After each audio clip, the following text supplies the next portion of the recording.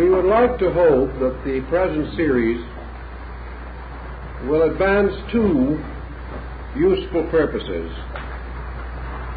One is to contribute something to our historical and philosophical orientation in relation to ancient man, and the second, to unfold a more or less comprehensive method for approaching highly controversial issues.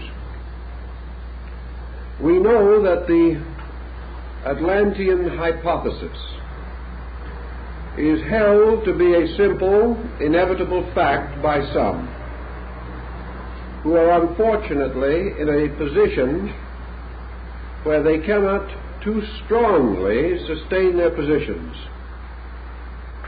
It is also held to be a myth by others who have inadequate means of supporting their negative point of view.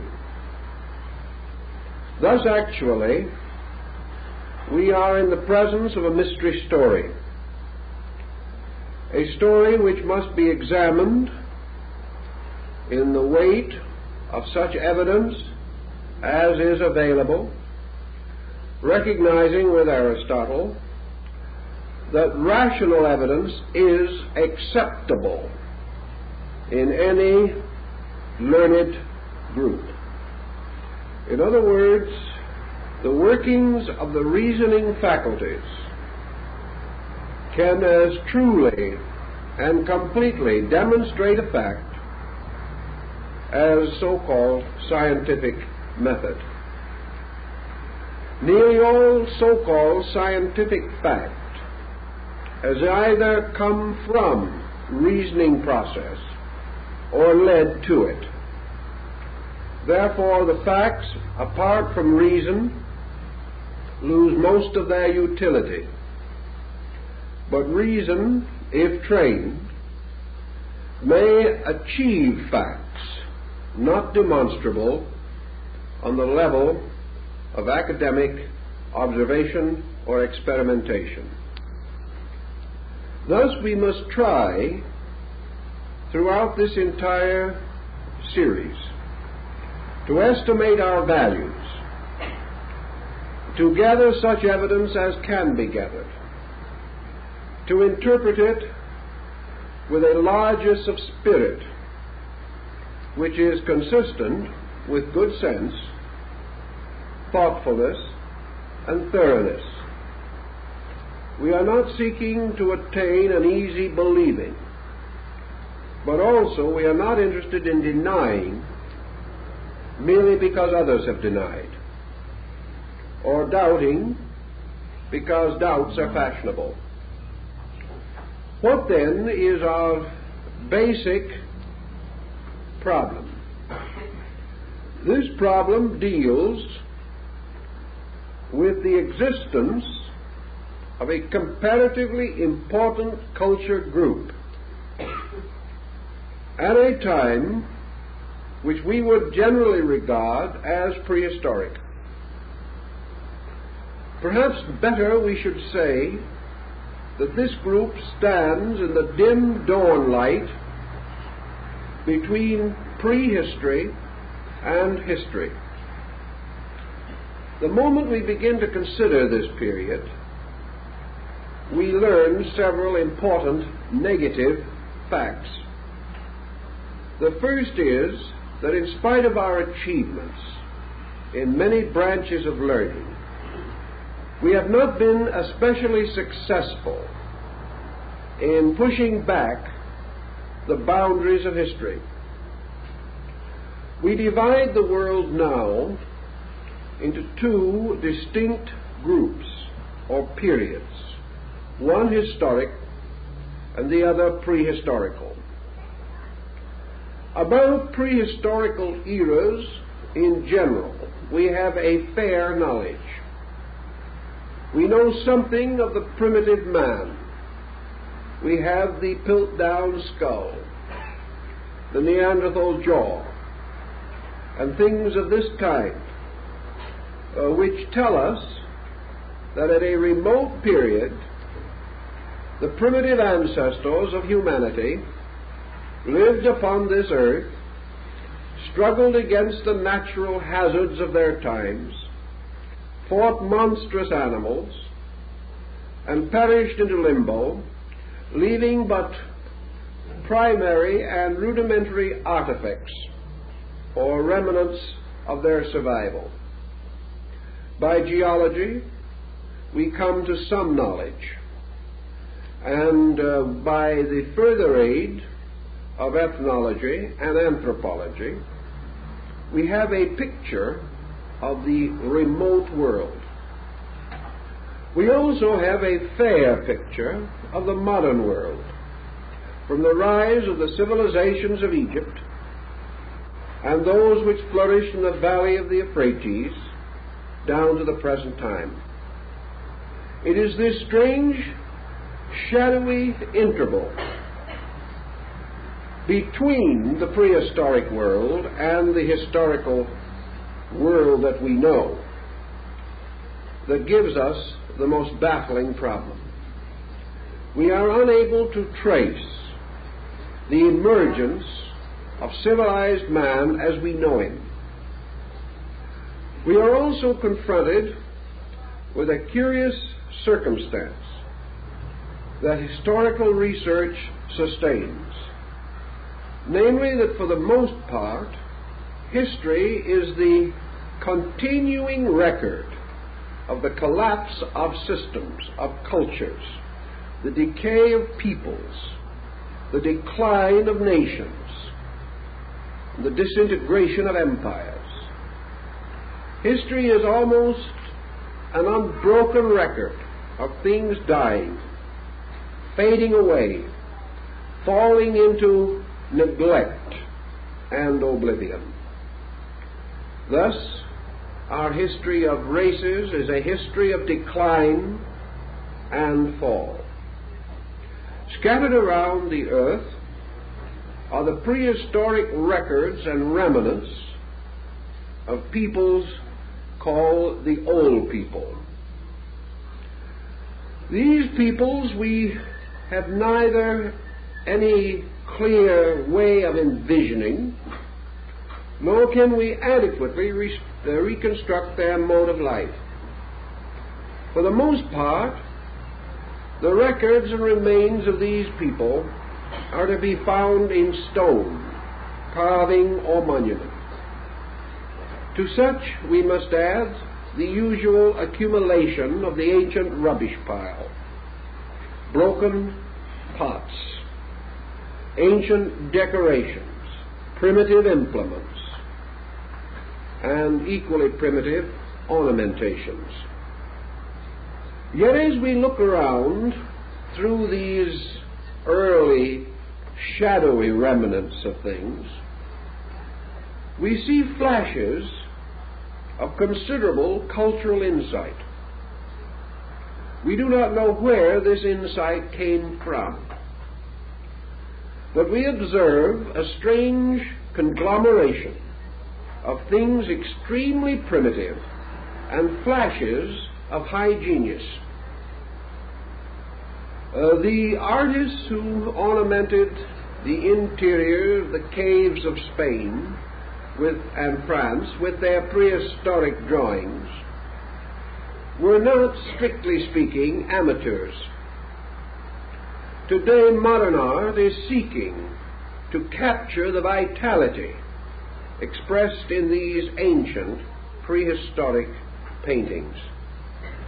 The masters of old architecture who have left the ruins of temples, shrines, cities, and monumental statues and memorials in various parts of the world were not strictly savages.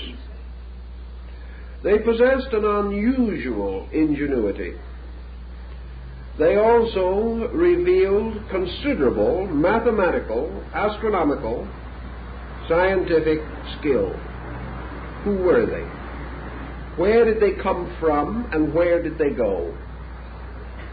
One would think that persons specializing in these fields would be so intrigued by this riddle that they would be impelled to examine it, to give it greater consideration. This might well have been the case had it not been the scientific world rapidly developed a mass hypothesis, a grand strategy, and was content to permit supposedly or obviously irreconcilable factors to remain comparatively unconsidered. It was much easier to ignore certain evidence than to change the grand concept which would not include it in a satisfactory manner.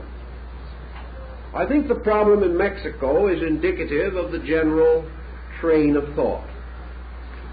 Down in the civilizations that extend from central Mexico practically to Peru, there are several schools of archaeology that have been hard at work for many years. These schools can be roughly divided into three groups of thinkers. We will call them the American, the German, and the Mexican. These three schools represent 3 degrees of caution. And wherever we come in contact with these groups, we have more or less the same experience. Not far from the city of Mexico are the famous pyramids of the sun and moon at San Juan Teotihuacan. These pyramids, which most of you have seen at least reproduced in pictures, are monumental structures, obviously planned, well executed by a highly intelligent group of artisans and architects. So we can assume that we meet 3 of these archaeologists standing at the foot of the Pyramid of the Sun. We turn to the American archaeologist and we say, when were these pyramids built? And if he is a forthright man, he will say, probably, we really do not know. But you must certainly have some opinion on the matter. Oh, yes, we have that. Where facts are few, opinions are numerous. Well, when do you think they were built? Well, I would think, says the American archaeologist, that they were probably built about the 12th century A.D., perhaps the 10th. And if we want to get very, very optimistic and run into danger of strong criticism from headquarters, we can suspect perhaps as early as the 7th or 8th century. But certainly they are post-Christian in their monumental construction. Well, why do you say that? Well, we say it because it was not until the rise of the Tarascan peoples and other groups in the great plateau of Mexico, until they had reached a certain culture level, they could not have produced these monuments. They have to be recent.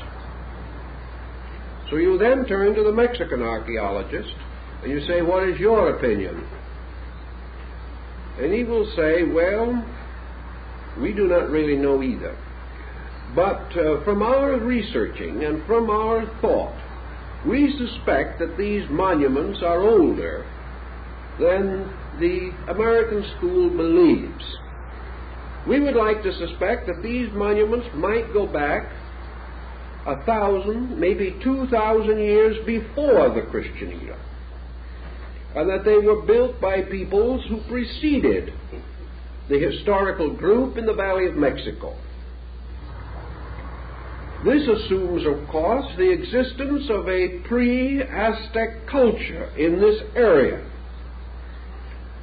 And according to the German viewpoint, the existence of such a culture is intimated in the remaining records of the Nahua peoples, for they distinctly seem to imply that these monuments were ancient at the time when they first reached the great plateau of Mexico. So the German scientist is inclined to be a little more generous. Then you turn to the Mexican scientist, who actually is in a strange way in the best condition and position to understand the achievements of his own people. He has had his ear to the ground for a long time, is well aware of the legendary and lore that are definitely parts of the descent of our records in this region. And with a typical Mexican shrug of the shoulders, he will say, "We do not know when they were built, senor. It is our opinion that perhaps they were built 8,000 years ago, 10,000 years ago. But we are convinced that they are far more ancient than has been suspected. And that the only reason why the present fashion is to insist that they are recent is because our whole concept of culture is based upon the concept that man's more recent state indicates a superior attainment.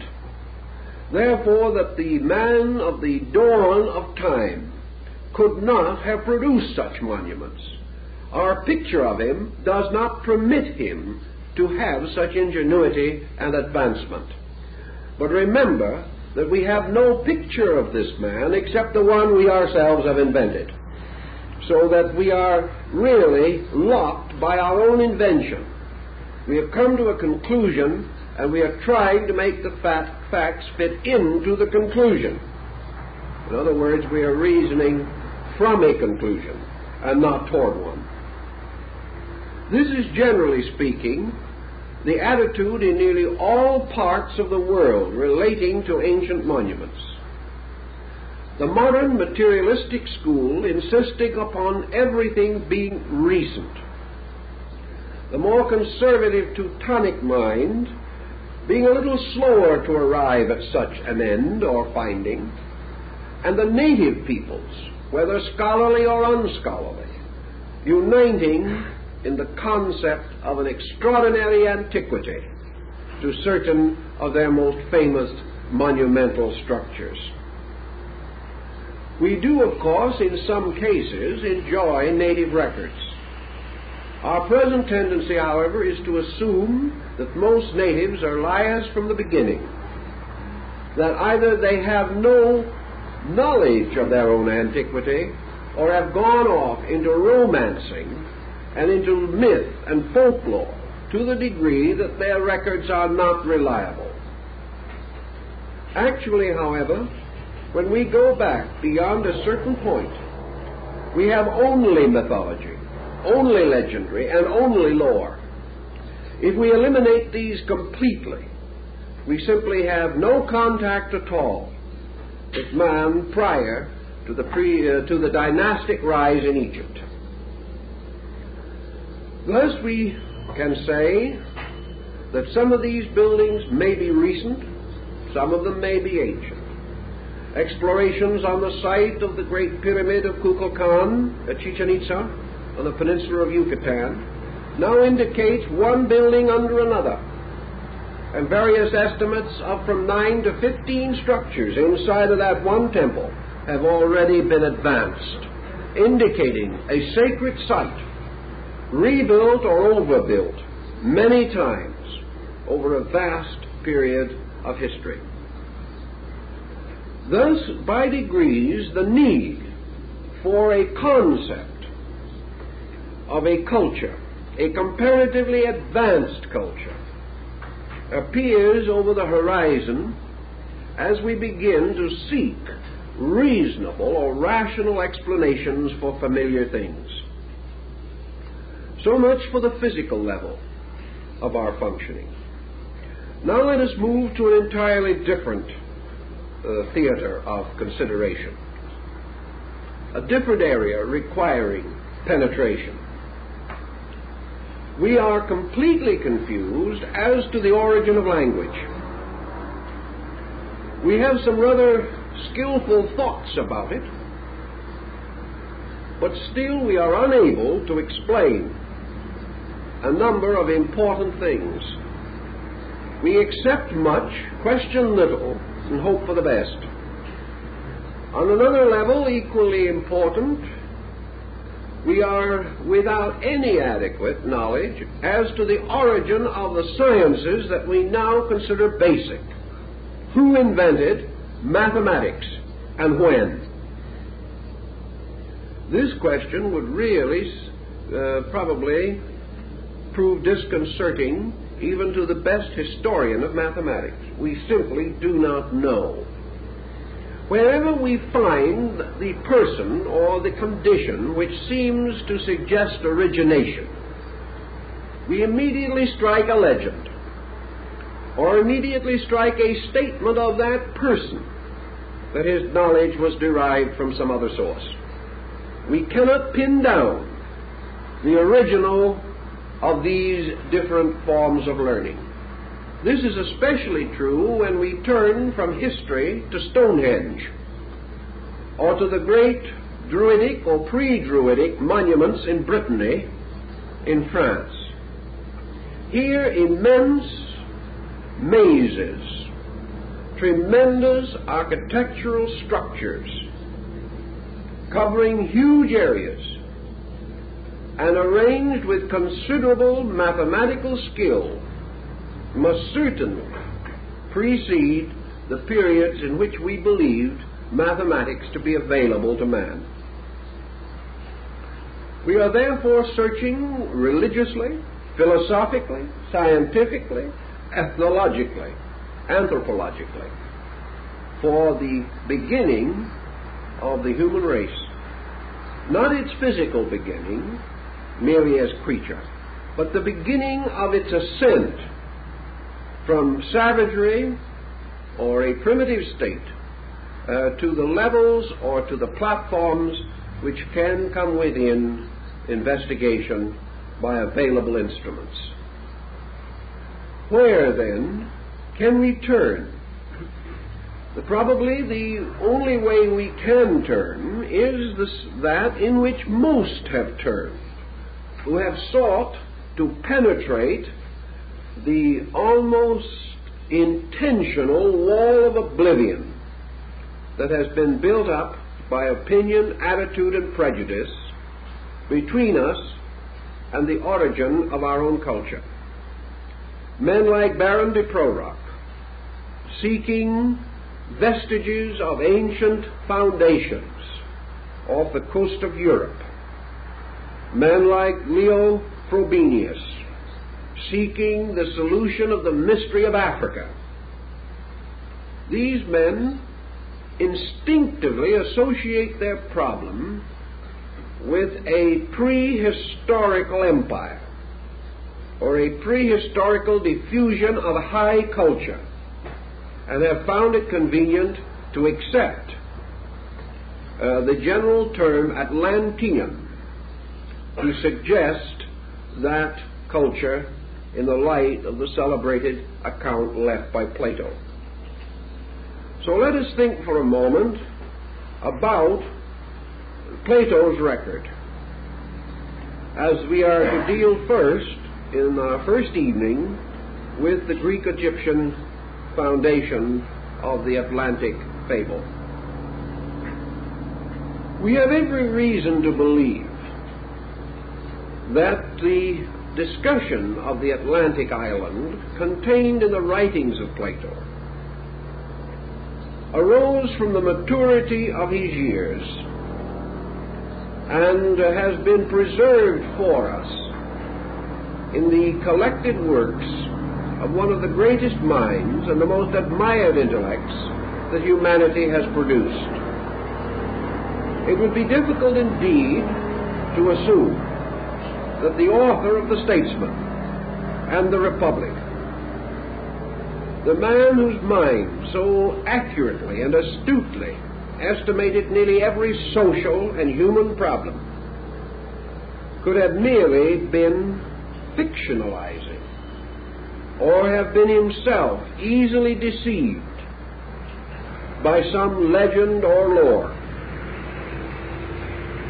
The actual story of Atlantis, as recorded by Plato, came to him from one of his disciples, a young man descended from the old Athenian lawgiver Solon.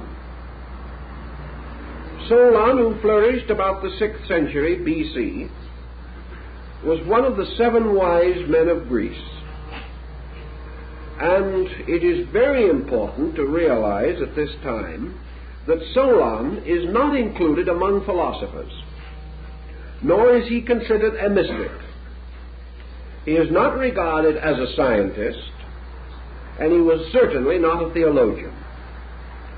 Solon was exactly what our modern semantic association with the word Solon would indicate. He was a statesman. As a statesman, he was bound to the political and physical problems of his country. His primary contribution to Athenian life was a solution to the problem of the mortgage stones, which were heaped up on the corners of land to indicate various easements and various financial liens upon the properties. As during the course of centuries these properties changed hands and were mortgaged and remortgaged, a situation of considerable complication arose. The heaps of mortgage stones became so large there was no land left to till. So Solon had to fight with the problem of the ancestral and historical indebtedness of the Greek peoples. He solved this rather neatly, and also is remembered as the man who liberated the Grecians from the unhappy and difficult law permitting imprisonment for debt. It was not until the Middle Ages in Europe that this law was revived, and we are happy to say that it is now gone. If it wasn't gone today, there'd be no one out of jail. Now, Solon visited Egypt because of the general respect of the Grecians for the political and diplomatic skill of the Egyptian rulers. Egypt was a theocracy, uniting in the person of the pharaoh both priest and king. Egypt was also deeply versed in ancient laws and had a very skillfully developed system of legislation and jurisprudence. Solon went there, not in order to discover lost continents, but to find out some way to remove the mortgage stones. It was during this trip that the priests of Sais communicated to him the legend of the lost Atlantis. Solon was profoundly affected by the story, which he undoubtedly received as an historical fact.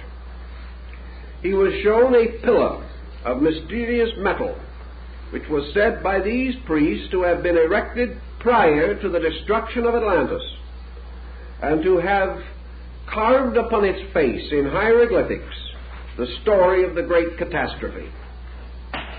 Solon, hastening back to Greece, became involved in the proper administration of his statecraft problems. Being a man of advanced years, he tells us that he was unable to advance and philosophize the story of Atlantis. He therefore left it as he had received it, in record only, passing it on to his descendants. And one of these descendants finally brought it to the attention of Plato. The record has also some dating. Solon, as we say, flourished about 600 BC. And according to the ancient story, the Atlantic invasion of the Greek states occurred about 9,000 years before the birth of Solon. This would put it somewhat in the neighborhood of 11,500 years ago.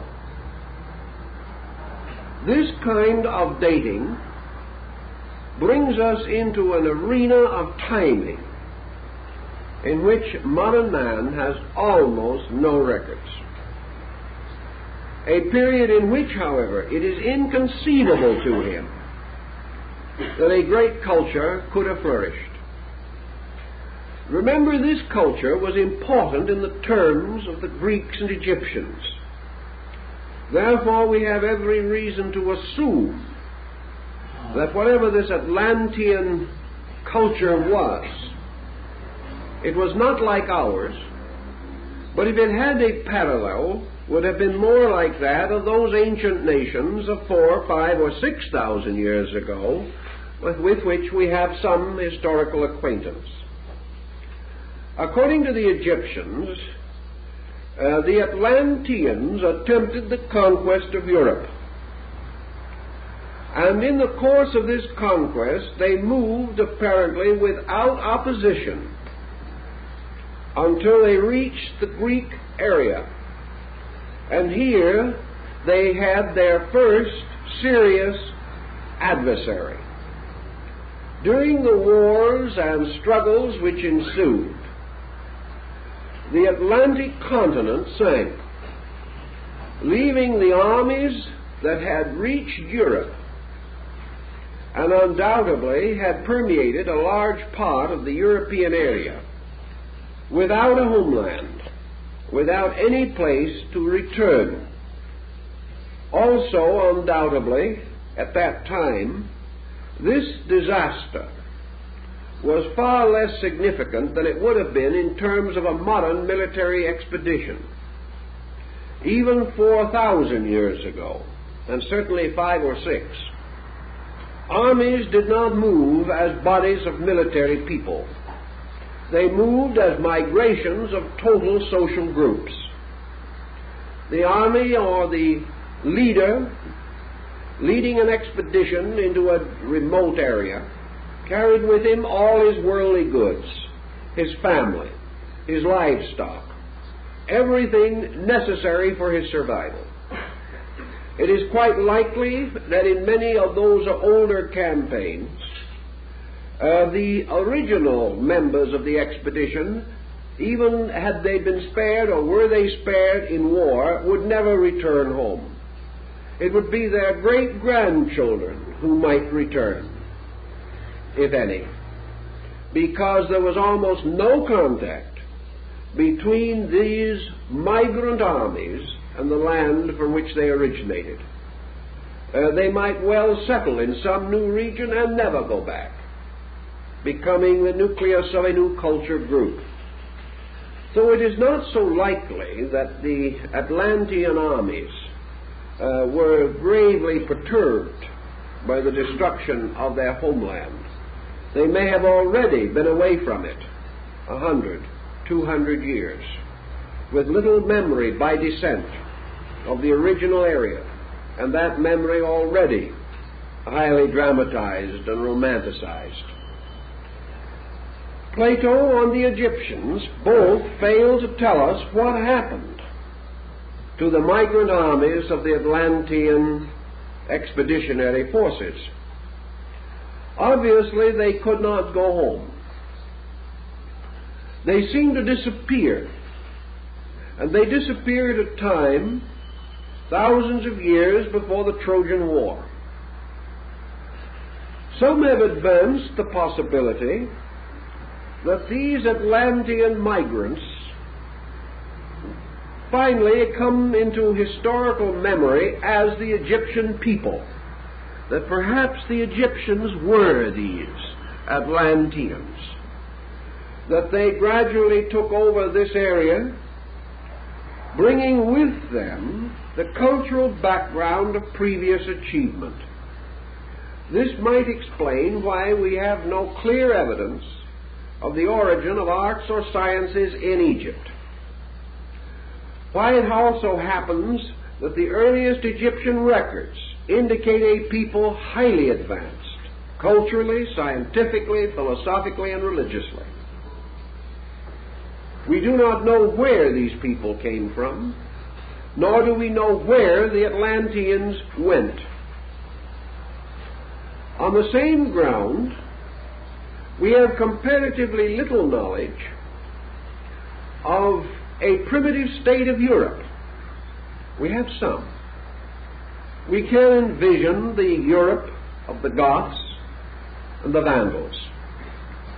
But far deeper than these records are the ancient cultural institutions of the Druids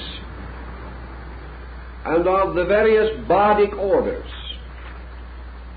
that were behind the common ways of things. The Druids were a very learned people, as Caesar testifies. Where did they derive their learning? It has been common to assume that they had some connection with Asia. How? Where? When? None of these questions are adequately answered. Solon, in his legend, or the story which he received, therefore gives an almost starkly simple report that at a certain time these invasions took place. He does not dramatize them in his own story in any way whatever, nor does he imply that the Egyptians, a rather factual people, dramatized the story.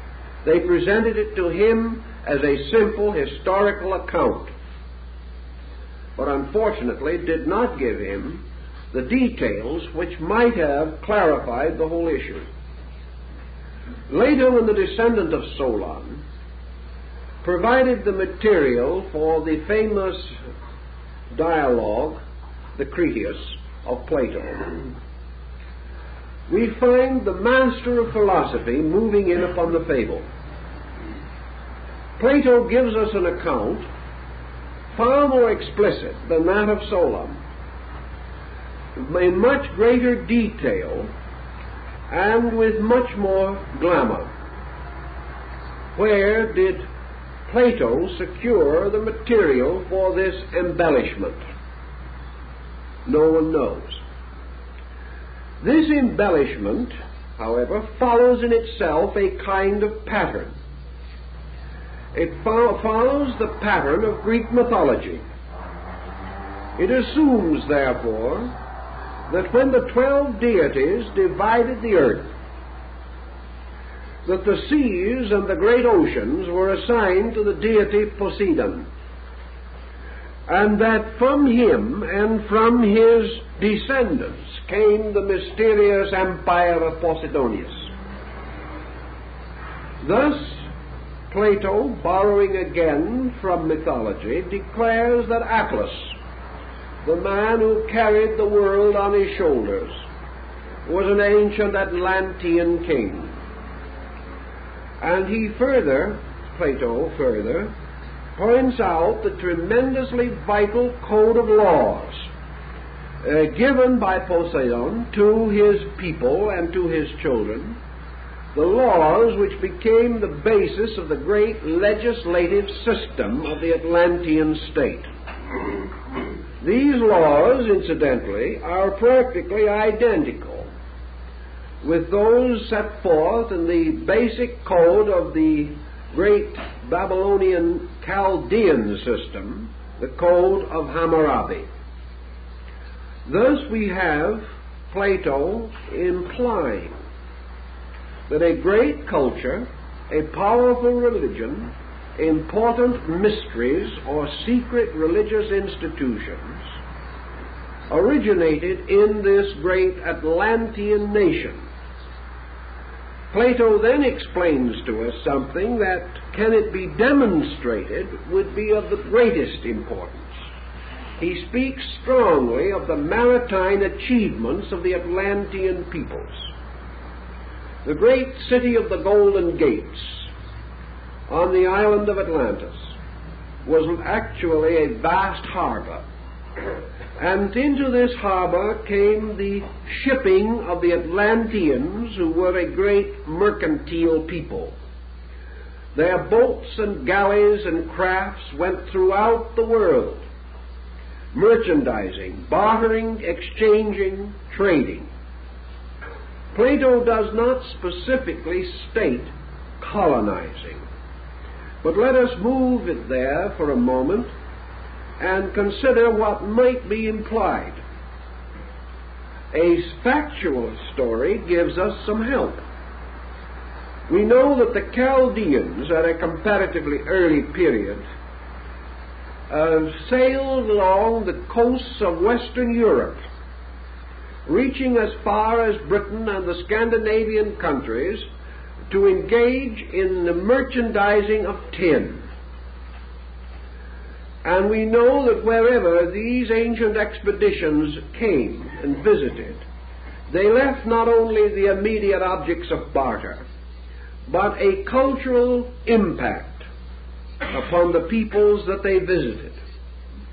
In other words, wherever the Chaldeans bartered, they left something of their philosophy and their culture, further testified to by the experiences of Caesar in interrogating the wise people of Gaul and Brittany.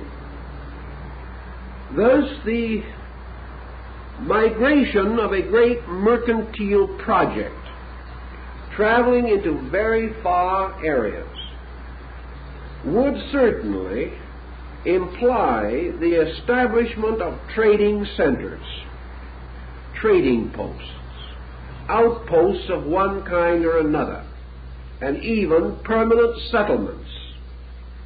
The trader is always the same, and along the routes of his journey he leaves indelible impressions of his vices, his virtues, and his achievements. This brings us to another important situation. Is Plato romancing? Was it possible for an Atlantean merchant fleet to travel any extraordinary distance? Two questions then present themselves. What was the general geographical state of the Atlantic area at this time? Assuming that the central mountains of the Atlantean continent island, which may have been nearly as large as Australia, perhaps this area was connected with islands or other smaller, unsubmerged, scattered fragments of land, so that contact between Europe and America, by means of this continent and islands, might not have been a great challenge to navigation. The Seminole Indians in Florida have record of a land bridge that once extended all the way from America to Europe. While we may want to think that the Seminoles are not the world's outstanding historians, and there is some ground for this opinion, on the other hand, the Seminoles, like most primitive people, have no reason to misrepresent. It is meaningless to them. There is nothing to be gained, no purpose whatever, because they are not solving any problem and they were in need of no hypothesis. They were only telling the story of their people. They were preserving the record of some migration of their own ancestors, which they regarded as worth preserving. Another point in this situation is, what would be the probabilities of navigation by primitive instruments such as old galleys, sailing boats, or even canoes? There are at the present time in the Polynesian islands huge canoes which have cruising range of over 2,000 miles. This, therefore, tells us that long journeys were not impossible. We know that these canoes are really, in skillful hands, far more practical, serviceable, and efficient than the tiny ships with which Columbus crossed the ocean. That the ancients had the possibility of ships equal to or better than those of Columbus, we have no reason to doubt. The Egyptians, during the dynasties of the Ptolemies, had a great galley of state in which they entertained distinguished guests, which had not only sails but 3 banks of oars 2 swimming pools, and a grove of live fruit trees on the deck. We are not informed as to just how seaworthy the ship was, but at the same time, the idea of large vessels certainly goes back much earlier than the rise of the Hamburg American line. Also, it was not important that such journeys be rapid or immediate, because these people were not leaving relatives at home that they wished to get back to by the holidays. When they left, they probably never expected to return, so they took their relatives with them. The Japanese are convinced that exploration from their shores, as early as the 12th century, reached by degrees as far south as Lima in Peru. And we know that on certain currents, it is very certain the Chinese reached the coast of California at least 600 BC. Therefore, empirically, we cannot say that a considerable mercantile could not have existed, especially if the distances to be traveled were greatly reduced by a large land area in the midst of what is now the ocean. Perhaps there was no area that would have required any unusual means of travel. Even as we can follow the Aleutian Islands and things of that nature and make a reasonably safe trip from the Western Hemisphere to Asia. These considerations, then, do not tell us that Plato would have been romancing unduly. He was aware of the strength of the then existing Greek fleet. He also knew of the Egyptian navy and what it had accomplished and what it could accomplish. He knew that people far less skillful and less strategically placed had also conquered a smaller sea of their own, the Mediterranean.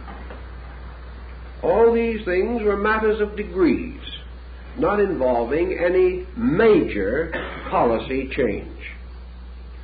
Let us assume then for a moment that in the course of their mercantile activity, trading and bartering for some reason, Plato does not tell us what they were seeking to merchandise. Perhaps like many powerful nations, they had built up a great level of luxury in their own culture, and that their people and their nation, which probably numbered some 60 million at its height, was a tremendous market for rare and remarkable goods from strange places. And even as the Assyrians are known to have brought foods, spices, and fine fabrics 7,000 and 8,000 miles for their luxury use, we do not know that it could not be that the Atlanteans wished to trade in these materials for their own enjoyment or for the raising of their own cultural level. But almost certainly, some kind of colonization had to accompany a large expanding program of mercantile. We have in the more recent times of our own world the same situation arising.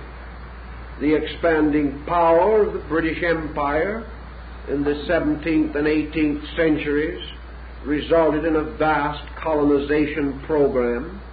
The establishment of such groups as the Virginia Company, the Hudson's Bay Company, the East India Company, and others, for the purpose of distributing these various wares which could be gathered from other countries.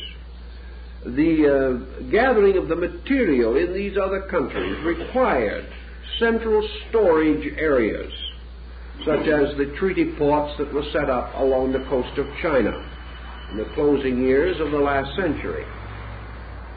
Such programs must have carried with them cultural infusion. Every colonizing program in the last 1,000 years has spiritually, morally, intellectually, and culturally affected all peoples involved in this colonization. And in spite of the fact that only selfishness may have dominated the original program, these colonizing plans have always finally resulted in the raising of native levels and have opened the way for the future independence of these once colonized and dominated groups.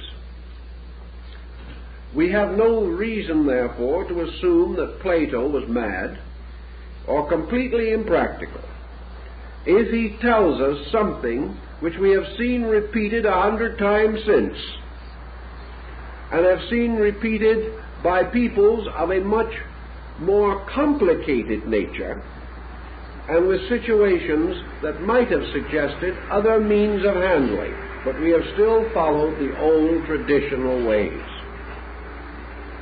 If, then, it is conceivable that this Atlantic center did have a broad area which, like the spokes of a wheel moving outward from the central hub, finally diverged to an incredible rim area, we have one possible answer to the question of how almost completely isolated peoples, among whom there is no historical record of contact, and who have been separated by what appeared to be impassable intervals of mountains, land, or water, could have, at approximately the same time, been enriched by certain basic additions to their ways of life. In thinking of this, let us turn to some of these peoples. Even the Greeks do not or did not believe that they originated their own culture. They said that their culture came to them by a mysterious person from a distant place. If you go into the Polynesians, if you go into the northwestern American Indians, or the southwest Indians, or the old Iroquois League, or the Plains Indians, if you go into the Eskimos' culture, or to China, Japan, India, Persia, Syria, Assyria, Egypt, there is not one of these culture groups that will take the responsibility for having originated its own culture. This is important.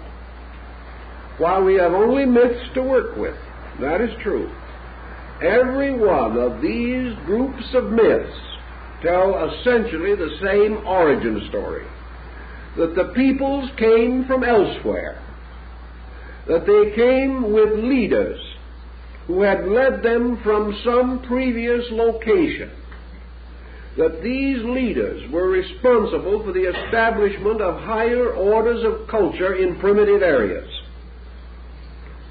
Thus, the natural or aboriginal peoples of these areas all insist that their cultures began with the advent of divine beings who came from remote places, from a long distance, from other lands. These remote beings did not resemble the people to whom they came. They wore different clothing. They spoke a different language. But in each case, they brought ideas. And from these ideas, the cultures of these local groups derived their impulse and their inspiration. Now, when you find this scattered throughout the earth, and you find almost identical cultures developing around these myths, so that Max Muller, the great German Orientalist, was actually correct when he said that there was never a false religion unless a child is a false man, that all these people came to the same basic ideas, and that as cultures developed, they developed around identical institutions. The astronomy of India although we do not know where it came from, is not essentially different from the astronomy of Egypt, nor is it different from that of China, nor of that of Greece. And European astronomy is indebted to this entire background. Even in languages, identical words are to be found. Dr. Plongeon, exploring both Egypt and the Western Hemisphere, made a list of hundreds of Maya words, he knew the language, which were identical with Egyptian words of same meaning. And also he made many drawings of glyphs, which show that the Egyptian words and glyphs for certain objects were identical with the words and glyphs assigned to them in the Western Hemisphere. The only answer to this is that there was a migration of ideas, and Plato's hypothesis seems to provide us with an adequate explanation for this migration of ideas. Furthermore, we find no evidence among other peoples of any mass migrational efforts. There is no other people known on the earth today in the mythology of which we find any clearly defined statement that that people was responsible for a powerful inflection of world culture. In other words, the Greeks do not say that they educated the Western Hemisphere. The Egyptians do not say that they ever had anything to do with China. India does not claim that it is responsible for Central American civilization.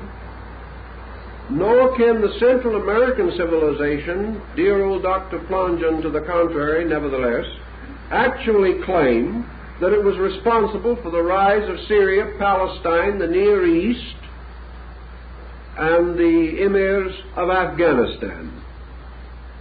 No existing people meets the need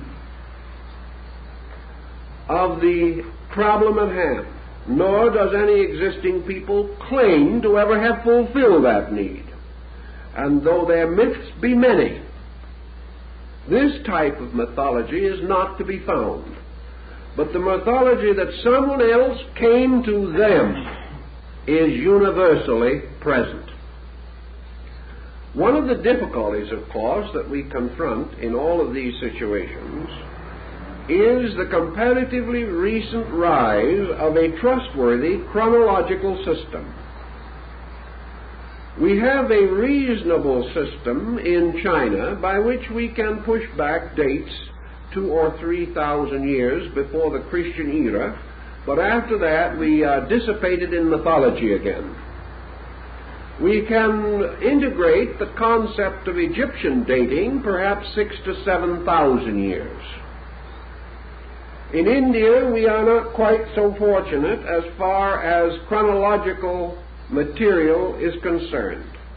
The Maya chronological system, which is perhaps one of the most perfect in the world, has only a comparatively recent history in the Western Hemisphere, and their own system of chronology implies definitely that it was set up elsewhere long before.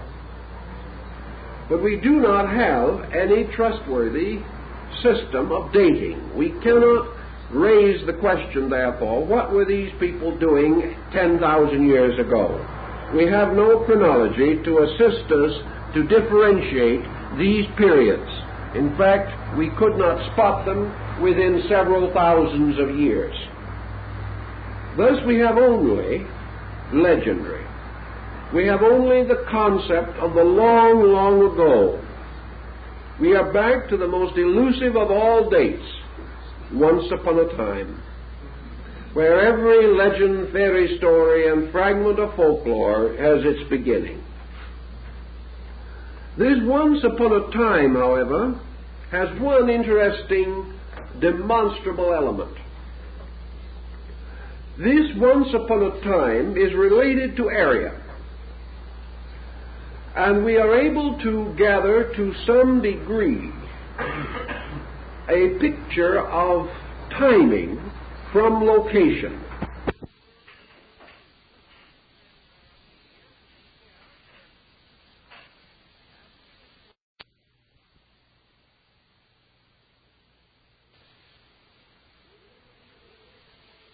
We are not even able to fall back upon the trusty old tree rings, because we don't know which trees were there at the moment. We have no way of actually clearing this situation.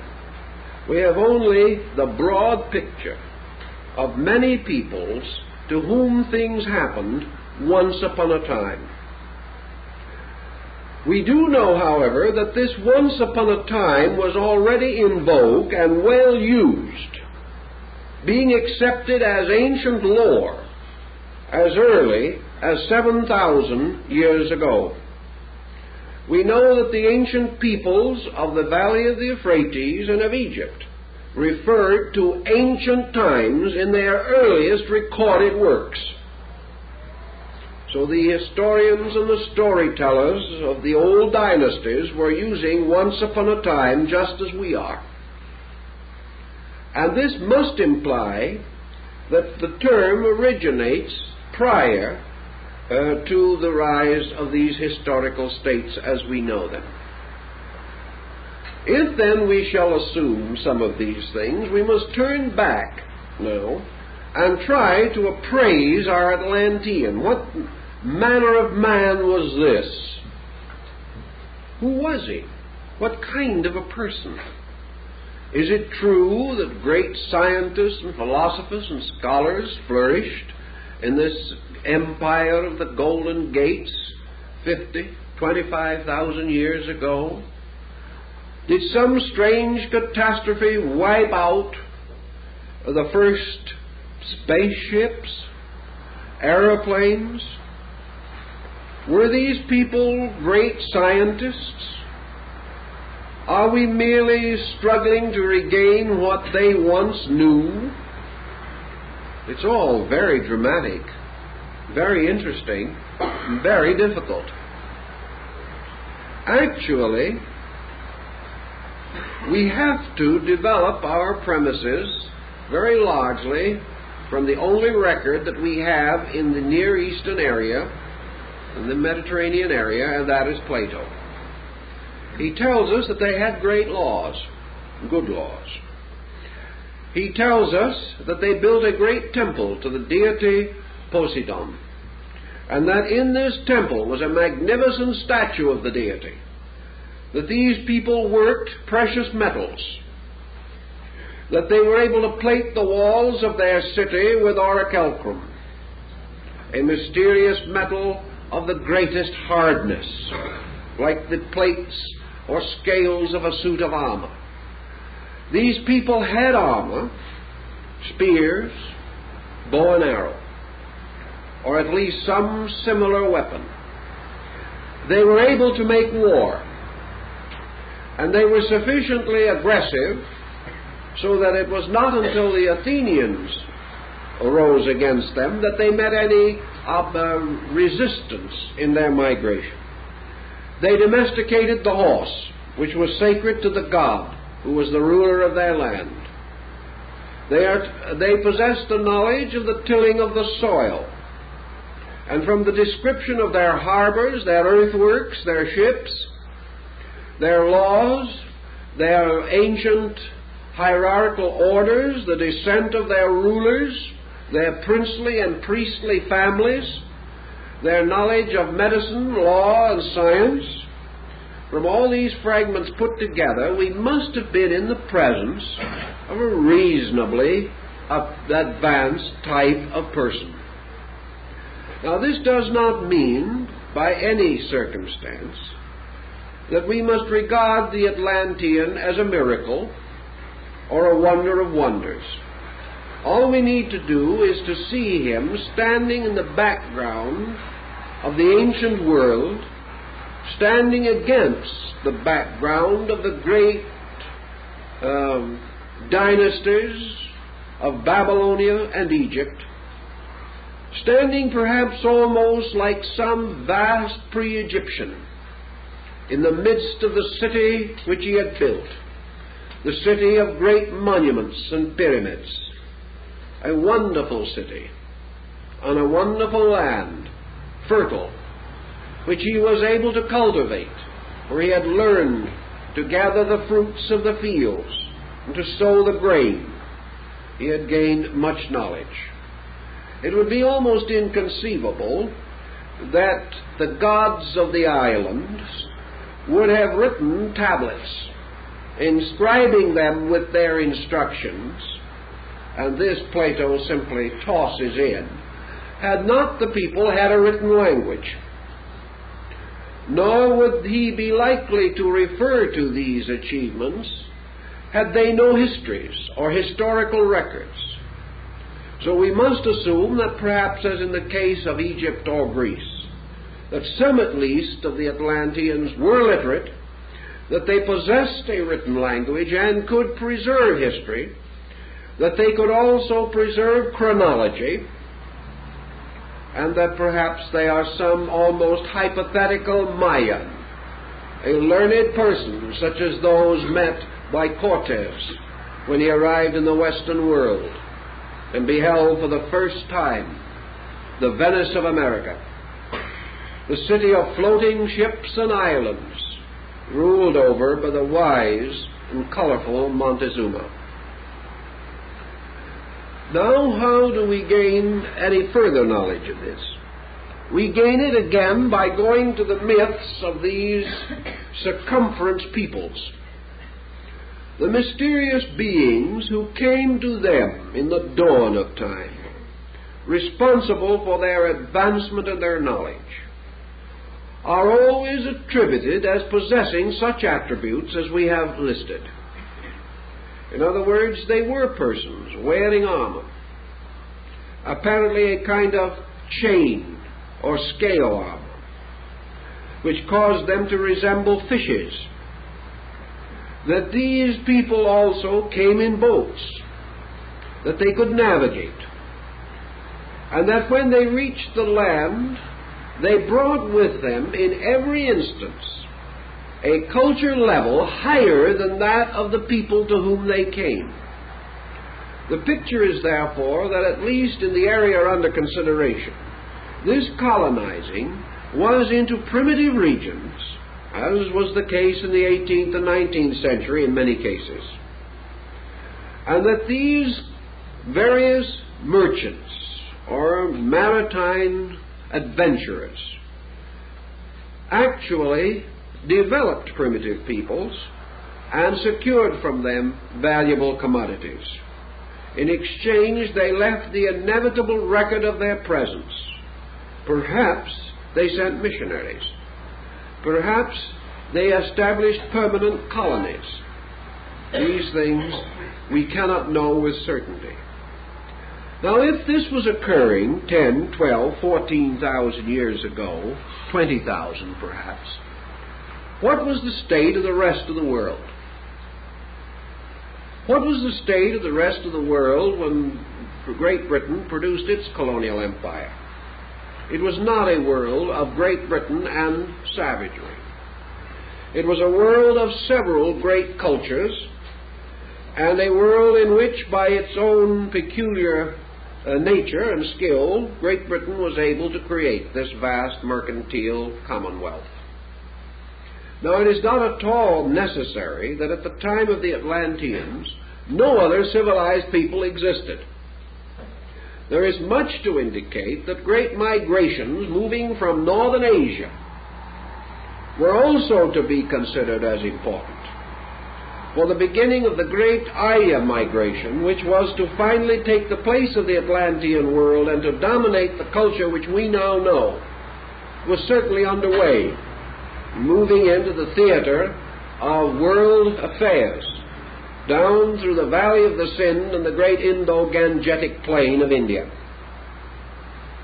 It is quite probable, likewise, that the migrations of this Atlantean area might have carefully avoided large and powerful nations that also had existence. It may never have reached them, having been limited largely to the great Atlantic area. Or it may have reached them and fraternized with them. We have no record that it warred with them. Plato would imply from his account that there was no such thing as war as we know it until it was developed by the Atlanteans, that they were the first mortals to engage in war. If such is the case, perhaps they were the first whose ambitions, perhaps towards world dominion, brought them into conflict with the ambitions of others, or brought down upon them the resentments of exploited groups or pillaged culture systems. However we may wish to view this, Plato then moves into a moral ethical consideration in which he points out that the destruction of Atlantis was due to the disobedience of the princes and their peoples, who departed from the laws which had been given to them by their divine Father, the God of the seas. And as retribution for these errors, terrible catastrophes descended upon them, and they were destroyed. Plato's account ends at this point. No one knows why. It is possible that Solon's account also so ends, or that Plato, concerned with other essays, neglected this one, or perhaps purposely he intended it to go no further. In any event, we have the powerful concept of such a cultural center.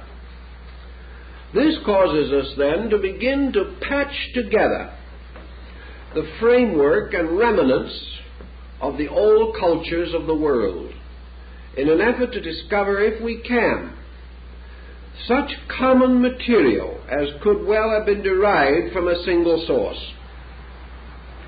We have considerable such material available to us. For example, one of the earliest accounts relating to this arriving out of the sea of the stranger on his ship or upon his raft of serpents is that related to Dagon, the Babylonian Chaldean culture hero. Dagon, or Oannes, the man who came out of the sea with the body of a human, with the head of a human being and the body of a fish, might well represent our mysterious Atlantean merchant or navigator. That he came out of the sea means merely that he came over the horizon. That he was riding upon a dragon means only that he came upon a ship. The messengers of Montezuma thought that Cortez had arrived on a dragon and declared they had seen it from the shore. So we can pretty well consider what this means. Perhaps dragon carving on the bow of a boat. Perhaps merely the sail or the oars, resembling many legs, led a very primitive people to believe that a sea monster had risen before them. In any event, what was the first thing that this seaman taught to the people in the valley of the Euphrates? The first thing that he is said to have given them was good government. Good government meaning social organization. He taught them the importance of cooperation, of the building of tribal or national consciousness, of giving them community life, of having them settle to become the dwellers in towns and villages, to end their ancient wanderings. He also taught them to cook their food, which previously they had eaten raw. He taught them that it was not necessary merely to fish for their food with a bone hook. He taught them how to snare and capture animals. He taught them how to weave cloth. These are things that are particularly related to these cultured deities. to till the soil, to gather medicinal herbs, to treat various kinds of sickness, to organize a calendar for the historical and chronological preservation of their dates, and also a written language in which they could preserve records. Furthermore, he taught them to build by laws of architecture, and in several cases he is accredited with having given them music. He is certainly associated with basic arts and sciences and crafts. And before the completion of his mysterious sojourn with them, he had given them the momentum, the impetus to achieve to a new level of social greatness. Now, in several instances, we observe thinly veiled what may be the realistic answer to the problem, namely that this same man taught them to gather various plants, taught them to mine the earth, taught them to catch birds for beautiful plumage, and also to raise special fruits and harvests, leading to their prosperity. This implies that this visitor was setting up a proper situation for an exchange of goods. In other words, he was helping these people to develop skills, presumably with the idea that after they had produced this goods, he would take it and merchandise it for them. Furthermore, there is evidence that this stranger left artifacts behind him. He left things that had belonged to his people. These became sacred relics, regarded with the most profound veneration. Now, as we begin to analyze this stranger who came from the sea, we almost inevitably come to the conclusion that he could not have been one but many. And this is again sustained by the records. For the records in Chaldea alone seem to point to at least 5 persons concealed under the identity of Dagon, or Oannes, the fishman. These persons visited the area at widely different periods, but had similar missions and identical contributions to make. And gradually, in prehistory, these personalities were either considered as one person with a phenomenal length of life, or as re-embodiments or returns of this one person on a religious level as avatars or re-embodiments. So we look this over with a rather critical thought in mind. We seem to observe a great deal of solid common sense. We have someone coming at that time to a people, establishing perhaps, as in the case in Mexico, where it is said Quetzalcoatl brought with him a retinue of persons of his own kind, and established a kind of court or community. In some instances, the emphasis is upon religious matters, but always it is upon advancement. And in every instance, the same second act takes place. The strangers departed in due course, usually having appointed a successor or someone from among the people to carry on the program that had been started. In each case, the strangers promised to return, and in no case did they return. This is, I think, also important.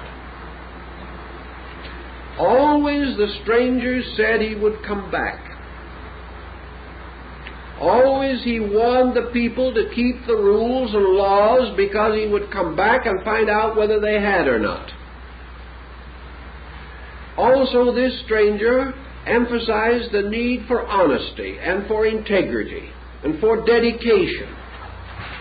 and he warned the people not to abuse the knowledge which he had given them, stating that if they did abuse this knowledge, they would destroy themselves. So with fond-a-do's of one kind or another, this mythological ancestor, this psychological forebear, vanished back into the sea again. He always went out for the same mysterious road of water by which he had come. His ship or his dragon seemed to vanish under the ocean, and he was never seen again. And his people waited for him, and they kept his rules, sometimes for centuries and thousands of years. And many, even in the world today, whether we realize it or not, are still keeping those ancient rules and still waiting for the return of the hero who came out of the sea. Where you find this maybe in 40 or 50 scattered culture groups, it has to have a meaning. There has to be something under it. We can say psychologically that perhaps it originates within man. This can be advanced and sustained with some logic, but it does not explain the lack of certain growth factors. These primitive people say and demonstrate by their later action, yesterday we were savages. Then this man came, and immediately we were no longer savages. Within 50 years, within 20 years, within 100 years at most, these primitive peoples began to record their history. They changed their grass huts into great buildings. Sciences, arts, and crafts burst into bloom. Here they are. Yesterday they were not. And they tell us that the reason why this change was so rapid was because this knowledge was given to them. It was not evolved the slow and difficult way requiring thousands of years of gradual cultivation. This was given to them as a kind of birthright, a heritage. And they took it upon themselves and in a very short time gained astonishing proficiency. Consider the modern situation. As a result of the entrance of higher culture groups into primitive areas, many backward areas of our earth have been completely transformed in 150 years.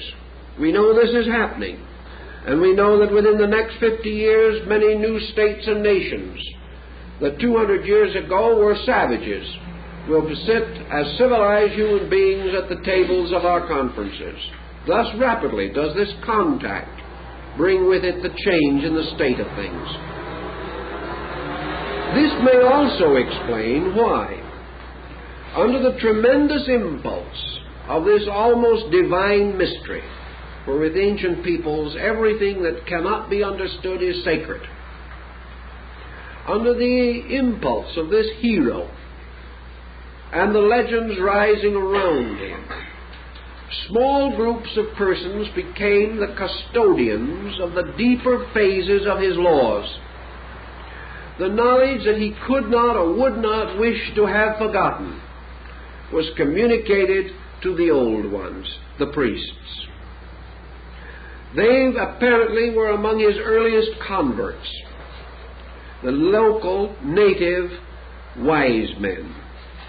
He formed them into schools, into a kind of group of elders, perhaps his form of a privy council or of a legislative body to surround him and protect him and advance his projects. When he was gone, these legislators he had trained became the keepers of his wisdom. They are the ones that then proceeded to initiate young people into this body as time went on so that the secrets could not be lost. In some cases, the secrets were lost. Some cultures became totally extinct, and we have no remnant or record of them as surviving. In the stronger and more healthy groups, however, there was survival. And this survival means that in a reasonably short length of time, these peoples emerged almost simultaneously or very closely allied in time sequences.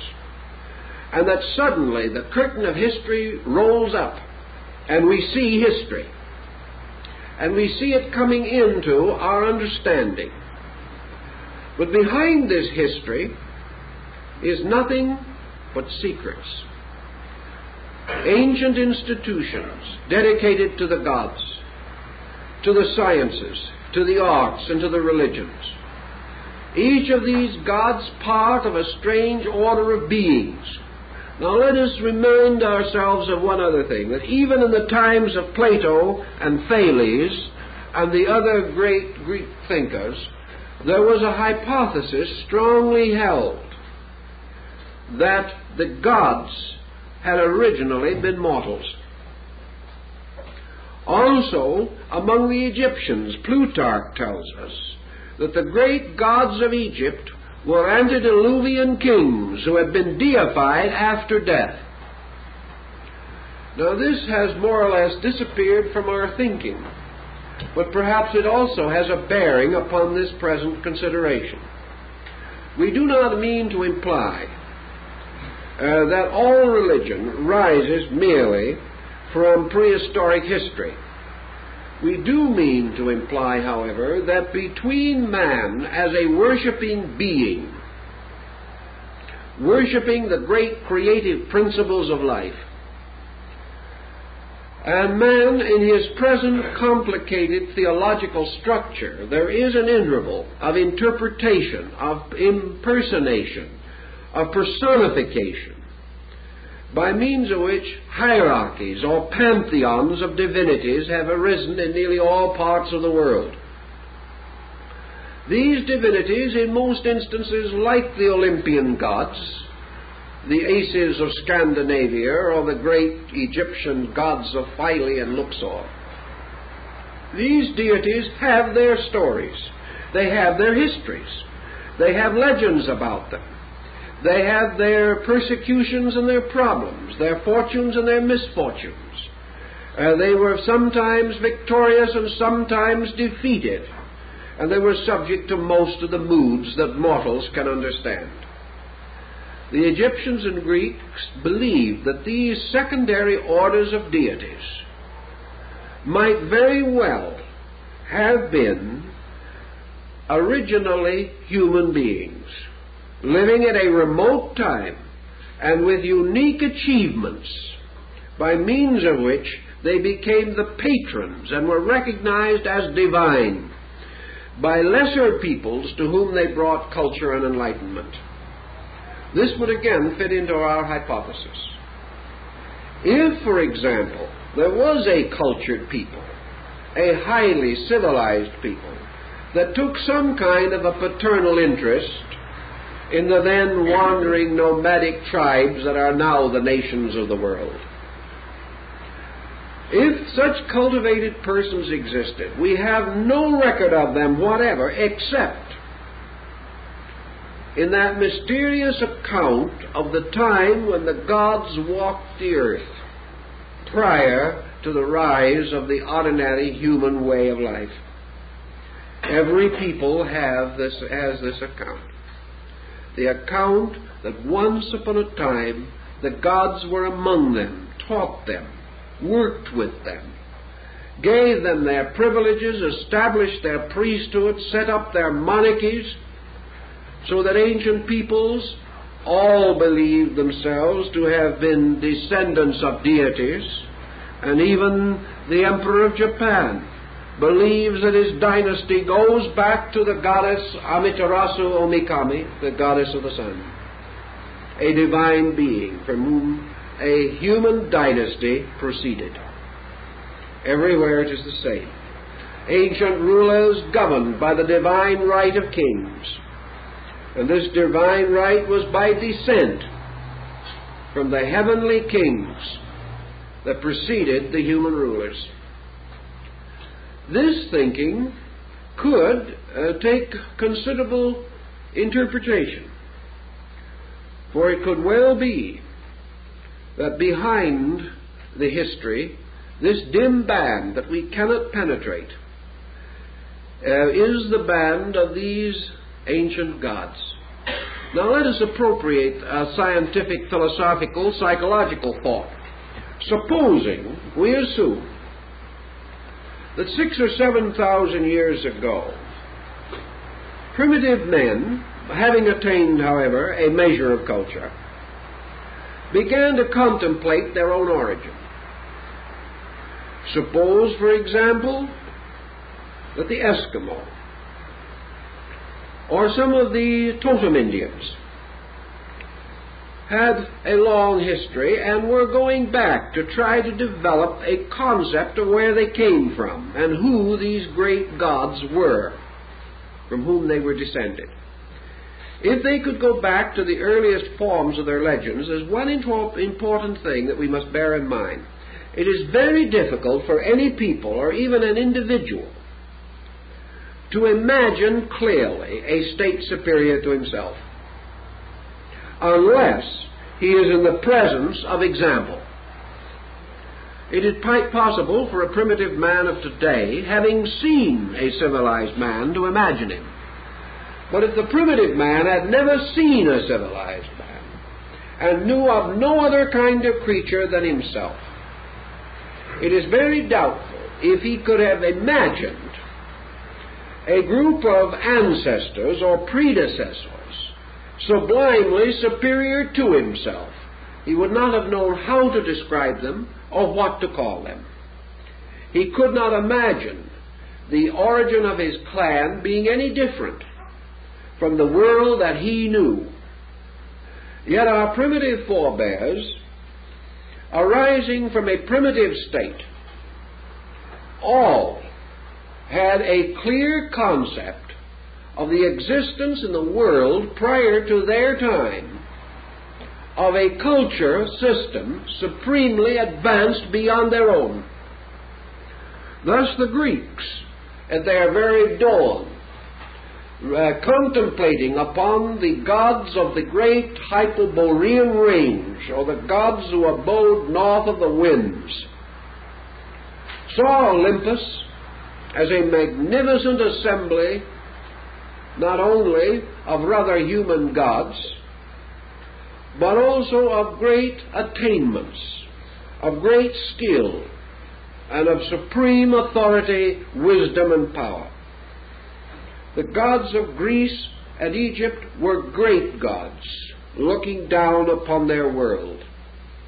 And those who first envisioned them and gave us the ancient legends about them give us legends of a highly sophisticated nature, totally inconsistent with the people among whom these legends arose. Thus we may question not only the spontaneous development of a people in an unreasonably short time by their own efforts, or that these peoples, while still comparatively primitive, would attribute their growth by imagination alone to a specifically cultured group superior to themselves. These things do not normally occur in human psychology. And if probably anything, our ancestor was more normal than we are, because he did not have the confused and complicated social structures that make life difficult for us. So here we are with a new group of elements to consider. Let us take one of these elements and trace it briefly. Where did our religious insight arise? When Quetzalcoatl reached the shores of the Western Hemisphere, the man who came on the raft of serpents, he brought with him the worship of one God. When the ancient Oannes came to the shores of Babylonia, he brought the worship of one God. When Fu He, the great primitive ancestor of China, the man born out of the body of a fish, who rose from the sea and gave to the Chinese the mystery of the trigrams and the great writing, when he came to them, he brought to them the worship of one God, Shanti, imperial heaven. When Vishnu, in India, in the embodiment of the first avatar, born out of the body of a fish, and so created to rescue the law which had been carried to the bottom of the ocean by a demon, when this being came forth to become the inspiration of the great Puranic literature of India, he taught the worship of one God. When Virakaka came to Peru, he taught the existence of one God. And wherever we go, it is the same. These primitive peoples apparently had worshipped idols, or had worshipped fetishes, or had merely the primitive juju magic of the Vuitton and the African primitive. But immediately these leaders appeared. They brought the message of the one true Father. They taught that this Father was invisible. They taught that this Father was not embodied, but that this Spirit dwelt everywhere, in everything, and the Incas of Peru worshipped it by kissing the wind. They also believed in the importance of light as the symbol of the invisible power. And the Peruvians had a concept of the sun almost identical with that of Akhenaten in Egypt nearly 2,000 years earlier. Thus, this power that came, this teacher, brought basic religious ideas. These ideas spread wherever this teaching spread. But the spreading was confined to levels. And as Plutarch also tells us, the candidate for initiation into the mysteries was ultimately initiated into the mystery of the one true God, not known to the people, but having been given to the mysteries by their divine founders long before. Is it any more difficult to assume that these divine founders represented an ancient culture level than it is to believe that these divine founders are to be understood as actual deities who took upon themselves bodies at their pleasures, wandered about the earth like Wotan, and instructed a few whom they pleased? Is one hypothesis more difficult than the other? It seems to me that it is much more natural to assume that a man learns from his father, and that this father is his progenitor, his instructor, than it is that he learns from some invisible power that visits him remotely or occasionally according to some strange and unpredictable whim. So it would appear very reasonable. Now, if these teachers from far places had brought only abstract ideas, we could say inspiration, instinct, intuition would be applicable. But when among a widely diversified group, specific technical knowledge is communicated simultaneously over large areas, we must begin to question the pure intuitive hypothesis. It seems far more reasonable to assume that these teachings were derived from some previous and adequate source that had the means to disseminate such instruction. Now, if we assume also that these teachers at a remote time returned to their own lands, or that the great mercantile centers which they represented were destroyed, then we have several possibilities. If, for example, during the height of the British colonial theory, the British islands themselves had sunk, it would not have meant the complete dissolution of all these different colonial projects. It would have meant, rather, that these projects would have been thrown upon their own resources, and in varying degrees of preparedness would have had autonomy thrust upon them. It would also mean that such travelers, merchants, scholars, missionaries, humanitarians, as survived because perhaps they were either on the sea or in these distant regions at the time of the catastrophe, would be required to establish new domicile, and probably would remain with the groups where they had created areas of prestige.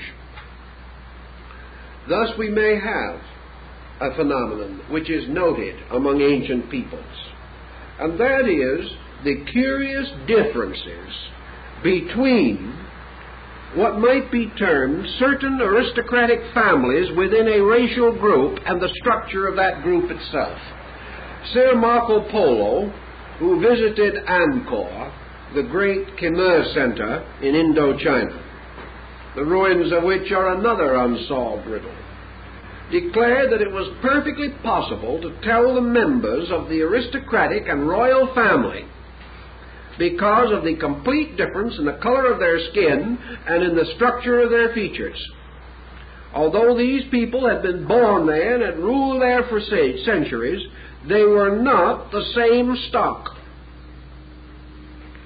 Now, the legends in that area are also rather explicit, and the concept seems to suggest that in all possibility the Atlantean group may have lain at the root of dynasties in areas under their control or domination.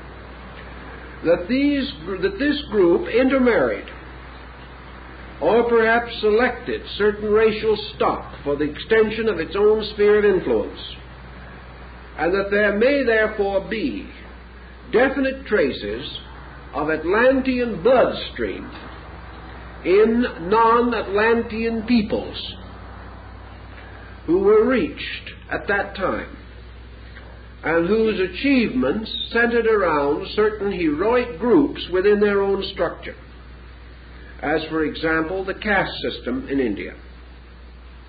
We have every reason to believe that this caste system was set up deliberately to prevent the mingling of the bloodstream of the Aryas from the north, who were coming down into India, and the ancient primitive stock of the Dravidians. To preserve the dynamic of the new bloodstream, the caste system was instituted. There are small caste systems on practically every island of the Polynesians. There are small caste systems in every tribe in Africa. These caste systems seem to speak of the descent of certain families that had custodial rights at ancient times. And the proof that there was a setting aside is in the structural difference in these classes, a difference which cannot be accounted for by any difference of opportunity or environment, or any known difference of racial background.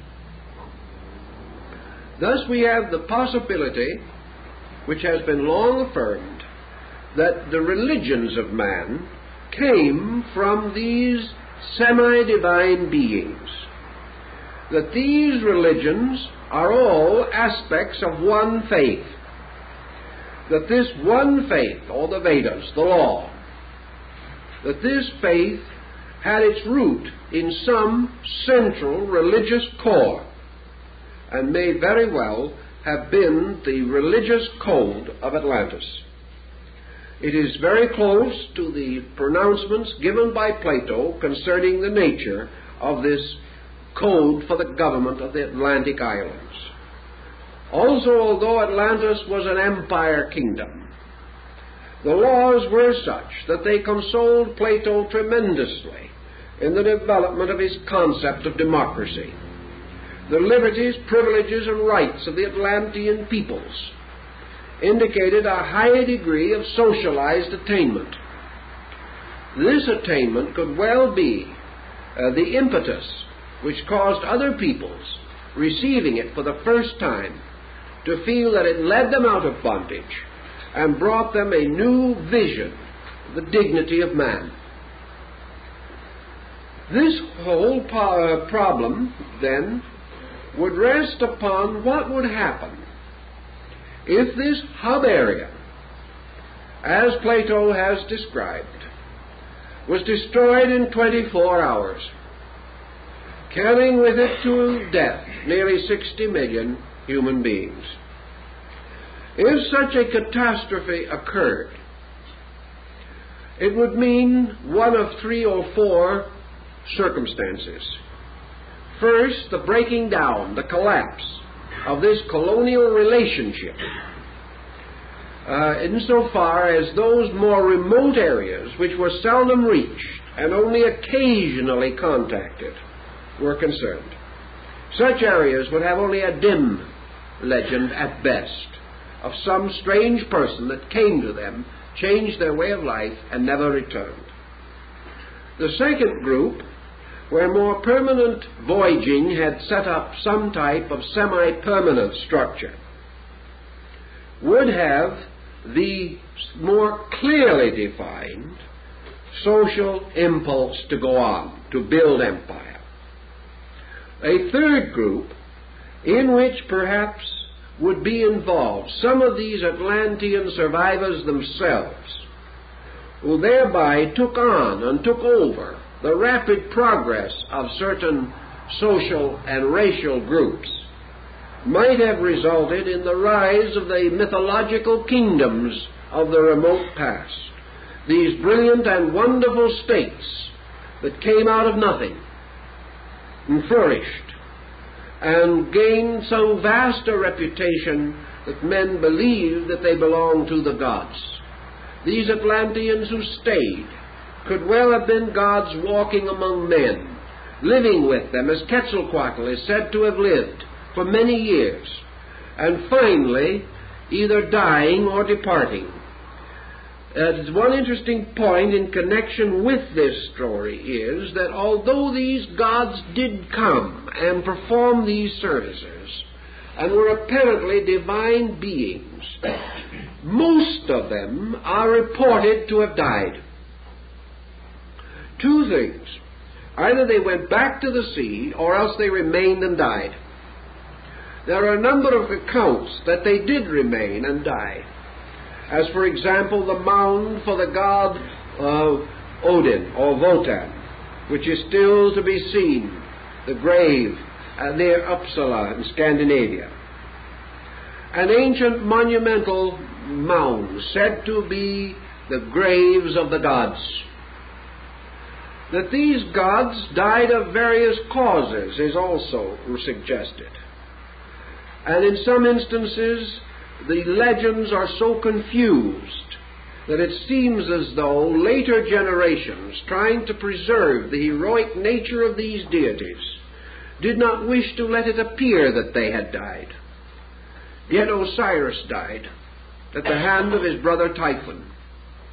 The ancient gods and godlings, though greatly revered, were in a strange way mortal. And out of this mortality came this descent, this benediction by which a new generation of rulers came into existence. And among some tribes these were supposed to be the continuous re-embodiments of the same ruler, as in the case of the Dalai Lamas and Panchen Lamas of Tibet. Thus, many things fitting together fit into Plato's narrative. The problem of disobedience, which caused the destruction of Atlantis, might also very well play into our situation. because these peoples are regarded as the originators of war. And war certainly was among the earliest indoctrinations of mankind. That primitive warfare probably existed in the most primitive society, we do not doubt. But the great political development of warfare also emerges in the dawn of modern time, in the dawn of our historical period. Yet there are scattered about the earth's ancient battlefields in which highly trained troops went into war thousands of years ago, thousands of years before the conquests of Alexander and Caesar, and perhaps long before the siege of Troy. The machines of war, the instruments, and the political and military theories of war also come down to us from a long, long ago. All of the nations had these things, had them as they had the better gifts and wiser givings. And by degrees we see this emergence. We see a great period of glory at the root, at the beginning, a tremendous virility, a tremendous vitality of consciousness, the magnificence of Babylon, the transcendent beauty of the great classical civilization of Egypt, the wonderful glory that was Greece, the ancient grandeur that was Rome. We see the ruins of these great achievements, and we perceive also that by degrees these ancient cultures have vanished, and that in their place, in many instances, the peoples involved continually declined, so that gradually the makers of these great cultures vanished entirely. There are no longer any ancient Egyptians. The modern Egyptian is an Arab. His dynasty of old is gone, and history closed him off almost 2,000 years ago. Yet he had a great time and fell into darkness. Why were so many of these great institutions so blackened, so darkened? And why were still earlier ones, of which only myth remains, also always falling away into darkness? It seems that the great vitality of these cultures was imparted from some level of knowledge, from some measure of understanding, more dramatic and dynamic than has ever since come to the world. That these early impacts lifted men dramatically to a great achievement, and then came the story of life as we know it, the story which is nothing more than man drifting away from the truths he has learned, compromising, selling out his principles, leaving the ancient footings of ethics and ideals, transgressing the laws of the great beings who came to him in the dawn. They warned him that this would be their own destruction, but the people would not listen. They continued to fall away, so that our history is largely a falling away from the great spiritual foundations and a drifting into material accomplishments, a drifting perhaps which Plato could cover under his concept of another Atlantis, in which man is submerged by the sea of his own thoughts and is drowned in the processes of his own mind. In any event, this, I think, is the Greco-Egyptian core of our subject, the farther core from which so much else has to come, and upon which we must build our next consideration, which will be to begin the analysis and examination of the various records in various areas dealing with this subject and the effort we shall make to evaluate them. And we thank you for being with us.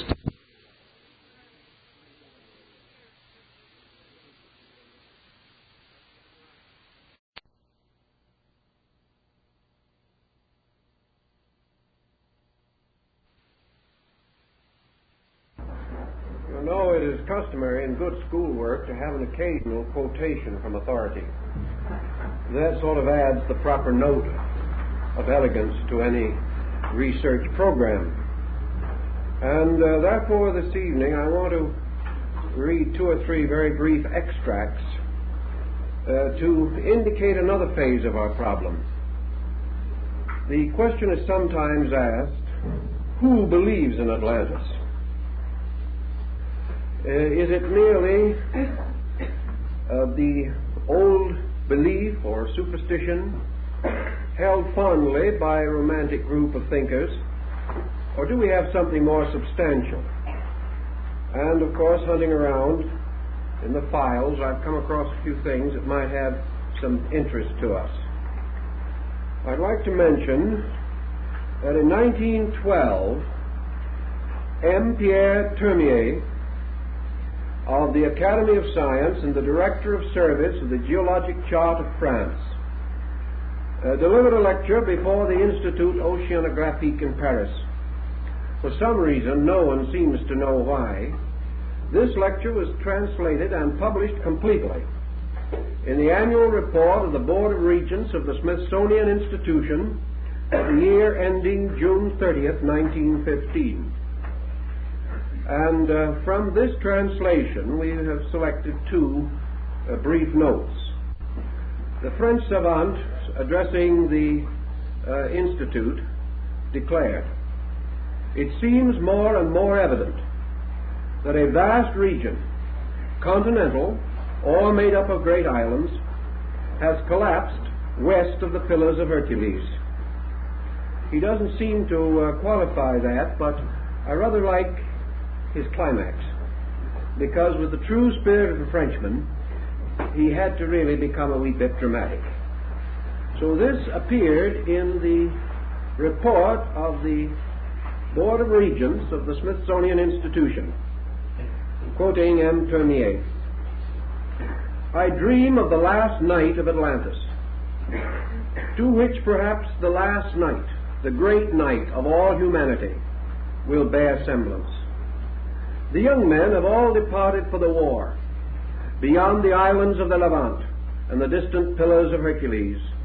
Those who remain, men of mature age, women, children, old men and priests, anxiously question the marine horizon, hoping there to see the first sails appearing, heralds of the warrior's return. But tonight the horizon is dark and vacant.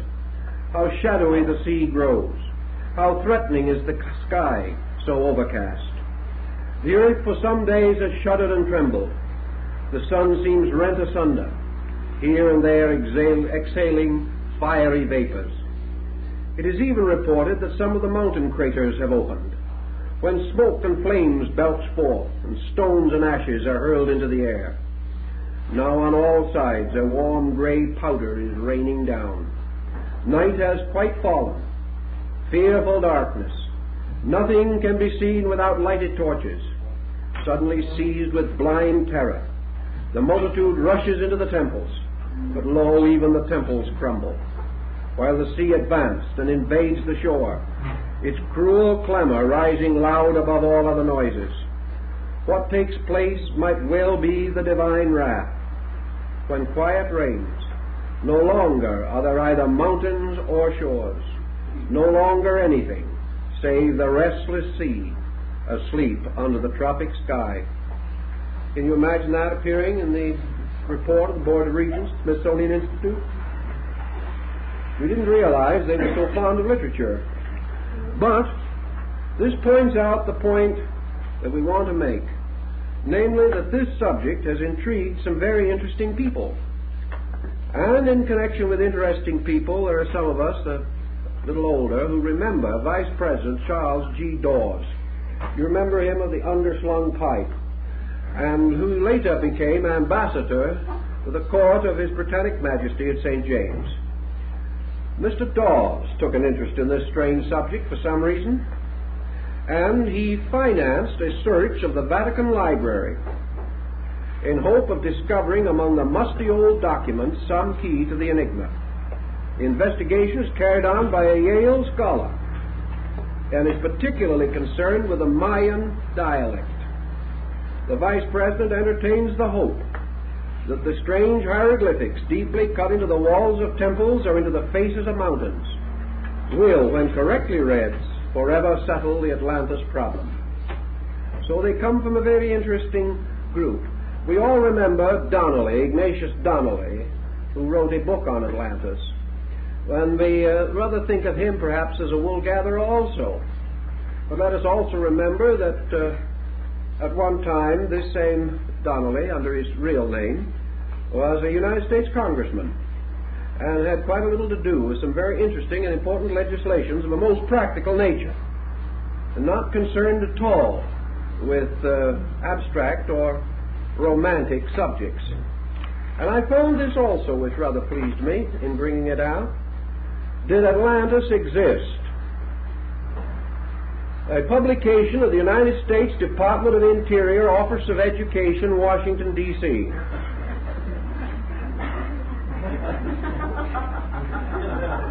Now, I'll give you the big surprise of all.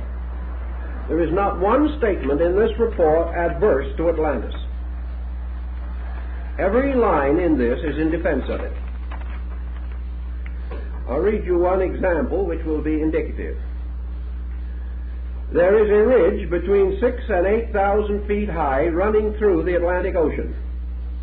Deep sea soundings have revealed a great elevation or ridge, which rises about 8,000 feet above the floor of the Atlantic Ocean, and it reaches the surface of the ocean in the Azores and other islands. This ridge must have been above the water once upon a time, because the mountains and valleys of its surface could never have been produced except by agencies acting above water. It is covered with volcanic ash, traces of which are found right across the ocean to the American coast. Now, the entire article is in this tempo. So here we have an interesting sidelight on our so-called mysterious problem. The only reason it is mysterious is because we have been in such a hurry to do other things, we've never gotten around to it. But the importance of it in our thinking deserves a great deal of further consideration. In our field, it is perhaps more important than it is in the field of geology or related sciences. We know, and no one has dared to deny, that the surface of the earth has changed a great many times. We know this because we find fossilized seashells on the top of Mount Blanc, and we have also found fossilized marine life in the highest peaks of the Himalayas. These areas had to have been underwater. If mountains rising 25,000 feet above the sea level today were once underwater, we have no difficulty in imagining almost any kind of transformation in the surface of the earth. Now, last week we devoted most of our time to a rather specialized phase of our subject, and that was the basic account as preserved by Solon and transmitted by him through his descendants to Plato.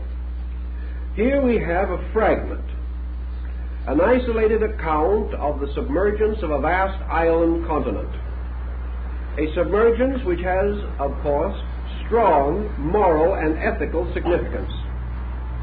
This, however, we must approach with some caution. We must realize that it was not very long ago that almost every evil that befell mankind was regarded as an act of punishment from God. This attitude has so long persisted and is so ancient in its universal acceptance that we must realize that such an attitude would be almost inevitable, regardless of the nature of the destroying or destructive forces. We also have, however, in the story as given by Plato, only a fragment of something. This story, in order to be meaningful and intelligent, must be supplemented by such material as I just read, material that indicates one very important point, namely that the submergence of a continent is part of a vast and continuing process which has since resulted, even in historic times, in lesser submergences or emergences from the sea of areas of land, islands, peaks, and so forth. Naturally, vast disturbances require vast periods of time. Plato makes no point of this, nor does he go any further than to tell us of a condition which existed some 10 or 11,000 years ago. Obviously, this is not and cannot be all of the story. We are further strengthened in this conviction by another logical and reasonable fact. The Atlantis described by Plato was a highly civilized, highly cultivated empire. An empire which had brought many arts and sciences to a peak of achievement. An empire which has mythologically been regarded as a great beginning area of sciences, where perhaps knowledge that we do not possess today was then available, and arts and crafts had reached a prodigious degree of unfoldment. This tells us beyond any question of doubt that we do not have all of the story in Plato. We are dealing with an incident, perhaps the final submergence of the last part of a great distribution of land and water area and surface. For the further advancement of our thinking, therefore, we must pass eastward to those great areas of philosophy and religion where scientific minds, strangely profound in their learning, have given us more of this story, have given us elements which we definitely need to complete a reasonable reconstruction. In the Oriental philosophy, Hinduism, and related philosophical systems, what we term the Atlantis story, which they use other names to signify, is not merely the account of the sinking of a continent. It is the account of the gradual growth of land and water distributions and the distributions of populations upon the surface of our planet. One of the old writings says that the Great Mother, our Earth, has shaken many races from its surface or from its back in the long periods of prehistoric time. We are inclined to agree to this, that for a vast period of time, peoples have been growing and developing upon this planet, and that it is quite inconceivable that man, as we understand man, should have emerged as recently as we would like to imagine. If, however, in the course of ages, vast and incredible catastrophes occurred, it may be a long time before we are fortunate enough to hit upon some of the vital facts, largely due, perhaps, to the circumstance that so much of the disputed area is now deep under seas and oceans.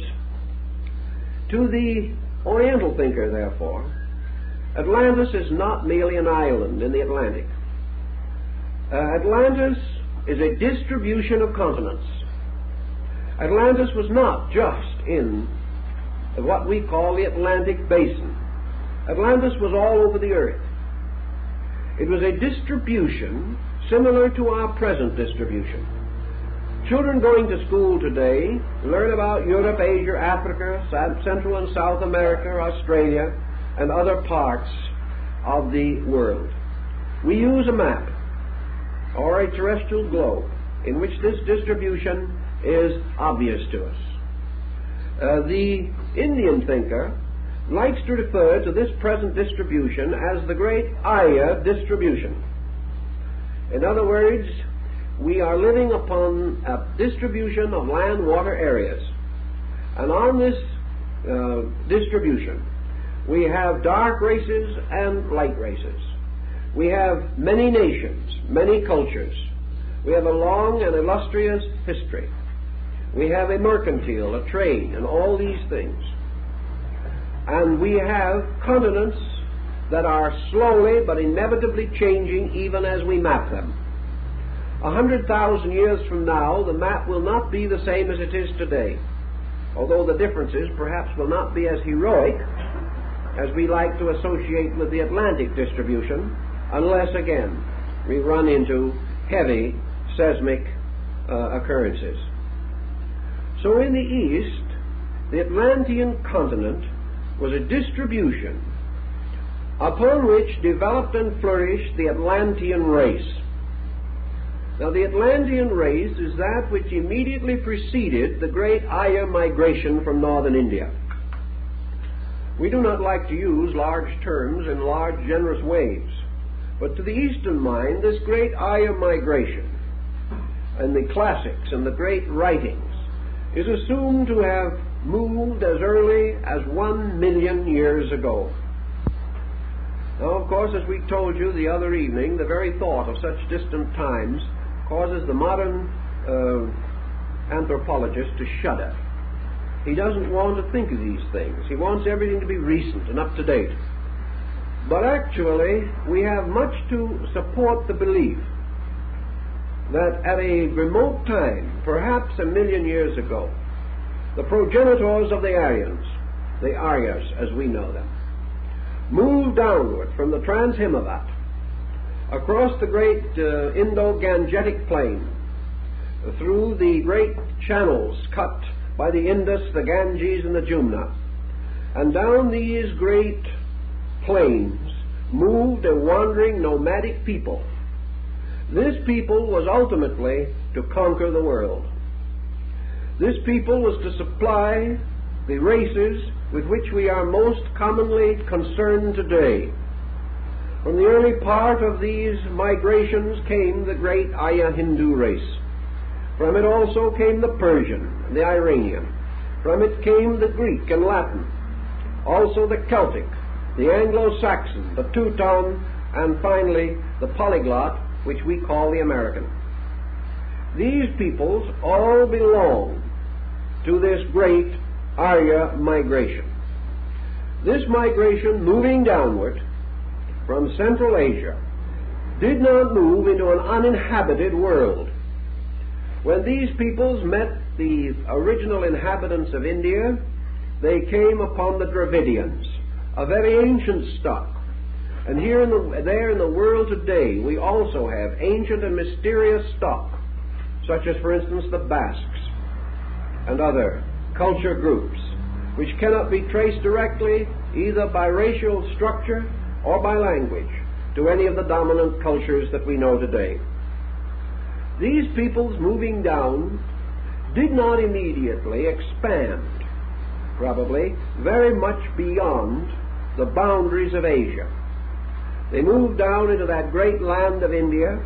They moved across, perhaps, to be stopped finally by the mountains that border Afghanistan, and on the opposite side by the seas that divide China from Japan.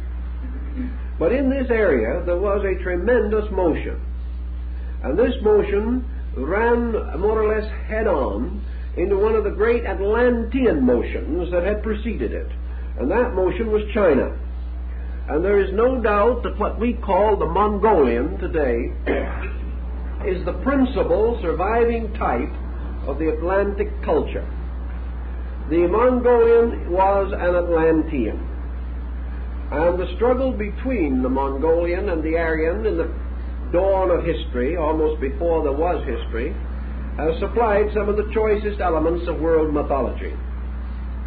Now, while this struggle was going on in a remote area of the world, the old civilization, the civilization that was gradually being displaced, had passed through a variety of catastrophes.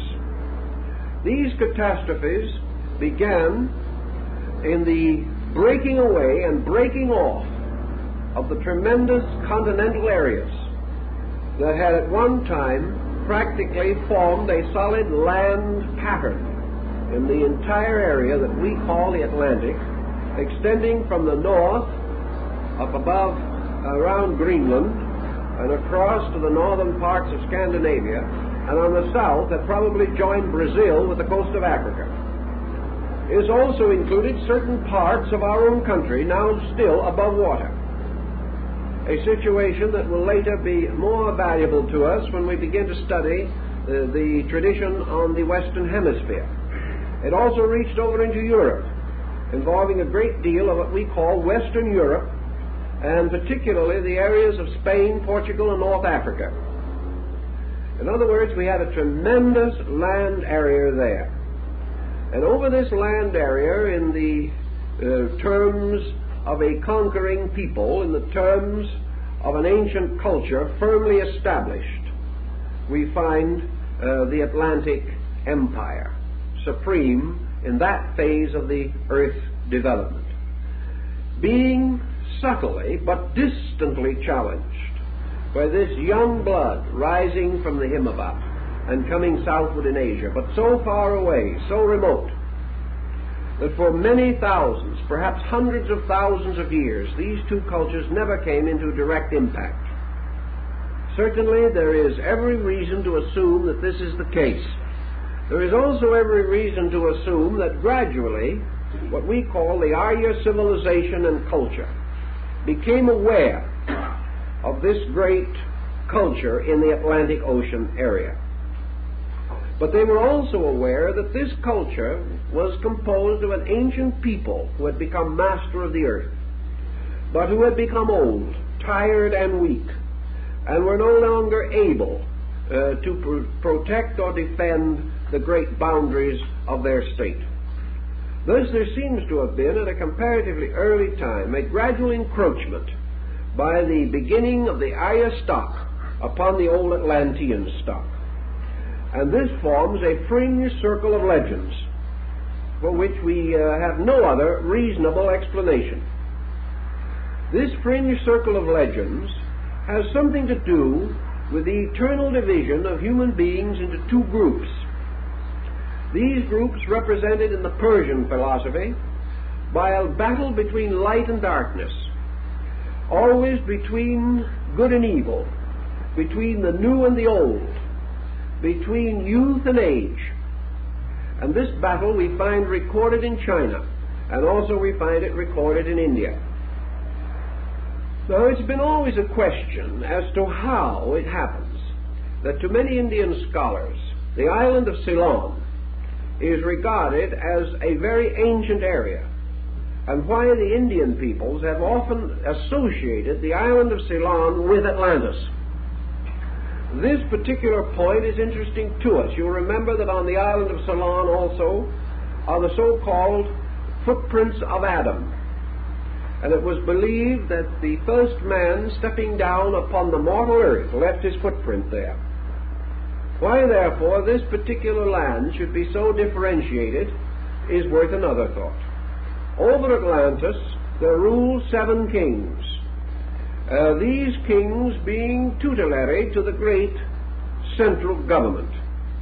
Over the island of Ceylon, which was then known as Lanka, ruled a king with 7 heads, apparently a type of government, an order of administration, a council. This king was called Ravan, or Ravana, and he was held to be an evil person. And in the great Indian classic, the Ramayana, we find the struggle between Rama, the incarnation of the sun god, and the wicked king Ravan, king of Lanka. Now this seems to be a thinly veiled account of an early struggle between the ancient Aryas and the Atlanteans, resulting in the discomfiting of perhaps one of the great territorial areas that had been under Atlantean sovereignty. That this is not as strange and fantastic a belief as might first appear is evident if we begin to study a little bit. Consider the power, the strength, the glory, the security of the Roman Empire, and then how, out of the distance, out of remote and wild and ferocious regions, there came a barbarian horde that overthrew the decadence of Rome, and the culture of Rome perished under the Goths and under the ancient Huns, and by those who had so little actual attained culture of their own. Decadence meeting youth, the new overwhelming the old. Every mythology in the world carries parallel stories to this. and seems to have a bearing upon our principal theme.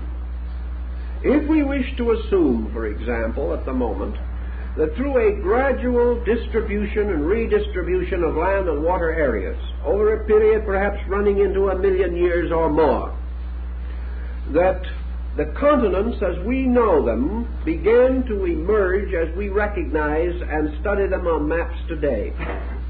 By degrees they took their present form with two exceptions. That in the area of the Indian Ocean and extending out into the Pacific, there was another great continent, Gondwana land, which is sometimes referred to as Lemuria. On the opposite side, between America and Europe, there was still a considerable insular continent, a vast island, which represented the last of the great Atlantean distributions.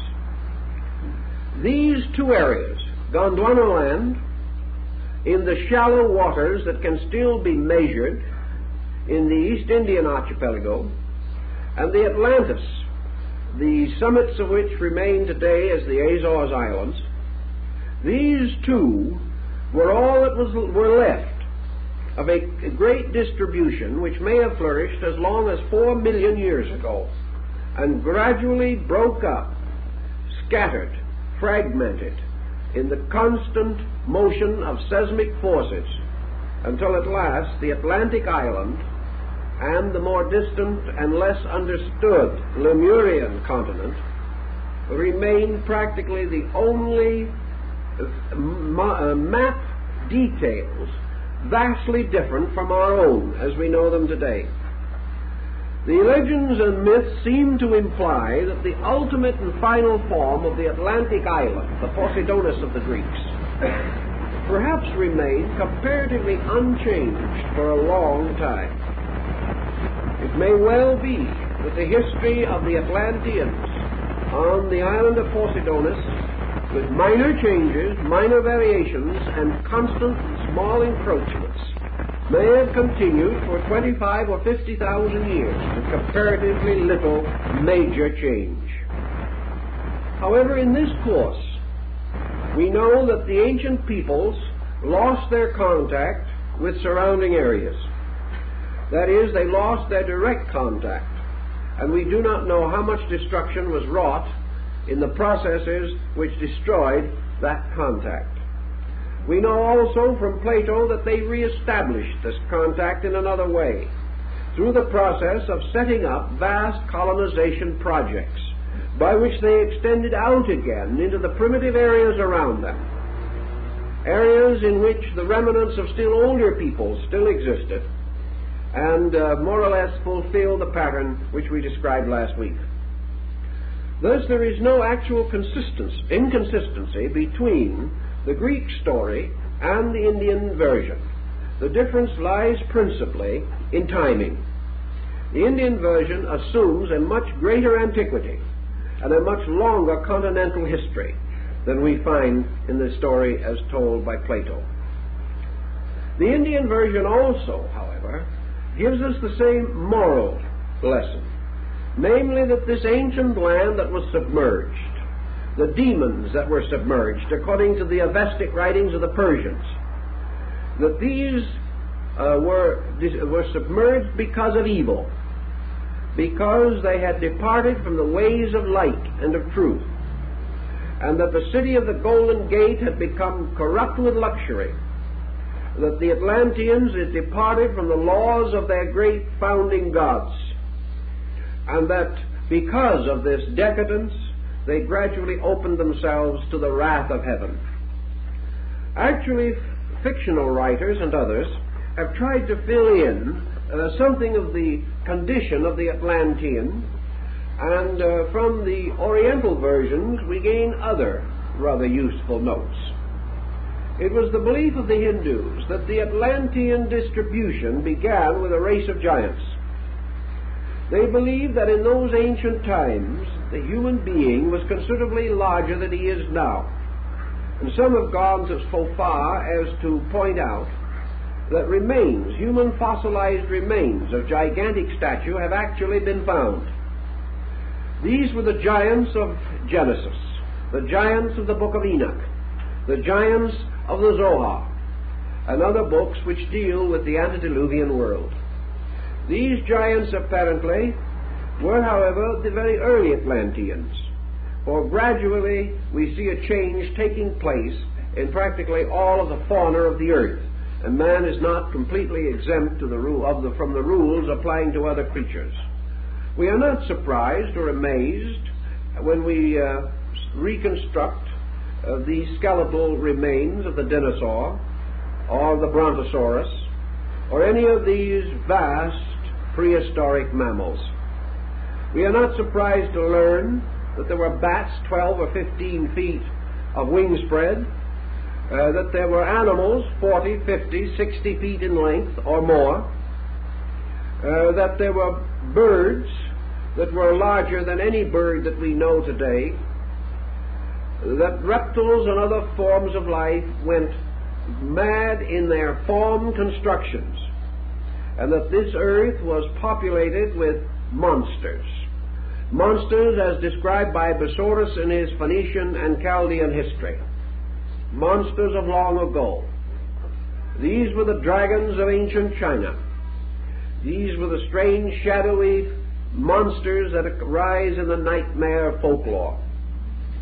That such situations could have existed, we know because we have the remains of them. That man himself may also have been included in this process, this gradual reduction of size over a long period of time, a reduction resulting from the need to differentiate the mental structure of man's life. As more and more energy was required for mental brain function, as creatures by evolution required more and more acute sensory perceptions, and as the struggle for survival in a half-finished world became less and less acute, we see forms gradually reduced in size. We observe the gradual diminishing of animal size, and we perhaps can sympathize with the Oriental or the other ancient thinker who believed that man passed through a somewhat parallel diminishing of stature. The Oriental, however, does seem to like to remember the Atlantean as a person of heroic and vast proportion, a kind of giant, a giant in comparison to other men, perhaps 8 or 10 feet in height, certainly larger and stronger than those with whom we are usually acquainted.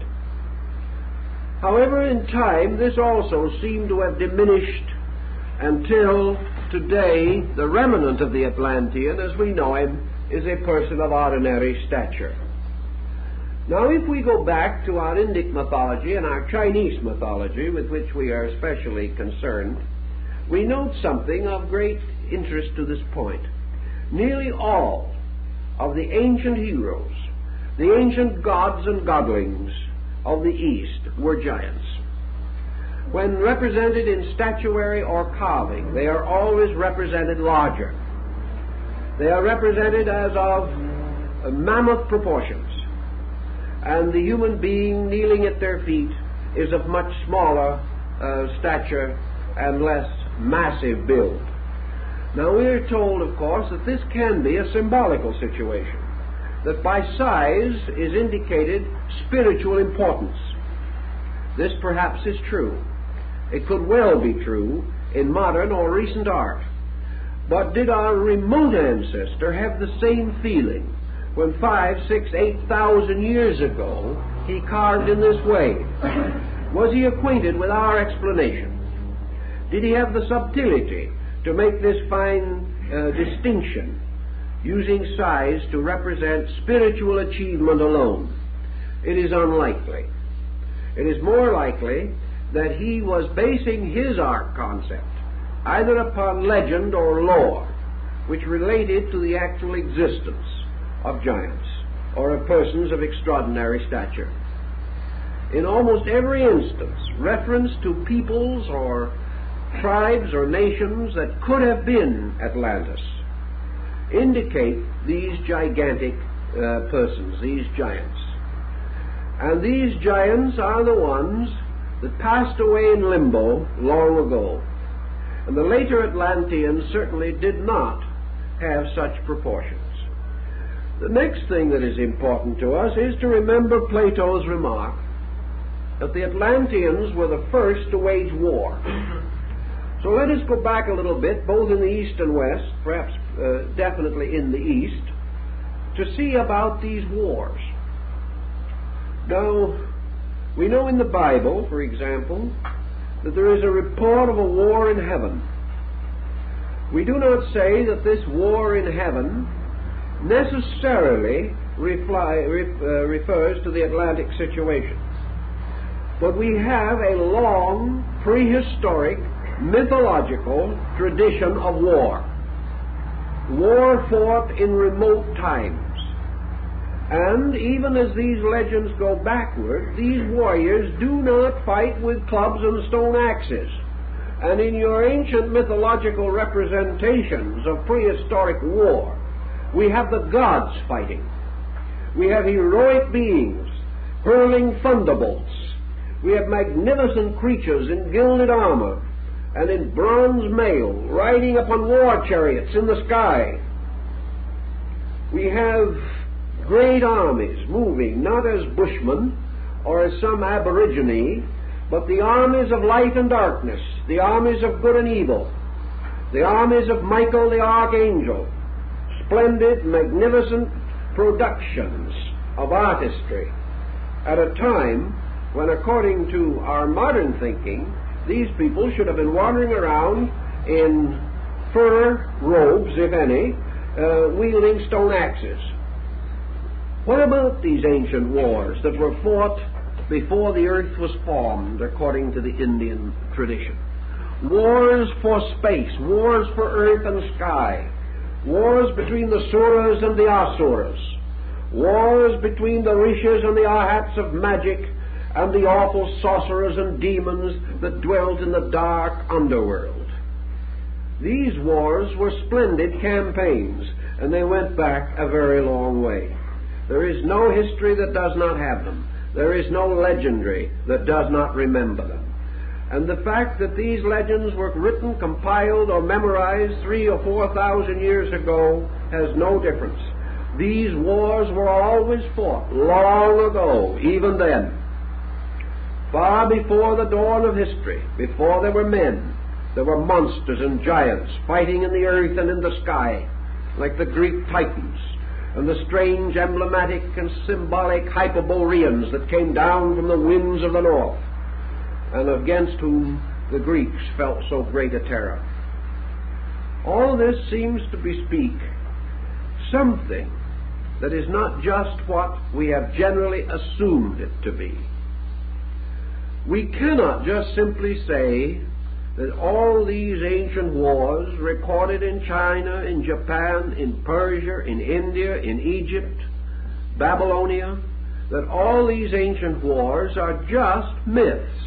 Why should they be?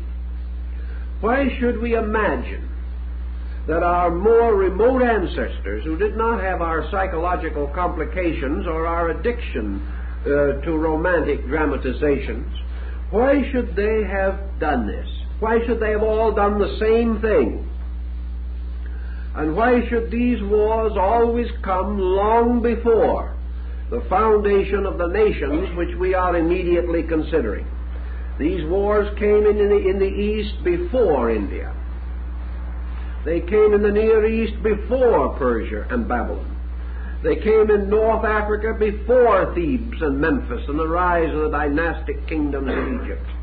Always long ago, far away, the gods and demons fought.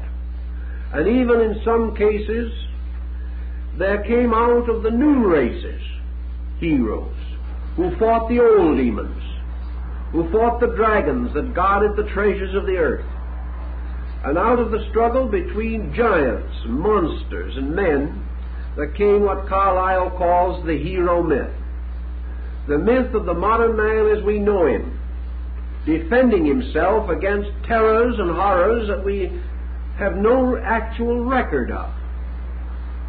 Where do these psychological stories come from? Let us assume that they do represent, as some of our psychologists would have us believe, kind of archetypal dreams.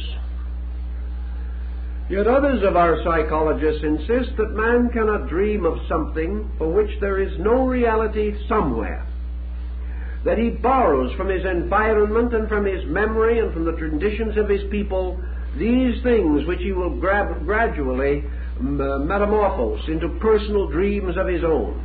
This is largely the concept of Jung in his work on psychology and alchemy. It is the concept that man is borrowing archetypal symbolism. But where was the archetype? Where was the archetype for the war in heaven? Unless to man it represented some mysterious occurrence in the dawn of himself. An occurrence that is so remembered that, like the deluge, it is scattered everywhere, throughout the world. We know that the Egyptians have their story of the deluge, that it is upon the totem poles of the totem Indians of our northwest, that the Hopis and Navajos have their legend of how their ancestors came up through the earth on cornstalks or reeds to escape the rising of the waters, which were the results of the anger of gods who dwelt under the earth. Their symbolism is preserved for us in their elaborate sand paintings and in many of their more interesting and important rugs and weavings.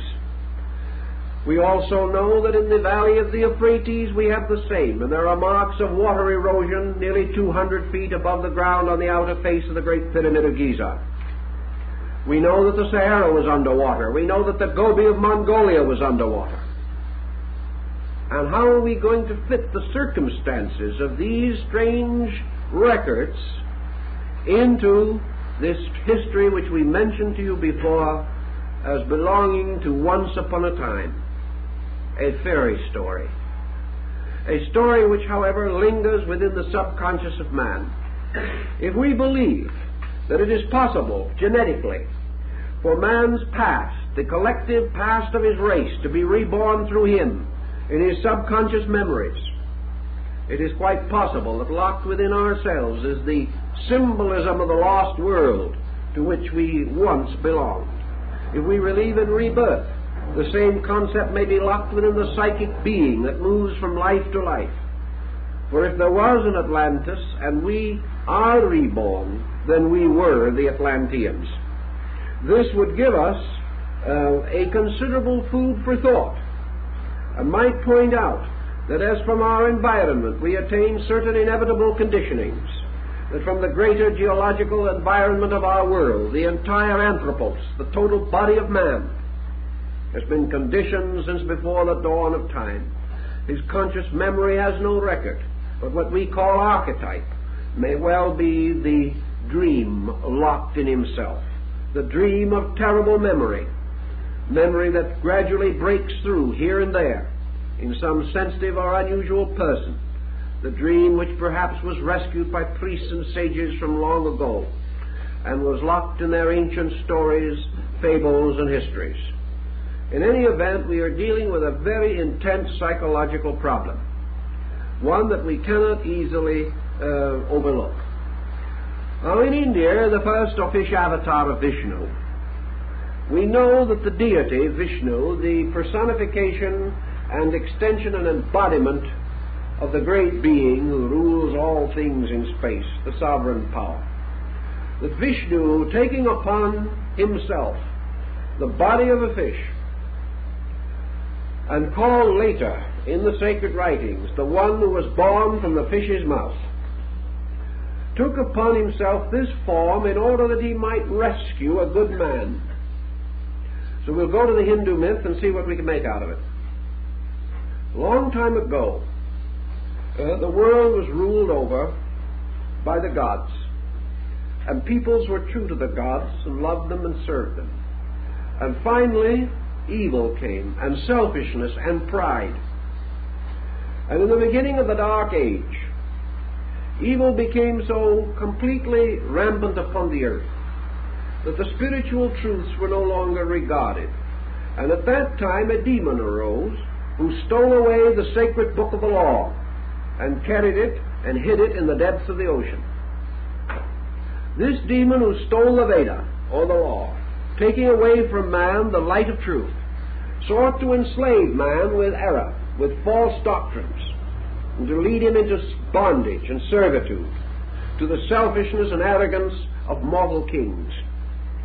And when it seemed obvious that great trouble and great catastrophe was inevitable, there was a good man among these people, and the gods came to this good man and told him that he should build a boat, and that in this boat he should take himself and his wife and their 3 sons and their 3 daughters, or daughters-in-law, the 8 persons, and that they were to build this boat, and when the deluge came, they were to float upon the surface of the water. And Vishnu, in the form of the great fish, took the rope or cord and steered the boat through the sea and brought it finally to safe landing. And then Vishnu, descending as a fish into the sea, fought with the great demon that had stolen away the law, destroyed the demon, and rescued the Vedas and brought them back, that the new people of the new world, populated by the good man and his family, might then have again a golden age of truth. Now, we do not know the date of this writing, but we know that it is considerably earlier than the legend of Noah. And yet the legend is exactly, essentially, and basically the same. Now, in the Chinese writings, we have also a very important legend. For in ancient times, the same thing happened in China. And when in the great cyclic life, the day of the great darkness came, the Chinese prophet and sage, who had been instructed by the gods, fashioned a boat.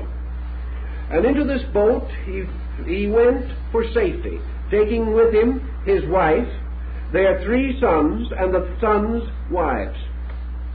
These 8 then in this ship floated over the oblivion.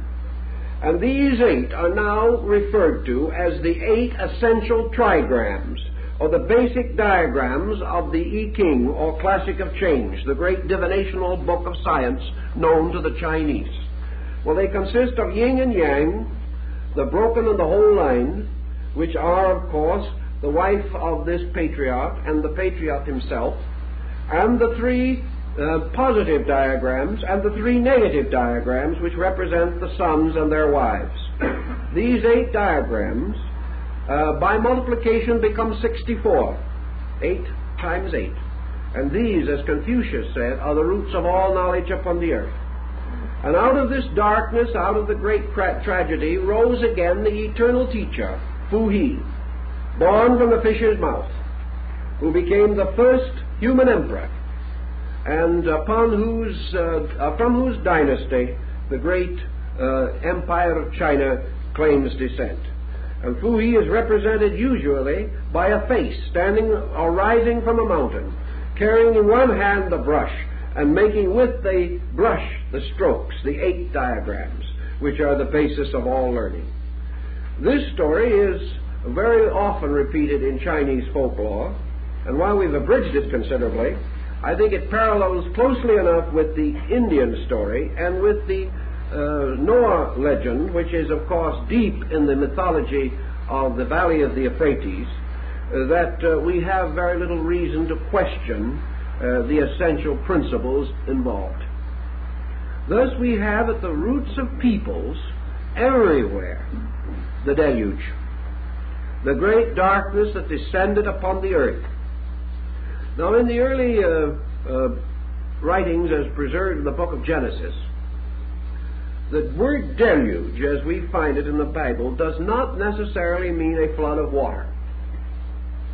It means an oblivion, or darkness, a horrible catastrophe of some kind, a sort of drowning out in space. It may or may not represent actual water. In most of the legends, the type of term used will have the same general meaning.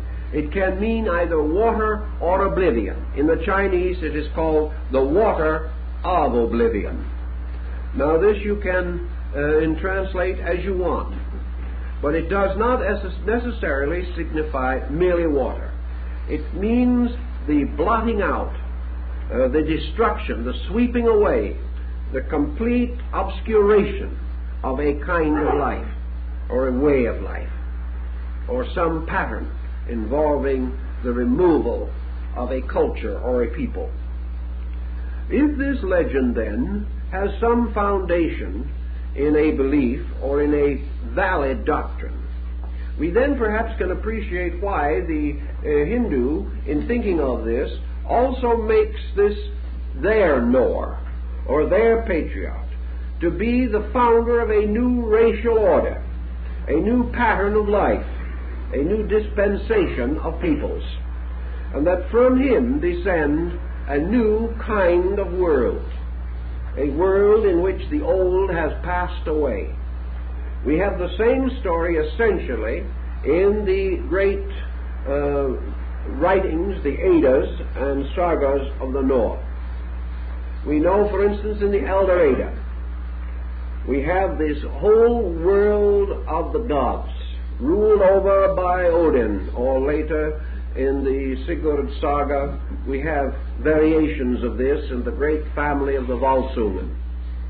But we have the gods living in a world apart, with a marvelous temple on the top of a mountain, corresponding exactly with Plato's description of the city of the Golden Gate.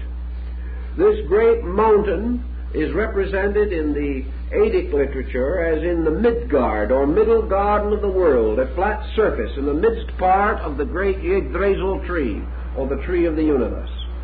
In the midst of this universe is an island, and in the midst of this island rises a great mountain.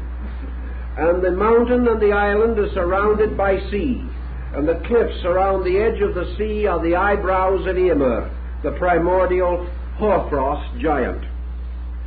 This island kingdom, or a wonderful mountain, is connected to the plains below by a bridge of rainbow, and on the top of this great mountain is the palace of Asgard, also the great hall of Valhalla, where the soldiers and heroes feast forever.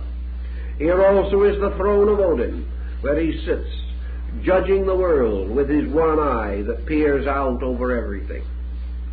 And gradually, in the course of time, according to the runes and the fates, and according to the warnings of Erda, the great mother of the earth, who is to represent, in a sense, the planet itself, the worms gnawing at the roots of the tree of life, gnaw through the roots, the great tree, the world of the gods, the mighty palace of Asgard, all of the glory that we have in the great Götterdämmerung of Wagner. All this vanishes into the ocean. The seas rise, or in Wagner the Rhine rises. And little by little the world of the gods vanishes forever under the waters. And in the place of it is only darkness, night, and the new dawn that is to come. And on a high peak that escaped the deluge, in a cave, hid two persons, a man and a woman. They became the Adam and Eve of the new race, and they remembered only in their dreams and in their thoughts and in their fancies the ancient world of the gods that was gone forever. Now take all your legend away from this for a moment. Bring it straight down to the most simple possible interpretation. And this great saga of the North, this pathetic tragedy that was sung by the bards and the skalds, this is actually an almost exact parallel to Plato's description of the Atlantic disaster. Here on the great plain of Ragnarok, Odin and his armies of light fought against the armies of darkness under Loki and the Fenris wolf and the Midgard serpent and all the forces that came out of darkness and the ghosts and souls of the evil dead in their ships made of human fingernails. All these legends, you can reduce the legend. You can take away the dressing and the drama.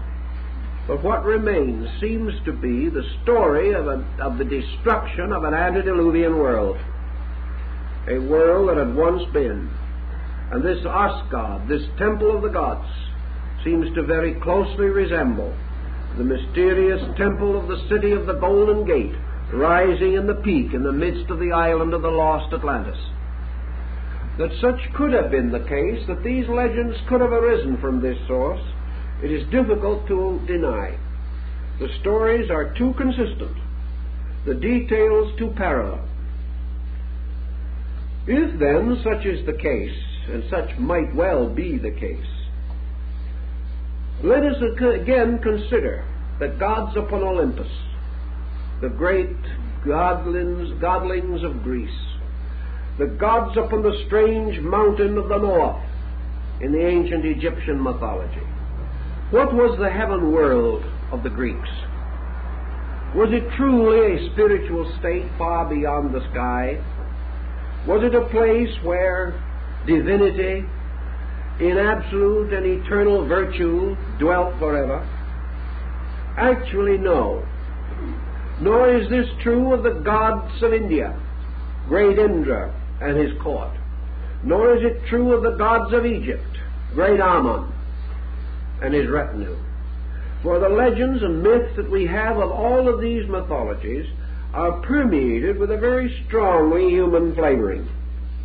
We like to assume that perhaps men did not devise gods better than themselves, and therefore had trouble imparting to their deities virtues that were dim in their own conscience. But I think we have more than that. There seems to be no good reason why ancient man should have created constantly and consistently a heavenly world that was 90% mortal. The gods of Greece and the demigods and the heroes were not infallible. Zeus made just as many mistakes as men make, and he had just as nagging a wife as any unhappy mortal ever possessed. The same is true of the Egyptian gods. Re was a mighty deity, but Isis bewitched him and fooled him completely. All these heroes, like Achilles, had their heels and had those vulnerable parts of themselves. There were constant bickerings and contentions in the world of heaven. Even evil Loki guided the blind Hoda to fire the mistletoe arrow that slew the son of Odin right in the midst of heaven. All these things seem to bespeak that this heaven was not the kind of world that we may think it was. Perhaps this heaven was man's dim remembrance of a glory greater than his own. The doings of these ancient godlings, which in most cases led to their final corruption and destruction. For these old sagas are the stories of the falls of gods and of their gradual departure from men. The good gods retired and never came again, and were not seen any more, and did not walk any longer with men in the garden in the cool of the evening. They vanished away. The bad gods slew each other and disappeared in limbo.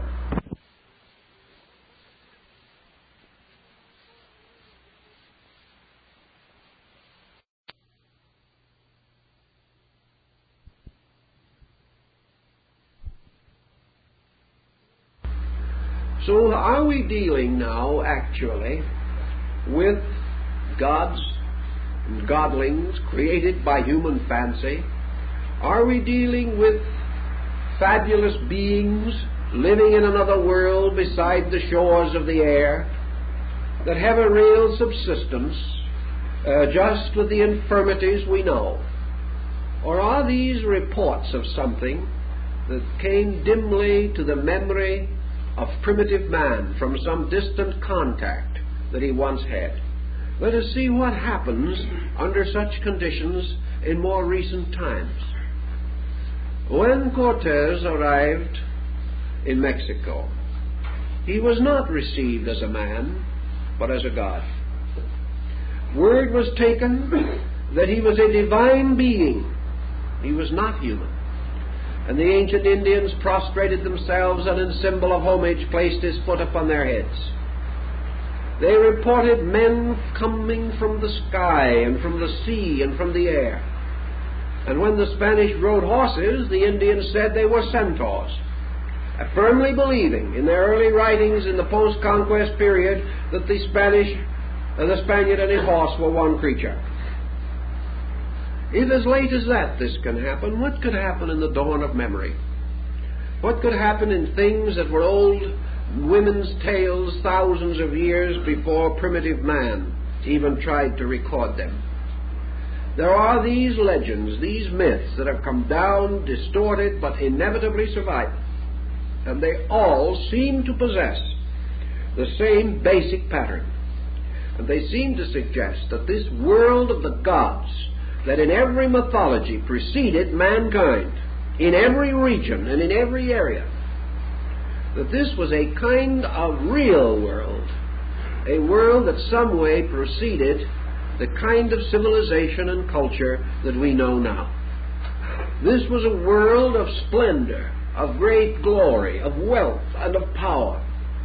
It was a world also of tremendous authority, and perhaps of strange and wonderful arts and sciences, because these so-called supernatural powers that are always attributed to the gods, this power to sit upon his throne and launch his thunderbolts, accredited to Zeus, and later to the Latin Jove, these things may also be memories, memories of a power or knowledge that once existed. We have been so indifferent in our search for the sources of knowledge that we have been perfectly willing to attribute them to some happy or unhappy mortal within the memory of our own history. We have never really sought to find out the beginnings of our own knowledge. We find somewhere in history a man who stood up and said something remarkable, so we decide that he invented it and let it rest at that. But the moment we begin to investigate these claims, we find that this modest man made no such pretension.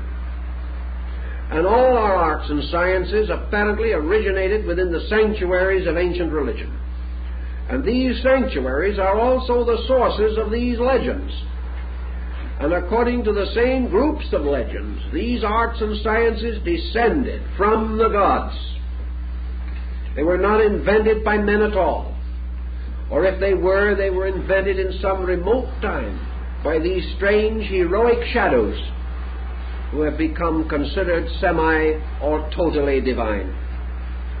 Perhaps this is the mystery of how polytheism or pantheism came into man's religious life.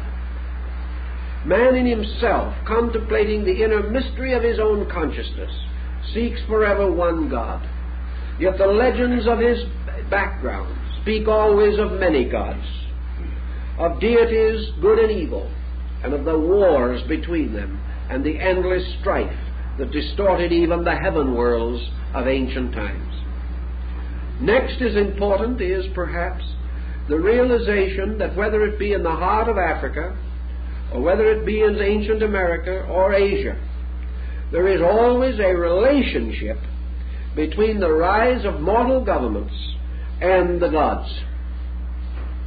Practically every important ruling house of antiquity claimed its descent from divine beings. They ruled by divine right. They ruled because in the dawn of things they had been strangely sanctified in some way, as Abraham was sanctified by the Prince of Peace.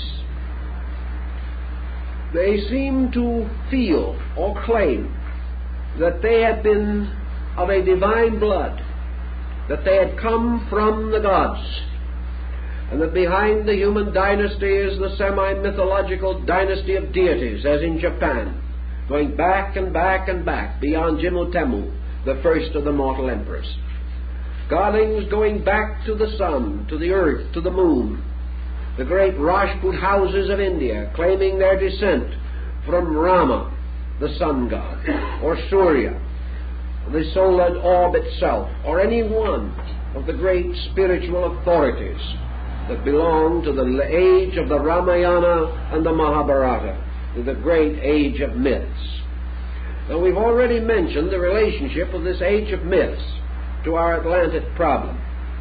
And I think we are fully justified in beginning to contemplate this broad picture of a world that had attained to a considerable degree of advancement long ago, and that this advancement was what? Stamped out, destroyed, but that the memory of it lingered on and will always continue to linger, and because of this memory has become an essential part of the spiritual, intellectual, moral, and even physical lives of practically everyone who has lived since that time.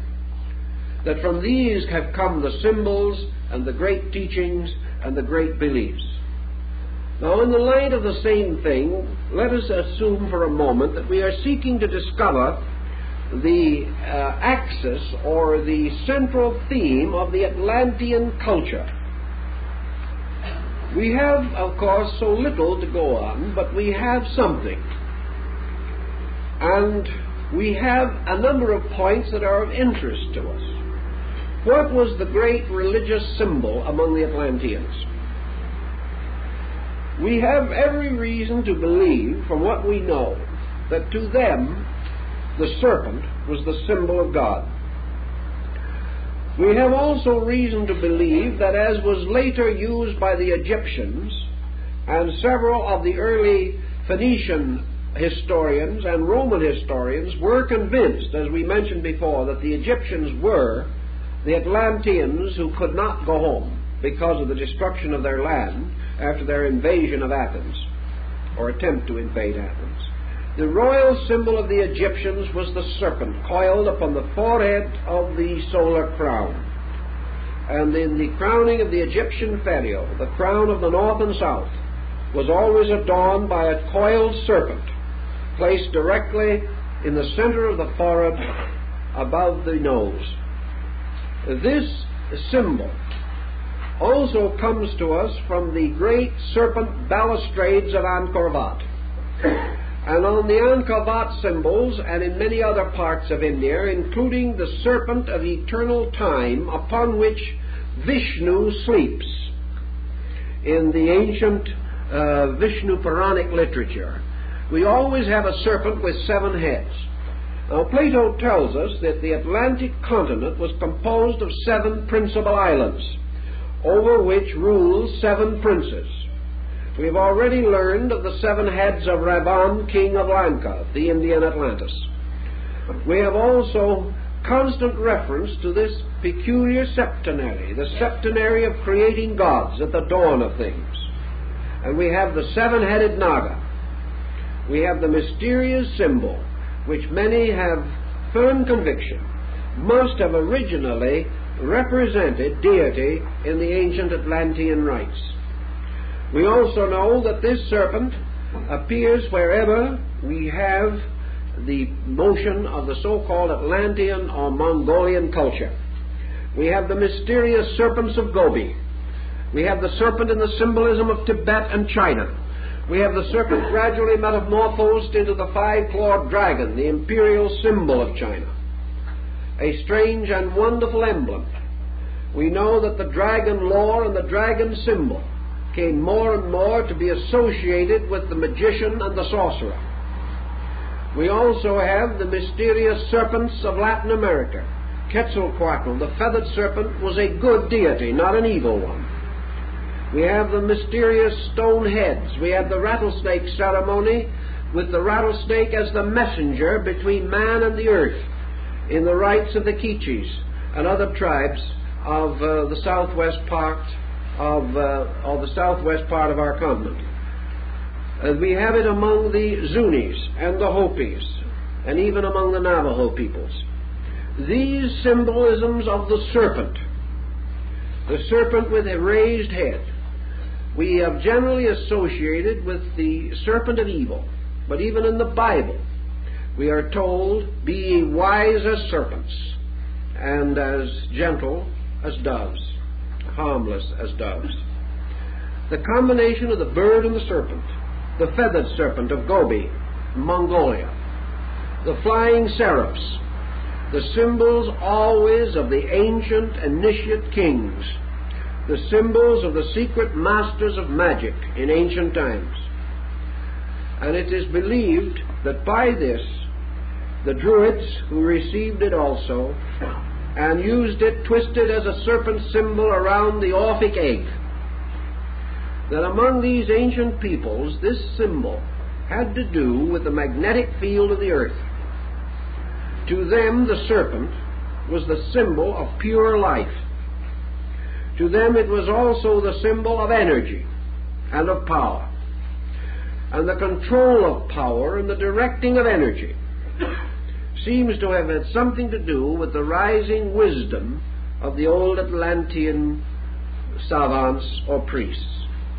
There is the consistent and continuous report that among these peoples certain sciences were advanced, until man, having attained to a level of knowledge greater than his morality, having come into a power greater than his virtue, turned this power to the exploitation of his own kind, and gradually, through skill, devised methods which unbalanced the natural equilibrium of natural elements, and as a result of that, loosed the great volcanic fires upon himself.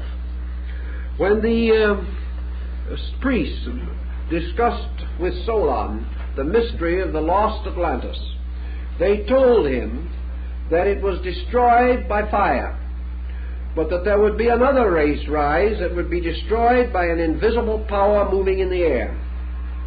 We have remembered this legend, we have thought about it, and we cannot but wonder if the strange power that brings death in the air is not close to some of the things that we are presently concerned with.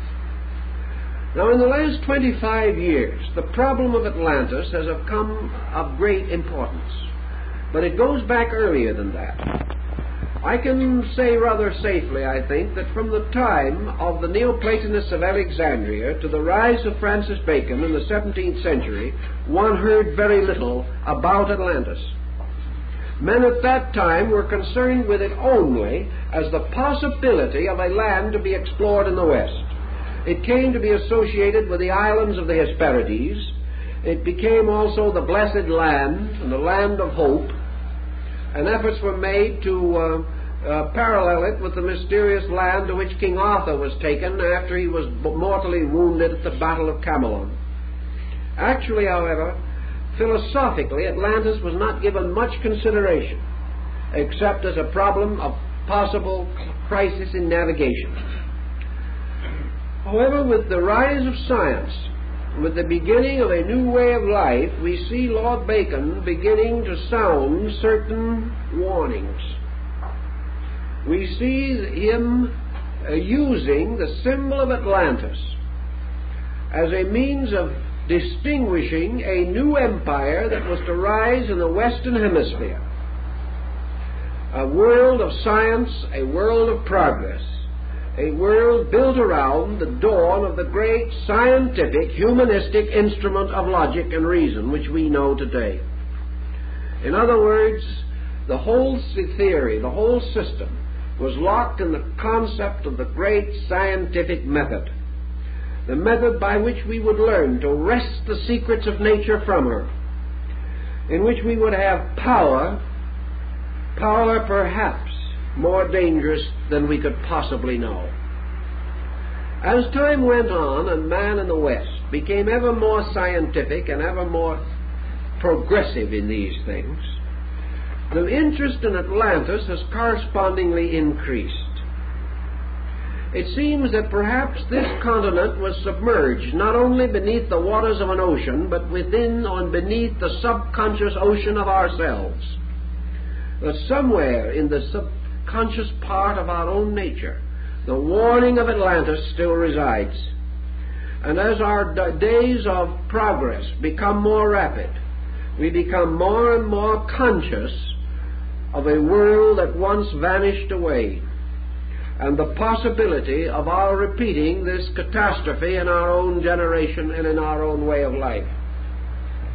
If this is the case, it seems that a subconscious association mechanism is operating. For every day the interest in the mystery of Atlantis increases, and this fatal interest is locked with the circumstances which caused the destruction of that ancient continent. How then shall we go a little further with the Atlantean religion?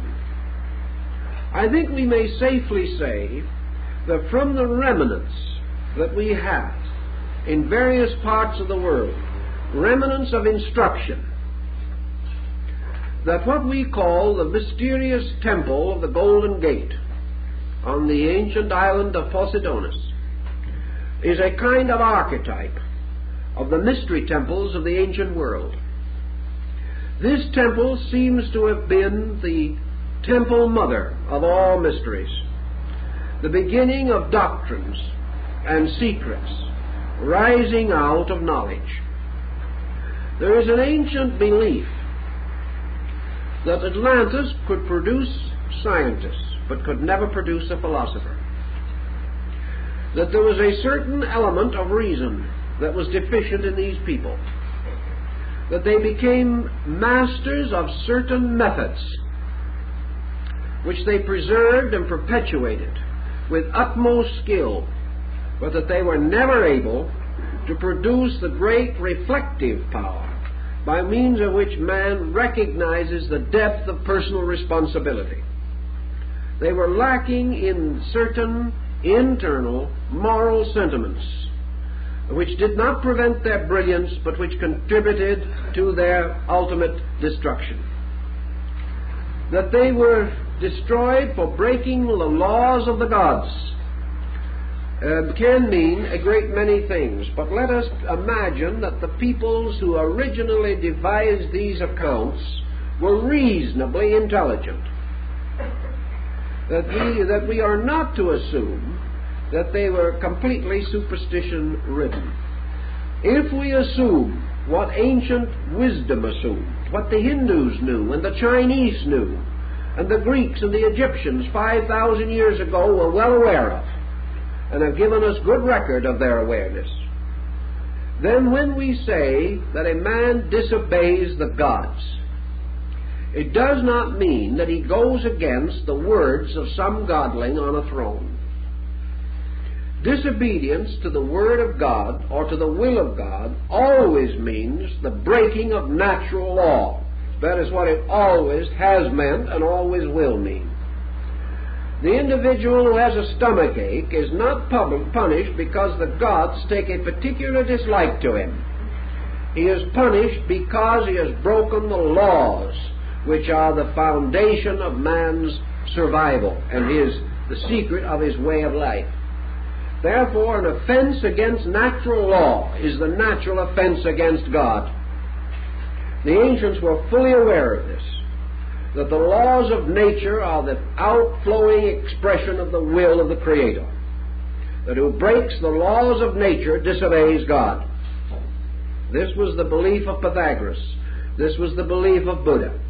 This is the great moral burden of the Institutes of Manu. That these great laws exist and will be obeyed. Now, how do we disobey the laws of God or the laws of nature?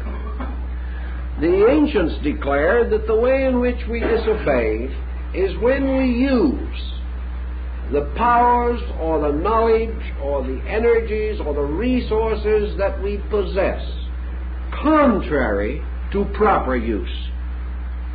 That the individual who uses well is rewarded.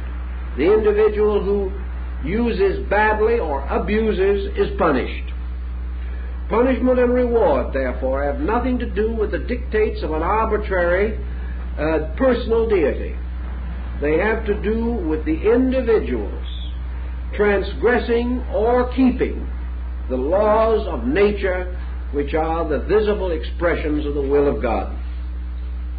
Under these conditions, the Atlanteans, who were punished for disobeying the gods, were undoubtedly punished for some form of conduct or action which was contrary to the rules and laws governing the way of life under which they existed. According to the nature of the catastrophe as described by Plato, and also recorded in other works. These Atlanteans grew great with pride. Well, pride might be regarded as the form of disobedience, but pride in itself produces only minor catastrophe. It is the proud man who suffers ultimately, but we do not assume that the proud man is going to be destroyed by a bolt of lightning. Pride, arrogance, and as the Indian reports suggest, a man believing himself to be greater than the gods, and thereby declaring himself to be free of their laws, making laws unto himself, believing that his own will is stronger than universal will, believing that his own desires are greater than universal desire, that this constitutes the disobedience referred to. This is also, of course, the basis of the rebellion of Lucifer. And in the rebellion of Lucifer and his destruction by the archangel Michael, the casting of Lucifer into the abyss, together with the great monster, and all this vast accumulation of heavenly stars, this battle between the psychopompus of heaven, the army chaplain and master of the Lord, and Lucifer, seems to suggest again a parallel to the Atlantic deluge. The casting of Lucifer into the abyss seems to have to do with the humbling of great pride. Now, when we grow proud, it isn't the fact that we think we have better clothes or a better home or something that takes the dangerous form of pride. The pride that causes destruction is nearly always pride of mind, pride of will, and the kind of pride that causes man to lose his universal kinship with life around him. It is the pride of the Pharisee of the New Testament who gave thanks that he was holier and greater than others. But this pride even so is childish unless it inspires or impels the individual to an open rebellion. If it causes a people or a nation or a race to violate collectively the laws of the world in which they live, then such a people may well bring itself to destruction.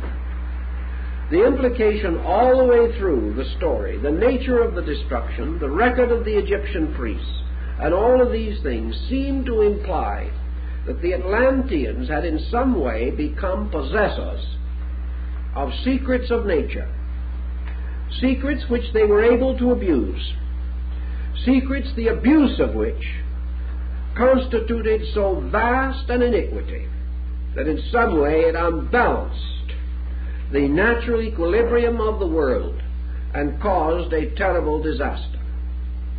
Now, that man's action can, under certain concerted circumstances, create disaster is not an unstudied phenomenon. For a parallel between pestilences, seismic catastrophes, earthquakes, tidal waves, and similar things, as these in their periodicity follow closely upon wars and civil strife, records of such parallels have been kept.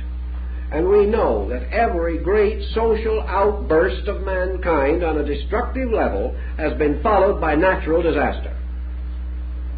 If, therefore, for some reason and in some way, this outburst was sufficiently great to cause a serious disturbance within the spiritual atmosphere of the planet, it is quite possible that this disturbance could have resulted in a catastrophe. Therefore, the assumption has been always among the writers and students of this phase of the subject that the Atlanteans in some way got hold of what we call science, some form of it. Something perhaps which has been so completely blocked from our minds that we cannot even find it again, by means of which they gained control of great creative energies.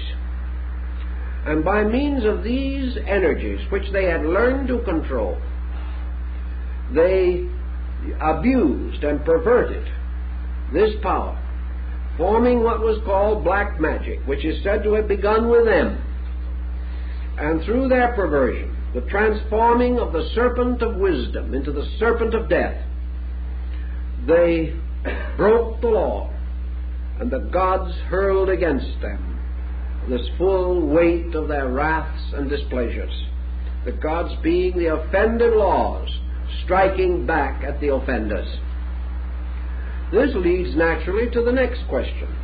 What kind of laws and how did the Atlanteans break these laws? What are we dealing with?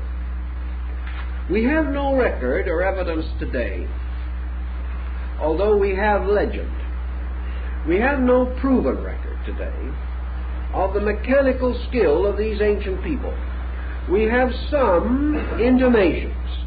Some things have been found that might possibly cause us to suspect that they had advanced considerably on the levels of mechanistic achievement. We have no absolute proof of this. We do have, however, from the old legends, that the evil one, the power of the adversary, the black magician who stole away the Vedas in India, the people of the world who had grown evil in the story of Babel and the deluge. We have constantly in the ancient writings the concept of magic, of sorcery, of some kind of infernal skill with which man was able to perform these diabolical things which caused the wrath of the gods. As you go back into the great institutions of ancient religion, you find the records of the struggles of magic. You find arising out of the old ways the conjurer, the necromancer, the wizard, the sorcerer. And these words we use today so broadly, so generally, so inconsistently, that they merely represent something out of a fairy story.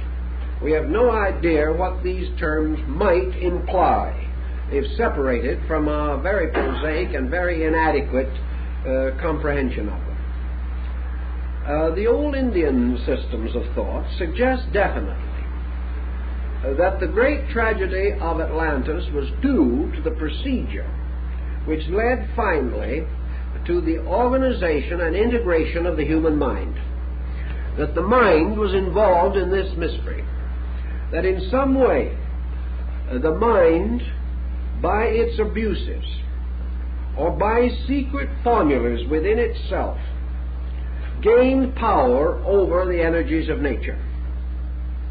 That instead of building machines, these ancient peoples developed a kind of mentality, a mentality far beyond anything suggested by the extrasensory perception gamut, a kind of mind over matter, a kind of power of mind to dominate the action of natural law. This was perhaps a phase of will and yoga. This was an ancient belief, an ancient way of life, that man, possessing the secrets of the use of mental energy, could by means of it attain any end or any purpose that he desired, and that therefore that which he would will to do, and that which through will he could accomplish, he had the right to do. Therefore, the utter autocracy of his own will, and the skill to exercise that will. The story of miracles coming down from the gods of the past, deities who blasted mortals with a glance, deities who wiped out races with a word of power. All these things seem to suggest that at some remote time man had a knowledge of the use of mind as a direct instrument of knowing, as a direct instrument by means of which he could control the operating forces of nature. Paracelsus declared in the 16th century that such power existed, that he had witnessed it, that it was not completely lost. And we have reason to suspect that a great many of the phenomena of Eastern magic and of strange ancient reports, like the magicians of Pharaoh's court, these things have to do with a kind of magia, a magic of mind projection, and that this could conceivably have been carried to a very high degree. That it is quite possible that these persons in the ancient Atlantean world were not so different, but far more skillful,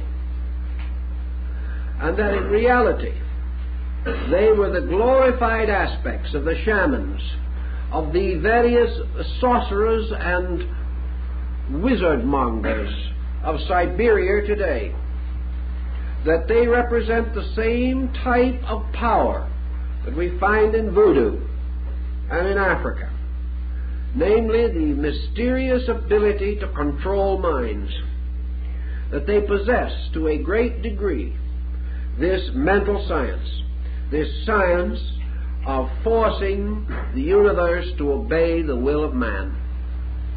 This might well have been their arrogance. This type of skill, which we still regard as one of the highest forms, and which we hope sometime that we can develop, might have been the troublemaker long ago. There would be no fossilized remains of it, no need for inventions as we know them. We can remember how the gods of Greece walked through doors and appeared on earth at will, surrounded themselves with clouds of invisibility, traveled from place to place, came in dreams and visions and vanished again. That these actions do not only sound like the gods of ancient Greece, but they sound like the ancient wonder workers and rishis of India. These powers of the prehistoric godlings were the powers that we attribute to the masters of magic and the adepts and arhats and rishis of the classical Indian culture. These are the ones who walked in the air. These are the ones who could speak at great distances and be heard, who could go around the world in the flashing of an eye. These were the powers that some way existed within man. We often wonder, and many peoples have wondered, why it is that primitive man today still possesses remnants of these powers, and the civilized man does not. That it is almost impossible, at least very difficult, for the average so-called cultured, educated, modern person to cope with the mystery of mental energy. He is accustomed only to a practical and prosaic way of life, and all these other things seem strangely morbid and fantastic. Is it quite possible that in some way that this blotting out of the internal power of the human mind to control the universe, forcing man to turn to devise instruments when he knows he has better ones in himself, this turning of all things away from the cultivation of internals to the domination of externals, this self-forgetfulness, this casting of the prodigal son into the darkness and the flesh pots of Egypt, is all of this some way mysteriously tied to the Atlantic disaster? Does it mean that archetypally, in some way at that time, man, for committing a sin against the Holy Spirit, received upon himself the curse of that sin, the curse which has locked the magic side of his own nature, so that it now comes to him only faintly and often dangerously in sleep or in dreams or in nightmares? We know perfectly well that the evolution of man, that faculties of a superior nature should gradually take the place of those of an inferior nature, We know that the natural direction of man's growth now is the growth of his own internal resources. Yet we find him turning again to the outside. We find him substituting mechanistic procedures for the development of powers which the history of the world tells beyond doubt that man possesses of his own nature. Have these things been locked? Is this legend that Plato told us, then, the submerging of the Atlantean mind by a deluge within ourselves? Is this thing which we call the subconscious, the ocean that closed over the Atlantic world? Has it something to do with the phases of our own soul? Has it something to do with the locking of the transcendental arts, which man once certainly possessed, if we may believe even the most simple stories of our own scriptures? Unless we wish to regard all of these things as fables. And if we do that, what do we gain? We gain only a larger mystery than any of the others. So the old belief was that the serpent, which was the symbol of esoteric arts and always has been, that the serpent once stood upright, but was cursed and fell upon the earth to eat of the earth. That it was once the most subtle of all creatures, but it betrayed man, and as a result of this betrayal it was punished and humbled. This serpent has something to do with the psychic life of the individual. And it also has some way a binding in with the ancient Atlantean kings. Thus in the legends we do not need to assume that Atlantis was destroyed by the premature discovery of atomics or something of that nature. Because what we call atomics today is nothing but man blundering outside of himself with laws that he should be working with within himself to find the natural and proper way to apply these energies for the unfoldment of his own consciousness, so that he shall truly know good and evil, which he does not know today. So our problem is that the evil of Atlantis, the magic of Atlantis, was very possibly and almost certainly, if there's any truth in the old legends at all, the result of man's premature effort to conquer by mind a universe which is actually a spiritual world. The effort to subdue or to subject consciousness to intellect. In so doing, placing the human ruler above the divine and making the gods the servant of man instead of man the servant of the gods. For this the great punishment came upon him, the punishment of madness and destruction and death, the punishment that wiped away of civilization, a great culture, leaving not a rack behind. Thus, the Atlantis myth, as Plato describes it, could well be of the greatest and deepest importance to psychologists and psychiatrists and all those who deal with the locked parts of man's internal dark life, the part that might well have been submerged or gone down in a great catastrophe in the very beginning of his existence. Supposing in an early struggle between will and consciousness, man set upon himself the whole psychic framework of his present psychotic pressure, that all our intensities, our neuroses, and our frustrations are due to an Atlantean catastrophe in ourselves, the locking and destroying of a psychic over-self that was sacrificed long ago and is still sacrificed to make possible the strange obscuration of values from which we have suffered ever since. Now there's another interesting point that we might bear in mind, and that is that it is said that in Atlantis, there is a legend, that the Atlantean was left-handed. Now just exactly what does that mean? If we are to study this a little bit, let us take writings of various kinds that are written from left to right and from right to left. Let us go back to the old idea. And we find in ancient religion the idea that those works which are the works of God shall be performed with the right hand. And those works which are surely the works of men, shall be performed with the left hand. With the right hand man shall touch clean things, with the left hand unclean things. The right hand and the left hand, therefore, seem to have some bearing upon our consciousness. Count Louis Hamann, Cairo, whom I knew many years ago, the great palmist, made a very simple statement based upon all studies of palmistry. He said the right hand in a normal person is read to represent the present state of the individual. The left hand is past. The left hand, therefore, is that with which he has been anciently endowed. The right hand is what he does with it.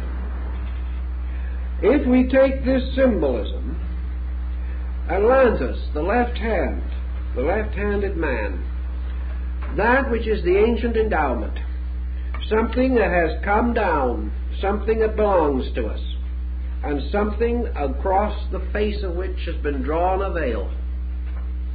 The same veil that divides every human being, not only from the past behind his birth, but also from the dark source which is behind his body and his personality. The ancient rituals of the right and left hand seem to be much concerned with this. For in sorcery, certain things had to be done with the left hand. Magic figures to call demons were done with the left hand. Magic signs to invoke angels with the right hand. The old sorcery goes on. There are some exceptions to this among some peoples, but the prevailing pattern is that this left hand is always the hand of the works that shall be concealed, that man shall not reveal to himself. This is the hand that doeth the works that the right hand shall not know. Let not the one hand know what the other hand doeth. And what the other hand doeth, in far as the ancient world is concerned, man does not know. He knows that he has come down through the veil. Why is there this veil of history? Why does everything that we seek to know about the story of man come up against a blank wall that corresponds very close with the destruction of Atlantis? Was there some psychic cataclysm at that time, not only visible but invisible? Was the principal part of this cataclysm invisible? Was the Atlantic story only a fable to describe a spiritual fact in the growth of man? However we wish to look at it, we know that we are in the presence of a very profound riddle. A riddle which will not be solved even if we discover the landmarks of an ancient continent. If we should tomorrow discover the ruins of the city of the Golden Gates, we are not sure even then that we possess the secret, any more than Dr. Preston was sure that we knew the secret of the Egyptian language simply because we had the Rosetta Stone. The possibility that Plato was a man of philosophic insight and an issue to the mysteries used this story for a totally different reason from that originally intended is possible and reasonable, especially when we know that a story of parallel nature, obviously with double meaning, has appeared in practically every early religious writing of mankind. What then are we actually working on? Are we working merely upon this simple story, or are we working upon something larger and more important? The Chinese tell us that at death, every individual passes through the Atlantean mystery. For in this, his objective life is submerged in the unknown. That Atlantis is repeated in each individual at the close of a life cycle. And also that every 25,000 years in the great Platonic year, the Chinese say, when the sign of the equinox passes into the house or sign of the fishes, we have the great night. Now actually, we are now, therefore, enjoying that blissful interlude, because the equinox is at this time taking place in the sign of the fishes. From about the year AD 325 on for over 2,000 years, the equinox takes place in the sign of the fishes, which is, according to the Chinese, the sign of the deluge. Their symbol for this is that it is the age in which the good man and his family must carry the truth across the darkness until the dawn of another world. They expand this in the King by explaining that in the day of darkness, when virtues fail, when is almost as in the Indian concept of the Kali Yuga, when all of the great values go into poverty, in what Plato calls the eras of sterility, the great ideals of the race languish, the great institutions of man decline, and in the words of the Hindu, every man who has an elephant shall be called a Raja. It is the time of power, the time of pretense, the time of materialism, and the obscuration, when again the book of the law is stolen by an evil demon and carried to the bottom of the ocean of oblivion. It is in that time also that the great being Vishnu, who is the Savior of worlds, who speaks in the form of Krishna to Arjuna at the Battle of Kurukshetra.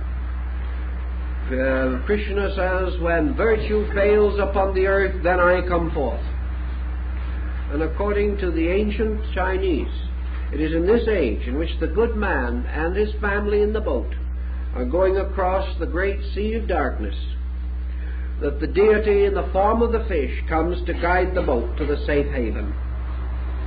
Thus, apparently, the Chinese and the Hindus both recognize that the age of the fishes is the time in which the great ideals of man must be preserved and protected by a few, that they will not be popular, that they will not control, that the great and good things will struggle quietly and silently for survival, that in these days false things shall be called great, and great things shall not be known, but that by virtue of the grace of the divine power, the mysterious patriarch and his family, symbolizing those of noble insight, shall be carried safely across the darkness, and from their dreams and ideals shall come forth the progeny of a new world.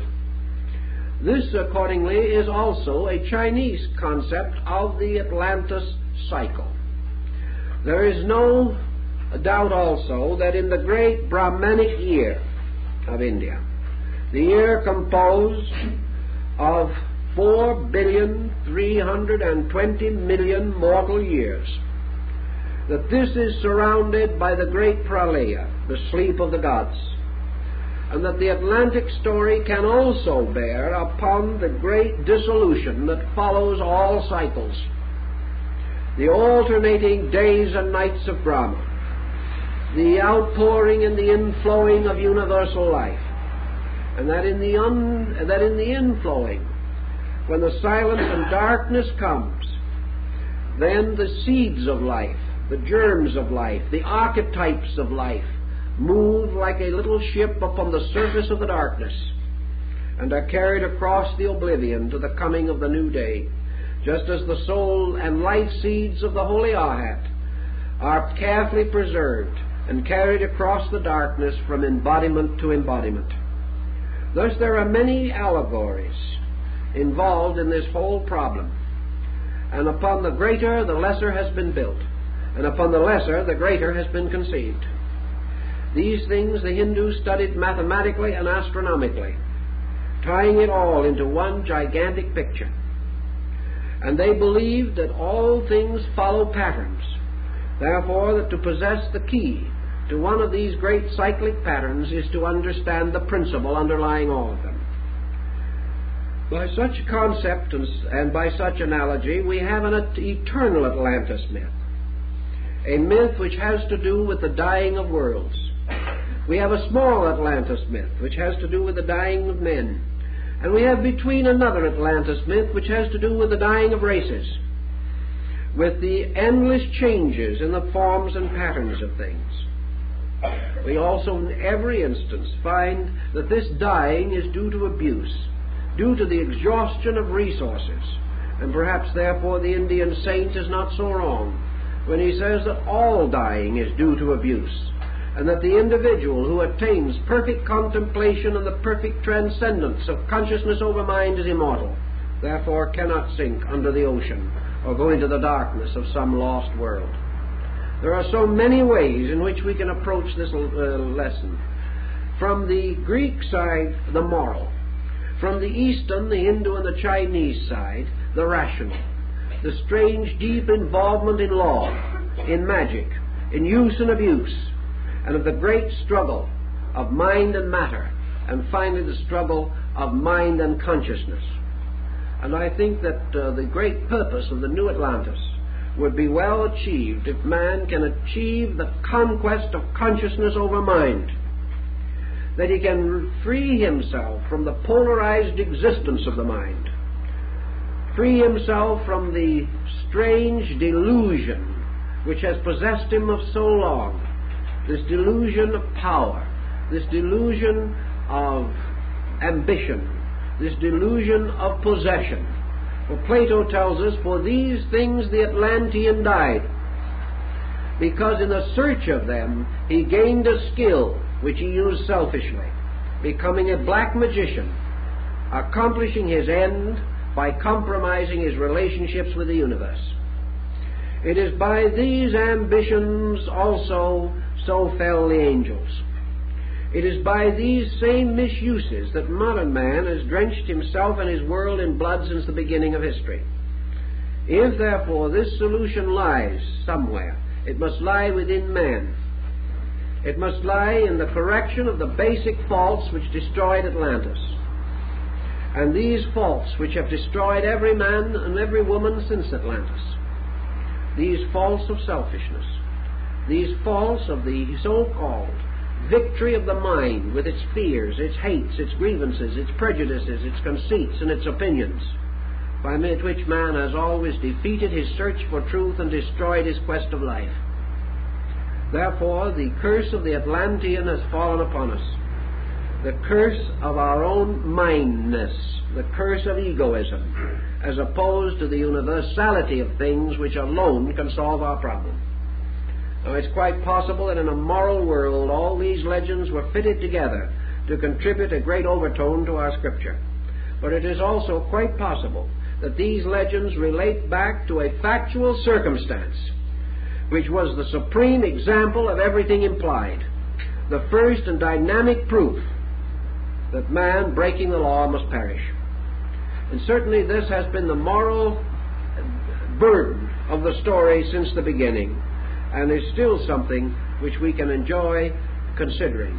And if this is the fact of the case, if this moral lesson is the deep one, if this struggle between mind and matter, which was lost in Atlantis and which we are fighting again today, is the true context of the story, then this drama is of the utmost concern to us as a guide to character and as a warning of what can happen if man refuses to correct these basic weaknesses which have always afflicted and distorted him. But our time is up, so we will continue with our discussion of Atlantis next week.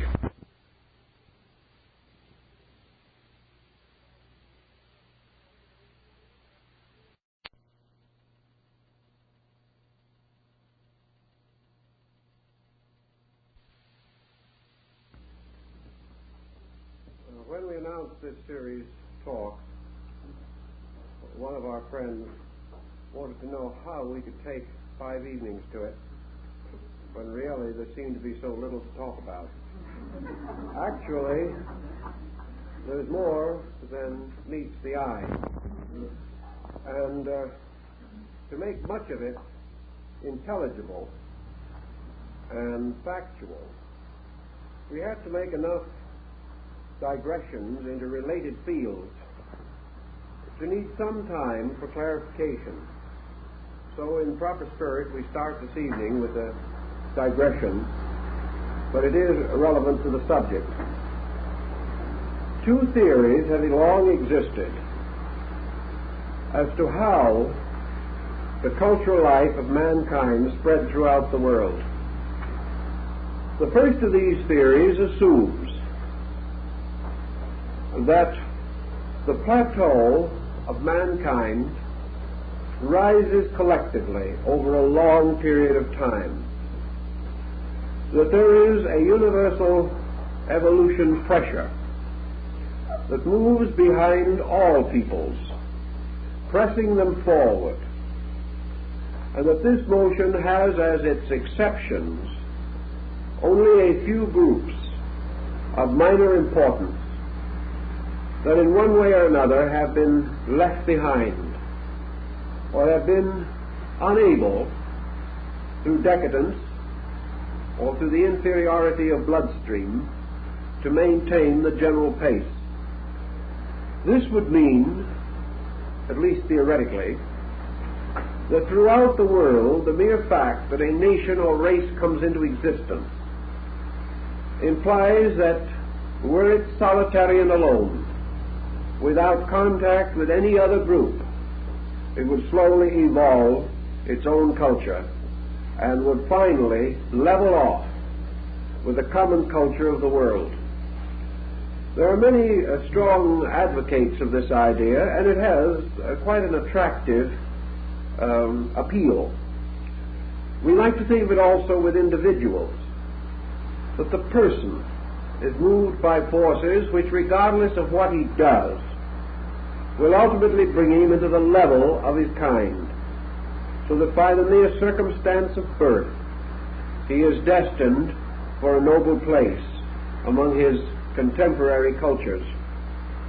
The second theory or attitude is that culture actually moves from centers, and that these centers form what has been called a symphonic cultural theme, that people after people, race after race, will be touched by a certain common motion contributed from centers of culture or from neighboring peoples, or by the rise of a particular group whose achievements will be spread over an area.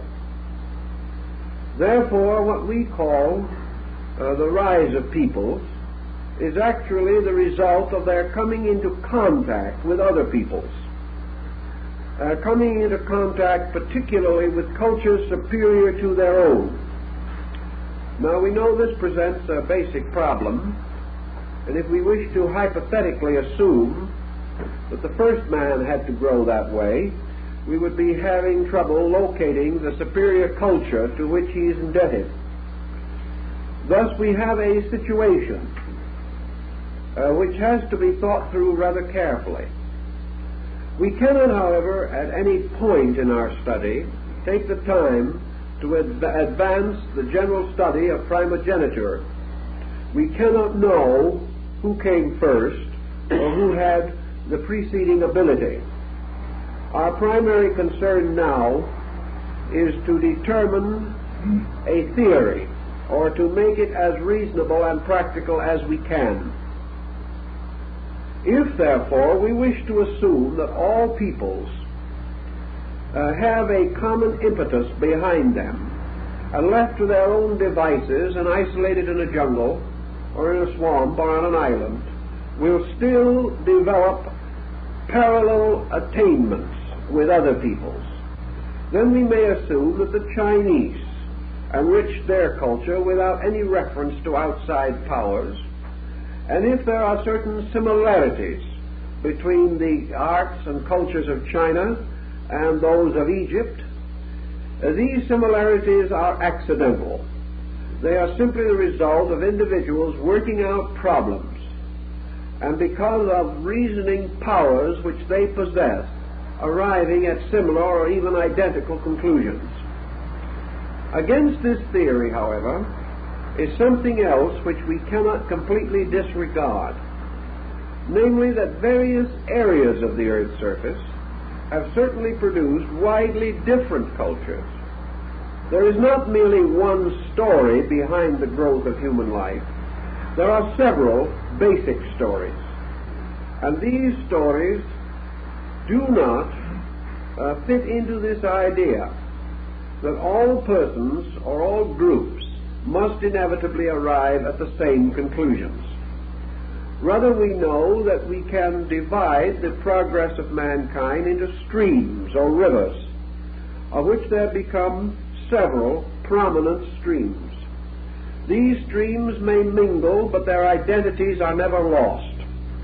And at some remote time in the future, these individual streams can separate again and continue on their own ways without being completely absorbed into any other cultural motion.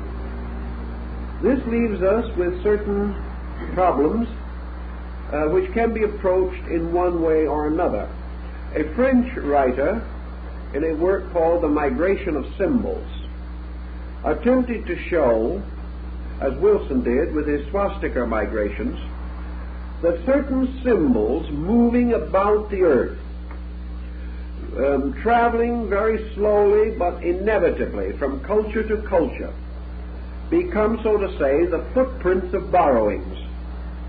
That the motions of these basic symbols can be used to prove how ideas are transferred from one group to another.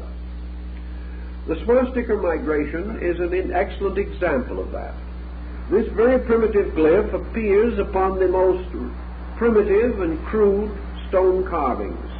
As a pictoglyphic representation, it is to be found on the rocks and cliffs of our own southwest. This same emblem appears among the Nordic peoples of Scandinavia, Finland, and those areas. It is strong in India and in China, and it is to be found wherever cultural groups seemingly have some contact with each other. The passing of this swastika symbol is certainly widely noted. Pottery designs are another stream, which, including such devices as the swastika, certain primitive bird symbols, animal symbols, geometric forms and structures, seem to travel according to distinct routes through the mysteries of the ancient world. Another interesting migratory symbol is the bow and arrow, a primitive instrument of both defense and offensive warfare. And do not think for a moment that when we say bow and arrow that we are exhausting the theme. Even this simple device is susceptible of numerous types, kinds, and forms which are highly individualistic and which can also be traced. Now we know, for example, that we can trace the migration of the bow and arrow down from the Bering Straits along our own western seaboard. In fact, we can trace it practically throughout the United States. But for some unknown reason, when we come to the borders of Mexico, we lose it. Why did this bow and arrow not proceed down through the peninsula of Yucatan? We do not know. These people do not seem to have originally possessed this instrument, although later, of course, they became aware of its use. Their primitive instrument was the atlatl, the throwing stick. And this was their ancient and traditional weapon. Thus, this migration of the bow and arrow does not completely cover all areas any more than the swastika does, or the monolithic construction of ancient times, or certain types of drawings, carvings, and pottery, ornamentation, beadwork, the scarification of the skin, the development of various totems, taboos, and things of this nature. These all can be traced, and from their elaborate tracings, we are inclined to support the belief that these things did migrate, that there is a strong case for the belief that culture was contagious, that it passed from one people to another. We have already pointed out that nearly all ancient nations trace their origins to preceding nations, or to messengers, or to teachers, messiahs, and godlings, who brought to them a higher degree of culture than they as primitive peoples possessed. Thus, most nations do not claim to have originated their arts and sciences, but to have received them, either from the gods or from some other preceding cultural group. This leads us then gradually into the theme which we wish to emphasize tonight. For we are seeking further evidence of the Atlantic migrations, the Atlantic philosophy, and the Atlantic symbolism. And we want to start with a consideration of certain areas covered a number of years ago by the African explorer, anthropologist, and ethnologist, Leo Frobenius. Frobenius did a tremendous work in quietly meditating upon the origin of African culture. He realized that he was in the presence of a very ancient people. He realized also, as historians have since noted, that he was privileged to know only the remnants of this people.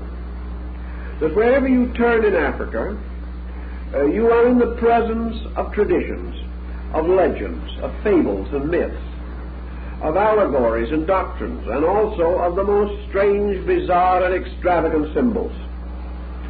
And Frobenius came to the conclusion that there were two distinct African cultures. One of these cultures was apparently indigenous. It originated somewhere within the boundaries of the African area. The other culture was not actually indigenous, although it had been resident there for a very long time. He strengthens his position by showing that there are at least two basic concepts of life held in Africa. That these concepts of life are essentially irreconcilable, and that also these concepts represent distinctly different levels of social origin. One concept is considerably more exalted than the other. One concept indicates a greater experience background than the other. One, the more primitive, would be likely in the area. It would be consistent with the gradual emergence of a very primitive human type. A type gradually struggling its way through thousands of years to final adjustment with its environment. The other type shows a completely different background. One of the points that Frobenius makes is that the indigenous type is dominated and permeated with a strange, subtle humility. It is the humility of the child, the humility of the primitive, of that which is growing up in a world of wonder. And these simpler peoples have never come into conflict with their environment. They grow up truly, as he calls them, children of nature. They accept everything without doubt, with infinite patience, and if necessary, with mortal suffering. These people do not seem to have any grandeur in them. They do not seem to require it. They are certainly God's meat, and they have their own ways and their own happiness. They are not a miserable people, but they are a people of childlike disposition. Like small children, they can be difficult.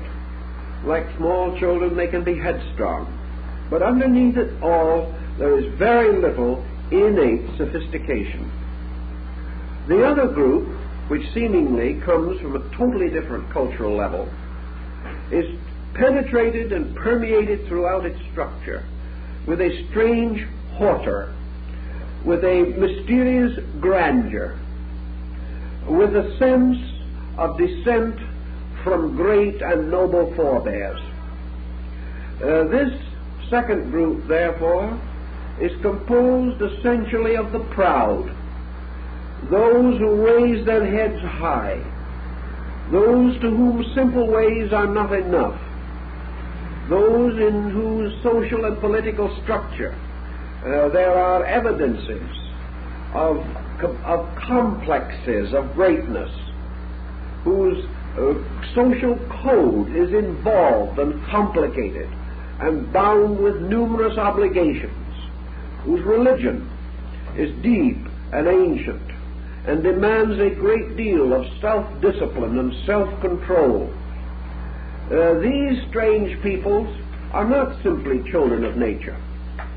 They have already reached that cultural platform in which they seek to dominate nature, that they seek to be strong and to use nature. They have already come to that time in which they will not accept inevitables, but will struggle against them to the death. These people have always had a proud heritage, and among them also there has been an astonishing maturity of arts and considerable basic growth in sciences. These peoples have much more cleverness, much more astuteness than those other tribes which seem to belong to a simpler stock. Most of all, perhaps, these proud ones, these ancient ones, like the brave, heroic, gigantic Ashantis, have this background of nobility. They dream back to kings and emperors and great empires. They look back upon a time in which they had vast temporal powers that have slipped away. And they believe and remember how their civilization was created by 16 gods who, descending from the skies, established these people as chosen, set apart and dedicated for a strange and wonderful destiny. Thus these strong, mysterious peoples feel themselves to be moved by a destiny, to have a purpose or a reason. Ambition has been born in them. Pride has grown in them. And we no longer have these simple, primitive peoples. This does not mean that the proud ones live visibly in great splendor. They do not. But comparatively, they live in a different way. Theirs is not the simple jungle village. Theirs is the town with broad avenues and streets, with palaces for their chiefs and rulers, with temples for their gods, with the actual architectural foundation of a mature community. These people believed in broad thoroughfares, in clean towns and villages, and they lived together on a level of considerable cultural refinement. They held obligations with sacredness. They kept their word. They punished their criminals. They rewarded the good. They sought the advice of the old and the wise.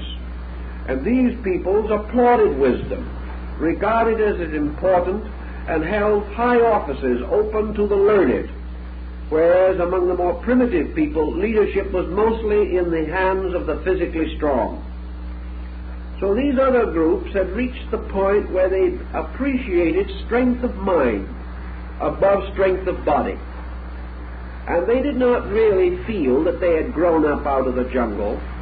They felt that they had been exiled into the jungle from a better state, from some ancient background that was real and deep and valuable.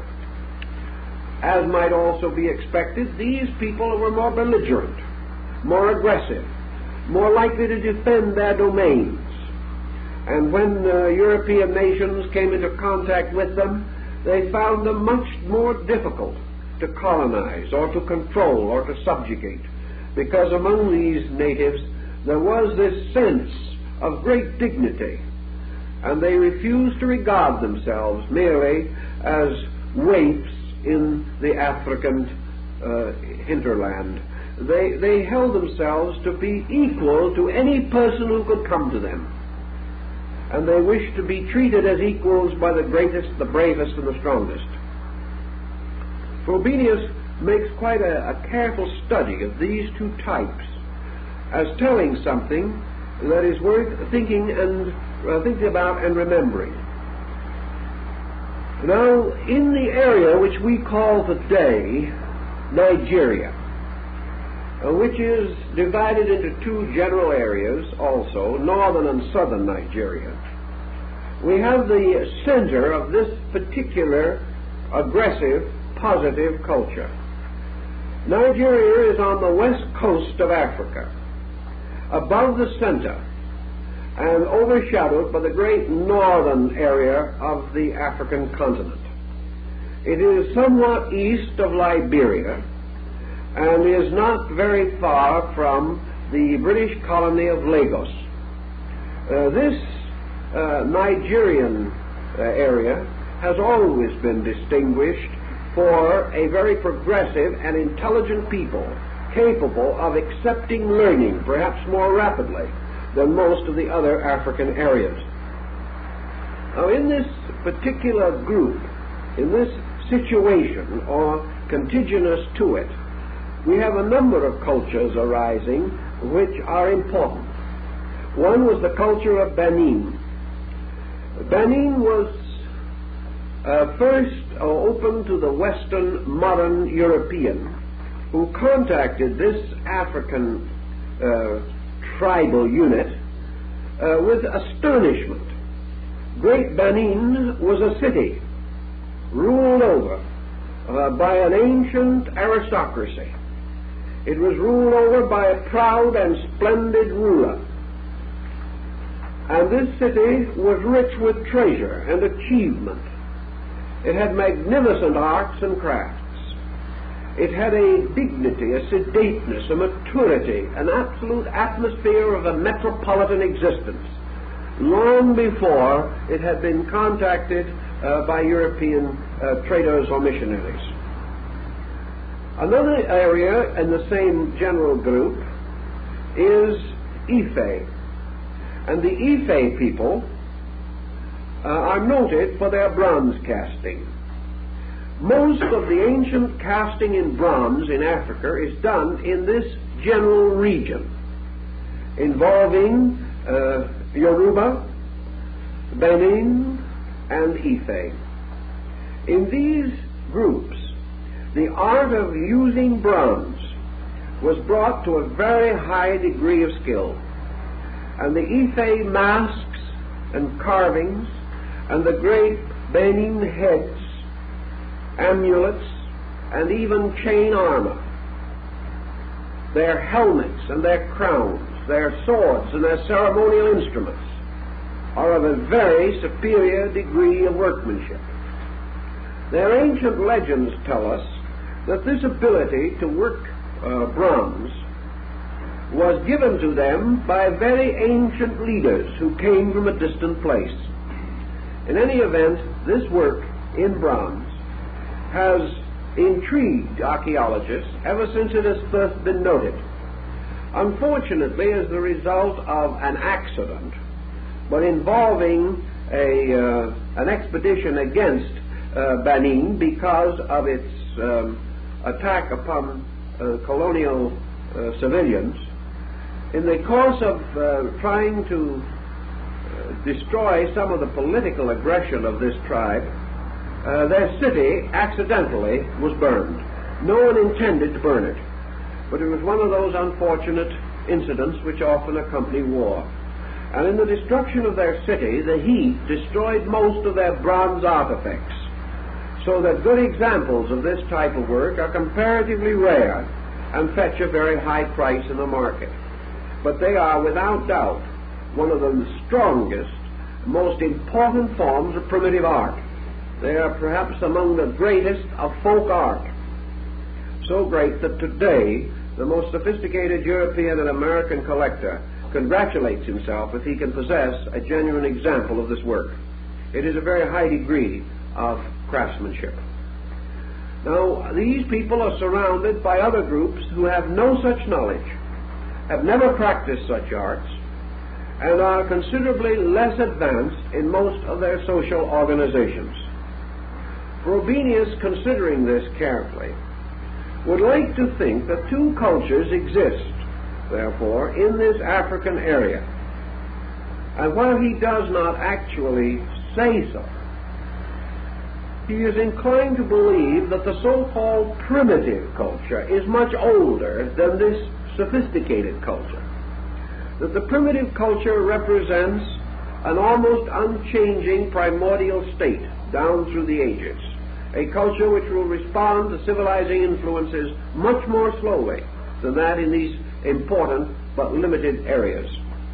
He considers the second group to be more recent, yet of course ancient, but having achieved a great deal more of pressureful progress due to incentive and drive within the people itself, that they therefore represent two kinds of stock. And Frobenius definitely states in his book that he believes that the Ife people and the Yorubi and the Benin people are actually Atlanteans. He has studied the Atlantic theory very carefully, and he bases his contention upon a series of important factors. First, he has analyzed not only the cults, the crafts and arts of these people, but their religious cults. He observes in the religion of this area the tremendous veneration for the sea god. These people claimed or believed that they descended from a god of the oceans. This sea god corresponds very closely with the Poseidon of the Greek legends. These people also had deep and distant memory of great cities, and most of all of an archetypal concept of the palace and the temple. Most of your African people have no such archetypal concept, but these groups recognize what Frobenius calls the archetypal templum, the idea of the great and glorious sanctuary in the center of the life of the people. These people also differ from other African tribes in their attitude toward the gods and the deities. To them, these deities are not ghosts, and therefore they cannot be regarded as simple animists, as some would like to believe. Frobenius discovered sufficient information to convince him that the hierarchy concept, the divine development of peoples from a God origin, was known to these groups and was part of their mystery ritual. Also, the Yorubis and others were perfectly aware of the existence of one supreme deity. They were not subject merely to nature worship. They did not simply offer various sacrifices to animate or inanimate objects, or devote themselves completely to the fetishes and talisman and jujus of African tribes. They had a strong central theological concept, a concept in which all men and mortals descended from divine parentage, that the gods came first. And in their effort to describe and to symbolize these gods, they reached into the subconscious of their own collective memory and brought forth noble and glorious convictions about these deities. Your truly primitive person does not do this. He grows up into his religion. But these people, such as the Ife, had the realization of a tremendously brilliant, glorious, divine world, a world of heroes, a world of persons possessing unusual talents, so that their gods were almost the equal, if not the equal, of the gods of the Latins and the Greeks. Heroic beings, possessing not only the strength of body and of mind, but graces and qualities. For among these people, the gods of mercy were not unknown. The gods who should be thanked for the goodness of living were not unknown. Frobenius, therefore, comes very strongly to the belief that these peoples did have a strong background contact with a more sophisticated and unfolding culture platform or culture concept.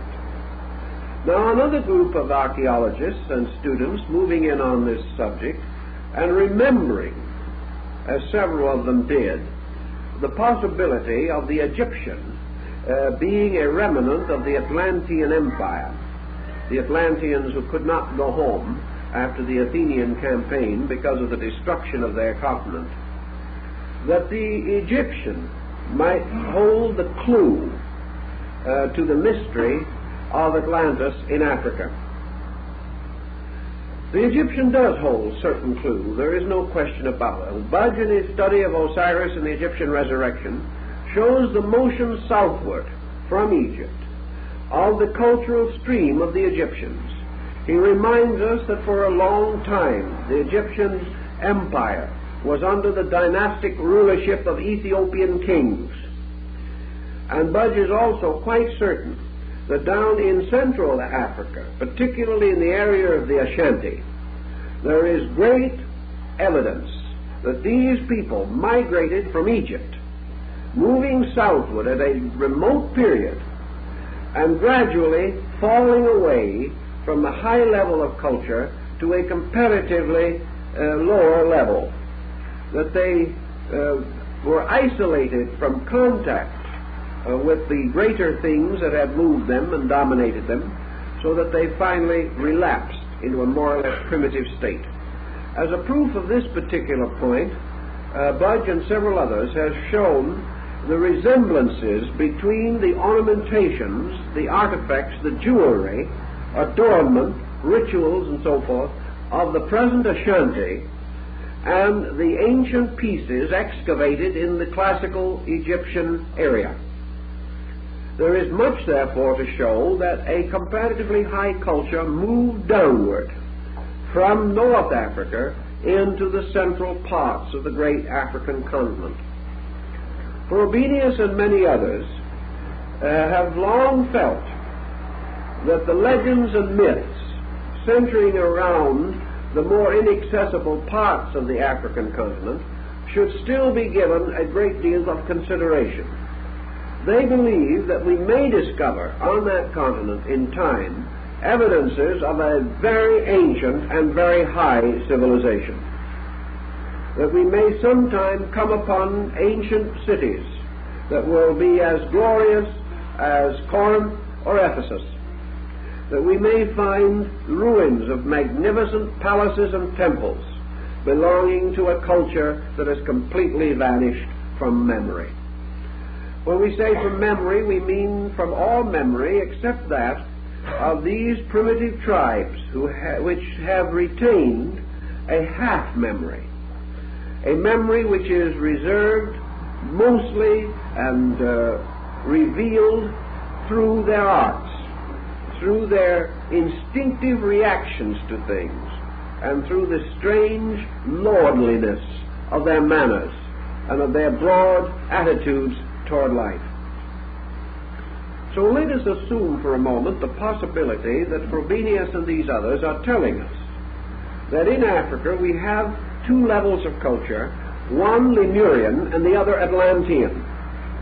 That these patient, mysterious, silent, humble ones belong to the old Lemurian order, and that what we call today the proud African, the Ashanti warrior who may stand over 7 feet tall, the Ife who has never for one moment acknowledged actual domination by anyone, the wonderful artisans who created the bronze and the ivory work which has distinguished Benin. These belong to the Atlantean level. Now, in passing, there is a point that is rather interesting. In the 2nd and 3rd century of the Christian era, there arose in North Africa a group called the Gnosis. The Gnostics had a symbol, a very interesting and remarkable symbol. This symbol was a human body, usually with the head of a rooster, sometimes, however, with the head of a man. The arms and shoulders quite clearly defined, one hand holding a whip and the other a shield. The lower part of the body, below the waist of this figure, slowly turned into serpents, so that the legs were composed of two curved serpents. And these serpents formed a strange type of design. The legs descended and then turned outward and up again as the shape of the serpent and ended in the serpent's heads. It was quite a strange thing, resembling a little bit the inverted form of the hook that was used with a hook and eye in old fastenings before we had zippers. This hook and eye consisted of two loops by which the hook could be sewn onto the garment, and this form was very much that particular shape. I don't like to just draw it in the air for you. It might seem strange, but the symbol you will find in our large book, and we have other books in the library which we can show you. But the Gnostic deity Abraxas was represented in this way. We have no record of the use of the Abraxas form for centuries, until it was revived at a very much later date in Italy and France during the restoration of the copying of classical gems and of ancient artifacts, in which during the period of Louis XIV we have the arriving of these wonderful crafts which were restored from ancient crafts. But a traveler reaching Great Benin before its destruction was permitted to see some of the ancient bronze work representing the ruler.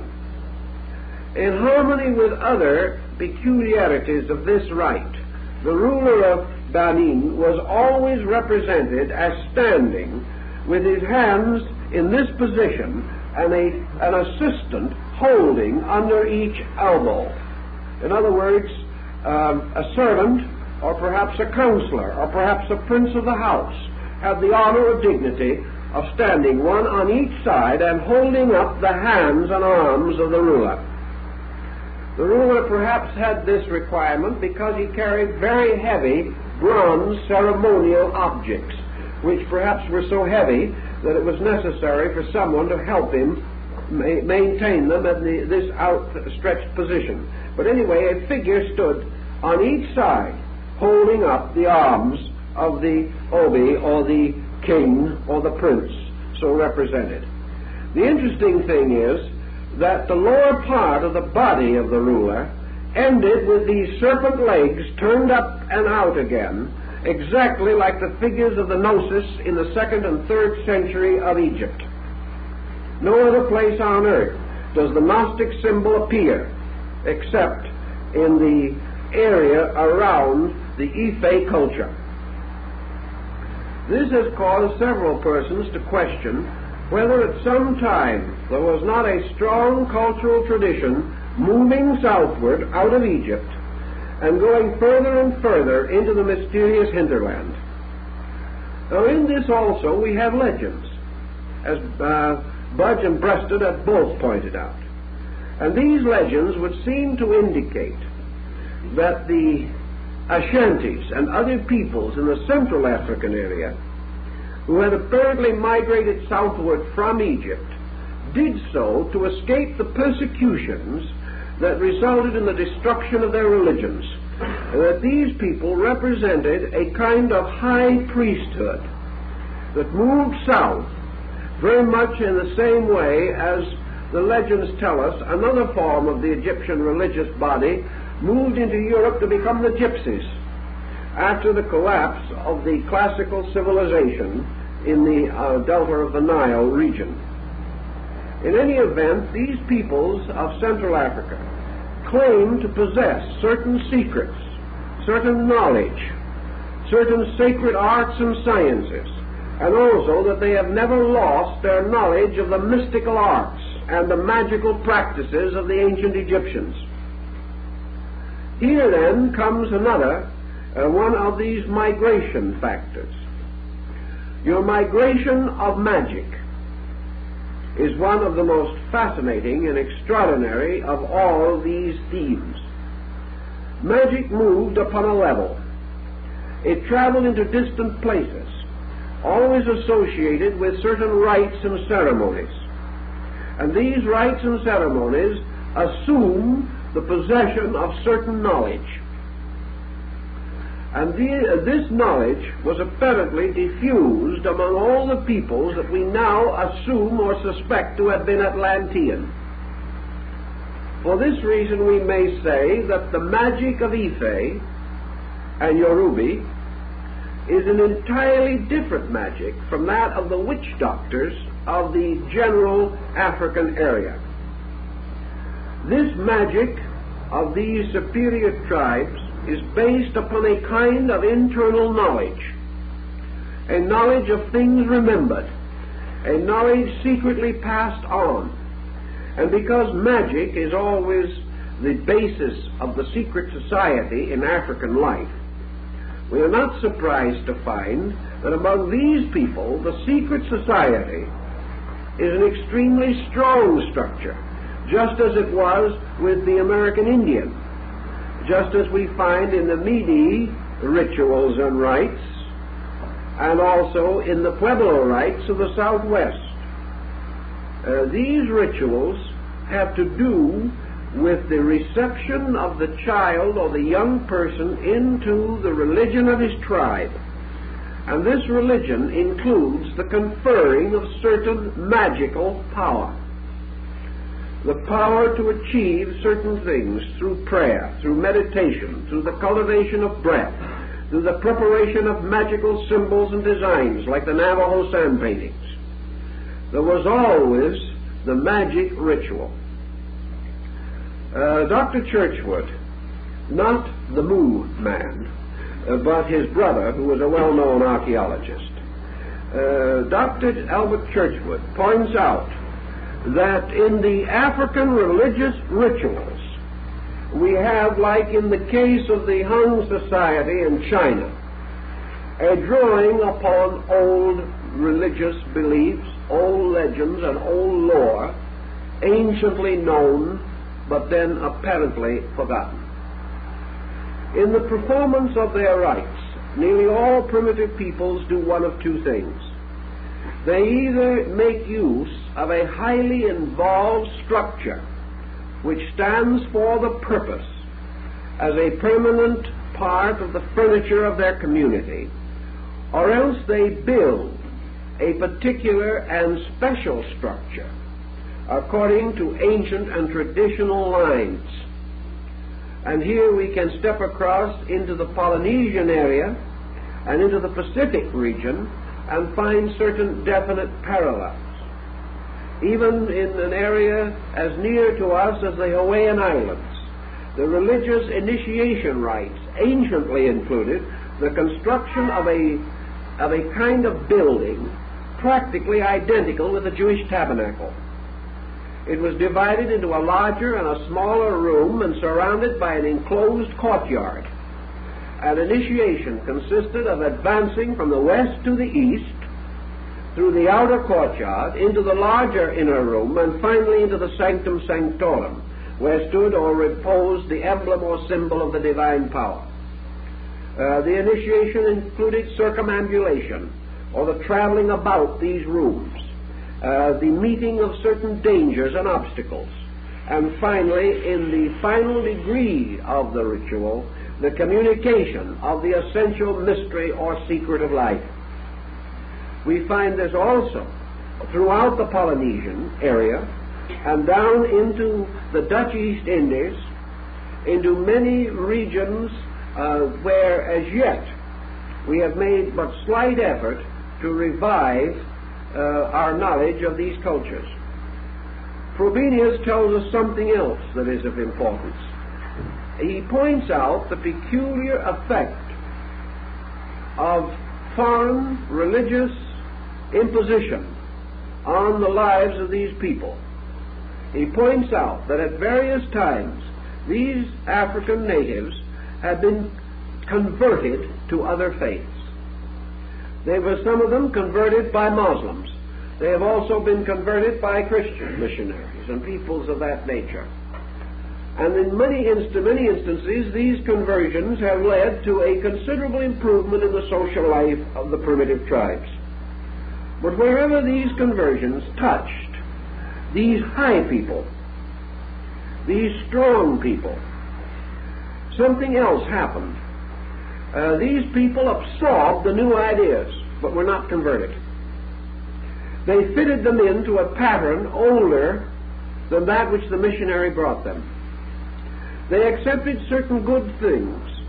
They became aware, but they found a place for the new beliefs within the structure of their own, rather than being moved from their own into a new belief. He therefore comes to the conclusion that there has to have been, and still remain, a very great vitality in the convictions of these people, who were able to rationally adapt a new faith to their own, coming out with something that was better, but still their own. A condition which we do not generally observe, where these missionaries impact upon a truly primitive group.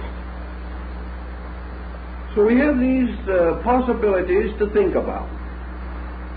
Now let us consider for a moment, both in the Polynesians and in the African area, something about this mysterious ceremonial of initiation, which may and often does include the construction of a temporary symbolic structure to represent a universal mystery.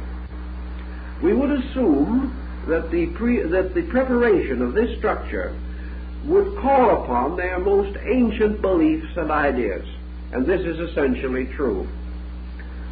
So we find in working into the secret societies of Africa, we find, for instance, that they made mounds and arranged rocks and prepared certain designs, much as our own Plains Indians did, always also creating labyrinths or mazes around and through which the candidates had to walk to symbolize, like the labyrinth of Crete, the mysterious and mortal involvement through which man passes.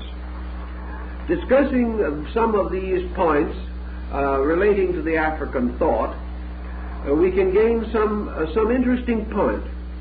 Their study of the heaven world, the universe from which this universe came, the orientation of our world in a space greater than this world, was known to the Yorubis and many of the other people. It was known to the people of Ife and also to the Ashanti. So what did they do? They symbolized the primitive world, the divine world, the home of the gods, by a mountain. They placed this in the form of a mound in the central or most sacred part of their ceremonial structure. It was from this mountain that life came. It descended down the mountain. It spread from this mountain all over the world. This mountain of the gods, or the heaven mountain, on the summit of which, in the sky, is the abode of the immortals, is certainly your Asgard, your Olympus, and your Meru. These people had some basic association with these older beliefs. From this mountain also there descended the will of the gods, the messengers, and the ancient ones. For the world was first populated by gods who descended from the mountain. In the ancient Indic culture, this mountain would have been the Meru, and the descent would have been upon the polar cap from which the great progressive development of continents was believed to have taken place. This Meru or Sumuru, this Mount Kailasa of modern India, represents without question to these people some part of the map of their homeland. The ancient symbolic representations of Atlantis indicate that the city of the Golden Gate was upon the side of a mountain, and that the entire Atlantic area was surmounted by a peak, which was the abode of the gods. This seemingly was the place of the sacred city, and the people of Africa also regarded their origin as from a divine world where there stood a sacred city, and that this sacred city was the abode of their most remote progenitors. It was a beautiful, glorious, golden, glowing city. It was far above anything belonging to this world. Therefore it had to be divine. But it could well have been this same mysterious city of Atlantis, with its walls of orichalcum, as described by Plato. From this mysterious land came the memory of great things, and the knowledge of arts and crafts, which were slowly perpetuated. This knowledge continued. But it was inevitable that the perpetuation of this knowledge should bring into manifestation the mystery system, the ritual. For in this ritual we have the communication to the young man of the wisdom of his tribe, or the knowledge of his elders. And the mysteries were set aside to keep knowledge alive. This mystery system exists everywhere where there is a suspicion that the Atlantic culture touched. This mystery system was also associated with the university system, with schooling. And many of the old temples were also observatories, laboratories, places like clinics where the sick came to be healed. These old buildings, patterned apparently from a basic archetype, represented structures of universal learning, existing originally in a remote world, a distant place. And as time went on and these peoples wandered from this land, they could no longer build such temples, they could no longer leave such monuments, but they left in the place of them symbolic ritualistic structures, each one of which was in memory of the great building. Higgins, in his Masonic researches, points out that scattered about the world are a series of magnificent and ancient ruins. Each one of these ruins is in a way equally mysterious. We have very little satisfactory account of their building, or even of the time in which they were built. Many of them stand now deserted in jungles. What happened to their peoples we do not know. Two good examples of these deserted areas, deserted even after the rise of European culture, would be Angkor Wat in Cambodia, the great center of the Khmer culture, and the peninsula of Yucatan, the great center of the later Maya culture in the Western Hemisphere. Both of these areas were deserted within the last 1,000 years. No one knows why. No one knows what happened to the people. And there is really no knowledge as to the basic design, purpose, or pattern beneath these great remains. We study them, however, and we come immediately to one realization. All these monuments are built upon one grand theme. In every case, they represent a complex of structures surrounding a central mountain, a great raised place in the middle. This raised place is usually surrounded by a square, and down the faces of the square descend the great staircases which lead to the four directions of the world. This is the motive in the central building of Angkor Wat, and it is the same motive exactly that we find in the temple of Kukulkan at Chichen Itza in Yucatan. Also, in Angkor there is a great balustrade of serpents, and at Angkor there is the same development of the great sea serpent theme. This comes back to us at Chichen Itza, for the balustrades of the Great Pyramid are conventionalized serpents, and at the foot of each of the great staircases is the head of the serpent. Thus, the combination of the pyramid and the serpent occurs in many areas, and wherever the pyramid arises in mythology and legendary, it is universally assumed that it represents a great mountain. It is a symbol of the world mountain, the mother mountain, the great mountain of the Jains in India, which is the axis mountain of the earth. Also, this mountain is always the abode of the gods, and always in the uppermost and highest part of this mountain will be the sanctuary of the deity. At Jakarta in Java, we have also the great Buddhist monument, the Borobudur. Here we have likewise the basic square structure surmounted by circular terraces, climaxed or crested with a dagoba or tower, which originally contained a relic of Buddha. Up each of the faces ascend the staircases, and the ornamentations include serpents and dragons.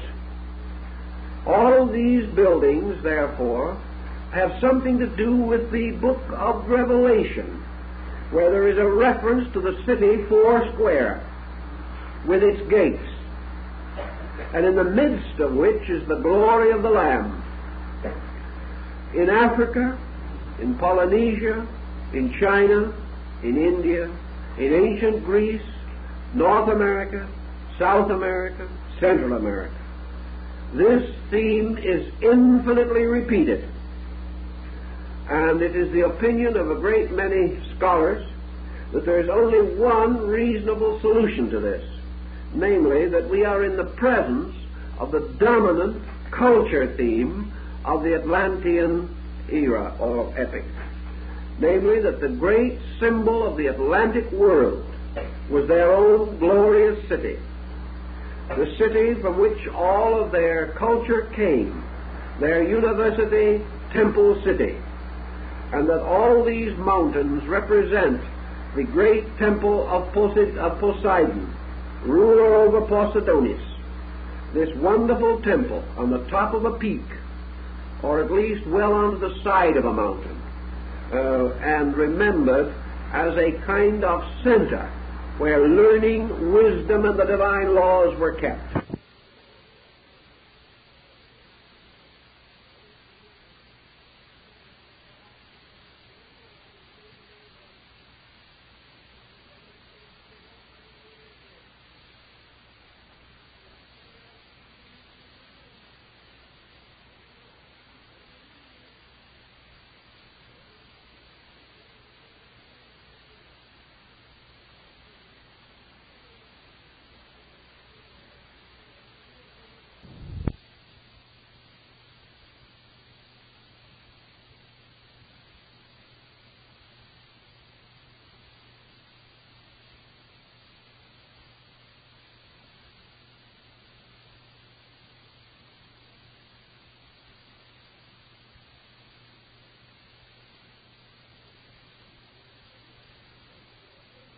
It was in the temple of this god of the sea that the ancient tablets were preserved, giving the will of the gods for mankind.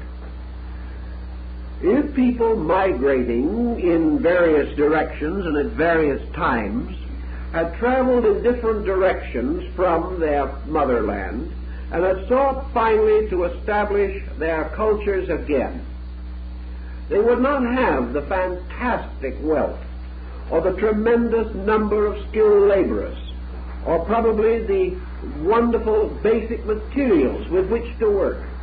Remember, these people were scattered by a great catastrophe. Most of them escaped only with their lives. They found themselves in primitive worlds. They found themselves far from the familiar and the known. But at the same time, they found themselves likewise with a great gratitude in their hearts, regardless of the tragedy and horror that had come, the great darkness that had swallowed up their city with fire and water. They had been spared, and it became essential for them to restore their religion. to reestablish their faith wherever they were.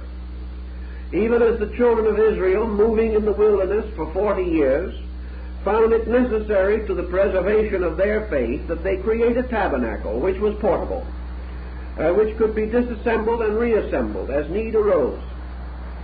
So these other people wandering about undoubtedly created various types of structures. They created according to the available materials.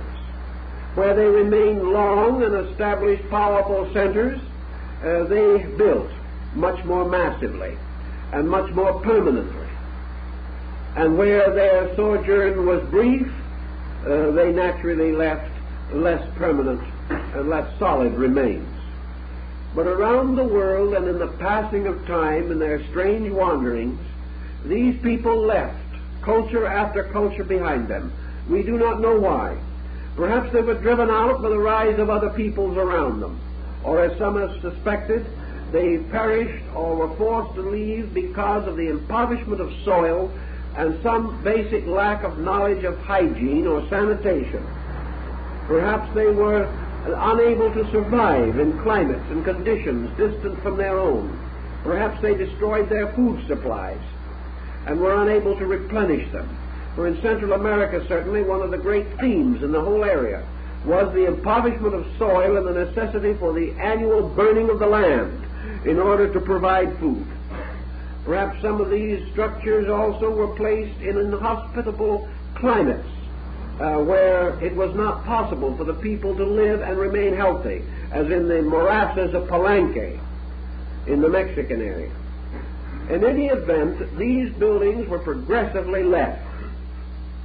Perhaps in some cases these people were overrun by other tribes who led them into captivity. And again, it is possible that race suicide destroyed some of them. But all around are the bones of these ancient structures.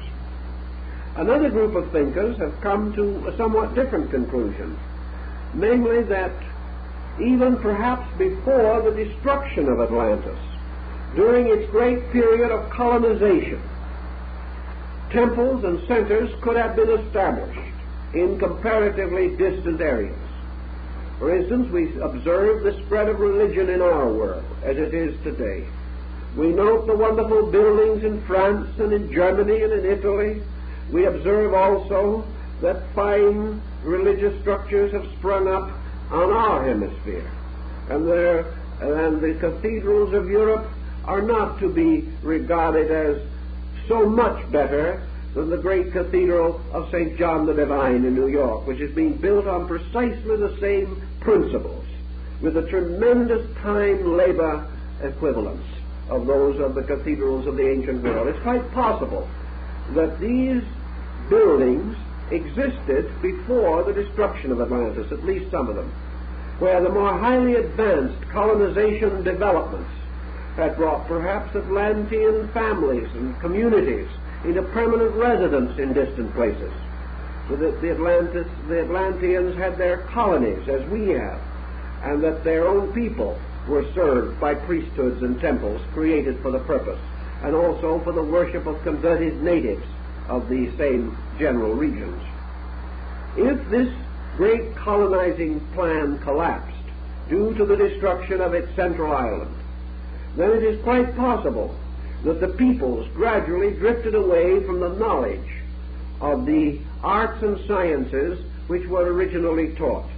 Budge brings up the Osiris legend in Egypt of the destruction of the good god by Typhon, who is the symbol of storms and violence, and considers the possibility of an Osirian era, an era of wisdom and light, destroyed by flames, fire, war, pestilence, and death.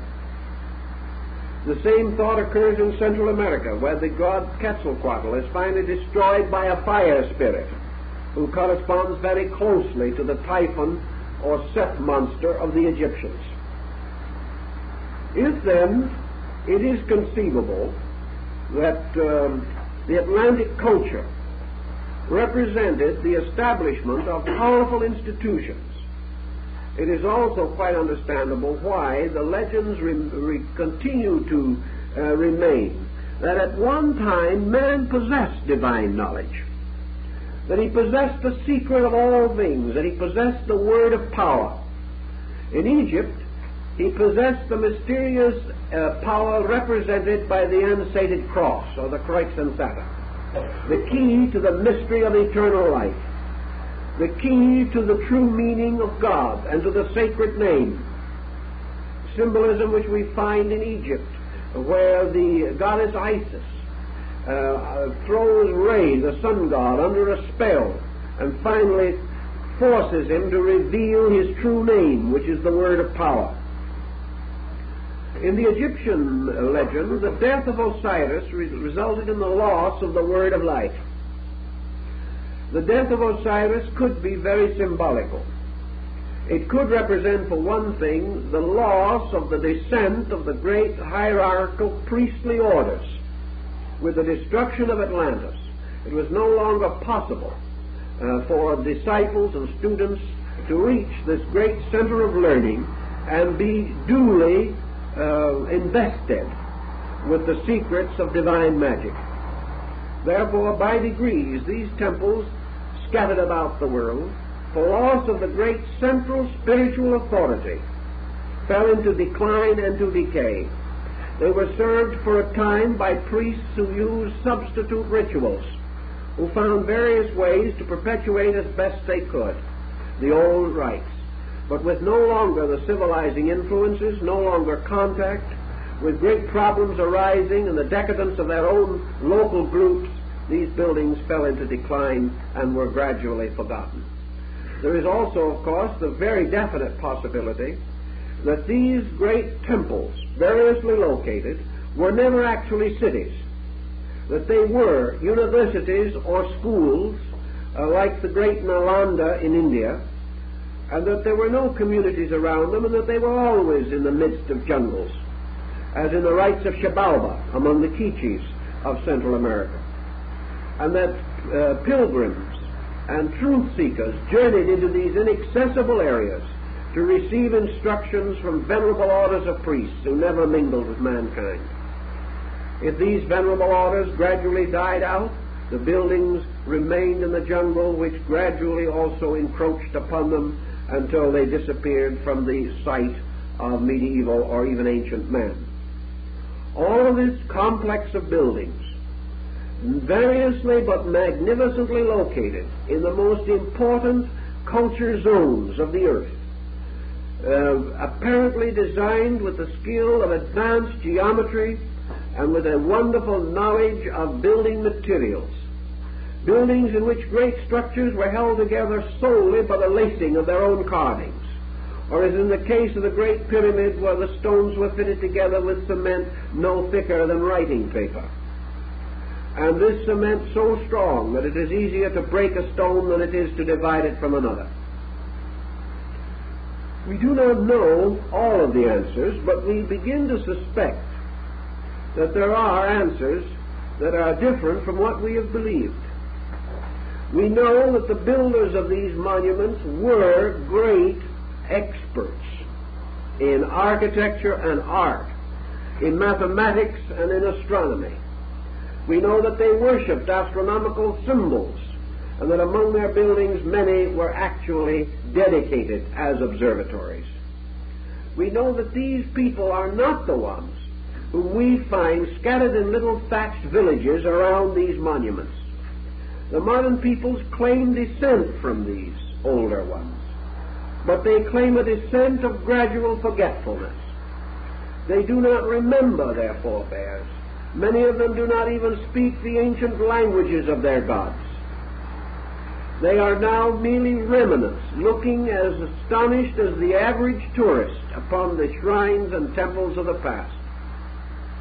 While I was at Uxmal in Yucatan, one day a whole group of Mayas, we call them 100% Mayas, they really were, came in a kind of a bus from one of the neighboring towns. They were tourists visiting their own ruins.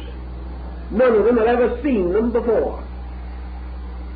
And they were as amazed and dumbfounded as any absolute stranger. They did not have a memory of who built these structures. But among the old men, among the ancient ones, there were legends. Always there are legends. And these legends had to do with times long gone by when a race of gods walked the earth. Same legends in Africa. Same legends among the heroic peoples of the Polynesian islands. Here in Samoa, in the Hebrides, and in all through this area, children initiated into the rituals of their tribes watch the building of the sacred mountain and learn again that it is from this ancient mountain that the laws of their people once came, as these laws thundered from the crest of the blazing volcanic peak of Sinai. All these legends. And there seems to be some meaning for them that they should be so universally distributed. Now, it is interesting also to trace what you might call this distribution story in areas very far removed from the Atlantic Ocean. We could imagine that any group of people inhabiting the Atlantic shore, either on the eastern or western side, would be somewhat acquainted with these stories, especially if they related back to the old legends of their people.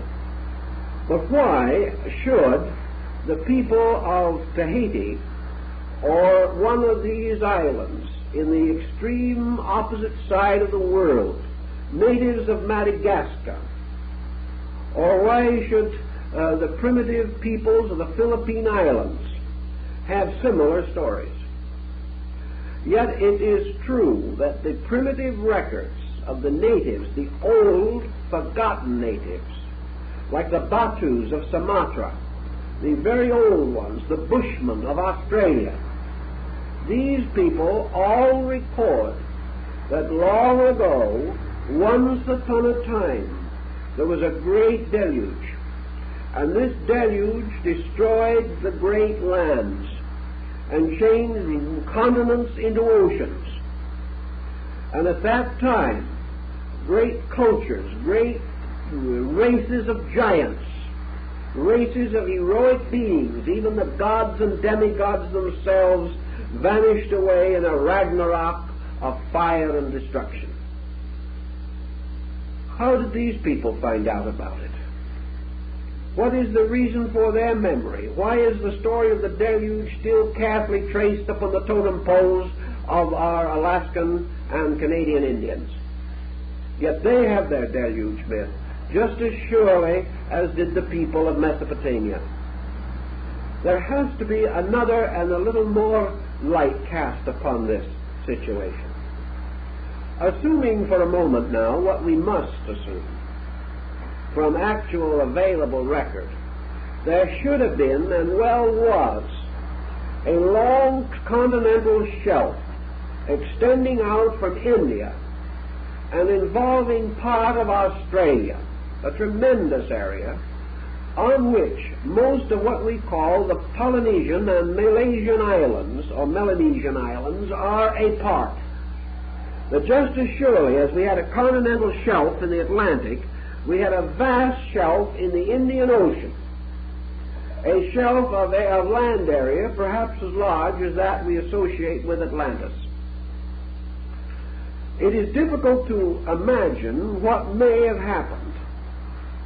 It is possible that at a very remote time, the sinking of this Lemurian shelf in the Asiatic side, the Gondwana land of ancient legend and lore, resulted in the emergence of Atlantis. Or it is possible that the great cataclysm which destroyed Atlantis also shook down this Pacific shelf, causing in that way what might well have passed to be something more important than we think of in connection with Atlantis. If the Atlantic catastrophe was not merely located in the Atlantic basin, but represented some tremendous cataclysm that involved both the eastern and western hemispheres, and the possibility that these disorders and these changes affected tides and water distributions, causing perhaps the entire Atlantic, Pacific, Indian Ocean group to be agitated and disturbed, then perhaps we could understand why the peoples of the Eastern Hemisphere could have and would have a similar story. Something of this kind had to have happened to explain the Chinese knowledge and the belief, of course, that they had that vast areas like the Gobi Desert or the great Shamo sand ocean was, of course, at one time underwater. All of this points out not simply a local catastrophe, but perhaps a much larger one. One of greater magnitude, greater significance, in which two or more poles of a great disaster struck nearly at the same time, or close enough for their historical backgrounds to be interwoven. It seems, therefore, reasonably certain that the African continent that we know today was, particularly East Africa, toward the Asiatic side, perhaps originally connected with the Lemurian or Gondwanaland distribution, whereas West Africa, as we know it today, might well have been contiguous to and highly influenced by the Atlantean culture and its disaster. This would support the belief of Frobenius that two distinct cultures, one much older than the other, flourished together on this continent. We have no evidence at this time as to the cultural level of the ancient Lemurian group. What we seemingly find is that they did not attain to any pronounced skill or ability in the preparation or preservation of records. They did not appear to have built extensively or to have created any monumental palaces or temples or to have highly perfected any permanent art. This would correspond to their psychology today, because these people do not have a memory of greatness. On the other hand, this second group, the Atlantean group, certainly possessed this memory of greatness and also prove in their daily living now that they have an exceptional skill in a great many forms of arts and crafts. If then we can assume that the Atlantean group may have been the earliest to have left strongly and clearly marked culture, we may then assume that the Lemurian culture, whatever it was of such an impermanent nature that it did not actually survive. There is the possibility that these people did have a knowledge of monolithic stones and the simple methods of moving them as preserved today in the remnants of Easter Island. Easter Island is regarded as a Lemurian remnant. Actually, however, we have no proof of this.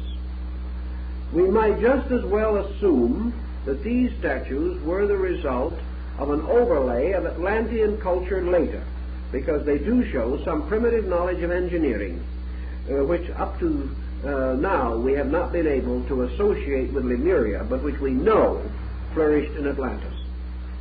Now let's think for just a few moments about the idea of the Atlantean mountain in its relationship to group pyramid construction throughout the world. The pyramid, of course, as we know, passes through innumerable variations and refinements. At its beginning, there seems to be the tendency to regard it as a copy of something. There is no doubt that the pyramid builders throughout the world were building from an archetype. Either in their memories or in their records, they were copying something. A pyramid such as that at Cheops does not accumulate, nor does the great pyramid structure which has been recently found in China indicate that these people were merely massing things together. This building program was purposed. And the pyramid, wherever it stands, is a symbol, as it was in Egypt, of the world mountain. And the world mountain almost certainly was symbolic of the first enduring religious structure that man knew, and that was the great university system of Atlantis. Prior to that time, we have no evidence of anything that could have been copied. But this could have been copied. Another point that is interesting is that where these pyramids appear in different parts of the world, their architecture is startlingly similar. There are certain modifications, and with the passing of time, the symbolic pyramid idea began to disappear under elaborate ornamentation, which itself is a sign of decadence. However, the buildings basically are great mathematical solids. They are built approximately in the same theme wherever they are located, and with the exception of local embellishments belonging to later cultures, they are very simple, monumental masses of structure, essentially resembling what we call the Pyramid of Egypt. These pyramids, therefore, seemingly all come from one purpose and design.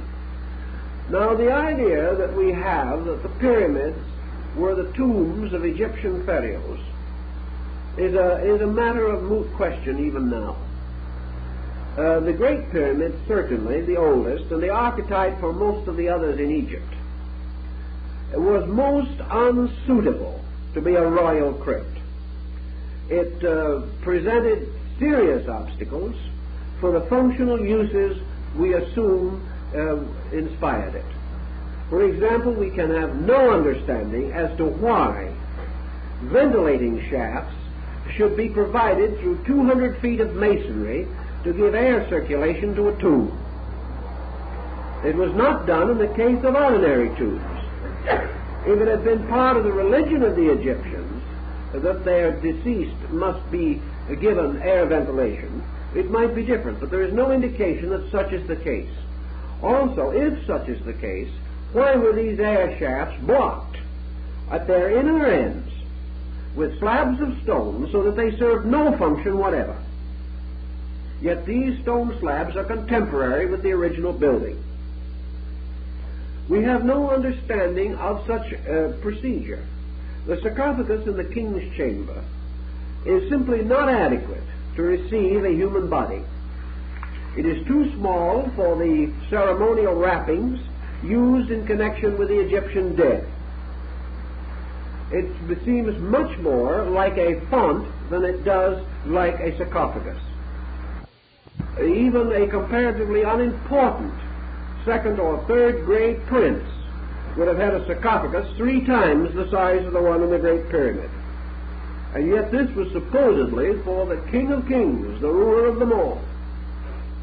Even without additional mummy wrappings or without additional means of the preserving of the body, it would have been difficult to simply get the corpse into the sarcophagus. Something else was evidently intended, and the tomb idea was imposed upon it later.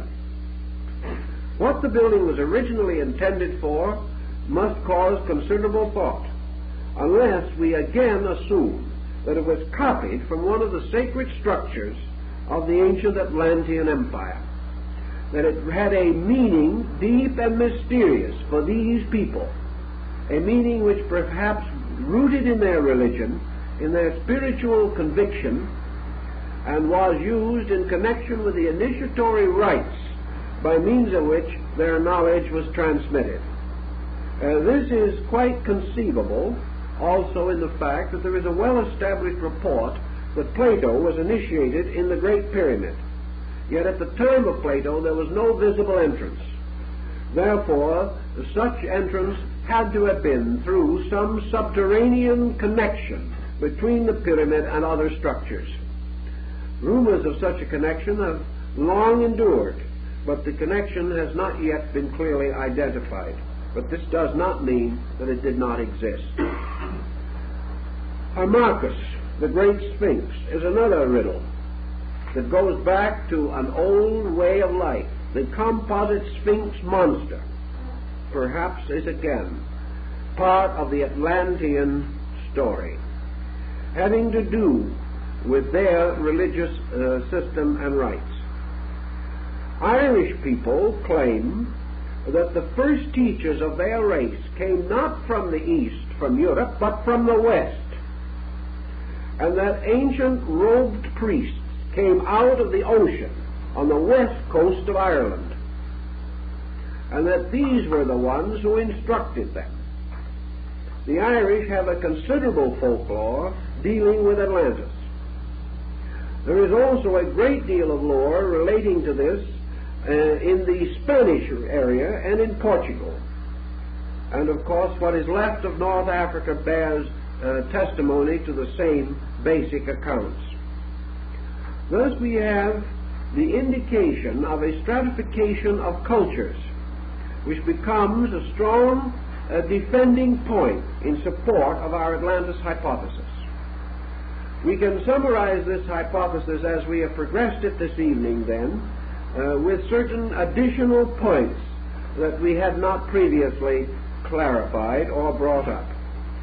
First, that there are evidences of the survival of Atlantean peoples, vestiges of peoples who have for one reason or another remained completely separate, have held on to their traditions, have regarded themselves as dedicated to a sacred destiny, and therefore regarding themselves also with a strange, deep, unchanging pride, a hauteur about themselves, the sense of being a chosen people, a people intended for some strange work of preserving without loss an ancient tradition.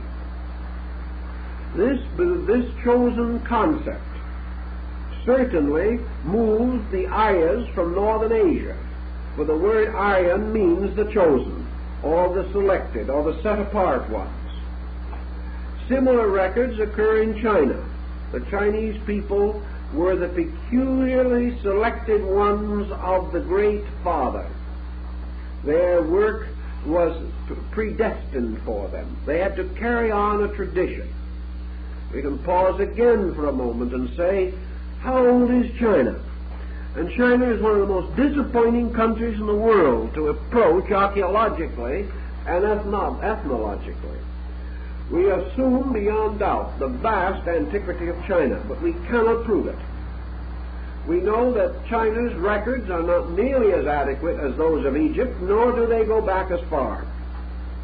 But behind these records again is a mystery of a China that existed in a golden age, a China that was remembered faintly in the stories preserved by Confucius and Mencius, and in the annals of the kings, the Shu King of China, the great historical and political writings. So we come to the Greeks, the Chinese, the Hindus, and now comes something else. Out of all of this comes the story of the Golden Age, the story of the ancient time, which was more splendid than any other time that man has ever known. This Golden Age theory corresponds also with the Golden Age of India. For the Hindus have a belief that in the remote past, long before the coming of the Age of Iron, there was a Golden Age.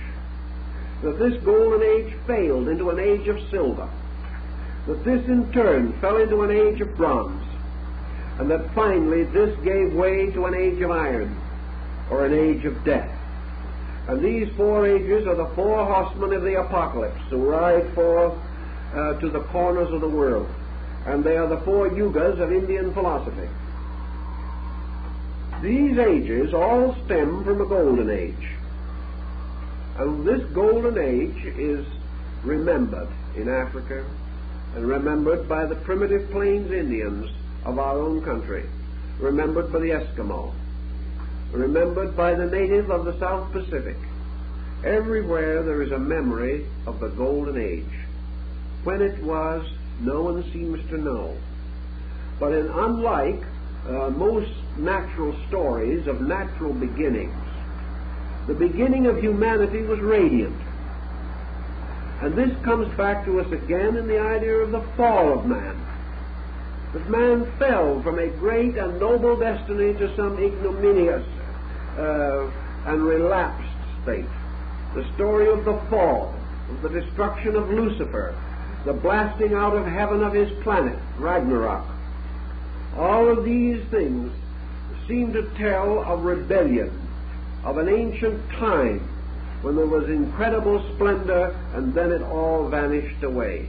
Or as the Greeks more philosophically arranged it, it declined gradually through the other three ages. This golden age has been subject to a great deal of study. Psychologists think perhaps that it is the golden age of human childhood. That this golden age did not actually refer to a time when man had more, but to a time when man thought less. You see, there are several ways you can be happy in this world. One is to have nothing to worry about, and the other is to have nothing to worry with. Both of these have a tendency to relax us.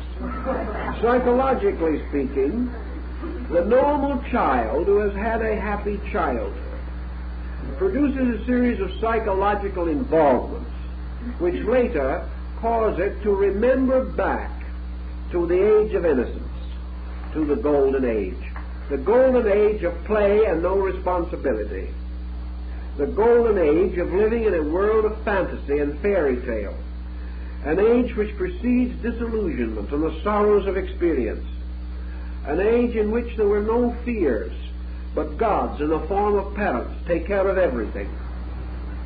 Psychologists make a great deal of this particular factor in estimating the character growth of the individual and the possible exaggeration or distortion of this in the creation of the perpetual adolescent.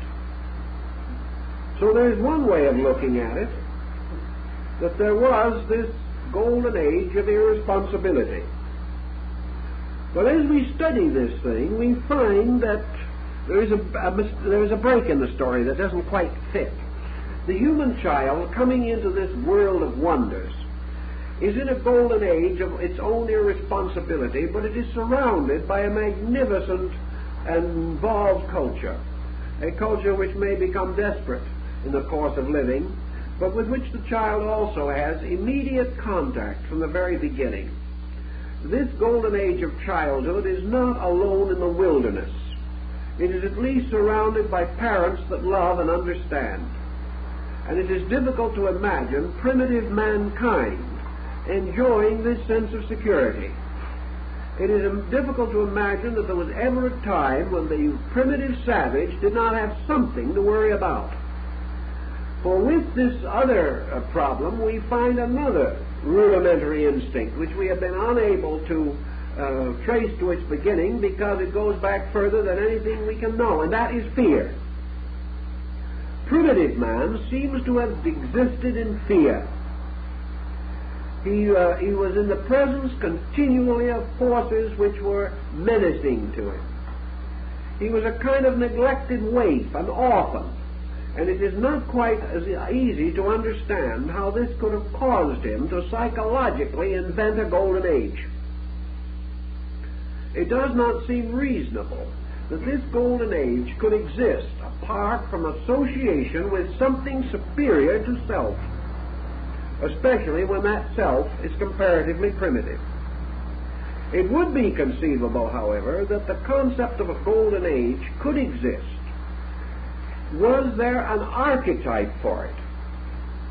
If primitive peoples had lived near or upon the outskirts of a great and glorious civilization, which perhaps like a paternal colonizing agent did protect their physical needs, did make it possible for them to pass through a happy childhood, to a degree at least, those particular peoples might have had a golden childhood. Even then, however, there is evidence, as in the case of many children, that this golden childhood is burdened with fears, and that even the best environment cannot prevent the child from ultimately being exposed to that which causes fear. But the whole concept of a golden age does not fit into the theory that man rose from the beast and by the Darwinian concept gradually emerged into humanity through a sort of anthropoid missing link. Something is wrong with the picture.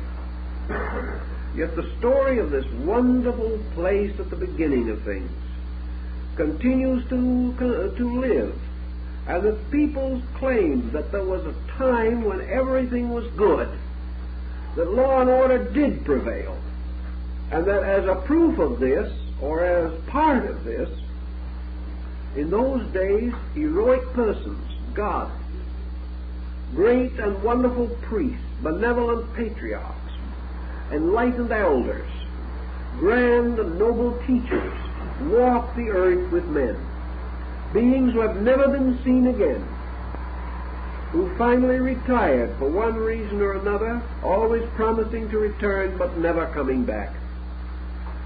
That all this could have belonged to a great civilizing theme that was wiped away and left in its place only a strange void, would seem to be a more reasonable answer. The city of the gods vanished. It did not go back up into heaven. Nobody ever said it did. The only ancient legends that we have about this city of the gods, where anything relating to it is mentioned, this is always associated with two things, or one of them. First of all, that these peoples, living in this peace and glory and happiness, disobeyed.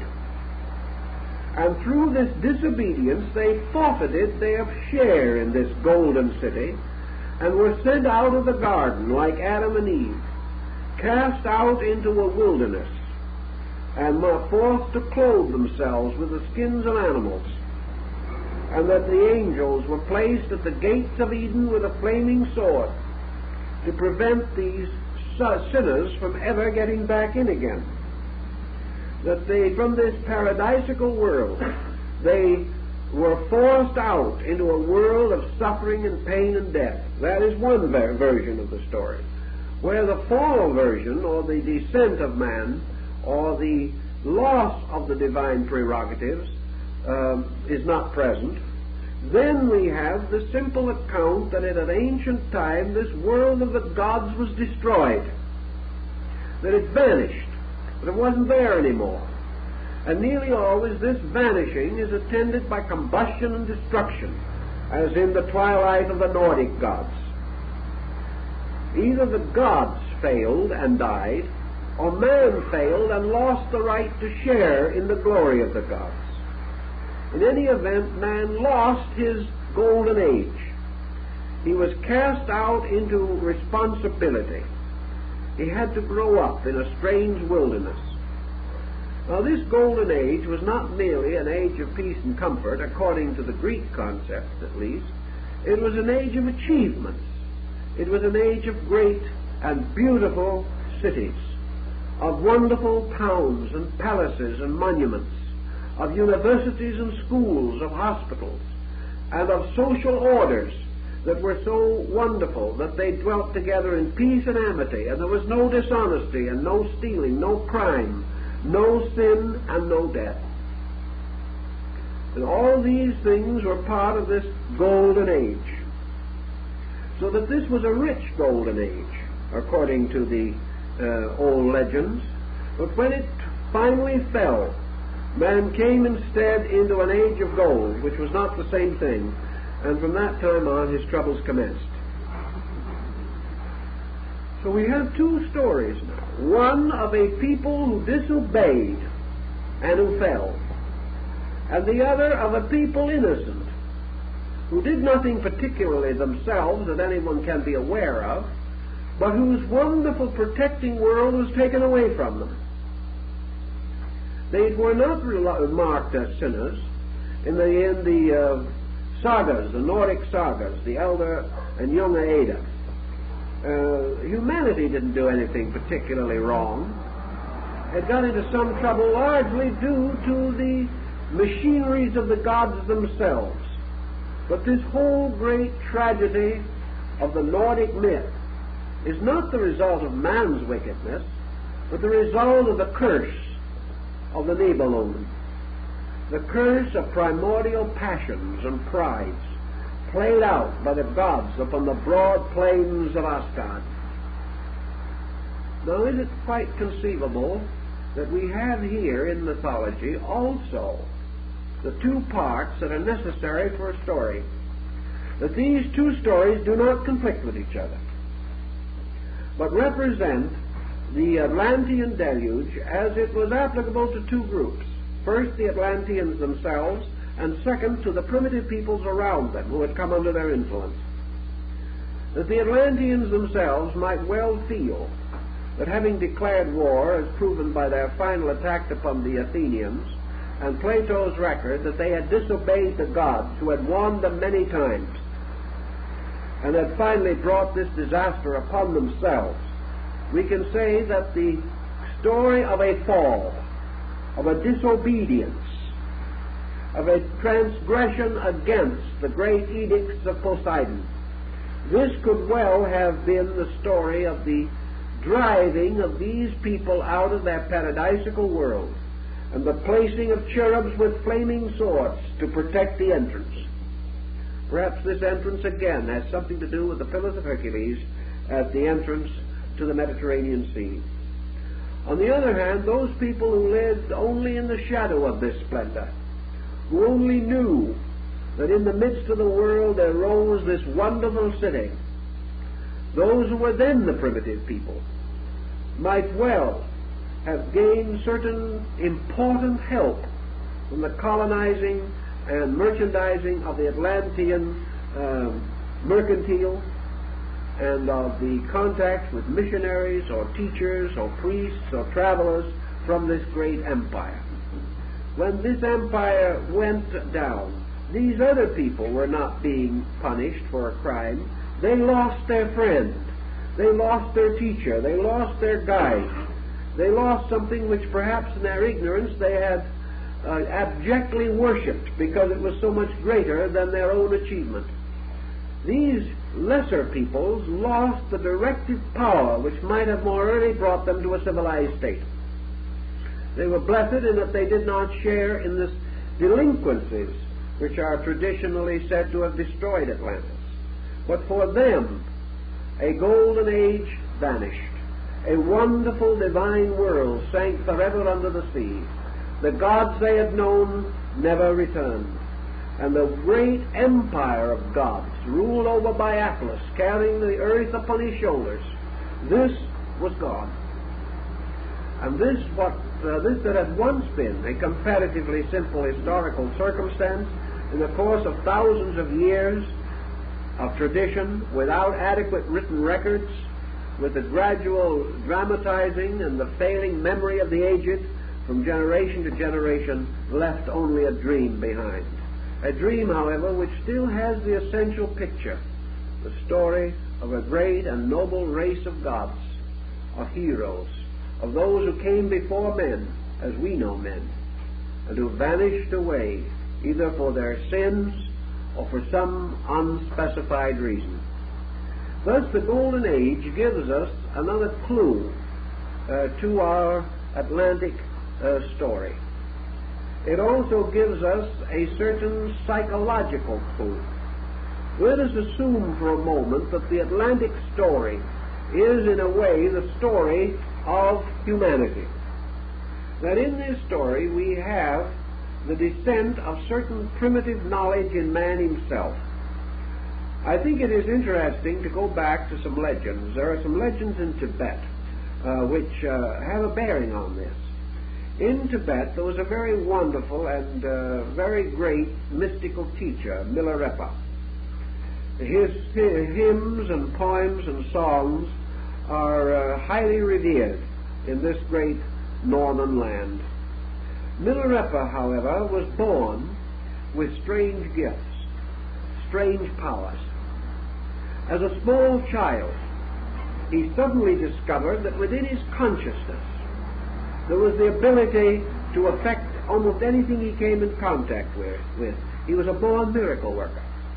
But as a small child, he didn't know what to do about it. And because he was a small child, and because he was subject to all the natural instincts of children, he began to use this power wrongly. When people heard him, he murmured some strange words that he came to understand in his heart, and these people fell dead. He was able to destroy them with a glance. He was able to curse their crops. He was able to cause their cattle to be barren. And in the old legends about this young man, he really had quite an eventful career, the early part of which was spent mostly in avenging himself upon those he disliked. He found that it was quite simple and easy to use the God powers which he possessed and about which he had no moral understanding. He used them badly, and as a result of that brought in the Indian legends heavy karma upon his own nature, which later had to be paid. But growing older, he began to be more responsible, and having passed out of the foolishness and selfishness of childhood, he associated himself with learned teachers and good monks and abbots, and in time grew to renounce the world and to dedicate his entire life only to the works of good, thus to pay the debts of his earlier misdeeds and also to become the servant and saint that he was later to become. And this formula in substance is behind many saints of Western lands, for many saints were reformed sinners. Now, applied to our Atlantis problem, we seem to see another peculiarity of human nature. Primitive man certainly possessed a psychic contact with life, which we no longer possess. As primitive man, he may have developed his knowledge of this to a prodigious degree, and built a civilization strong and tall with pride, the pride of his ability to control nature. And out of his arrogance and selfishness, he set the factors in motion which ultimately undid his own empire, destroyed it, by his selfishness and by the misuse of power. Having thus lost, in some mysterious way, the right to use this power, the very processes which he had set in motion set up their own karma, and this karma blocked these faculties in him so that he no longer had them. In this very moment by itself, a world of inner mysteries, a world of light and color, the worlds of the invisible planes described in Eastern philosophy, man's mysterious contact with the causal universe by means of the mysterious third eye of the Dharma. This would have been blocked out, and he would have seen another world of the gods gradually vanish before him, because he had broken faith with the principles and powers by which he had the right to know this world. So Plato could well have drawn upon this concept also, and this could have its part in the story of the Golden Age.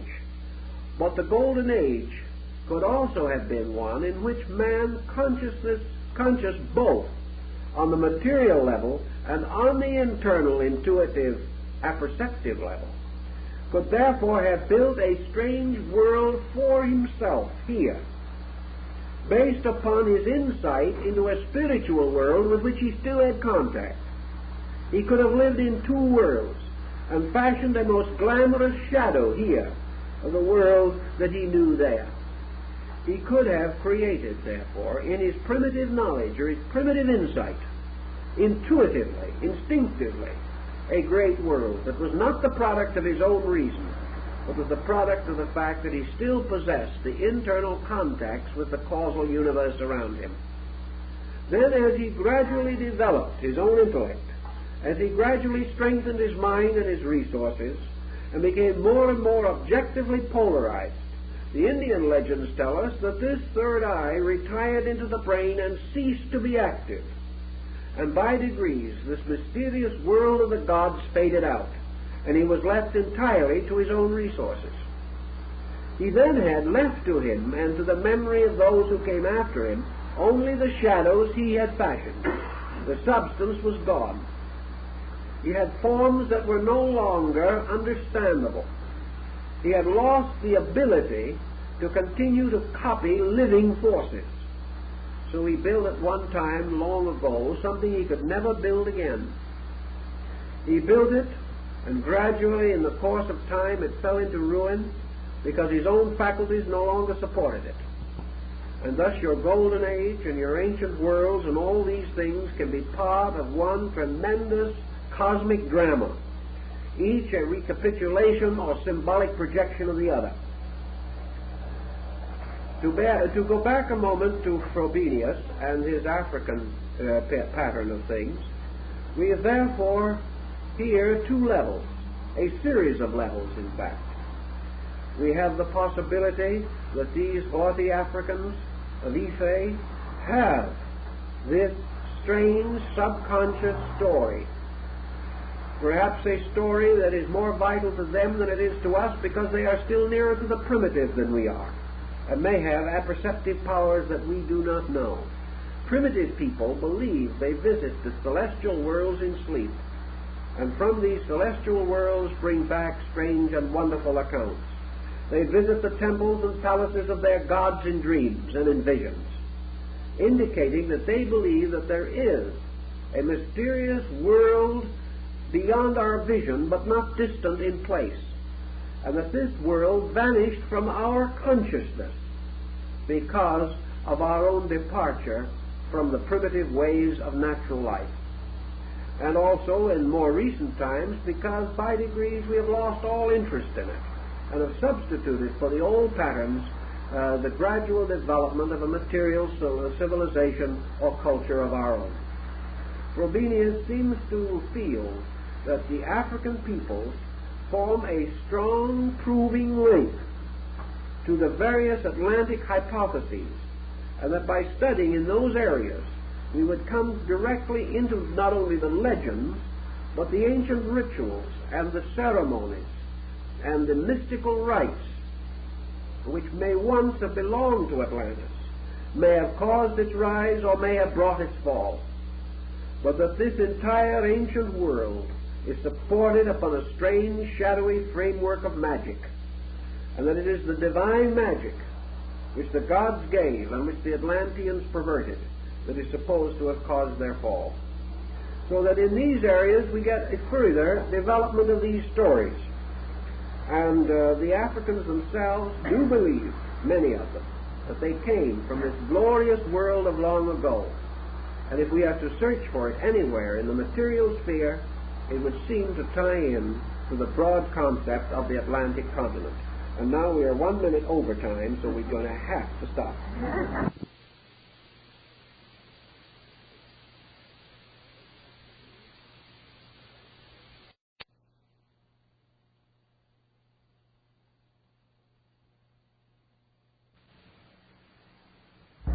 As we have already pointed out, our case is built very largely upon circumstantial evidence. Circumstantial evidence has a validity, particularly when a number of different evidential points all lead in the same direction, or all indicate the same general trend. But nearly always, any reasonable idea which a human being can hold can be assailed by another person who does not accept it as reasonable.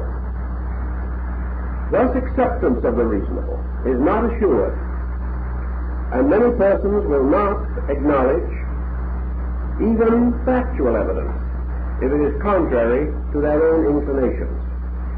It is more difficult, however, to deny a fact than it is to deny a reasonable assumption. Thus, we are still working constantly in our own minds to clarify in as reasonable a way as possible all of the elements of this story, so that we may come to conclusions and may be able to say with good semantics, I believe that this is reasonable, and I am inclined to accept it. I accept it because it is reasonable, not because it is factual. And we'll continue to search for additional reasonable points, and hope always that in the course of seeking, facts themselves shall be revealed. We will take an example of our problem this evening. To start with, we're dealing with some European aspects of the matter. So let us take one of the most interesting and confusing problems that we have in the field of Atlantis research. And that is the effort to explain the migrations of the lemmings. Now, the lemmings are a small rodent-like animal, about 5 inches in length, very similar to the American field mouse. The lemmings inhabit northern areas of Western Europe, and normally they are like our field mice, rather difficult to find and not apparently over-plentiful. But periodically they increase tremendously in number, and on an average of from 4 to 7 years. This figure is not irregular. We have migrations of lemmings, migrations that are a little reminiscent of the story of the bird migrations at our mission of San Juan Capistrano. The lemmings suddenly increase tremendously in number, and they begin to move downward into Norway and Sweden, and they become a very serious problem. They can be counted and numbered in millions. Why they should so suddenly increase is not as yet understood. Again, we have only reasonable findings, even on a scientific level. But these creatures, moving over vast areas of land, impoverish it because of their constant need of food, and they are accompanied by birds, animals that prey upon them, so that often there is a great slaughter of lemmings as they continue this migratory course. It seems that these creatures move by a mass motion. They move with a complete purpose, a purpose for which we have no answer or solution at this time. Their general tendency is to descend from higher levels through valleys or through breaks in the land, always moving downward toward sea level. The lemmings also will swim rivers, swim lakes several miles across, and continue on their way undisturbed and uninterrupted. They multiply very rapidly, and in the course of their migration, which may take anywhere from 1 to 3 years, the number of lemmings at the end of this perilous trip is often greater than at the beginning. Inevitably, the lemmings move toward water, large bodies of water, most frequently the Atlantic Ocean. And when they reach the shore of the Atlantic, they swim out into the ocean and continue to swim until they drown. No one knows why. At the end of the migration, it is not known that any of them ever turn back. They all apparently go forth together into a collective suicide. Now, this migration of the lemmings has been the cause of considerable speculation. So we can start, of course, with folklore. The natives of the area have an idea that these tremendous increases in the number of lemmings are the result of these creatures falling from the sky. There's an ancient belief that they rain down upon the earth at certain times. Also, it is held in the local areas, even now, by some of the more learned and intelligent members of the communities, that the lemmings are following an ancient trade route, that they are going according to a way they have always gone, and that their original purpose was to reach an area of land now submerged. And it has been pointed out, even in scientific papers, that their general route coincides with land area that has been submerged. Apparently, the lemmings are continuing to seek a place in the ocean beyond the shore. And although this place has disappeared, vanished forever, the instinct of this rodent continues unchanged. If this be a reasonable hypothesis, and it has even been accepted scientifically, it means the lemmings are attempting to convey to us in a strange way, through the drama and tragedy of their lives, that once upon a time they could reach land which is no longer there. That this land must have at one time been of unusual attraction to them, that they are continually seeking for it, and year after year they die trying to find it. Now, what is behind all of this? Is it merely that these creatures are pressed on by some suicidal tendency? Do they go in nature merely to die? What does this instinct mean? Does it really tell us that there is a power or driving force behind this species of creatures that will not change or has not changed, but continues to send them on their way to death? Nature normally does not produce circumstances of this kind. Nature is forever adjusting for the survival of its creatures. Why then do millions of the lemmings swim forth into the ocean to die? Experience has shown that they did not have to do so. They could have turned back. Even though their migration is heavy, it is not of the type of a herd of thundering buffaloes. They are not forced by the back pressure of their own kind to drown. Any time they could stop. Any one of them could have survived the entire catastrophe, but no, not one of them does. What is the answer? This has been advanced as indicating the migration of creatures otherwise to be noted, where a distribution shows that at some remote time there must have been land bridges between continents now completely divided. That these land bridges resulted in the general diffusion of creatures. These creatures change somewhat, but not necessarily totally. It is assumed, therefore, that the lemmings are following an ancient route that was a land route at the time of the Miocene period, that they have never been able to overcome the instinct to follow an old order of the earth's arrangement. And perhaps the reason why they have continued is because they have no means of common communication. Not one can come back and tell the others. Therefore, each discovers only by dying.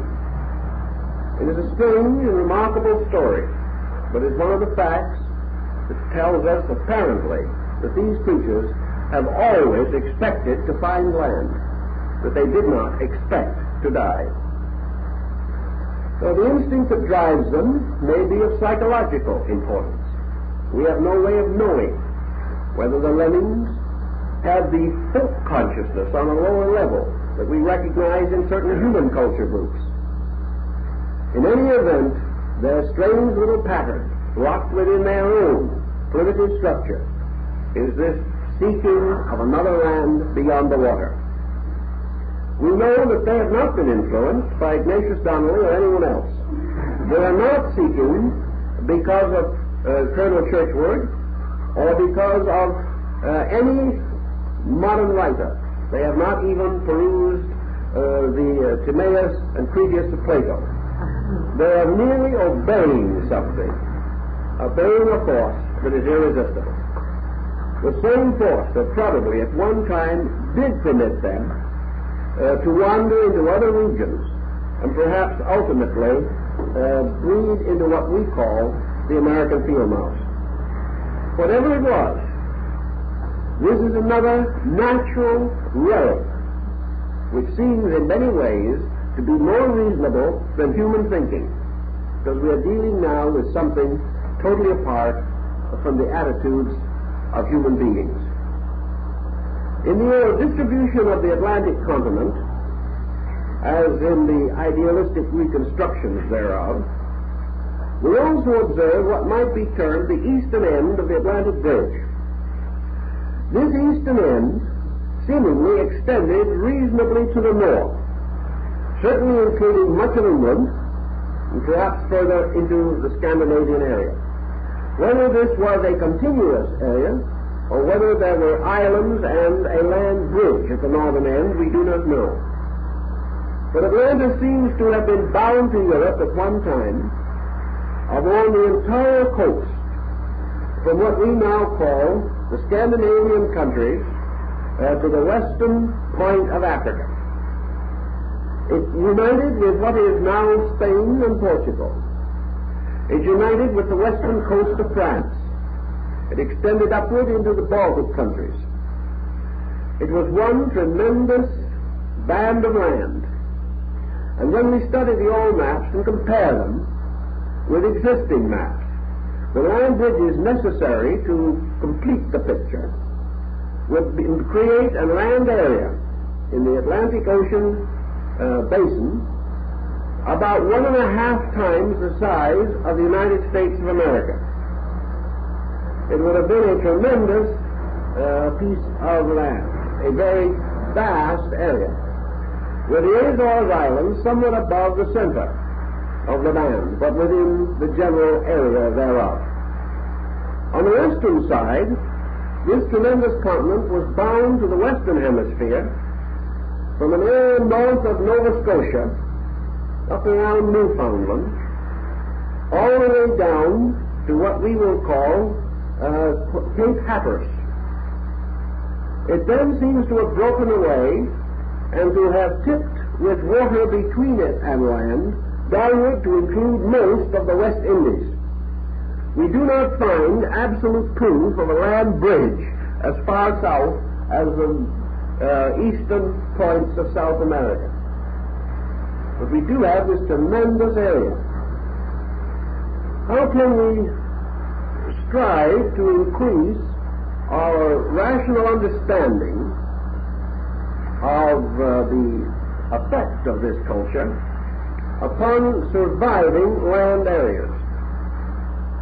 Let us therefore for the moment consider what seems to be a reasonable probability, namely that an attempt to escape from Atlantis, presuming that this continent was in the process of breaking up, would have been in the form of migrations over whatever land areas were available, or in narrow water areas which could be crossed by boats, rafts, or any available materials. We are not at all certain that long-range preparations for such navigation could be made.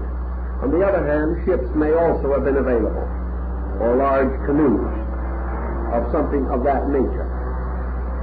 It would seem, though, that taking the Azores to be approximately the seat of the central point of Atlantean culture, though not the center of the continent, it would seem reasonable that those existing areas of the Earth's surface which were associated with the terminals of the ancient continent would be most likely to have direct relics or indications of the earlier connections.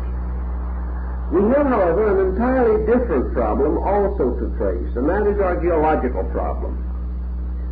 According to our problem today, as we visualize it, a large part of the Atlantis story should have existed about the time of the Cro-Magnon, should have existed in the great periods which we recognize geologically as those related to the emergence or appearance of primitive man upon the earth. So we study the Cro-Magnon, we study the remnants of his way of life, and such as we are able to discover about him does not give us any distinct clue to our Atlantean culture. And here we must pause and give careful consideration to what might be termed negative evidence. We have no evidence that we can bring forth today out of the remnants and ruins of the past to indicate the primitive man of the Cro-Magnon period, at which period certainly Atlantis should have been already an existing culture, that the Cro-Magnon was equipped with any of the instruments of culture or civilization with which we associate the Atlantean. We have two answers possible to this dilemma. First is that the Cro-Magnon represented a level of primitive savagery which existed contemporaneously with a higher culture. Just as today, we would not be entirely flattered if our culture was to be estimated only by the Australian bushman. Yet he exists today. He exists in a world which he is rather out of step with. And if in some remote time archaeologists should excavate his remains in an effort to determine the cultural strata of the 20th century, the ethnologist or anthropologist would come under a bad time. He would come to some very false conclusions. Thus, it is not as certain that the discovery of primitive man's remains invalidates the possibility of a higher culture existing at the same time, especially if this culture was somewhat limited from the standpoint of the area in which it developed. Plato's account cannot be dismissed with complete lightness, although again it is only fair to say that as early as the 2nd and 3rd century, Platonists regarded it with suspicion. It should only, however, lead us to a more thorough and careful examination of such evidence as can be accumulated. We study the Cro-Magnon, we see his primitive struggle for existence. We see him fighting the mysteries of a prehistoric world which seems to have been abandoned to savagery and wildness. We find him groping upward for fire, for shelter, for clothing. We see very little indication in his struggle of the type of culture we are seeking. Does this mean that already land areas had broken away so that by degrees the Atlantic continent had shrunk into one vast insular region which was not in contact or indirectly accessible to the migrations of the primitive men of that time? Let us take a parallel of this and see how reasonable we are. In the year 1490, the Western Hemisphere, as we know it today, was comparatively unknown to a highly civilized people. In 1490, European man was not aware of the existence of the American Indian. He was not aware that between Europe and Asia was a vast continent that would someday dominate the world. Let us be a little more local in our thinking. Down in Central America, your Aztec, Maya, Toltec culture had practically no awareness whatever of the Plains Indians of North America. These nomadic tribes also, seemingly, for the most part, derived very little from comparative proximity with the Aztec, Maya, Toltec cultures. The only point where they seemed to meet and mingle was along the banks of what we call today the Rio Grande. In other words, your New Mexican Pueblos, your town-dweller Indians, your Hopis, Zunis, are the ones which show the mingling of these two cultures. But not far away, other Indian tribes seem to be comparatively unaware that a great, highly cultured civilization lay to the south. The empire of Montezuma was one of the greatest empires the world has ever known. Yet Montezuma knew nothing of the existence of Europe. Therefore, as late as the 15th century of the present era, 1/3 of the world was unknown to the balance, with a few exceptions, a few individuals who had had one or other way of greater contact. But these very individuals were ridiculed for their belief that such a thing could exist. Our American Indian is the victim of this misunderstanding, for the early explorers named him the Indian because they thought he was an East Indian and that they had reached Asia. Now, if this could happen in a civilization that could give us the greatness of Florence, of Rome, the magnificent temples and palaces of the Near East, how much more so could this have occurred thousands, perhaps 50,000 years ago? Thus the fact that areas were not commonly known and that various levels of culture, or lack of it, could have existed contemporaneously is not disproved. We therefore have certain negative findings, but they are not conclusive in any way.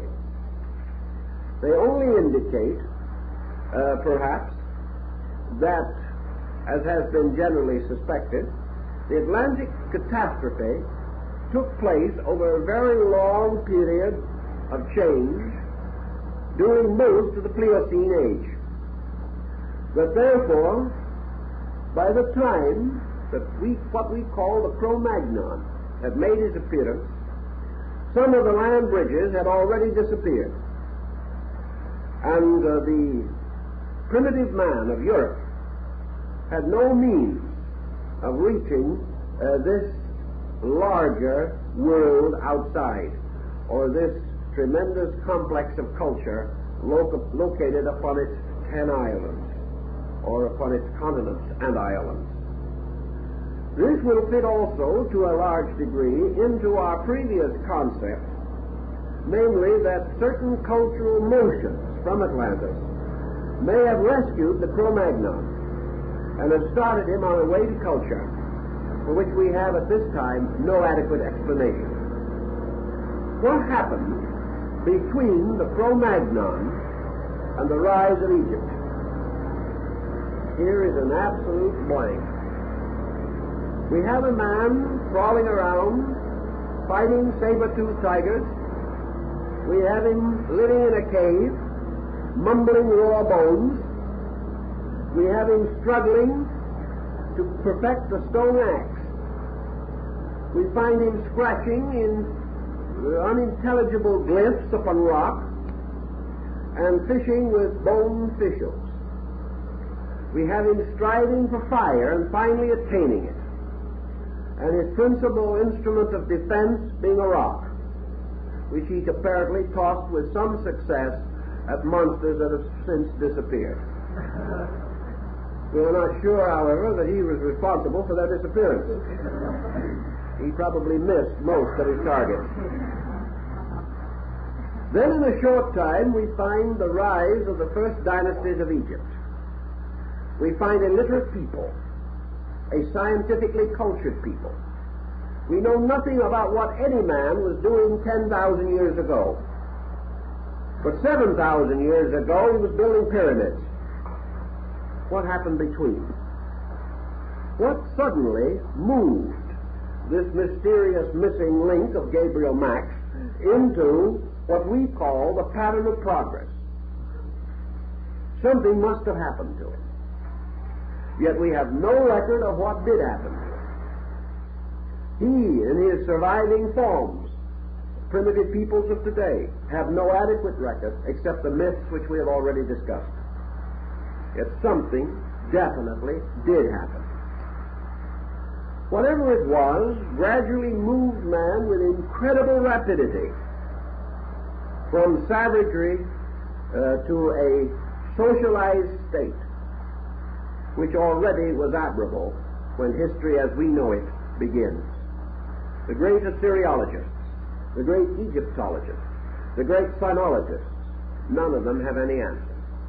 They do not know what the force was that tipped man into a state of rational existence. This mystery perhaps is concealed in the biblical account of where the Adamus, or the pre-Adamite man, was suddenly endowed with soul, became a living soul, capable of thought, capable of conscious growth. The circumstances are dim. But if we are not willing to accept that primitive man had some teacher, then we must assume that for reasons totally inexplicable, the drive to intellectual attainment broke out all over the earth at a comparatively similar, if not identical time, and that this drive suddenly lifted these primordial people into a state of intellectual attainment. We look around us and we observe with great interest the rise of peoples, the attainment of intellectual individuality, under the existing conditions of today. True, we do not have as many primitive groups to work with. But we observe, for example, that within the last 10 years, a great change has taken place in the map of Africa. 10 years ago, we had only 3 sovereignties in Africa. These were Egypt, the little Negro Republic of Liberia, and the Empire of Ethiopia.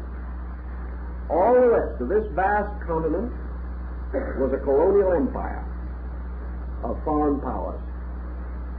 Today, or very recently, in the newly liberated state of Ghana, which was previously the crown colony of the Gold Coast, 8 independent sovereignties of Africa met in national conference.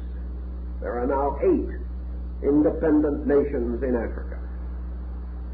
These independent nations reflect progress. But this progress was a gradual growth through contact.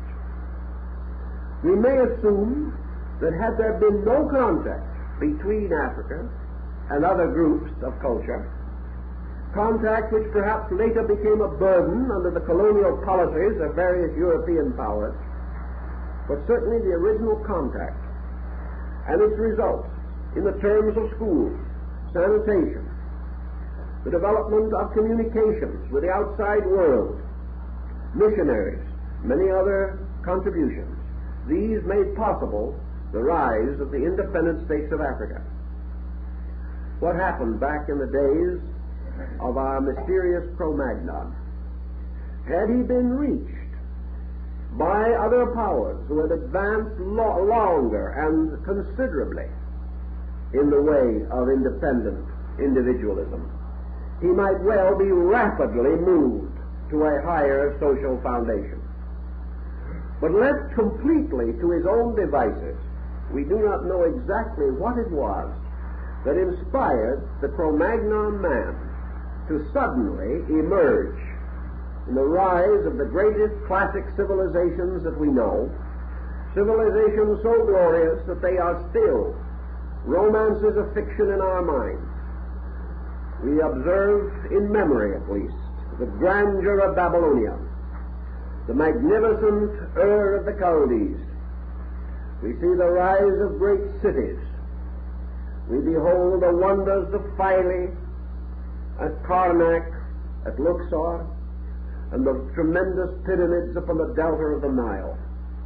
We see the rising glory of China and India. These things did not emerge suddenly out of the Cro-Magnon. Something had to happen.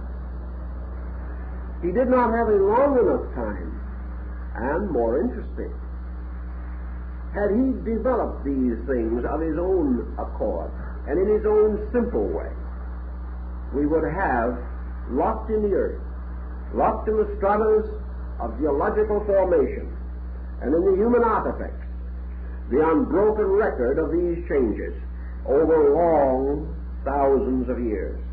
We do not have them. We do not have the evidence of the super Cro-Magnon.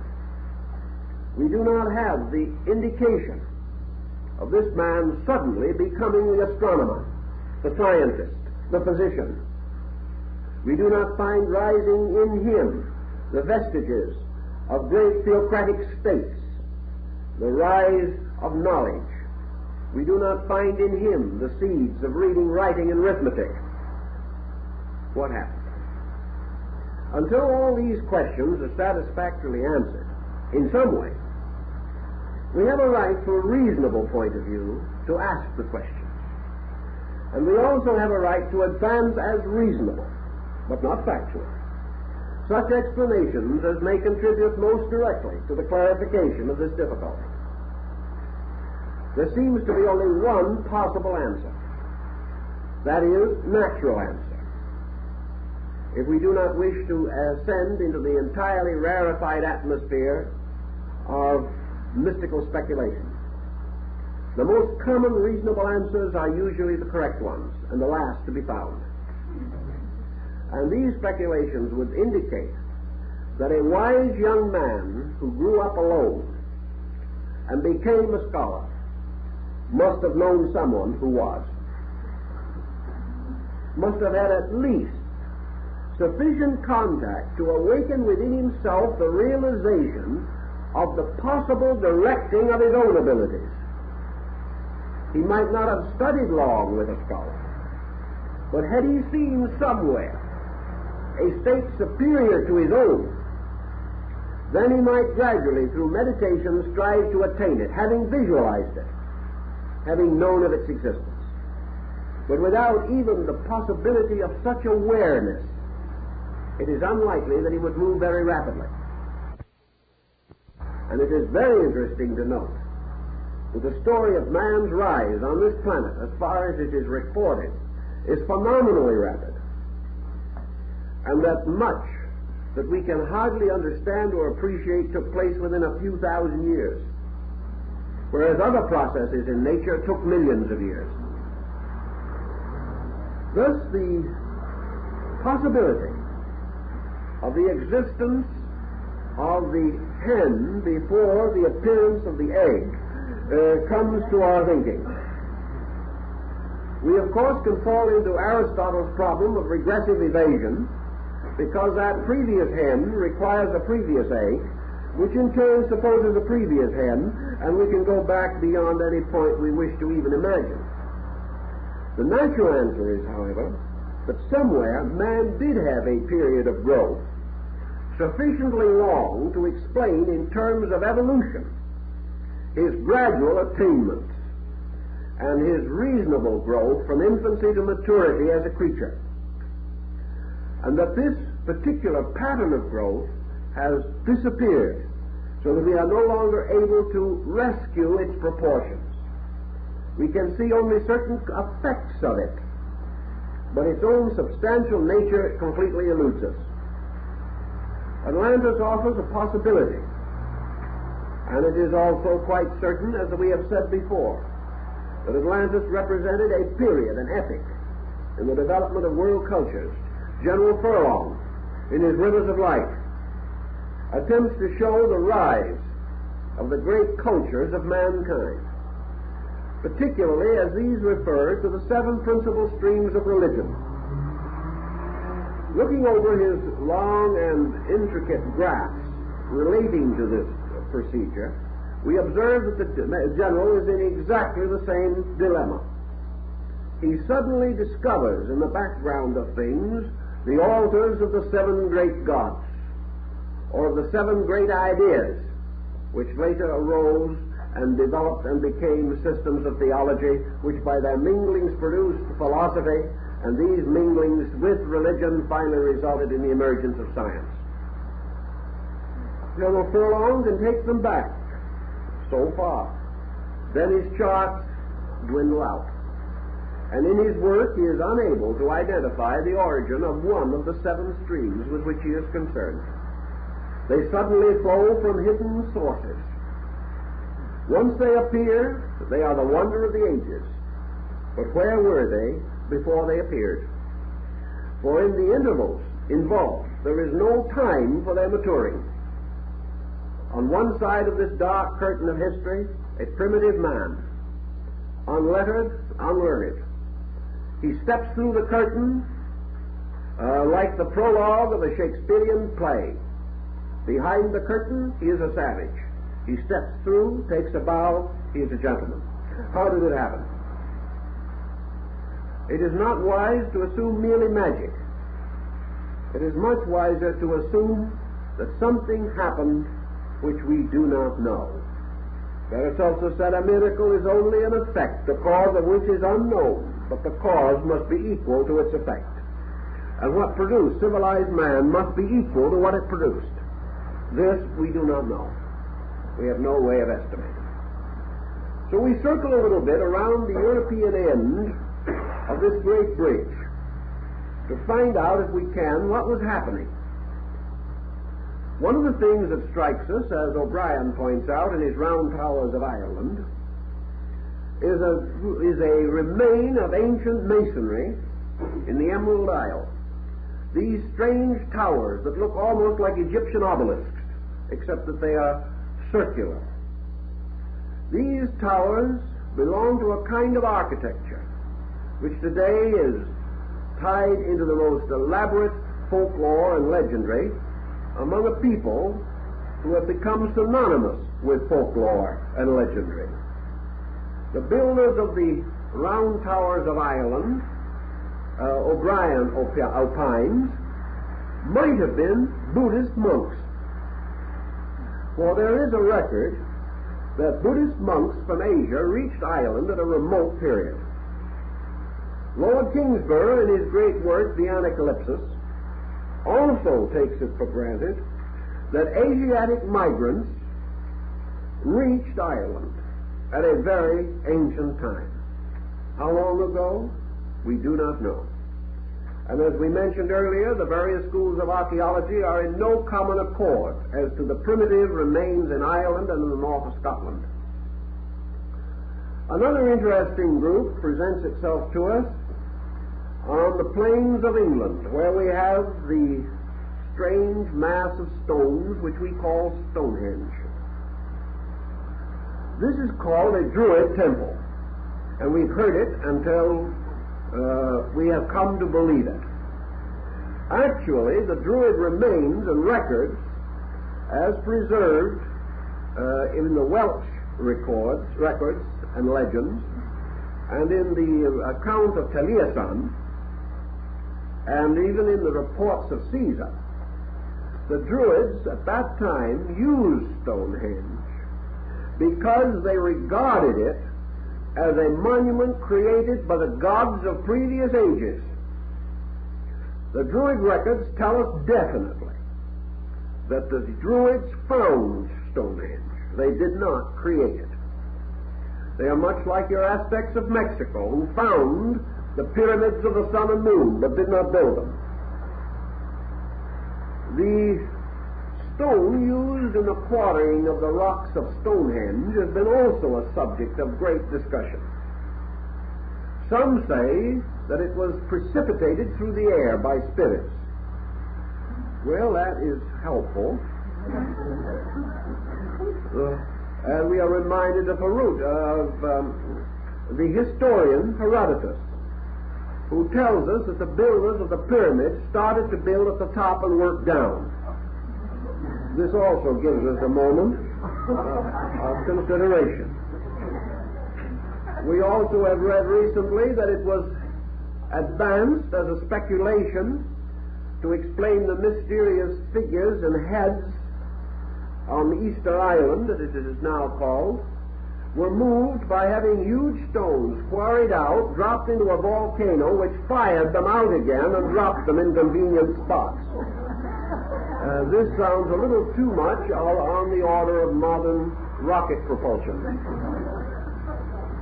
Actually, all of these mysteries are mysterious for one reason only, and that is we cannot conceive of primitive man having the brains to do any of these things in a reasonable way.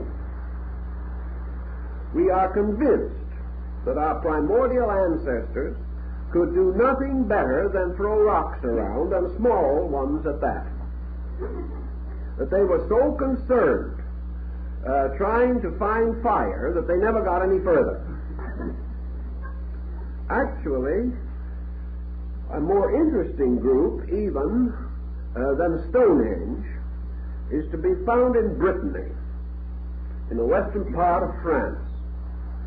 It is called Karnak, but it is not spelled the same as the Karnak in Egypt. Karnak is a mystic maze of stones, some of which would dwarf those of Stonehenge. But instead of a circle of stones, we have hundreds of them. Great monolithic rocks standing on end, forming rows like soldiers at attention. Why they were put there, who put them there, no one knows.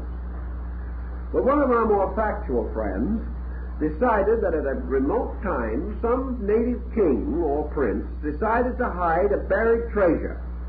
He hid it under one of the rocks and put all the others there to confuse people who were looking for it. Now this is good, sober, factual stuff. And pretty ridiculous.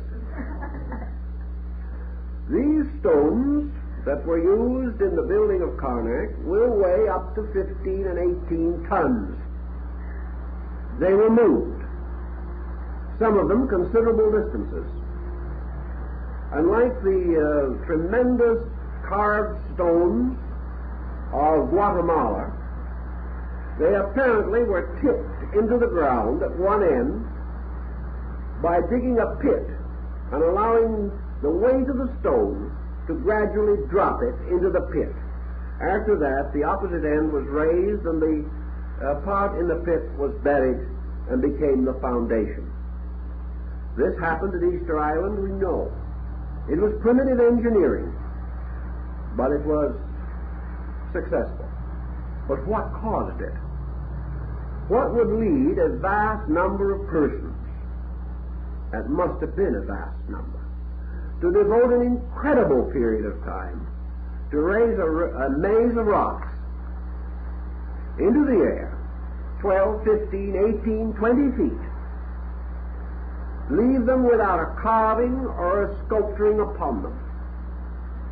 And if that isn't mysterious enough, we can look around through England, Scotland, and Wales and find all kinds of large rocks that have been balanced like the head of a mushroom on a very small stem-like rock, so perfectly that they have balanced for ages. Why? No one knows. Yet most of these tasks, though primitive, seem to bear witness to a high resolution and purpose.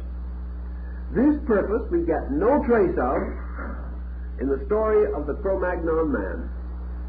We find this problem, or this purpose, already exhausted by the time that Egypt began. But there is this similarity. The builders of the pyramids and the great monuments of Egypt used the same basic method, but they had highly refined it so that their achievements were orderly, scientifically reasonable. Somewhere, factors had come in, yet these factors were not unknown to the builders of Stonehenge and Karnak. The Druids found that Stonehenge constituted a magnificent calendar of the equinoxes and solstices. We know that the pyramid is oriented to the 11th decimal point.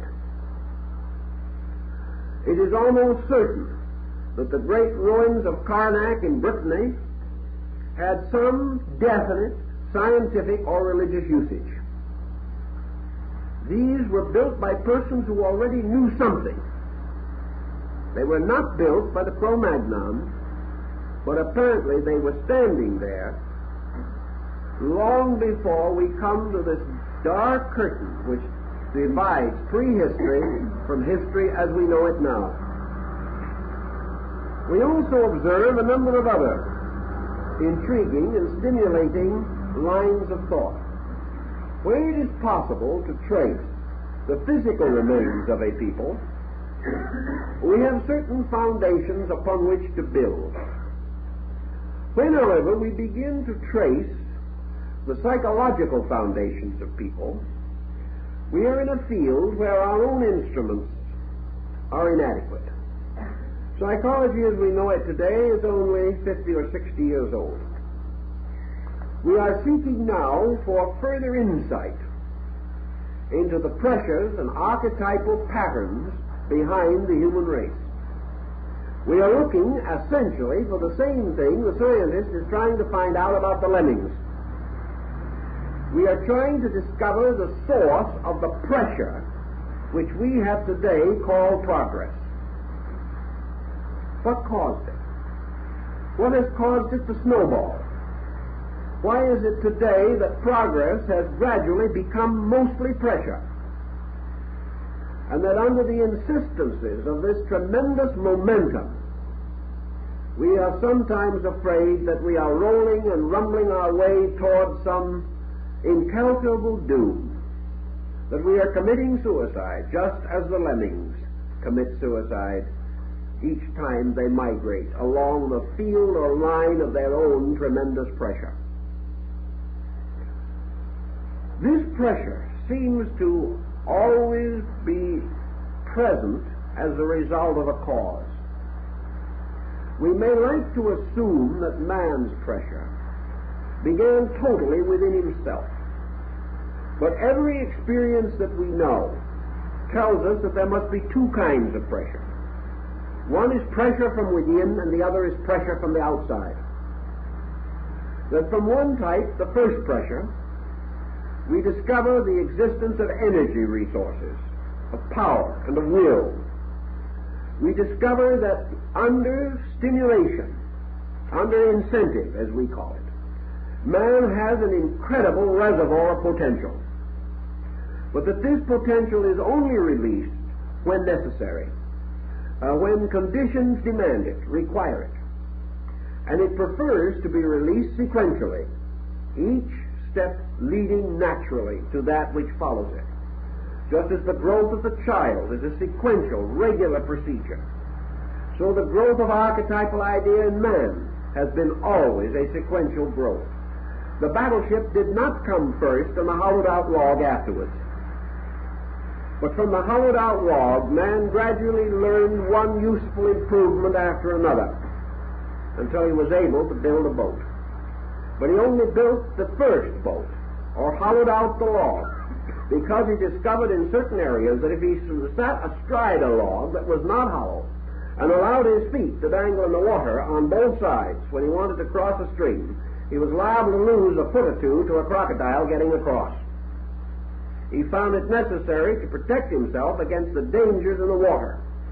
Therefore, he gained the idea of gradually lifting his feet out of the water and finding a place for them either on or in the log.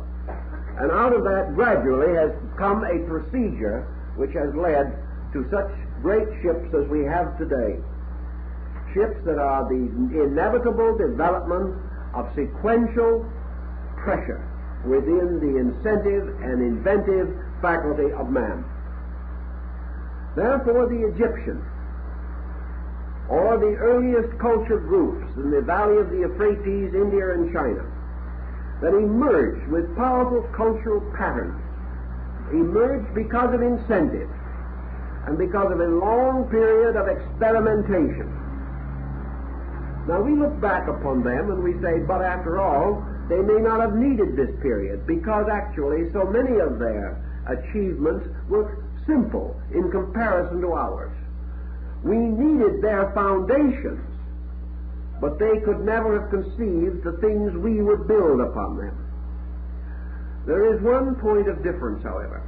When you educate a child, the most important, necessary, and difficult part is the first 2 or 3 years. There he must gain use of the instruments of his own education. He must be given the basic principles, reading, writing, arithmetic, spelling. He must have these things, for without these he cannot build. And now today, in the 20th century, we are not certain how these should be imparted to him. We are beginning to suspect that our methods of teaching him are not what they should be. Therefore, primarily, the great basic discoveries required the most enormous pressure of all, required the most powerful incentive, and some kind of judgment upon incentive, by means of which the early course of knowledge could have been clarified. We can send any child to school today, but only because there are 7,000 years of educational formula behind us. How we sent the first man to school, we do not know. Even presuming that he had the potential, only experience, discipline, repetition, and the orderly development of his faculties could have enabled him to make this tremendous transition within a conceivable period of time. And we have a very limited time in which he did it. And we know that we are not far off in the dating of this time. We can only assume, therefore, that what we call today the growth of man from the Pliocene, from perhaps the Pithecanthropus erectus, or the Neanderthal man, or the Heidelberg man, these ancient ape-like humans. These could not be all that preceded the rise of Egypt, the glory of China, the magnificence of India, and the splendor of the Greco-Roman culture. It's just not conceivable. So we have to have something. And these incentives have to come to us from some disciplined cause or source. Nearly all your ancient mythologies attempt to explain this by stating that there were upon the earth in ancient times superior races of beings. And in religion we find them everywhere. We find them in Ireland. We find them in Scotland. We find records of them in France and England. Everywhere we search, as in the case of the sagas and the Eddas, in the case of the ancient Arabian records, the Egyptian legends, always we have a people that arose from previous contact with culture. The only difference between this viewpoint and that of the Atlantic research student is the effort to determine the state and stature of these previous teachers. Donnelly was one of the first to present the possibility that these ancient teachers were the highly developed people of previous races. He opposes to this the presumption that these were angelic beings, creatures of a superior order of life.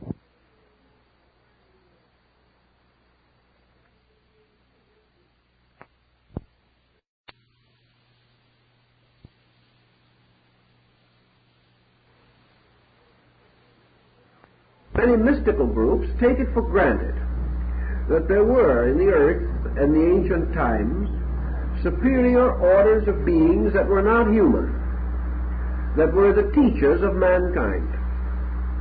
We cannot say that this is not so. We don't want to say that.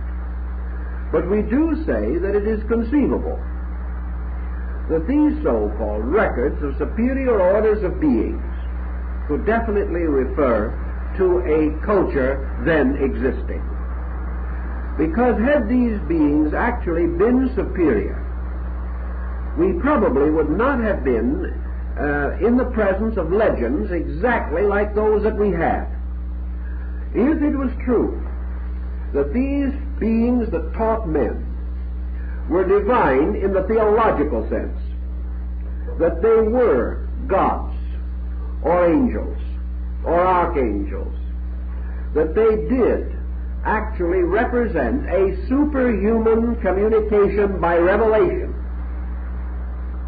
then it is extraordinary indeed that all of these early records should be so conflicting concerning the essential integrity of these beings. We do not have at the beginning, any more than in the case of Plato's story, beings that are truly divine. We have beings in whose nature we find the elements of our common concept of a pagan theogenical hypothesis. Namely, we remember Zeus, divine. We find him taking the form of a bull and abducting Europa. We find this same Zeus in constant argument with his wife, who was extremely jealous of him because he was by nature of a philandering intention. This does not sound as though these old gods were divine in the strictest sense of the word. Now we go to other nations, and they rather remain a polyglot lot. The gods of India made mistakes. The gods of China were very autocratic. They combined great gifts with strange and inconsistent attitudes. Most of the deities, for example, of the prehistoric world, and we can take the Nordic Odin, for a good example, were unable to foresee the consequences of their own actions. They set things in motion and then were dissatisfied. The gods of the ancient Olympian pantheon created man. Didn't like him. Wiped him out. They seem to have had combinations of factors.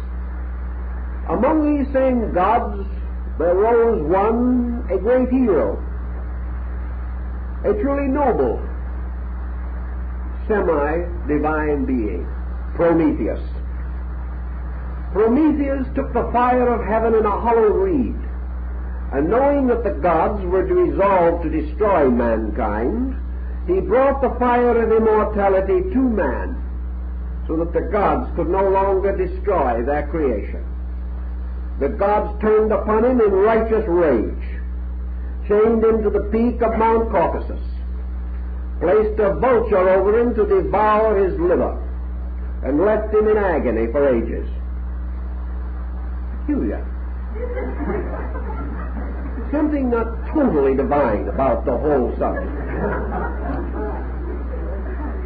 There's only one answer that appears to meet all of the problems, and that is that these myths have some ground in a reality that man, perhaps perfectly willing to accept all the attitudes and characteristics of these deities as sacred because they were beyond his comprehension, still maintained a certain record of things heard and seen.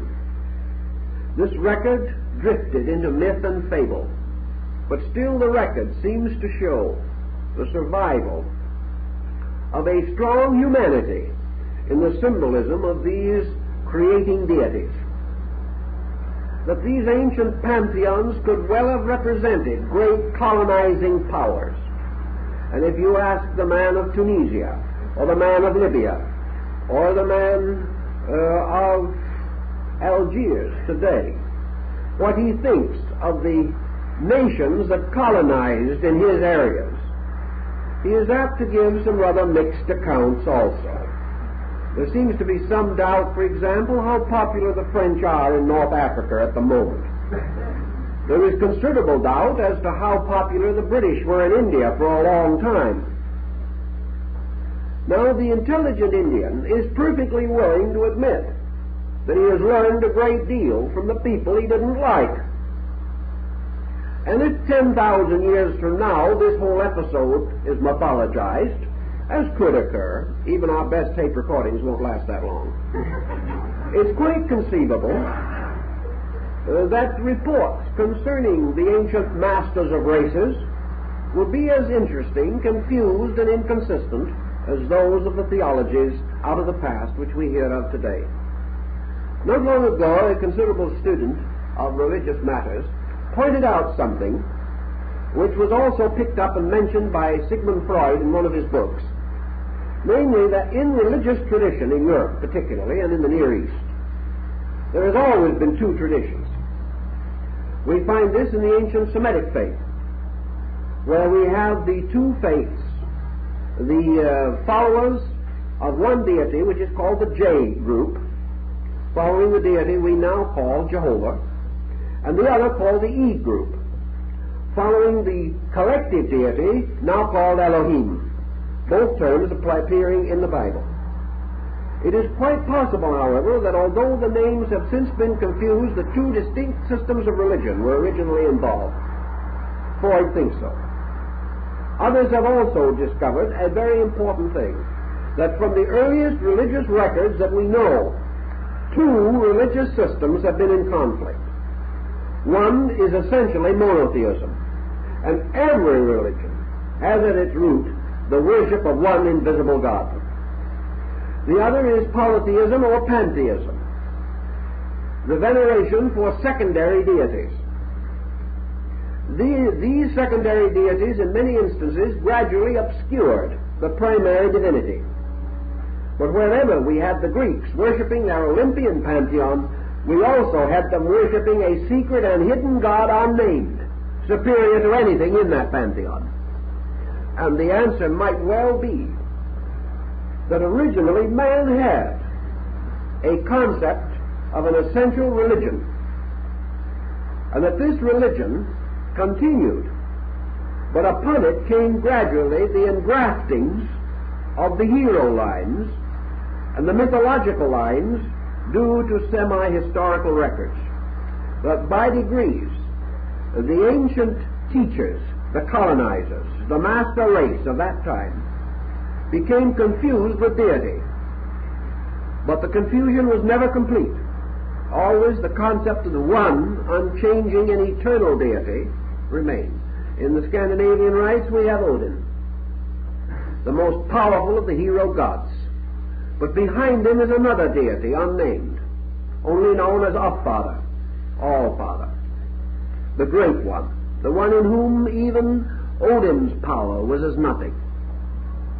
This All-Father, the one behind, disappears almost completely in the great age of legendary, but it is still there.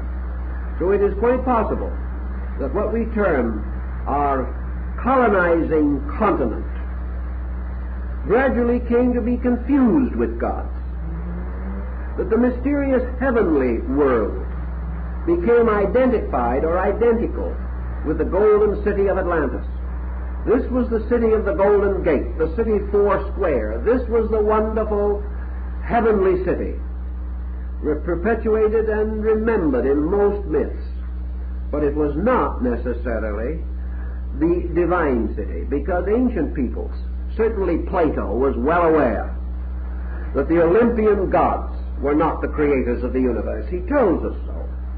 He shows why it is mathematically impossible that they should be. He places them, therefore, on a lower level, giving them creativity over certain departments of life, but not the supreme department. The identification of the gods with stars, and the gradual development of the concept that these stars represented arts and sciences, systems of culture, and later the seven parts of the soul, and finally the sensory perceptions of man. All of these ties seem to point out that we are dealing with more than one level of ancient tradition. So we have in religious tradition as we know it not only a universal account of the deluge, but also the fact that this deluge swept away not only a mortal world, but an order of gods. In the Nordic mysteries, for example, the destruction at the Götterdämmerung, the twilight of the gods, was not a destruction of the world, but of the gods. And it is inconceivable that this strange, sad, melancholy story of divine beings who were not divine, of gods who were selfish and tyrannical, of deities who brought down upon themselves a common ruin, the selfishness of the Teutonic Wotan when he makes his and breaks his pledge to the Nibelungen, his effort to steal the ring from Fafnir, and all of the subterfuges involved in this story, leading finally to the destruction of the gods. If they were truly gods, they could not be destroyed. This destruction, therefore, obviously relates, if it has historical foundation, and most legends do, for mythology is the history of prehistoric time. These relate to a people regarded as sacred, held to be divine, but nevertheless subject to evil, subject to death, and subject to the ultimate dissolution of their civilization. The moment we begin to think in these terms, we begin to put together pieces that will be of considerable value to us. We know also that if the Atlantic pattern gained control of European thinking, that there should be old vestiges, old remains that would tell us something about it. We find evidence supporting this concept in Andalusia and in certain rivers of Spain. Also, we know that on rare occasions there are tides on the western coast of Spain. These tides are most extraordinary.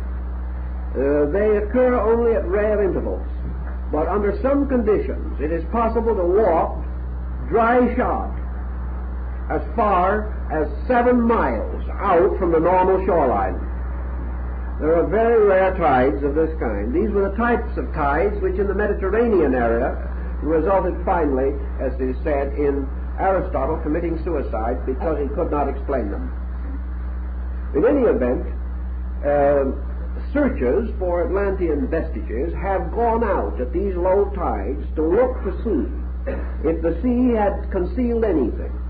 6, 7, 8 miles off the coast of Spain, human artifacts of a high order have been found. These artifacts are totally different from anything relating to the historical background of Spanish archaeology. They represent symbols, figures, designs, mostly in bronze and ancient metals. And it is now estimated, therefore, that these bronze remains must be as old, if not older, than what we call the Cro-Magnon today. Yet we have no record that he worked in bronze. It would be incredible to us that he did. In the Sahara Desert have been dug up examples of tempered bronze, tempered so successfully that a real cutting edge could be achieved, a strong edge, a useful edge. Yet the tempering of copper has only been discovered in comparatively recent times. The ancient evidences of these arts and sciences, the relics of them, would correspond somewhat with Plato's accounts and with those of other early writers, for it has been assumed for a long time that the Atlanteans did master the use of bronze, and that in some ways the tipping of the Bronze Age, as it was called, into the Age of Iron had symbolic bearing upon the destruction of their continent. All of these relics, however, are not as really interesting to us as, for example, we know from ancient mythology that among the kings of Atlantis there was one that ruled a state on the extreme eastern end of that continent. And in the old mythological records he is called Getty, and he was one of the members of the family of Atlas. Getty is remaining to us. We know who Getty is now, or what Getty is. It is the city of Cadiz in Spain, named for him. He was an Atlantean king. How did the Spanish city come to pick up this legend? Why do we also find in the area around this city extraordinary examples of volcanic upheaval and evidences of ancient culture far earlier than anything to be discovered in more distant parts of the same country? Bit by bit, these things have to be fitted together. But all the fitting tells us one thing, that somewhere in the background there were many myths, many legends, which have resulted in the naming of ancient areas, and that this naming of ancient areas seems to show a broad knowledge of something. Some years ago, a man named Preston, in his work, The Great Pyramid, a book on the Great Pyramid, New Light on the Great Pyramid. I guess his name was Parsons, not Preston. But in any event, he brings into his book something that is quite intriguing. He shows a map of the world, the astronomical map, laid on the terrestrial map. He makes his contact by tying the celestial constellation of the Nile with the terrestrial Nile, assuming that at some remote period the heavenly map and the earthly map coincided, following an ancient belief that there is, they say, a flower in the field for every star in the sky, but more particularly these great land areas. If you fit the celestial map over the terrestrial map, as the Chinese did in their famous bronze terrasphere on the wall of the observatory in Peking, which was taken to Berlin after the Boxer Rebellion but later returned, you find that the heavens placed upon the earth give us some very interesting things in the line of correspondences. If we do that, the constellation of the Great Bear falls over Russia. Why? No. The constellation of the Eagle falls over the United States. The great constellation Serpiens falls over Central America, where the worship of the serpent has been noted for ages. All parts of this terrestrial celestial correspondence map seems to indicate that the creators of the star groups had some kind of a knowledge of geography, that they were not unaware that there were land areas, and that at some prehistoric time these land areas had been reached or charted. How, we do not know. We know also that Plutarch, in his Voyages, describes a Greek expedition. The description, the detail of this description of navigation was analyzed mathematically in terms of the sailing of boats. The modern analysis was made within the last 50 years to try to find out from the detailed description left by the ancient Greek navigators where they had gotten to, allowing for their own measurements of how many equivalents to our miles they sailed in one direction, then for so many days in another direction, and following exactly as far as possible not only their course, but at the end what they found.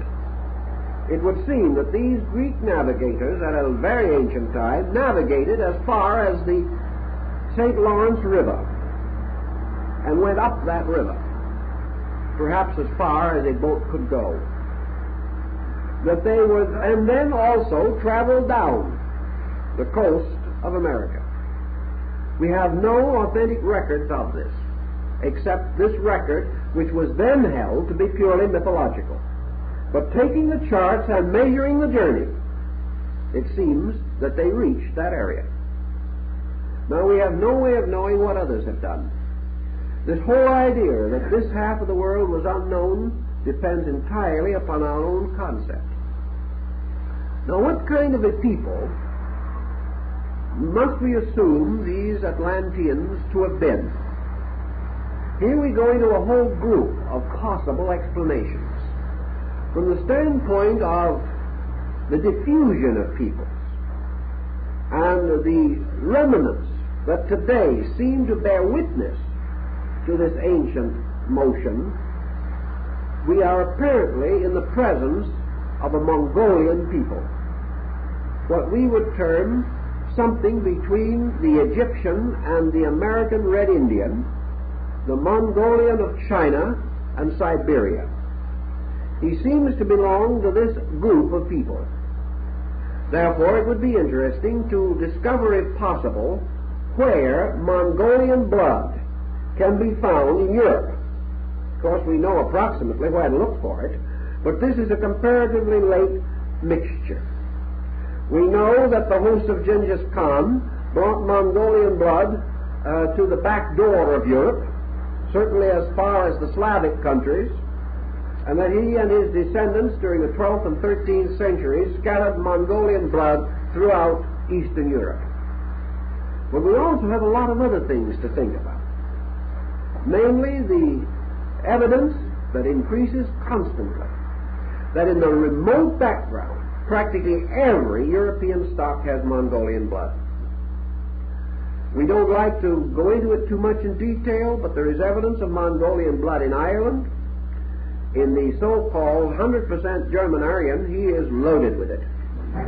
It is even quite abundant in the Latin peoples. It is present in Spain.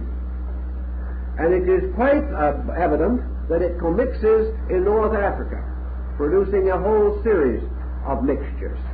Of course, it is all through Asia so that Mongolian blood is to be found on both sides of the Western Hemisphere. And, of course, your American Indian also is a strong Mongolian, a point that has never been questioned. This diffusion, therefore, of ancient peoples, and the fact that these strains are consistently being submerged in most European countries, and that these strains go back much further than we generally believe. In fact, it is believed rather historically that the historical man whom we know as Odin in Scandinavia came from Scythia, and that he came as an Asiatic to Scandinavia. The Greeks claim that their Orpheus was an Asiatic, and the Egyptians say that their Osiris came originally from India. So all these things go back. And as we go back behind the rise of the great Anglo-Saxon Teuton complex of peoples, we find underneath, holding them up, this mysterious Mongolian Atlas who holds modern humanity on its shoulders. More research is necessary in this field, but the belief in general has long been that what we call our Atlantean was perhaps nearer to the Mongol than any other type that we know today. That therefore the possibility of his disappearing as a great unit of culture in the Atlantic Ocean era, or the Atlantic region, may well have released minority groups as the Celts and the Anglo-Saxons and the Aryan Semites from what had previously been subservience. That it was the loss of these master powers that gave a tremendous incentive to the rise of European culture, for which also we have no reasonable explanation. We simply do not know. The Druids had 2 colleges in France. These colleges, one of which was the great school of Bibractus, taught so much of learning that it was to the amazement of Caesar. The Romans had nothing comparing to the great universities of the Druids. These universities, however, have vanished from all memory, apparently. They disappeared. But what they taught came from very ancient sources. And we know that such doctrines as rebirth and evolution were known to the Druids. In fact, they borrowed money in one life and gave a receipt promising to pay it back in the next, which indicates a very high degree of faith, particularly on the part of the individual who accepted the note. Today, we trace most of these beliefs to Asia. Now we have another problem that's a rather pretty and subtle one. Assuming that Asia attained a comparatively high cultural level at an early period, and your Indian records might assume it, we must then explain our Aleutian Straits migrations and our Bering Sea migrations. At what time, according to the conservative men of the field, did this migration from Asia take place that was to populate the Western Hemisphere with its traditional red man? We have to look carefully. This migration must have occurred before Asia attained a cultural platform which we associate with its classical era. Had it attained its classical definition, it would have brought this information with it and would not have left the entire North American hemisphere as far as the Mexican border without a calendar. It couldn't have happened. These things would have come along. And also many doctrines would have advanced much more completely, and we would not have had a great culture like Asia producing a nomadic culture like our North American Indians. Therefore, our American Indian possesses the rudiments of Asiatic shamanism, but he does not possess it in a highly developed form. Therefore, he has to have brought it, the primitive part, with him, and had to have left the homeland before the more highly advanced part was known to his own people. Then cut off, theoretically, he could have been forced to grow slowly, achieving over a period of perhaps several thousand years the final culture which he attained in the great Iroquois League. If the Iroquois League lasted for 50 years longer, Europe could not have conquered America. This situation points out something else. Down further along our shores, in the Mexican, Toltec, Aztec, Maya complex, we have an entirely different people, structurally and racially. Here we have a people with a great culture, a culture that confounded Montezuma and left the early Jesuits that accompanied him speechless and caused them finally to reform their own calendar from that of Mexico. Here was a people that did not wander across the Bering Straits or the Aleutian Island chain. These people came with an achievement. Had they migrated, they would have left their records from Alaska to Mexico, but they did not.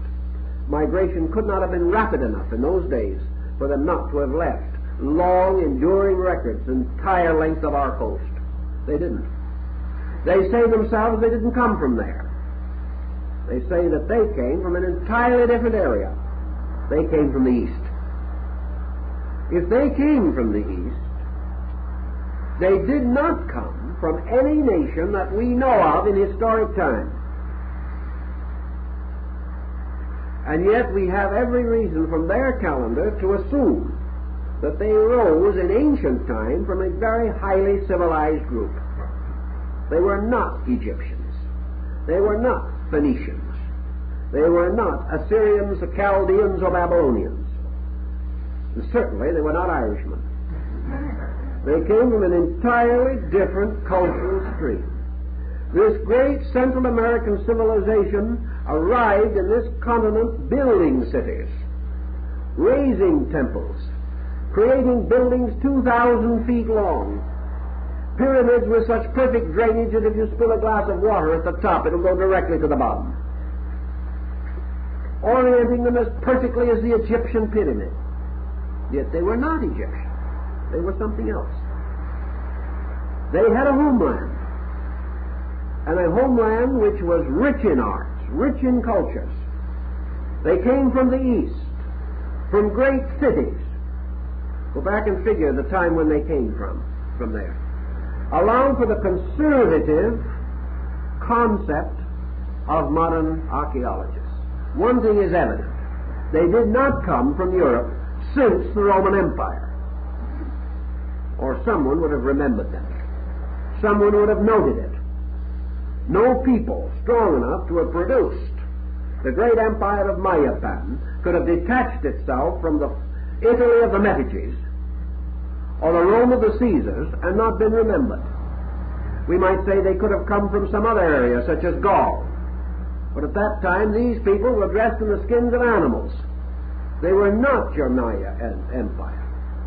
They could not have come in the days between the rise of the Roman kingdoms, 600 B.C. They did not come from Greece. There's nothing remotely Grecian about them. They speak no language that is known in the old world. They use no alphabet from Europe, yet they came from the East. Where? They tell us distinctly that they did come from the East. There is no other explanation for them. There is no trace of them coming down our Western Americas. They certainly didn't come from Patagonia. There is nothing that tells us that they could have come directly from Asia. They tell us themselves that they came from the East. Their great hero god, later, to follow the pattern, came from the East, from the land of the seven colors. Later, when Cortez came from the East, they declared him to be their god returned because he had followed the same route as their ancient peoples. things tell us that this people arose somewhere this side of Europe and the far side of Mexico. They didn't come from the Azores. They were not the people of Madeira, and they certainly were not the ancient inhabitants of the West Indies. Where did they come from? Seemingly, we have no record. Within historic time, they did not come from Africa. They have none of the bloodstream. How did they get where they got? There seems to be one point that is made out of this, that some cultural center existed that could produce a people that could build a city like Chichen Itza, in which the public buildings are some of them 5 miles apart. It is estimated that the city of Chichen Itza, if laid out architecturally and completed according to the existing remains, would have been large enough to house 3 million people. Where did they come from? They tell us. But we have to deny it because we can't find the land they spoke of, even though they tell us it's there. But if we can imagine from their calendars that they did move in, they moved in already rich. They moved in upon a previous people, aboriginal. And we have the same situation here that we had in other parts of the world. 2 layers of culture, one built upon the other, like the Aryas of India moving down into the Dravidian culture of the Indo-Gangetic plain. These things moved, and they moved from the west, from the east to the west, through some region, some area, unknown. That these people could have navigated a distance is true. That a whole civilization moved the entire width of the Atlantic is unlikely. The lands of mud must once have been there. Now, the strange glory of the great Western culture, the cities which they built, have in some way fired the imagination of many thinkers to assume that this whole mode of architecture, this whole psychology of life, was the shadow, the dying remnant of the Atlantean. That another remnant of this, moving in the opposite direction and striking the Mediterranean culture, resulted in Egypt, but that these 2 forks had already separated. Therefore, in certain things there is a common heritage. In other things, however, there is no heritage. Both use glyphs, but the glyphs cannot be completely deciphered in terms of each other. There are reminiscences, but there are differences. It is quite possible that the Western culture, the magnificent city of Mexico described by Cortez, the city that was a fairyland of beauty, and yet a city in which a strange warlikeness, human sacrifice, and all these things abounded, could well have been the remnant of this decadent Atlantean culture which was wiped out for its cruelties. We do not know, but the dream moves in that direction. The thinking seems to tell us that there was this central core there. If this existed, as by reasonable hypothesis, then we know that the people who reached the Western Hemisphere sometime perhaps between the beginning of the Christian era and 1,000 years before that period in there, that these people reached this Western Hemisphere from the remnants and vestiges of something. And there are reports and records to be found that would indicate that parts of the Antilles, as we call it, parts of the area around the West Indian group was submerged, the parts were submerged comparatively recently. There is indication that in the area which we call the Sargasso Sea at the present time, the graveyard of ships, that there were large areas which were not submerged until well within the period of history. That these submergences may have been as late as 1,000 to 2,000 years before the beginning of the Christian era. It is possible that these formed parts of the land bridges that carried these people from some unknown homeland of still earlier vintage. Here again, then, if we posit our Atlantean, as we find him in Plato, assuming him to have existed some 12,000 years before the beginning of the Christian era, and in this period coming to the conclusion of his culture, what is behind him? we must assume that behind him was a long history. And this is also implied but not analyzed by Plato. These people had to rise. They had to come to authority and power. Again, they had to be taught by gods and heroes of a still more ancient time. What we probably have not recognized and have never given serious consideration to is that man has been on this earth much longer than even the most optimistic anthropologist believes. That there have been many cultures, but that the natures of these cultures were such that for some of them at least, surviving artifacts might be comparatively rare. We have reasons to assume, for example, if we can believe our studies of anatomy and physiology, that primitive man may have lived here as a comparatively rational being without leaving architectural remains. That's something we've never taken into consideration at all.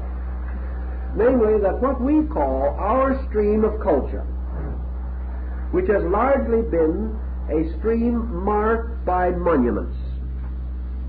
Wherever we have gone, we've left a monument, whether it was the pyramid or Stonehenge. Wherever we have gone, we have also left carved bones, inscribed rocks, human remains in some cultural form.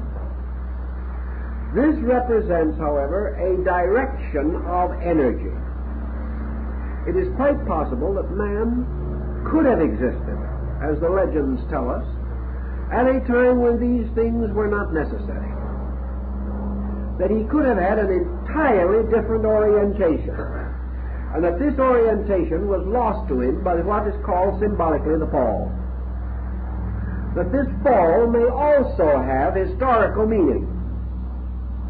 That it represents not necessarily the punishment of a crime, but a reorganization of man's powers, possibly going back, and this may psychologically have great importance in the course of time, to the beginning at which apparently the human being, together with most other creatures of nature, was hermaphrodite.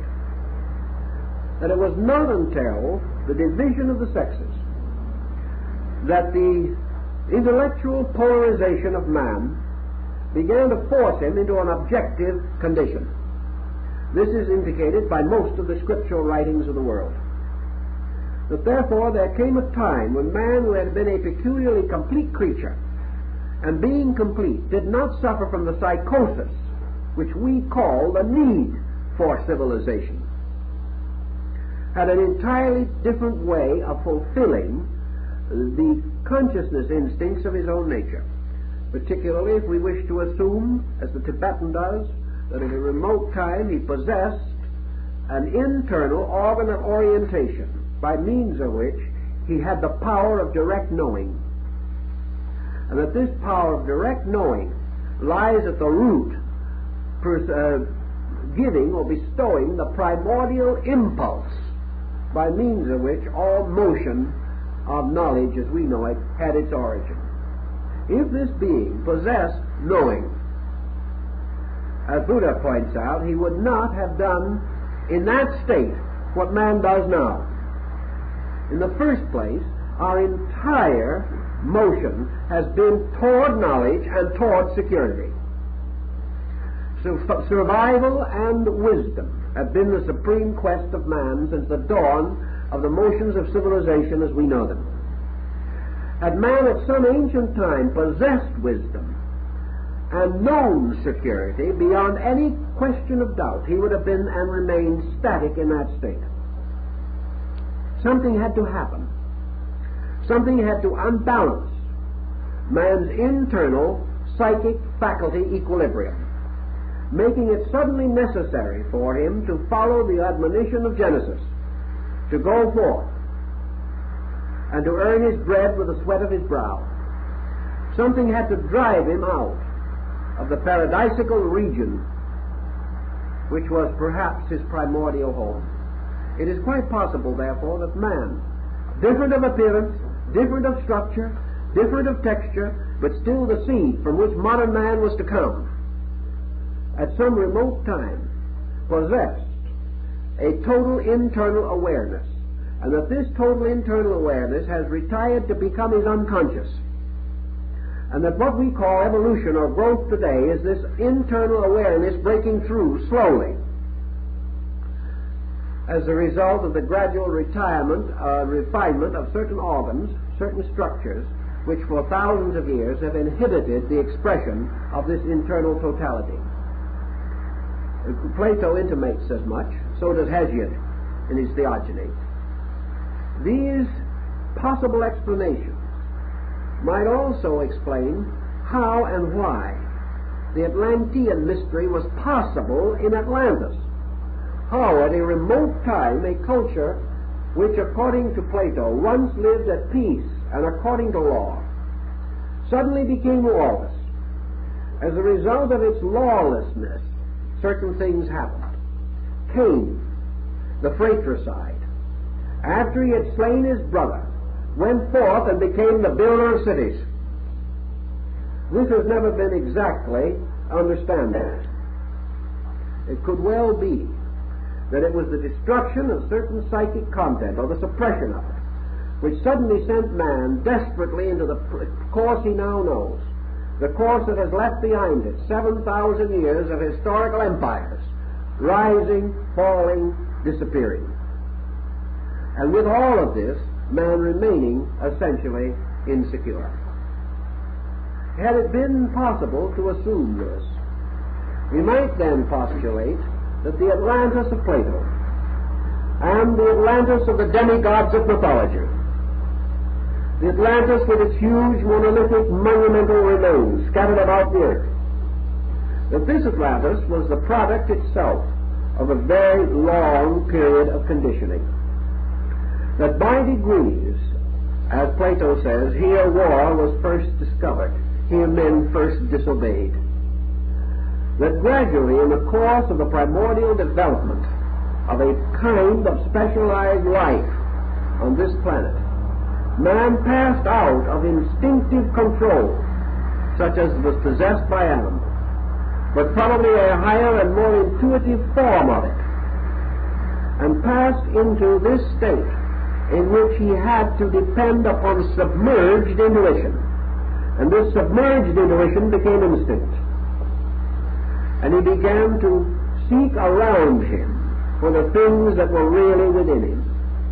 And once he started this, we can understand why civilization galloped on its way, like some mysterious symbolic centaur, with the head and shoulders of a man and the body of a horse.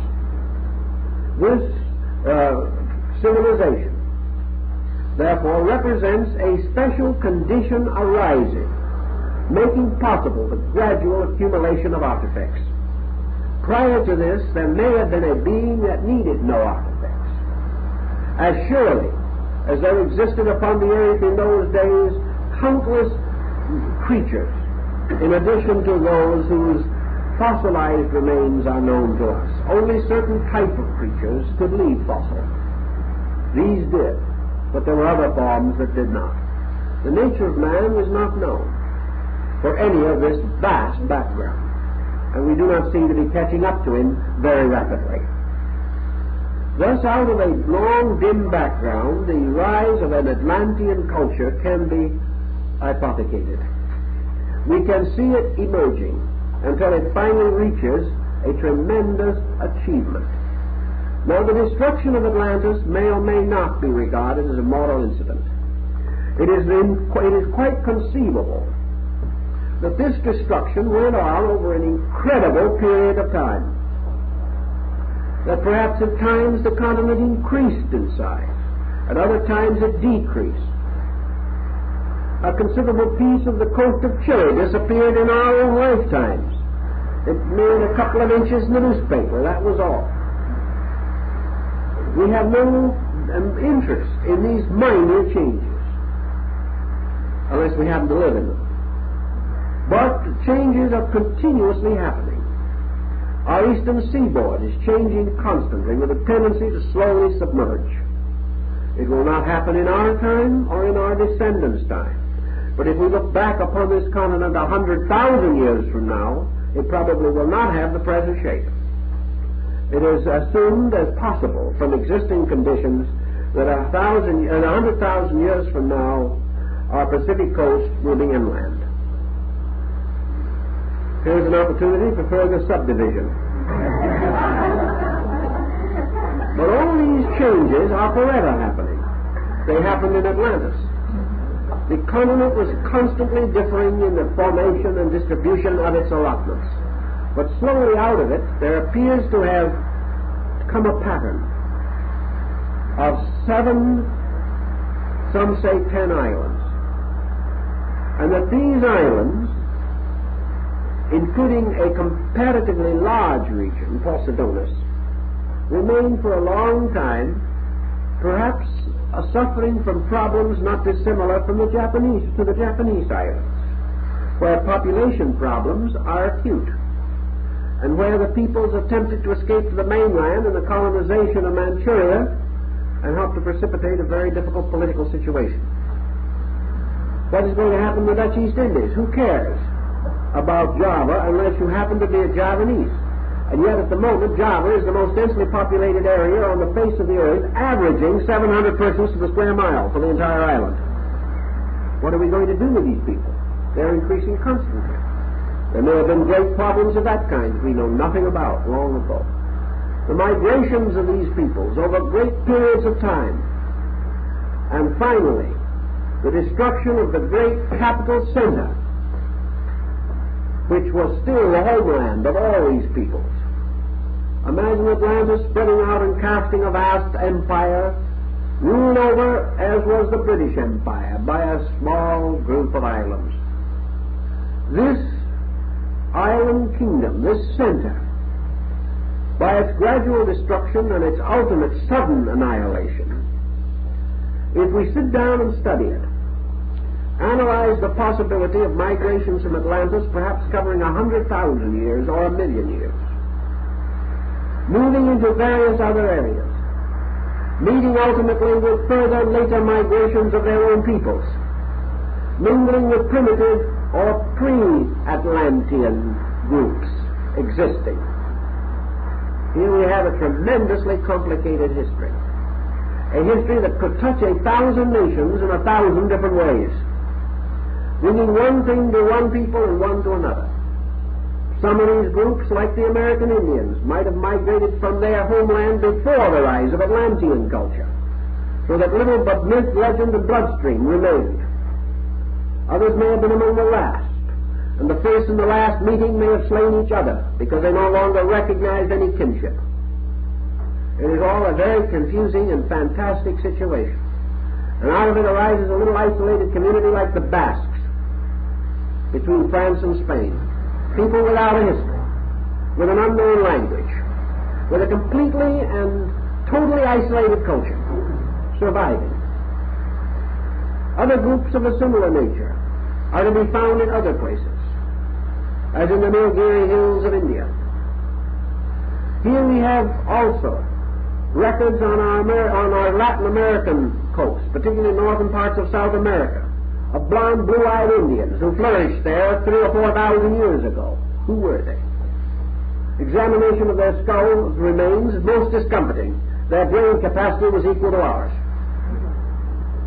Where did they come from? No one knows. We have to place behind our present anthropological and ethnological concept some proven pattern of human motion in a dark period before history. We cannot have nothing back there but the missing link. We cannot have nothing there but a hairy human anthropoid giving birth out of his own wisdom to Greek philosophers. There has to be something.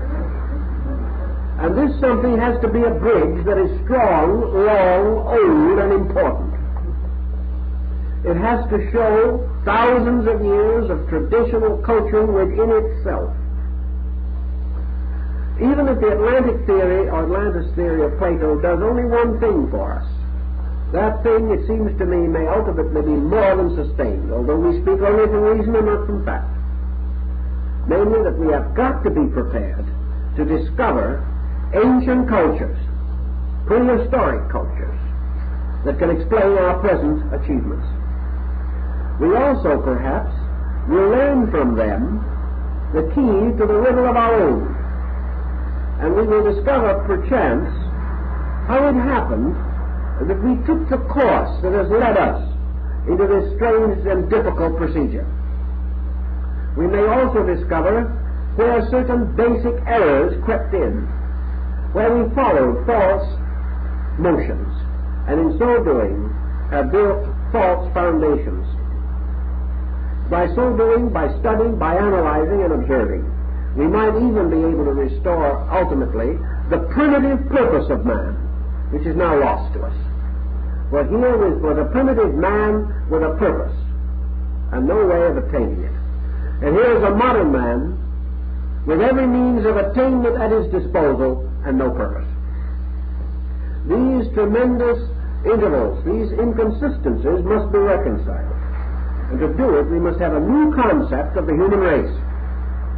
And if the Atlantis theory opens to us the possibilities of this new concept, even though the stories we now have may be many of them incorrect, if they reveal a line of thought that may unfold for us the origin of our species and leave us free from this terrible belief that a few thousand years ago we were untutored savages hunting for fire, and recognize that the man that we know on earth today is the product of vast periods of growth, unfoldment, and that nature has concentrated this effort for a reason. And to attain this reason, we must not be like the lemmings who simply swim out into the sea and drown, because they always have. Man makes mistakes because he always has. Always has. This he cannot afford to do. I'm making a mistake now. It's 2 minutes past time, but I always have made the mistake, so you'll excuse me if we do it on this occasion. Now, I'd like to, before you leave, I'd like to call.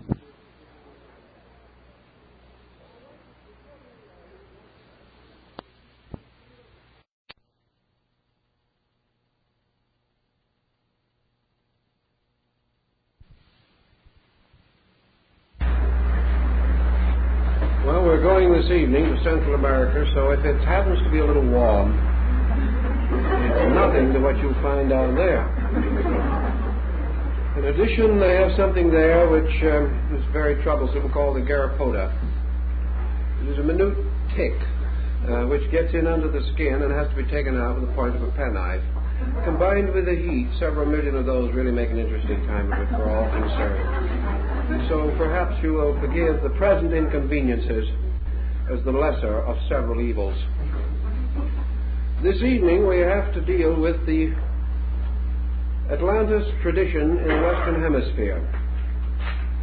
And it is an interesting subject that springs from a great many different roots and has a great many verifications and wanderings as we seek with different tribes for records.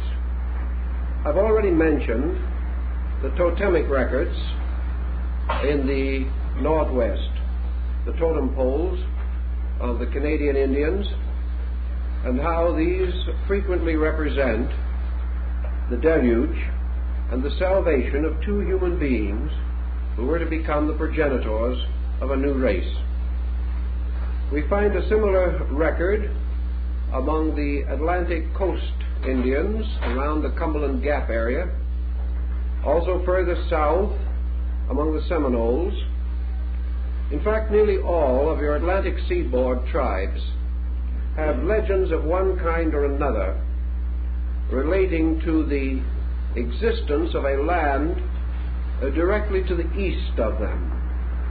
In the original Indian version, Great Rabbit, who later became confused with another man in Longfellow's poem of Hiawatha, Great Rabbit, leaving his people, took a canoe and returned to the mysterious land of the east, the land that was east to him, out into the Atlantic Ocean.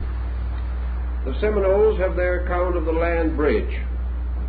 The old Cherokee people also have interesting accounts of these ancient times. and with the rise of the Iroquois League extending up into Canada, we see evidence that may possibly tie to the old explorations of this region by the Norse people, the famous travels of Eric and many other hardy adventurers of those days. We are interested, however, also in the fact that these legends drift a long way from the Atlantic coast. In fact, we find them in the Middle West, and particularly our Southwest. The reason for the connection with the Southwest may be, and we say this may be very definitely, the gradual moving northward of records from the Nahuatl people to the south. In other words, the Aztec influence upon our Southwest American Indian tribes. So we'll take one or two typical examples because we cannot possibly cover all of the various accounts. Some 30 years ago, I brought up here to Los Angeles one of the last of the great Navajo medicine priests, Faustin Claw.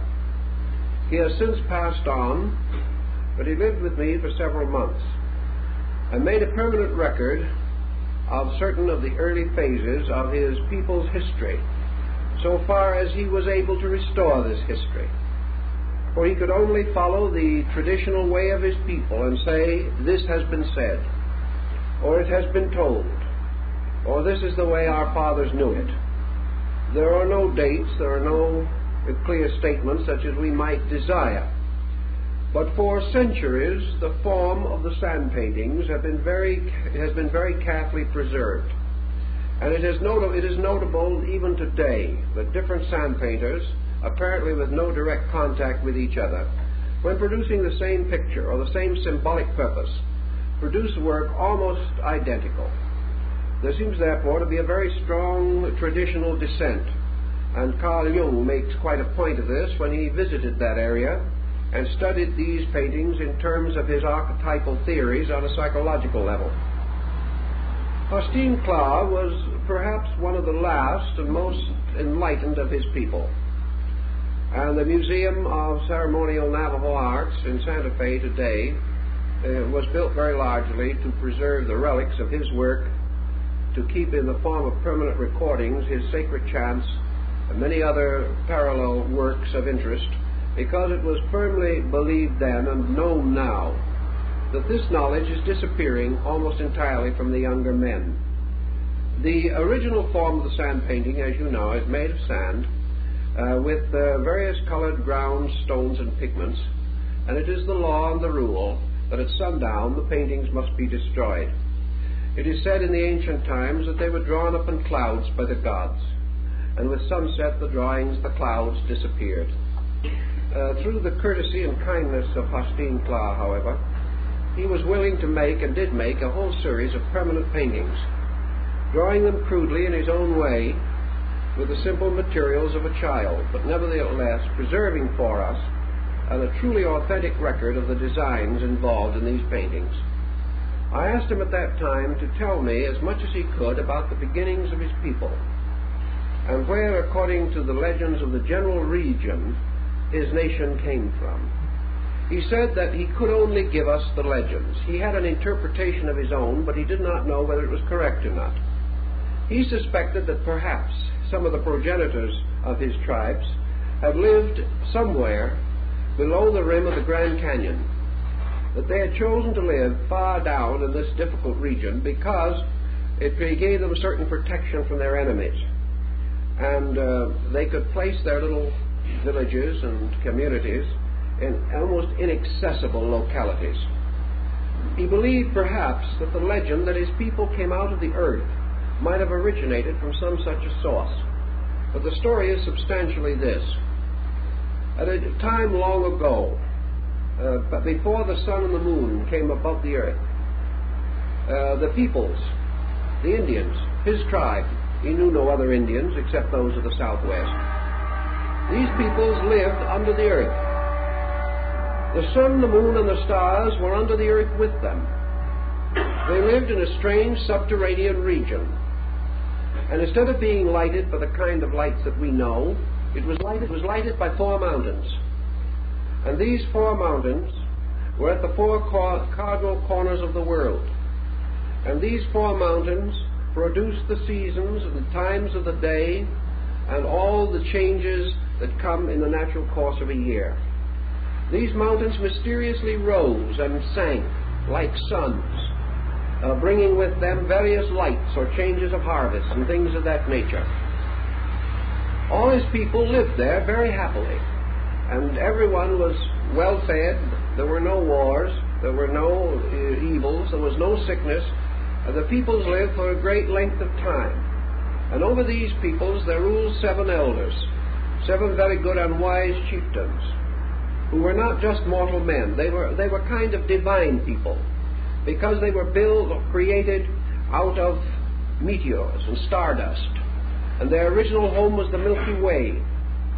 And they lived far removed from any ordinary mortal condition.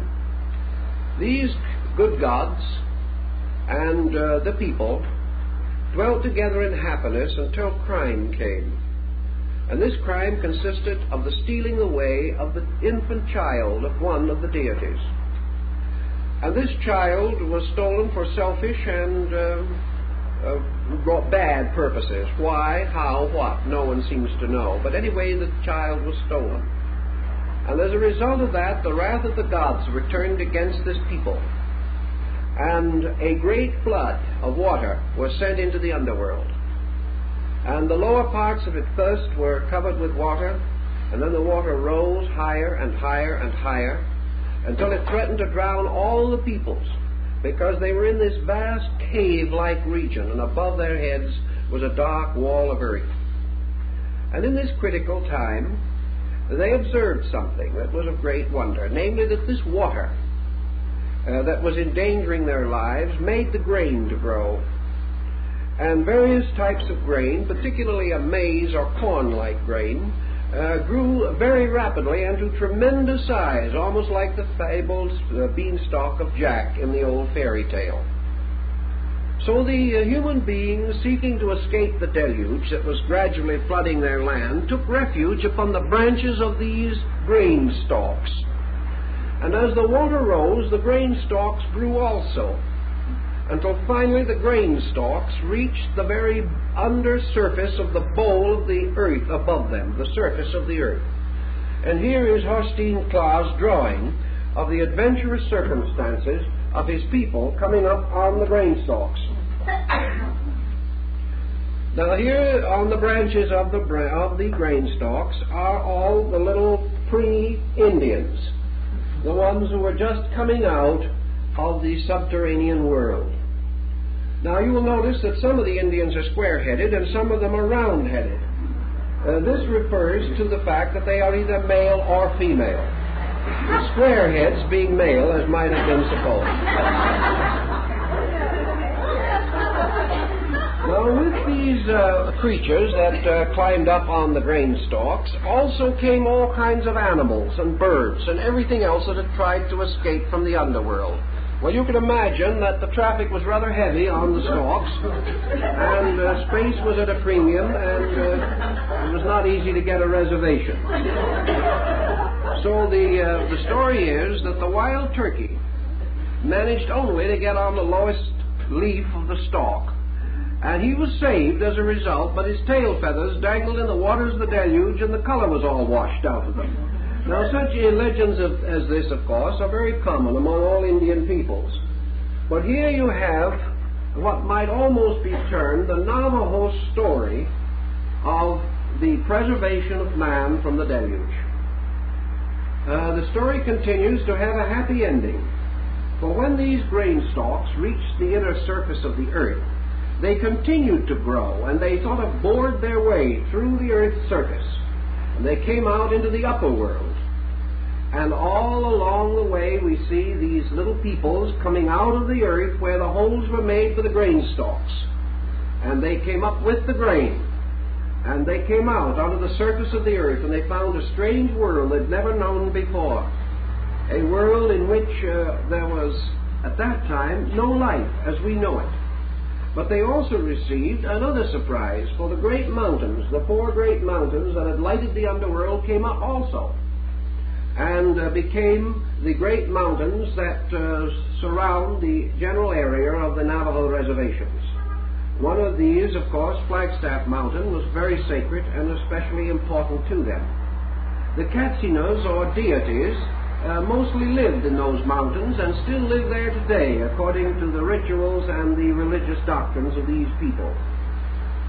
When the little Indians from the underworld came up to the surface, the waters seemed to subside. Some waters came up too, and there were fountains out of the earth which made the land fertile.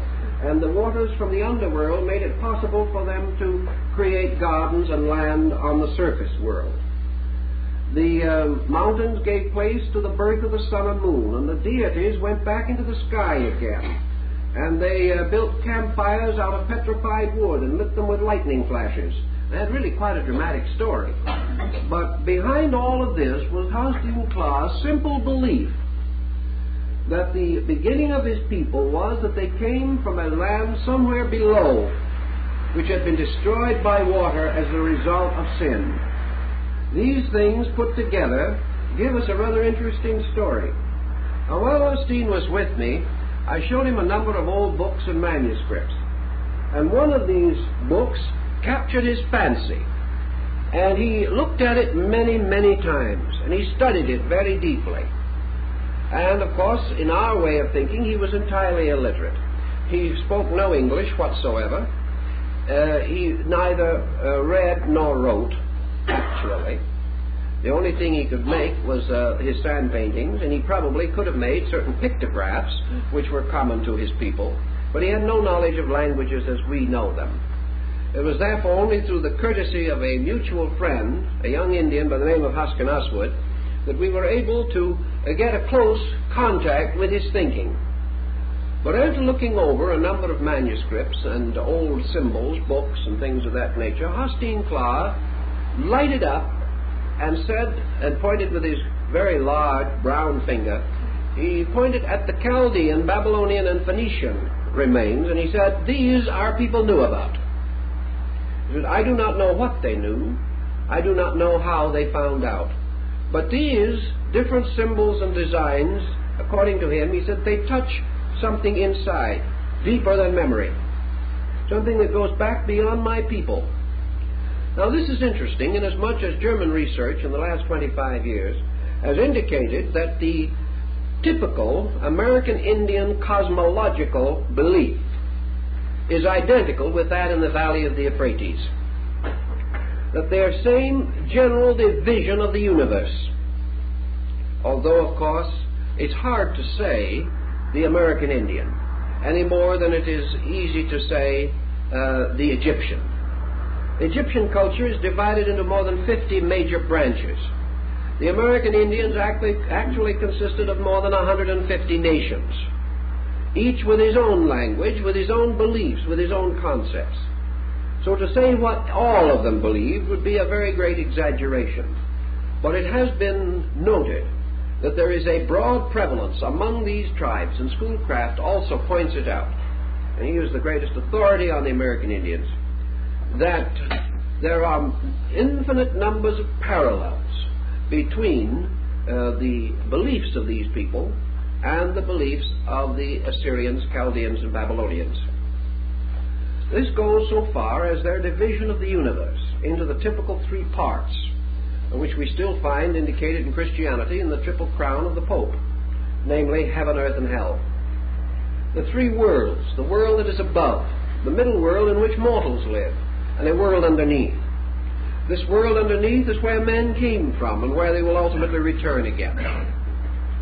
Everyone that is born out of some kind of a dark earth and returns to it again in the burial ceremonies, into the mounds or into the sacred remains. The earth is ruled over or governed from within itself by spirits, and one of these spirits, the most important perhaps, is the Great Earth Mother. And the Great Earth Mother, the Coatlicue of the Aztecs, was supposedly the one who was reached by the serpent messengers. And in the snake ceremonies, the serpents are released to carry the messages of the tribes to the gods that live under the earth. The serpents returning to their holes in the earth are supposed to convey the message. In the ceremonial temples of the Southwest Indians, there is usually a hole or well-like depression in one corner of the sanctum, so that the voice or the words of the councils can go down to the Earth Mother and can be listened to by her great ear, which is represented by the vent in the ground. On the surface are the Indian peoples and nations scattered about. Above them, high in the air, is the abode of the gods, placed in a heaven region, as in the Near East and in ancient Asia. The messenger between the earth and the gods above is among the North American Indians is the thunderbird, the symbol of the priesthood, the bird that lives in clouds, the bird whose eyes flash to cause the lightning, and the flutter of whose wings brings thunder. And also it is this bird, when in flight and soaring with its wings fluttering, causes the rain to fall. All of these messengers from the earth, therefore, are birds flying upward, carrying the soul messages to the great spirits, the elders, the wise ones, the olds of the truths, who live in the great medicine lodge above the sky. All this is essentially Chaldean, and gives us something that perhaps is a clue to a contact between these people and other nations or other racial areas at a long, remote time. This is typical, what we've said is more or less typical of a wide variety of accounts relating to these matters to be found among the North American Indian peoples. Our records here are poor because of the lack of written form. Also because so much of the old legendary and lore has died out, many tribes have become extinct or completely submerged in the civilizations around them. For many years, it has been practically illegal for these peoples to celebrate or preserve their own rituals and rites. Therefore, by degrees, these things have disappeared, and the young men of today are not perpetuating them, as old Hostine Claus so tearfully told me. Yet these people had a knowledge of some kind, legends and records going far, far back. As we go south, however, into more sophisticated regions, we find much more of interest in the form of records. Here, however, we are up against another difficulty. In the time of the Spanish conquest, there was absolutely no effort on the part of the conquerors to preserve or to investigate the contemporary cultures which they were rapidly destroying. We cannot say that this was true in all cases, but it was true in the majority of cases. We know that the conquistador Montejo, landing on the peninsula of Yucatan, what is now Merida, not only massacred huge numbers of the natives, but ordered all their written records and books to be piled in the city squares and burned. Everything was done to destroy these records. Further north, the effort in the Aztec Empire was also rather thoroughly carried on by those who followed in the footsteps of Cortez. But of course, in the northern area, we have a rather different situation prevailing, and it is necessary for us to pause for a moment and consider these situations and what they mean in terms of evidence relating to our principal theme. The Maya peoples had developed a highly specialized language. They had the skill to preserve and perpetuate practically any record of any kind which they desired or intended to perpetuate. That they were reasonably good historians and that they were careful in their thinking. We know from certain remnants that have survived from the transition period between the old Aztec and the old Inca and Maya period and that of the later Spanish. I'm referring particularly to the Chilamban, or the Book of the Old Men, the Chilamban of Cozumel, for example, which was in Merida and mysteriously disappeared after some American archaeologists passed through town. And what happened to it, we're not saying, but the book is gone. But it was a record of the origin of their people, as best as they could preserve it. But it was incomplete due to the difficulties imposed by the conquest. In the first place, it is probable from what we can learn today that the art of writing was held in the keeping of the priests. of the elders, of those who were custodians of great knowledge. The ordinary Indian peasant, the commoner, did not possess this knowledge so far as we can learn.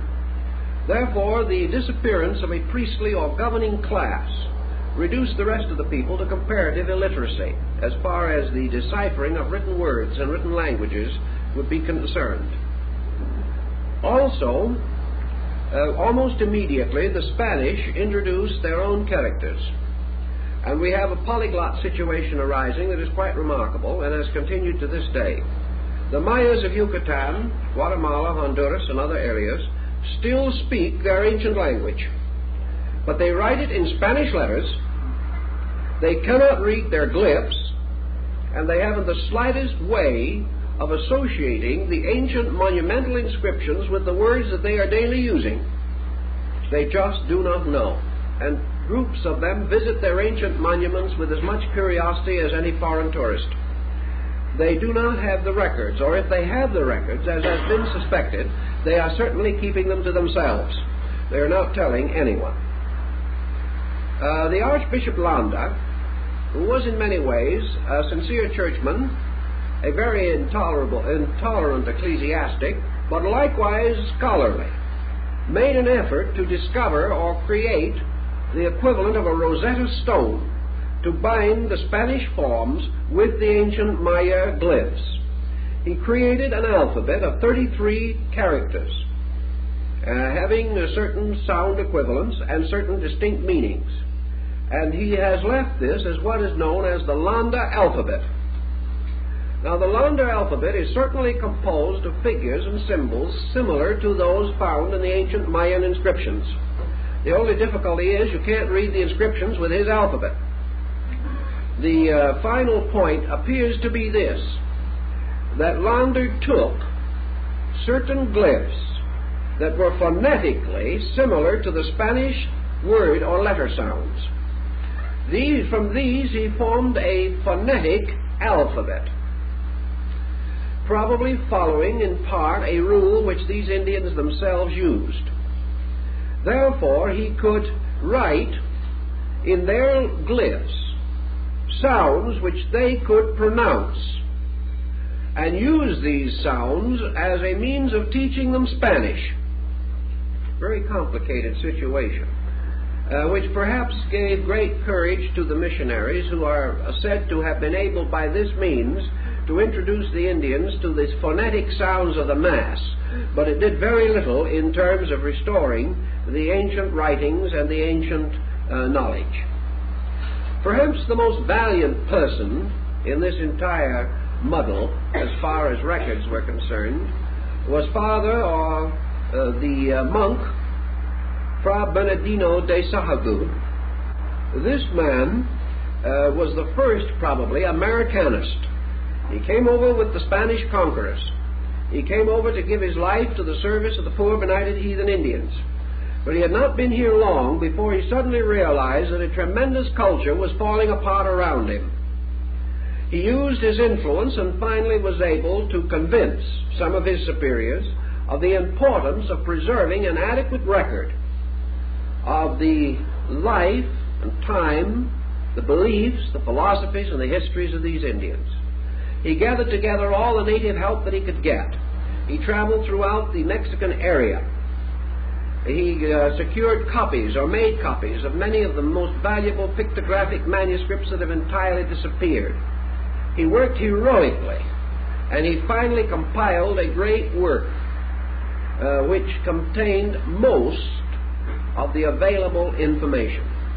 This great work exists in 3 or 4 early manuscript copies, the most complete of which is the great Florentine Sahagún, kept in the Bibliothèque in Florence.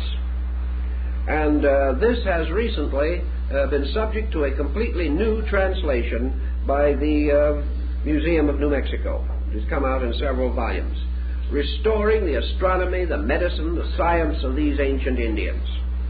For Sahagún, then, we must have a word of great praise. But unfortunately, he was not concerned with Atlantis. He was, however, concerned with the origin of these people so far as he could trace it. And a study of his work is very valuable in helping us to orient some of these mysterious breaks in our tradition and legendary. The Aztec language, as a language, offers very few distinct difficulties. It is a language in a transition period, moving from pictographic into the syllabic form.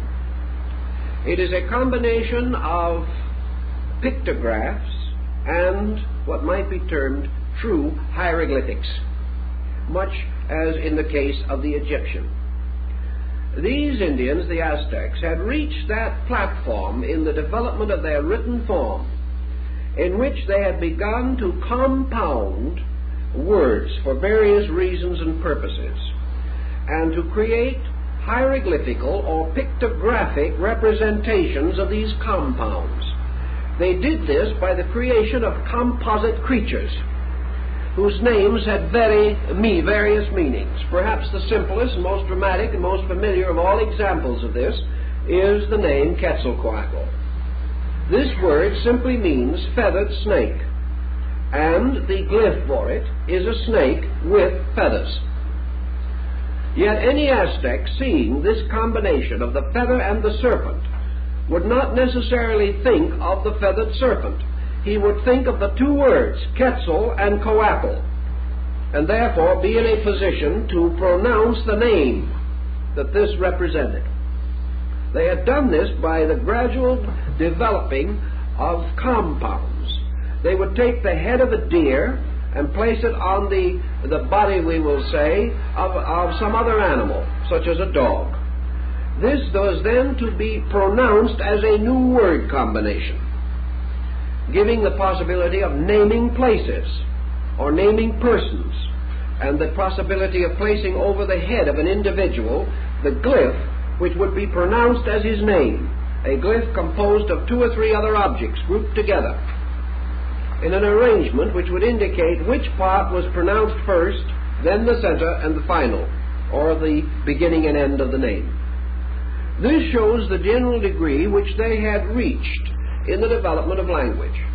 For the rest of the picture, their written forms are picture writing, of a somewhat more sophisticated nature, however, than that of our North American Indians. The Mayas, on the other hand, had passed entirely beyond the picture writing stage. They had moved into the true pattern of glyphs, and they therefore reached the point in which they illustrated manuscripts. They used the glyphs for the text and put pictures in just as we do. One of the hopes that we have of ultimately solving their language is the relationship between the glyphic description and the picture representing it. We hope that this may ultimately prove to be the Rosetta Stone. Dr. Gates of Johns Hopkins has done the most, perhaps, in the effort to decode the Maya glyphs. He is the authority for the statement that in comparison to any other existing language, the nearest parallel he has been able to find to the Maya writing is the Chinese. He does not, however, say that it is his firm belief that this writing originated in China. But he is inclined to think that a psychology of some kind, the type of psychological approach which affected the Chinese mind in the development of its written form, also affected whatever was the attitude behind the gradual rise and development of the Maya language. We have today, through the work of many men, one of whom, perhaps Mr. Willard, is quite well known, who lived for some years, part of the time at Chichen Itza, and helped Thompson in the dredging of the sacred well. Willard and several others worked upon the glyphs, using the various dictionaries of the Maya language which are available, trying to bridge back and forth between some word and the glyphic symbol of it, trying to pick out of the written forms the glyphs that would correspond with certain plants, certain animals, certain seasons of the year, working back and forth to try to create a means of writing in the glyph form or reading the ancient glyph structure. Through Spindon and Morley, we have been able to restore the Aztec numeration system and also the Maya. We know how they calculated time We know the monumental and manuscript glyphs for the various great cycles. We also know their simple numerational system in which the dash or line represented 5 and the dot represented 1. Therefore, 2 lines, 2 horizontal lines with 2 dots under them, represented the number 12. This we also are able to restore from the tonalamatl or the calendar system. Actually, therefore, we have very little knowledge of the ancient languages. And the question is as to whether we have any true key to the Atlantic language, to the language of the Atlantean people. We have no true key. I've seen in the last 35 or 40 years probably 50 examples of alleged Atlantean writing. Some of this resulting from psychic revelation, some of it from old and undeciphered inscriptions in remote places, some speculative reconstructions based upon other languages, and a certain effort to arrive at what might be termed a mother language by combining all known forms. This, however, has had somewhat the reverse action of Esperanto. It has become a kind of polyglot, which gives us no official security in believing that we have actually found their language. If we wish to assume that perhaps either in Egypt or among the Central American peoples we have a comparatively complete descent of the old writings, then it is possible that the Atlantean had a language somewhat similar or paralleling the Chinese, or the Mayan or Egyptian glyphic forms. These were a highly specialized, highly flexible type of writing, not cramped as we would think by pictorial limitation, but susceptible by certain markings of being transformed at any point into phonetics, so that names, dates, and places could be inserted easily, and by certain rules. A symbol could either be a letter, a word, or an incident or circumstance which corresponded with it. The great trouble has been to differentiate between the various usages, because we have no knowledge of their grammar or essentially of their punctuational system or any way of dividing and arranging their forms. We know that the Maya, for instance, created a verb out of a noun by adding a wing, giving the sense of motion or vitality to it. We know that the Aztecs usually represented motion with footprints, moving, directions of things, or the flights of arrows, the flights of birds, or anything that signified motion. We know also, for example, that the Aztecs used the arrow to symbolize an enemy. They also used it to symbolize a course of action, a motion. They used it to symbolize conquest. And when an arrow was, or an atlatl, a javelin, was cast into the side of a symbol representing a mountain, it meant the capture of a city. All of these things tell us something, but they do not tell us too much. I have heard Mayan spoken, and it is a very beautiful and very musical language, a language which shows tremendous inflection and very subtle charm in all of the parts of it. The Mayan music is also a highly evolved and technical development within the structure of music. But we have very little information to aid us or direct us in our search for the origin of these people. In the great period of time which followed Fra Bernardino de Sahagún, very little was done until the 19th century, in which in the early part focus was drawn, or attention was drawn to this area by the Abbé Brasseur de Bourbourg, a French archaeologist, who perhaps was one of the first to move into the field with a strange transcendental background that you would not particularly associate with his theological structure. But he was the one who perhaps first and foremost pointed to the Maya people and the Central American civilization as Atlantean. He was, I think, perhaps the first to dare to make so strong a pronouncement. And his pronouncement was backed with considerable scientific research. He was heavily criticized, as might be expected, and he did work under great limitation. for the reason that everyone has worked under a certain heavy, darkening cloud, the impossibility of restoring what the old Spaniards had destroyed, had left practically every thread broken, every connection shattered, and in addition to this had created such intimidation among the people that they had almost locked their own souls against any remembrance of what they themselves knew. There was a tremendous complex, a tremendous neurosis descended upon these natives, and they became practically inarticulate. Following in the footsteps of de Bourbourg, and tremendously influenced by his thinking, came the French scientist, photographer, archaeologist, Freemasonic scholar, and general mapmaker of parts, Professor or Dr. Augustus Le Plongeon. Le Plongeon has left two fairly important books dealing with the field. One is Queen Mu and the Egyptian Sphinx, and the other is Sacred Mysteries Among the Mayas and Quiches. Le Plongeon, great black beard, was a man of extraordinary personality and a strong devotee of the Atlantis concept. In fact, he tried in every way possible to popularize it. Le Plongeon has had the distinction of being the first man to go into the Central American area with a camera.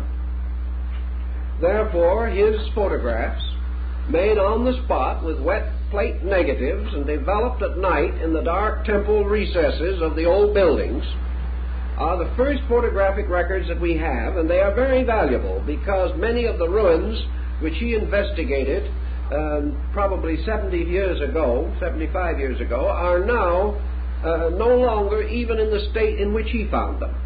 There's been progressive deterioration.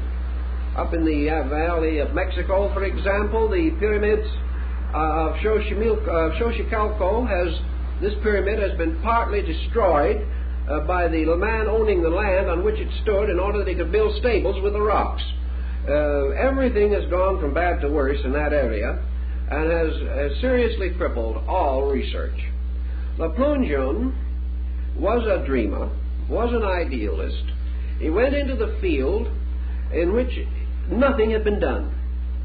He made a great many mistakes, and these have been held against him, perhaps more than they should be, because he had no one to fall back on, no one to act as authority, no previous work upon which he could build. He went in with the machete and cut the jungle himself. That he should not have discovered things that were not found for 50 years later, we cannot blame him. But he did go in with two tremendous assets. One was a knowledge of the language. Le Plongeon was one of the few Americanus who has ever known the Maya language. He could speak it and speak it well. He also went in with a tremendous basic sympathy for the people. He went in because he loved them, because he wanted to do something important with them and for them. He was quite a contagious person, apparently, in these respects, and the natives became so fascinated with him that they really made him a blood brother. He probably was able to get more out of the reticent Mayan than any other man before him or since. These points must be borne in mind in evaluating his findings. That certain of his archaeological conclusions may have been incorrect, we know. He claimed to have been able to read the Codex Troano, one of the great Maya sacred books. And he also claimed that this work contained a record of the Atlantean deluge. He also held that the Aztecs had a similar record, and that the pyramid of Xochicalco, previously mentioned, had upon it a complete statement of these ancient records concerning the destruction of Atlantis, and was a monument created to commemorate the survivors of this catastrophe. Now, no one can prove or disprove Le Plongeon. He claimed to have read the glyphs. I have seen his notebooks, in which day by day he and his wife pored over these inscriptions and carefully decoded them one by one. Because one of his principal keys in decoding was the Egyptian glyphs. because he had already observed and learned that hundreds of Mayan words are almost identical in pronunciation and in meaning with Egyptian words of the ancient dynastic period. He also, however, suspected and mentioned the possibility that this language had a tie with Asia. And he thinks a little also, like some of the other men, of the possibility of the Chinese being involved. As he preceded Gates, perhaps Gates is indebted to him for this phase of his own conclusions. Le Plongeon remained a number of years in the area. He discovered a number of archaeological items of interest and importance. He had a bitter feud with the Mexican government and finally came home a broken-hearted man. He was never able to achieve his end, namely to open Central America to archaeology. But later, other men following in his footsteps achieved most of the end which he had attempted, but he did not live to see or know that this had occurred. Le Plongeon, then, is a strong link with the Atlantis theory in the Western world. He derives much of his encouragement and thinking from the Abbé Brézé de Bourbourg, followed very closely in much of his thinking, and attempted to reconstruct as much as he could from de Bourbourg's descriptions of certain important things, like the great Temple of the Cross at Palenque, which appears to have a very early Christian tie. I might also mention that about the year 1835, Lord Kingsborough, an English nobleman, became so tremendously impressed by the findings of the ancient codices and monuments and records, including the researches of Dupuy, that he financed at his own expense a great work called the Antiquities of Mexico, which is bound variously in from 7 to 9 volumes of elephant folio. Tremendous books. These containing facsimiles of all known manuscripts and a faithful Spanish translation, but not into English, of the Sahagún, or the Dresden Codex of Fra Bernardino de Sahagún. Lord Kingsborough, himself quite a speculating thinker, who incidentally became hopelessly impoverished and bankrupt at the cost of the tremendous work he was doing, also believed that there was a distinct connection between the Maya-Aztec complex and the valley of the Euphrates. He comes in on this angle, and he believes that one of the apostles, perhaps Thomas, reached the Western Hemisphere as early as the 1st century. He gives a whole group of analogies, rituals, rites, and ceremonies, tying the religious doctrines taught by Quetzalcoatl with the ancient teachings of the Babylonians and Chaldeans. Kingsborough also, in passing, tosses a thought towards Asia and also becomes a little wondering over the possible Chinese contribution. Kingsborough's works are of continual and pressing interest to us.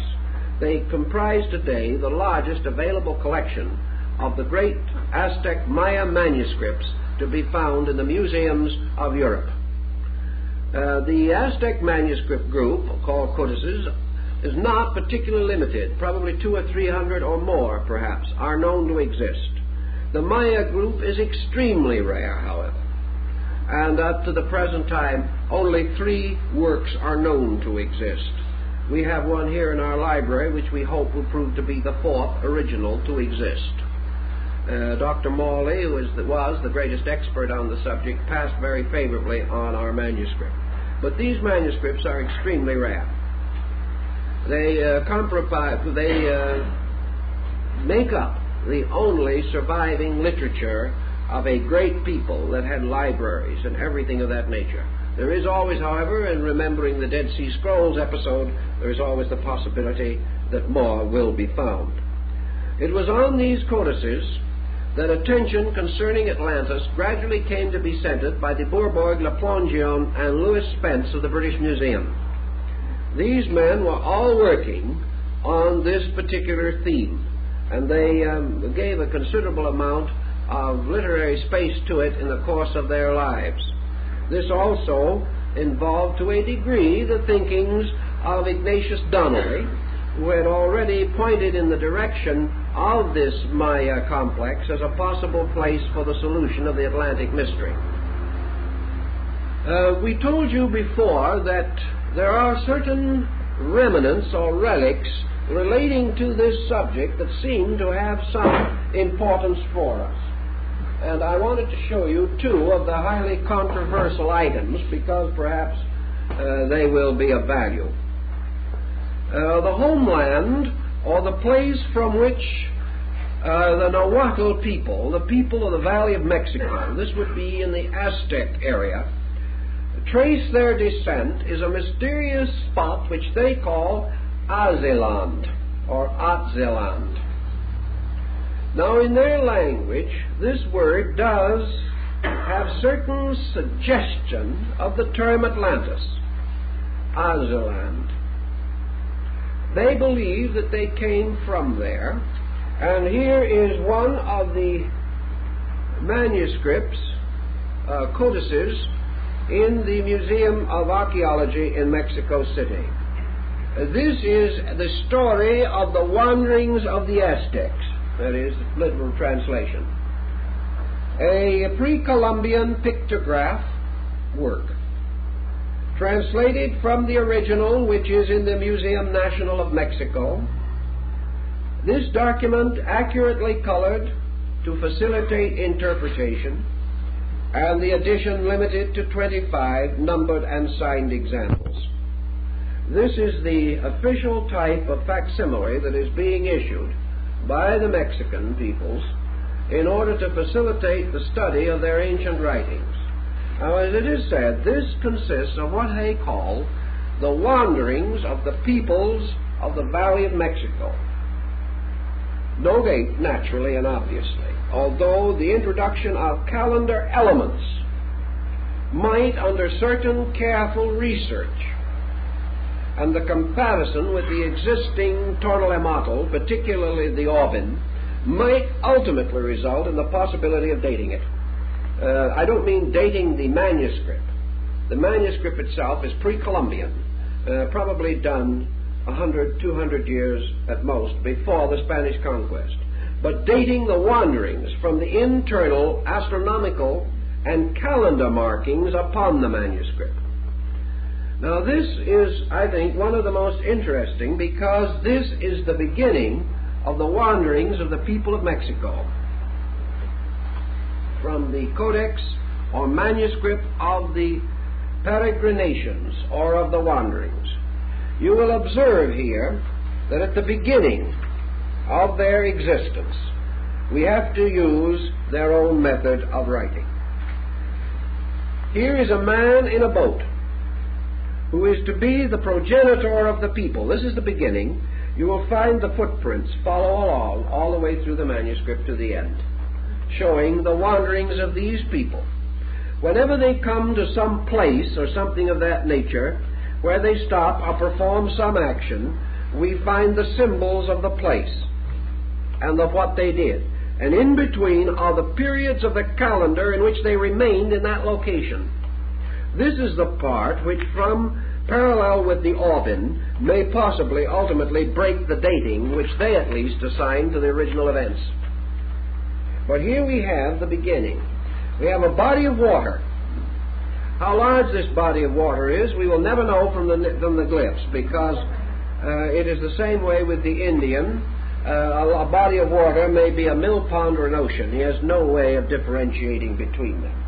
But he does tell us that his beginnings came from an island in that body of water, because here is a very interesting island located in the midst of a lake or some other area of water. Incidentally, on this island is a great temple and 6 smaller temples. In other words, he is telling us, for instance, in his own language, if he wished to read this as an Aztec, he could say this was the island of the 7 houses, or the 7 places.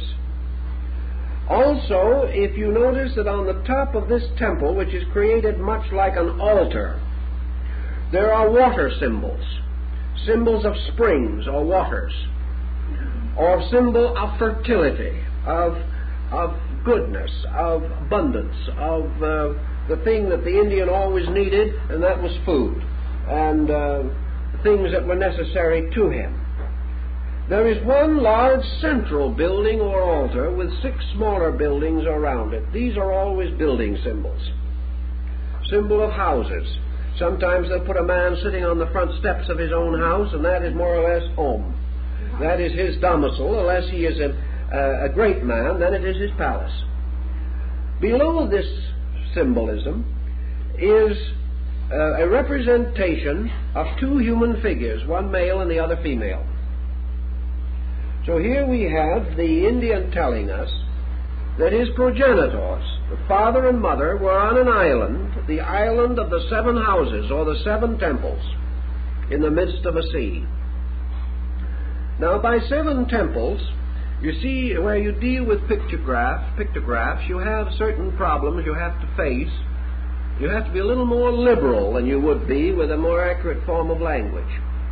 Those house signs, as we say, are symbols of many things.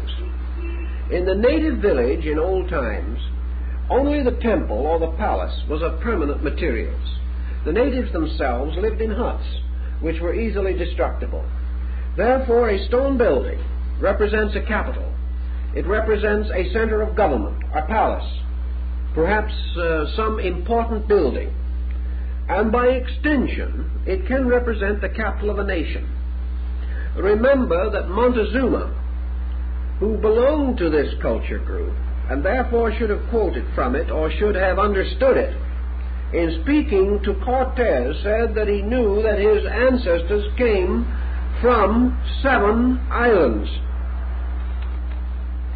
Now, these 7 buildings could represent, therefore, empires, or anything of a basic septenary nature relating to leadership, government, origin, cities, races, clans, groups, culture groups. Now, to get from where he was to his next destination, it was necessary for him, therefore, to cross water. Therefore, he is rowing away from this land. He steps out upon the shore, and he takes 3 steps. The footprints, however, do not necessarily indicate, as far as we know, any prescribed number of steps. It's simply that he traveled in that particular direction. This occurred at the time of 1 obsidian knife. Now, of course, that clears everything. We have a date. This occurred in the date of 1 flint knife, which incidentally was one of their day signs, or one of their astronomical symbols for the divisions of their month. Therefore, all this occurred in 1, which is a beginning of something. It's the beginning of some calendar cycle. And it was in the beginning of the month or the day of the obsidian knife, which was later the sacrificial knife, and which also became later a deity, one of their most ancient gods being the obsidian knife, which was sometimes represented with human arms and had a very great importance for them. Now, they went on a little time along the road here, and they came to a place. This is a place.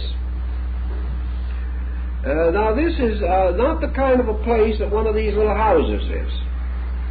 This is a place in the sense that it is the area or land or tribal domain of a people, using a conventionalized form of the mountain symbol.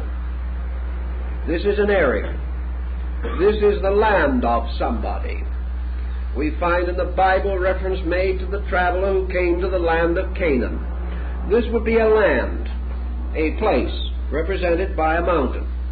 Now, the name of this place we cannot completely restore, but we can give a certain amount of meaning to it. For this was the abode of the eagle man. This was the land of the eagle man.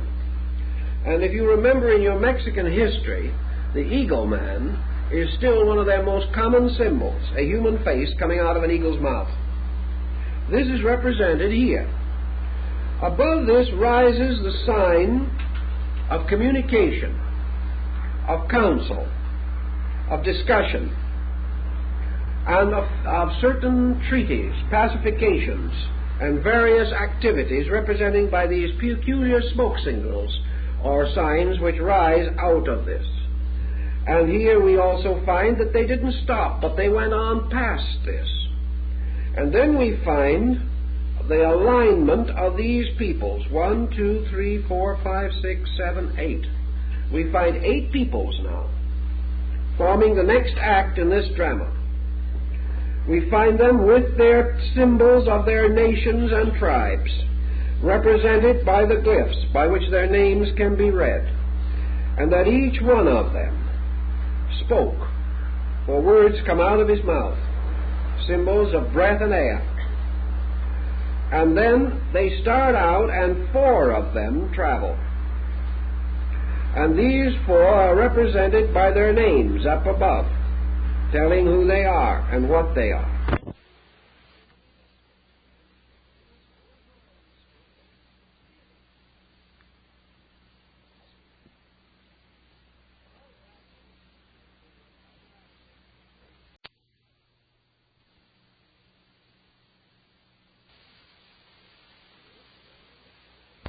This man, this particular person here, was the water or cloud of heaven.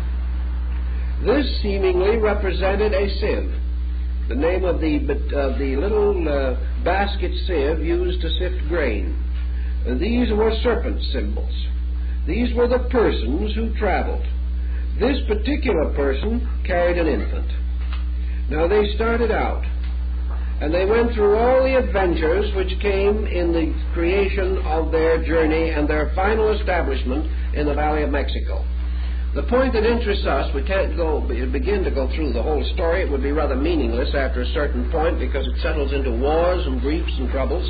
But here is one of the earliest and most traditional forms of the origin of these people. That they came from a land or an island that is gone. That on this island there were 7 temples, or 7 sacred places. This was where their Adam and Eve were placed, where they came from. And here they traveled by boat to another land and began to move across that land. Where they moved and how they moved, we cannot know unless we could find out the point where they struck land. If we knew the landfall of this expedition, we would know what to do next, but we do not know. We do not know what they meant by this community. We do not know where it is. We know that in the time or the day of the one flint knife, that they made this particular journey and started out on this travel, coming by water from somewhere. Now these particular glyphs, and there are more similar picture manuscripts, some even resembling more closely islands than this does. These have all led to considerable comfort to those who feel that this people definitely did come, as they themselves believed they came, from some island or continent now submerged and lost. Now we want to pause again and take up the problem of the people that we call the Mayas further south, because we're going to have to also visit them again. But for that purpose, let us realize that the word Maya simply means greetings. How are you? And when the Spaniards first arrived in the area, the Indians met them and, bowing very low, said Maya. From that time on, they were Mayans. Actually, the name has no actual or real significance in the ethnology of this group of people. The real name of these people, as far as we know, is the Itzas. And the Itza gained his name or his distinction because he was the child of Itzamna. And Itzamna is the radiant being seated in the golden egg of heaven, adorned with the plumes of the bird of paradise. He is the mysterious father of the peoples, referred to sometimes as the ancient one with the crooked tooth. According to the early legends, Itzamna was a patriarch, a very great and wonderful man, and there was a great catastrophe far away across the great water.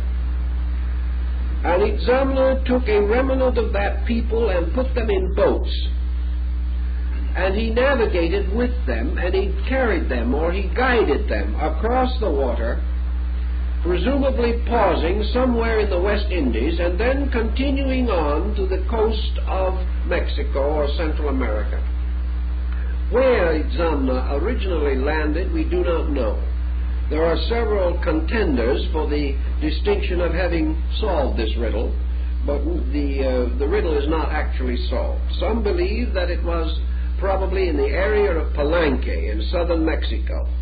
Others believe that it was more likely still further south, either in the peninsula of Yucatan or even south of that. But anyway, he came across from somewhere and was called the father of the Itzes. He was their great god, for he had rescued them from the dangers of Hunab-Ku, the god of waters. And he had saved them and preserved them from the deluge. And in some of their old temples there are actual carvings representing this. Carvings which go so far as to show the land from which he came crumbling into the sea as the result of seismic cataclysms of some kind. People are drowning in the water around the boats, but Zamna and his chosen people were carried safely across the great deluge and came finally to the shores of the Western Hemisphere. We have no way of dating this, except the possible speculation. We do not have any record in the Western Hemisphere of the older and opening cycles of the Maya calendar. It begins in the 7th cycle on the Western Hemisphere, so far as we know, even in the Old Empire. Therefore, the other 6 cycles may relate to the experiences of these peoples in some other region. The attitude that these were purely mythological cycles, as advanced by Spindon, I do not think is a justifiable one. We mention the fact that of the ancient Maya writings, only 3 are known to exist today that are in common agreement, that experts agree are absolutely genuine. These are the Codex Dresden, which is in Dresden at the present time. The second is the Codex Pires, very fragmentary, which is in the Bibliothèque Nationale in France. And the other is now in 2 sections, but they were originally one book, called the Troano and the Cortesiano, or more correctly, the Tro Cortesiano, which is in Madrid. These represent our knowledge of the ancient literature of the Maya people. In the same unusual service for the Mexican Bureau of Archaeology and Ethnology, these manuscripts have also been reproduced in Mexico, and in this particular case also 25 copies were made. Manuscript of the Picture Ritual of the Maya, conserved in the Library of Dresden in Germany. This particular copy, these copies were made in 1947. This shows you almost instantly, in comparison to the last one, the difference in the culture platform and the written forms of these people. Here you have manuscripts in a comparatively high degree of written form. You're no longer dealing merely with pictoglyphic and pictographic representations. You are dealing with illustrated manuscripts, as we have noted, the panels representing certain deities, the intervening sections representing dates, times, historical incidents, and ritualistic material.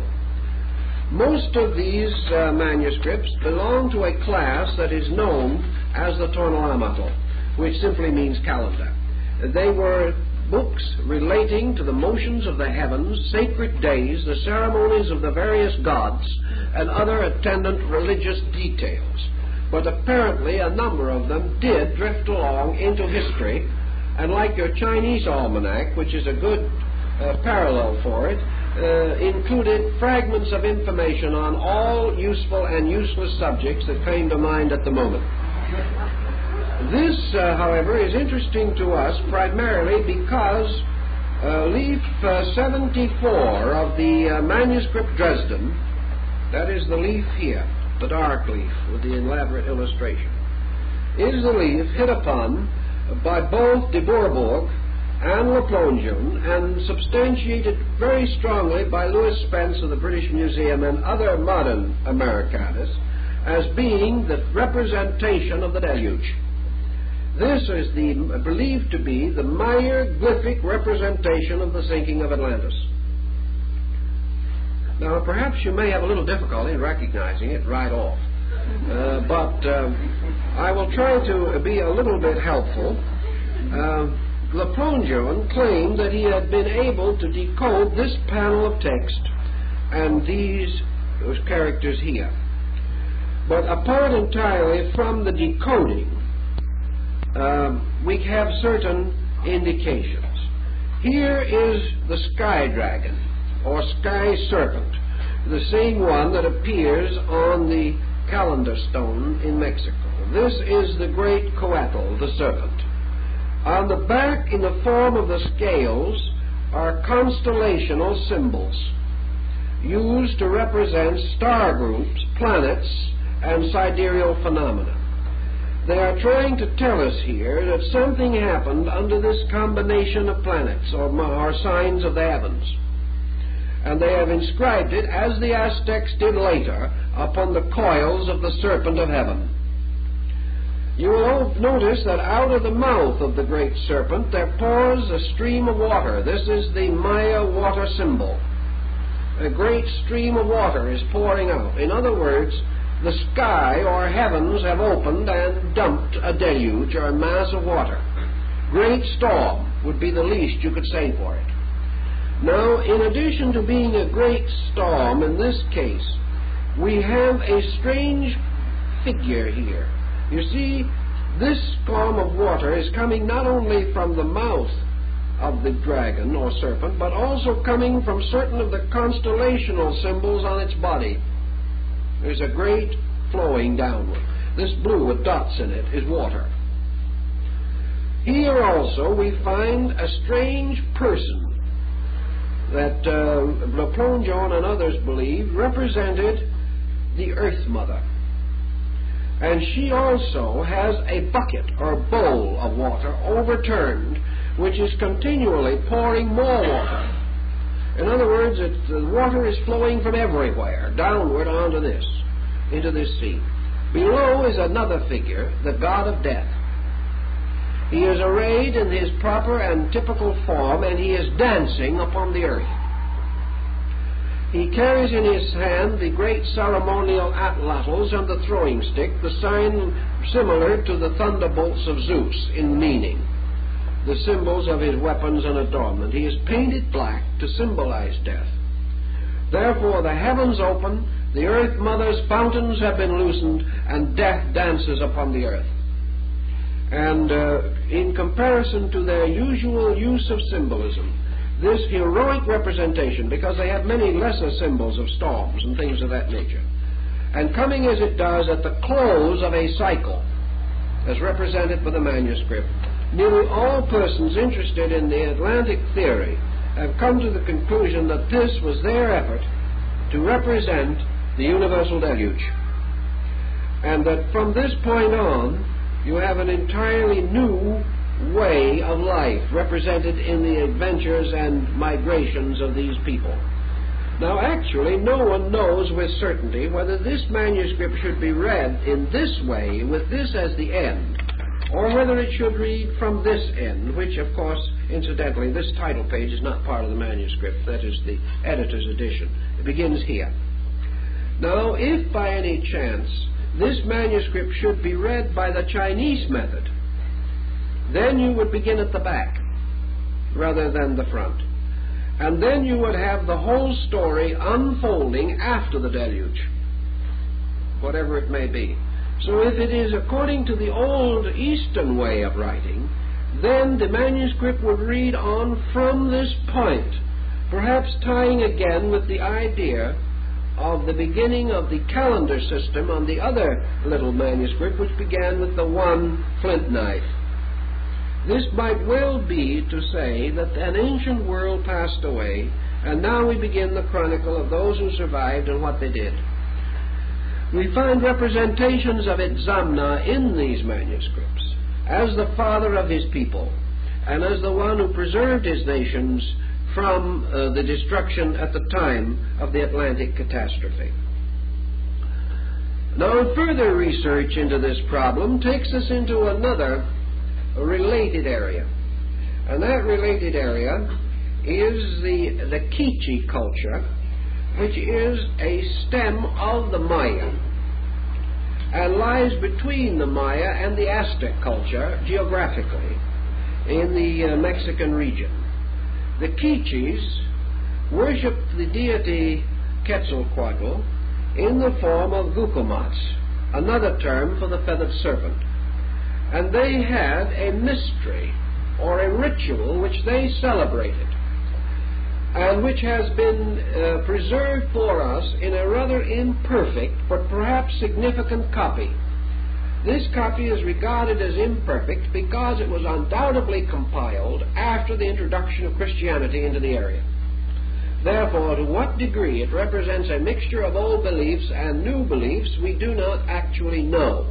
And we must therefore be a little conservative, for the person who wrote the manuscript to which we refer could have had access to the Genesis account in the Bible. Thus, we are not sure what our ground is in this particular case. The work to which we refer is the Popol Vuh, which is the sacred book of the Quiche, a very good edition having been prepared and published by Dr. Morley shortly before his death. In fact, I think part of the publication work was finished after his death. He did a great deal with this, for it contained the initiation ritual of a religion which may well be a key or clue to the spiritual convictions of the peoples of the Western Hemisphere prior to the advent of the Spanish. But as we say, there is a reservation here due to the dating of the only available copies of the manuscript itself. But in this there is certainly Indian traditional involvement. And in this involvement we have one interesting thing, which is apparently authentic because it is perfectly consistent with practice all over the world. We know in the great Meade Lodge of the Ojibwe Indians, the candidate into initiation into the sacred rites is forced to walk. Remember the footprints. He is forced to wander, to make a certain peregrination through the symbolic recapitulation of the life of his people. He must, in other words, relive symbolically the story of his race in the process of attaining membership in the tribe. The story of the Popol Vuh carries with it the adventures of these young men seeking to be initiated into the rites of Xibalba in a temple hidden far in the jungle, a temple which, when reached, had its important rooms and crypts under the ground, so that the candidates had to return into the serpent's hole or go back under the earth, with perhaps again reference to the Navajos having come out from there and believing it was their homeland and going back again. On their way into the mysteries, however, at the rites of Xibalba, the candidate was forced to swim across two rivers, a river of blood and a river of mud. Now, this could have a great deal of significance. By the river of blood would be certainly implied the blood record, the blood tradition, the blood background of his people. And by the river of blood also war. And to these people, because the Mayas were themselves a peace-loving people, the introduction of a river of blood at the beginning of their life must certainly have had reference to war, to disaster, to catastrophe of some kind, with a great bloodshedding, a great evil. To them, blood was a symbol of evil.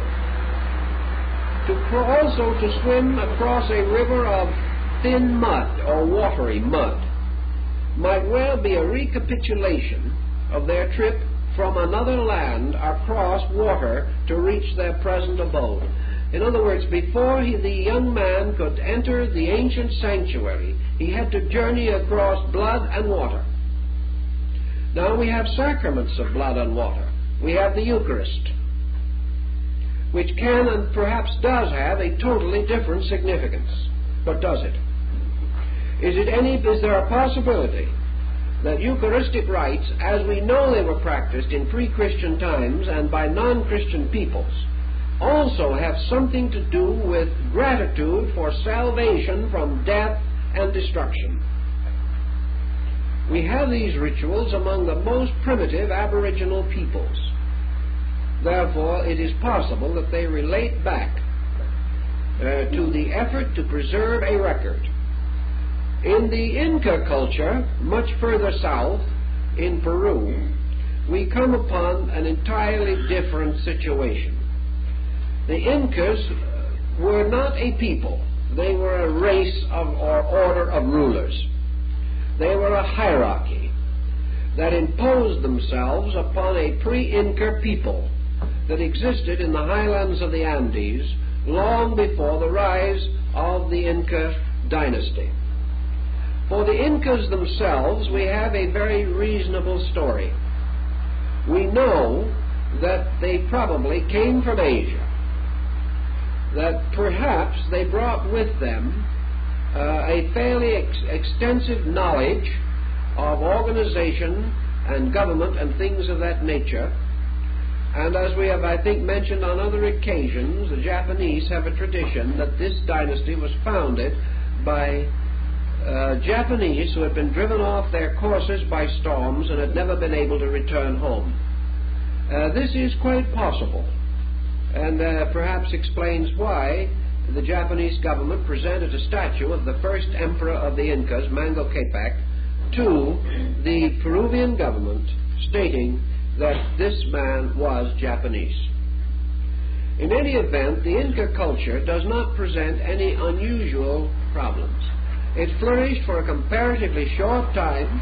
It was a highly advanced culture, and it was completely disrupted and destroyed by internal dissension even before the arrival of Pizarro.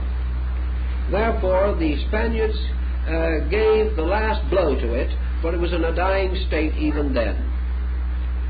Prior to this, however, there was a very ancient people in that region, a people of great attainment, of very old religious background. These people, the pre-Incas, also claim that at one time, long before, they had possessed a written language. Now this is interesting because whatever happened in connection with Manco Capac, even though he came comparatively late, he did not bring a written language. These people claim to have had one, and their ancient records say that this language was lost thousands of years ago. Lost so far back that there were not even any inscriptions of it that survived. But it is interesting that an illiterate people should have the boasted memory of literacy, and have it before they had any idea that it meant anything, was important, or even existed. You take a typical and complete savage who has had no contact with civilization. He not only has no written language, but he cannot conceive of the existence of one. It has no meaning for him. But here is a people that before the coming of the Incas were weeping for the loss of their written language. Countless records of this will be found among their early documents. Out of whatever was left of this came the pre-Inca means of communication in Peru. And this was by means of what are called the quipas. Now the quipas are fringes of knotted cords, and the knots on the cords form a kind of code. And those who are acquainted with certain combinations of knots can read them. And in this way, messages can be sent back and forth. The memory apparently is like the Chinese, completely arbitrary. There is no alphabet behind it. There is no organization of how these knots should be tied. But certain patterns of them are known to stand for certain things. And as a result of that, there was this method of communication. Out of the same darkness and elderness of things, these pre-Incas in South America also had great and important legends. They should be included among those who believed that at the dawn of time the gods walked with men. They had hero myths and hero legends that went way back to the time when they had writing. And they declared that at a long remote time gone, they were a great, flourishing, advanced, civilized people. And yet when the Incas arrived, these were little better than aborigines. But they were strangely proud aborigines, strangely aware of their rights and privileges. Now the Incas did extend their power pretty thoroughly throughout the Peruvian region, but in the higher fastnesses of the Andes, the so-called tribal life of the pre-Inca not only survived the rather brief dynasty of Inca rulers, but also survived the Spaniards. The reason for the survival of the surviving the Spaniards was the Spaniards never got there, and the trails were too distant. The Spaniards tried to get into the area looking for the so-called lost treasures of the Incas. In some cases, the report is circulated about these Incas having taken their gold and their treasures into mountains, and there to have caused the whole mountain to fall over the entrance of the cave, bearing not only the treasures, but the last rulers of the Incas themselves. All kinds of legends abound. But although the Spaniards did their best, they never found the treasures, and they never got into the distant and remote parts of the empire. Incidentally also, the empire of the Incas was a highly useful, highly moral culture. And even the dynasty of the Incas, which was the later part of this culture, was highly advanced. So much so, in fact, that when Pizarro asked the Inca what they did with criminals in Peru, the Inca said he did not know because they never had any, which was a little embarrassing to the Spaniards. The Incas did not believe in war. They converted their enemies instead of killing them. They took undesirable citizens, put them in outlying districts, gave them farms, and helped them to rehabilitate themselves. They believed that crime was sickness and that the man should be made well rather than punished. And they taught that even before the coming of the Incas. Also, we find that far behind this entire pattern is what might be termed by us the highly communized life of the Inca villages, the communal existence which these people still practice. They still have extraordinary functioning democracy. The highest democracy in the Western world was that of the Incas. They also had a highly developed code for the protection of all classes of their peoples. They were almost without crime. Their religions were brilliant and liberal and tolerant.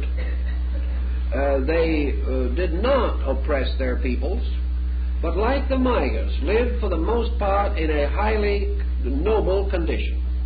In fact, it has been observed by Stuart Chase that in the first 5 centuries of the Christian era, the peoples of the Western Hemisphere were without doubt the most highly civilized persons on earth. Also, that they held in the Western Hemisphere the world's record for peace, 500 years without war. A record the Eastern Hemisphere and Europe never attained.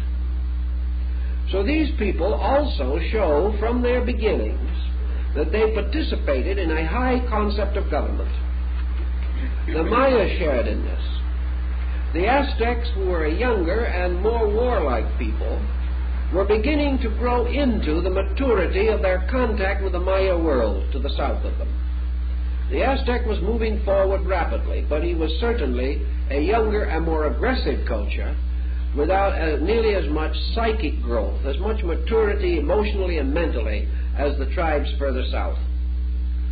But in any event, at the time of the arrival of the Spaniards, the Maya Empire was without question a model of a kind of government which has great interest to us. It is interesting for us to speculate upon the possibility that this land, which we hold so sacredly as a democratic commonwealth, may well have been the seat of the first functioning democracy in the history of the world. The democracy may in some way be strangely bound to this hemisphere, in its experience, in its psychic way of life. We find the tremendous sense of democratic integrity even among the wild plains Indians of our northern America. We find it more and more developing as we go further south. We find the voice of the people. We find representation, good laws, good rules, and practical absence of the exploitation and bondage of peoples that we find in other parts of the world. We find wonderful rules and laws governing behavior and conduct and protecting people and protecting their rights and protecting them even from their rulers at a time when Europe had no such rules of any kind. Now it is quite possible that these rules, these laws, these political theories, which are so in advance of that known in Europe, but were preserved from time immemorial, said to have been brought to this western land by the great teachers that came from the sea, like Quetzalcoatl, that this might have had something to do with the nature of the political structure of the old Atlantean Empire. It is quite possible that this empire, like the one in Peru and the Maya Empire, and in a small and less adequate way, the Aztec Empire, that all of these were empire democracies, like the empire democracy of Venice, that they did have monarchical leadership, but that, as in the case of Mexico, their royalty was not hereditary. The individual was elected for life, but he was not born into office. Every step of the way was under very definite rights of the people to have a say in the government of their land. Perhaps there is nothing more interesting also in the entire concept that we find in the Western group than this concept of the bundling up of years, something with which they apparently had come again into contact with Chinese ideas, for the root of the idea at least can be traceable in China. And that is that every so many years, various times, usually about 50 to 56 years, often 52 years, that in these periods, which constituted the time of the reconciliation of the Sun-Venus calendar, that these peoples created a jubilee. Kingsborough points this up as a possible tie with the Near East. At this time, a series of rituals took place. And of course, this immediate success of Cortez was due to the fact that he arrived on the Western Hemisphere, in the Western Hemisphere, on the exact date of this 52-year cycle. Therefore, this was regarded as a peculiar and sacred omen. But in this cycle, we have a series of very interesting points. First, it was their way of breaking up all pattern of debt. Also, their way of permitting accumulation to be so reintegrated or reorganized that it would be impossible for a situation to build up that would go on indefinitely and finally sink an economic system. They had these stopgaps on their policies. For instance, at the time of this cycle, all persons had to forgive debt. That was a sacred duty, because this cycle was sacred to the memory of their deity Quetzalcoatl, to whom they were all dedicated.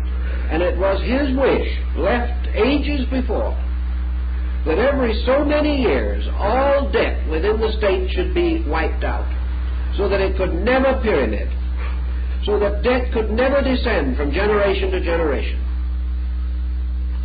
Also, at that time, all reasonable bills, all normal bills had to be paid.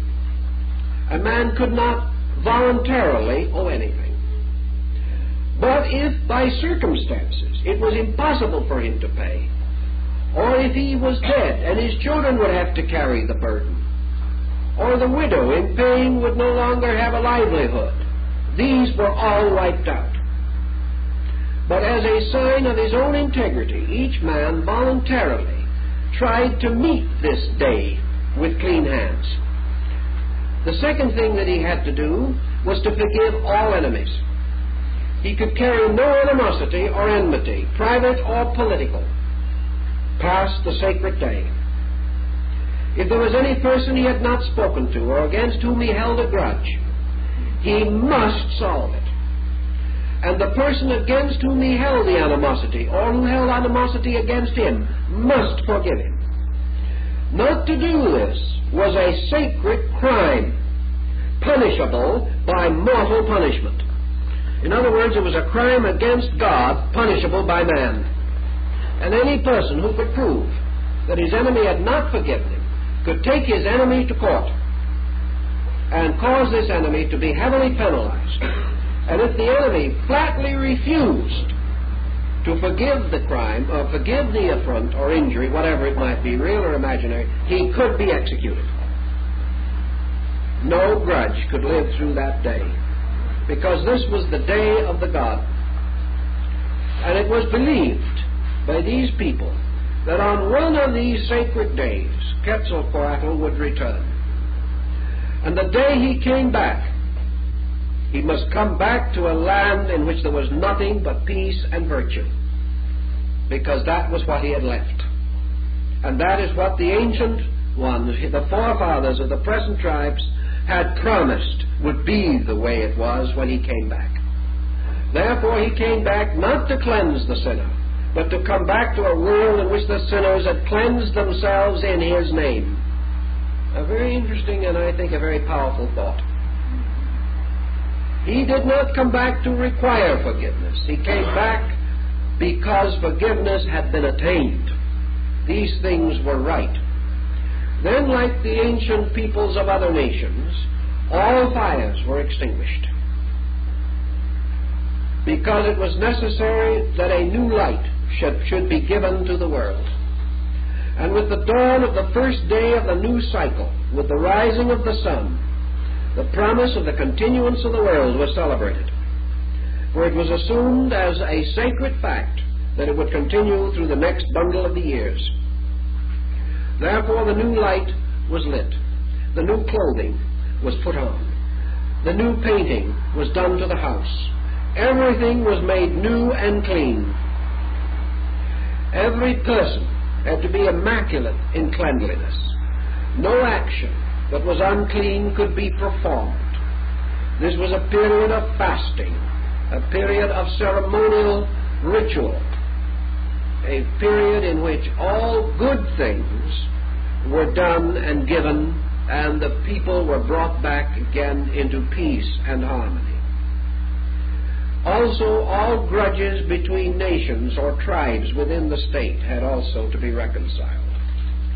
There could be no more rumors of war. There could be no more underhandedness. No spies or saboteurs could remain. And so strong and complete was the belief of these people that it was not violated. And one of the amazing things is that it was rare indeed that any one of them ever had to be punished. This was part of their code, that they should meet the new years, the new order of life, each 52 years, with a brand new clean world, in which everything that would hurt or hinder or retard was gone. Now, these ideas did not originate, I do not think, with these people. They say that they did not. They tell us that this law was given to them by the seaman. And it's quite possible that we could open, by reflection and study, a strong case by which perhaps we could restore the judicial code of the common source or center of our cultures, a code which spread throughout the world with various modifications and ramifications, but in the course of time was generally corrupted. But in some of these outlying regions where people remained very close to the old ways, perhaps the code was kept more completely, more intensely than it is to be found in other nations. If we did have, as Plato assures us there was, a great legislative or judiciary system in Atlantis, a rule by good laws, it is very possible that these laws became the basic tribal laws, which have always been strangely honored by wise people because of their extraordinary integrity. The same thing is true of the great laws of the League of the Five, later Six Nations, the great League of the Iroquois peoples. It has been said that it was said in Oxford University years ago that the code of the Iroquois is the highest moral, ethical code known to man, higher than the Code Justinian or the Code of Hammurabi, the most exalted pattern of human conduct ever devised. And the wise ones at Oxford pointed out that it was given to us by a group of men wrapped in the skins of animals, sitting under a tree with a feather in their hair. Yet the wisdom of this code, the tremendous integrity of it, transcends us. And Woodrow Wilson, in creating his League of Nations, which was built upon the League of the Iroquois Nation formula, used or incorporated into his points many of the essential elements of the Code Iroquois. This code also has this strange respect and veneration for the inevitable and immutable rights of men. It created a Senate. The senators were called sachems. These senators were just exactly as representative of their people as any senator that we have, perhaps more so than most. There was one difference, however, in the League Iroquois. No sachem or senator could become in any way involved in a legislation relating to the province he represented. He could never vote for anything in which he had personal interest. Others had to vote for that. The second thing that was very interesting about him is that in the days of his tribal legislation, he was elected to office. By what? By the vote of the women. Why? Because the Iroquois nation was a nation of brood families. And in all brood families, the matriarch is the head of the family. She did not hold office, but she appointed the office holder, and he was responsible to her. And that is, I think, very interesting, back before Columbus, in this poor, wretched Western world of savages. Another interesting and wonderful thing was the great League belt, which was the symbol of the League. The man carrying this League belt could go through any territory within the domains of the red man, and that belt was honored. Nothing could be done to it. A League belt of this quality was presented to William Penn as a sign by these Indians that they regarded him as worthy. And the symbol of the League belt was 5 men holding hands, the 5 nations. And the order of the League was, the great concept of the League was, all men under one roof. That one sky was over all men, that all men were brothers, that all men were equal before God, and that in this equality it was the privilege of each man to protect the others, and no man should protect himself. Because if this was mutually fulfilled, others would be there to protect him. This concept was a great concept and a very old one. It did not begin with Daganoweda, the founder of the League. He received it in turn from a mysterious being who came down on a cloud from a mysterious land beyond.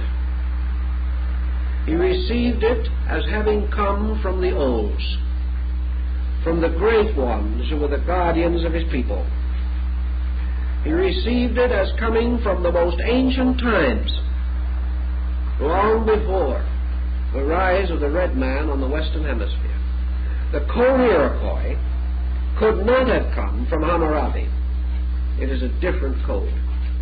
It could not have come from any known code that we have today, because there is no ancient code of primitive origin today that compares to it in any way.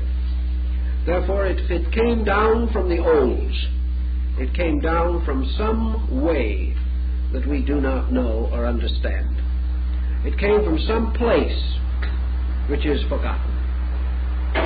Now, we might also bear in mind one other important tradition which links the Eastern Hemisphere with the Western, and may very well also arise from your Atlantic complex, and that is the descent of what has sometimes been called natural magic. All primitive peoples share in mysterious powers which are lost to sophisticated peoples. They possess an instinctive hypersensitivity, if you wish to call it. Their religions and their rites have always been associated with magic. Plato tells us, and other ancient records affirm the same, that the secrets of transcendental magic were first disseminated from Atlantis. That here was the land of the old magic, the old arts, the necromantic arts, the arts of wizardry and witchcraft, the arts of demonology, which ultimately destroyed the island. Natural magic, however, whether it be good or ill, whether it be the sensitivity of the psychic or the medium, this tradition of the secrets of magic descending through certain orders of priests, of ancient ones, who received this tradition from time immemorial and accepted candidates into these practices only as the results of tests and initiations. This structure exists on the Western Hemisphere just as much as it existed in the Mediterranean region or in Asia. Therefore, these rites, these rituals, also had to have come from some common source. The great medicine lodge of the Ojibwe, the Medes ceremonials, are as complete a ritual of initiation as anything we find in Egypt, and almost identical. The candidate advances from the west to the east. He passes through certain rites and rituals. He is tried and tested. He passes through a ceremonial, significant, symbolical death and resurrection. And he performed these ancient rites long before there was any known contact between Europe and America.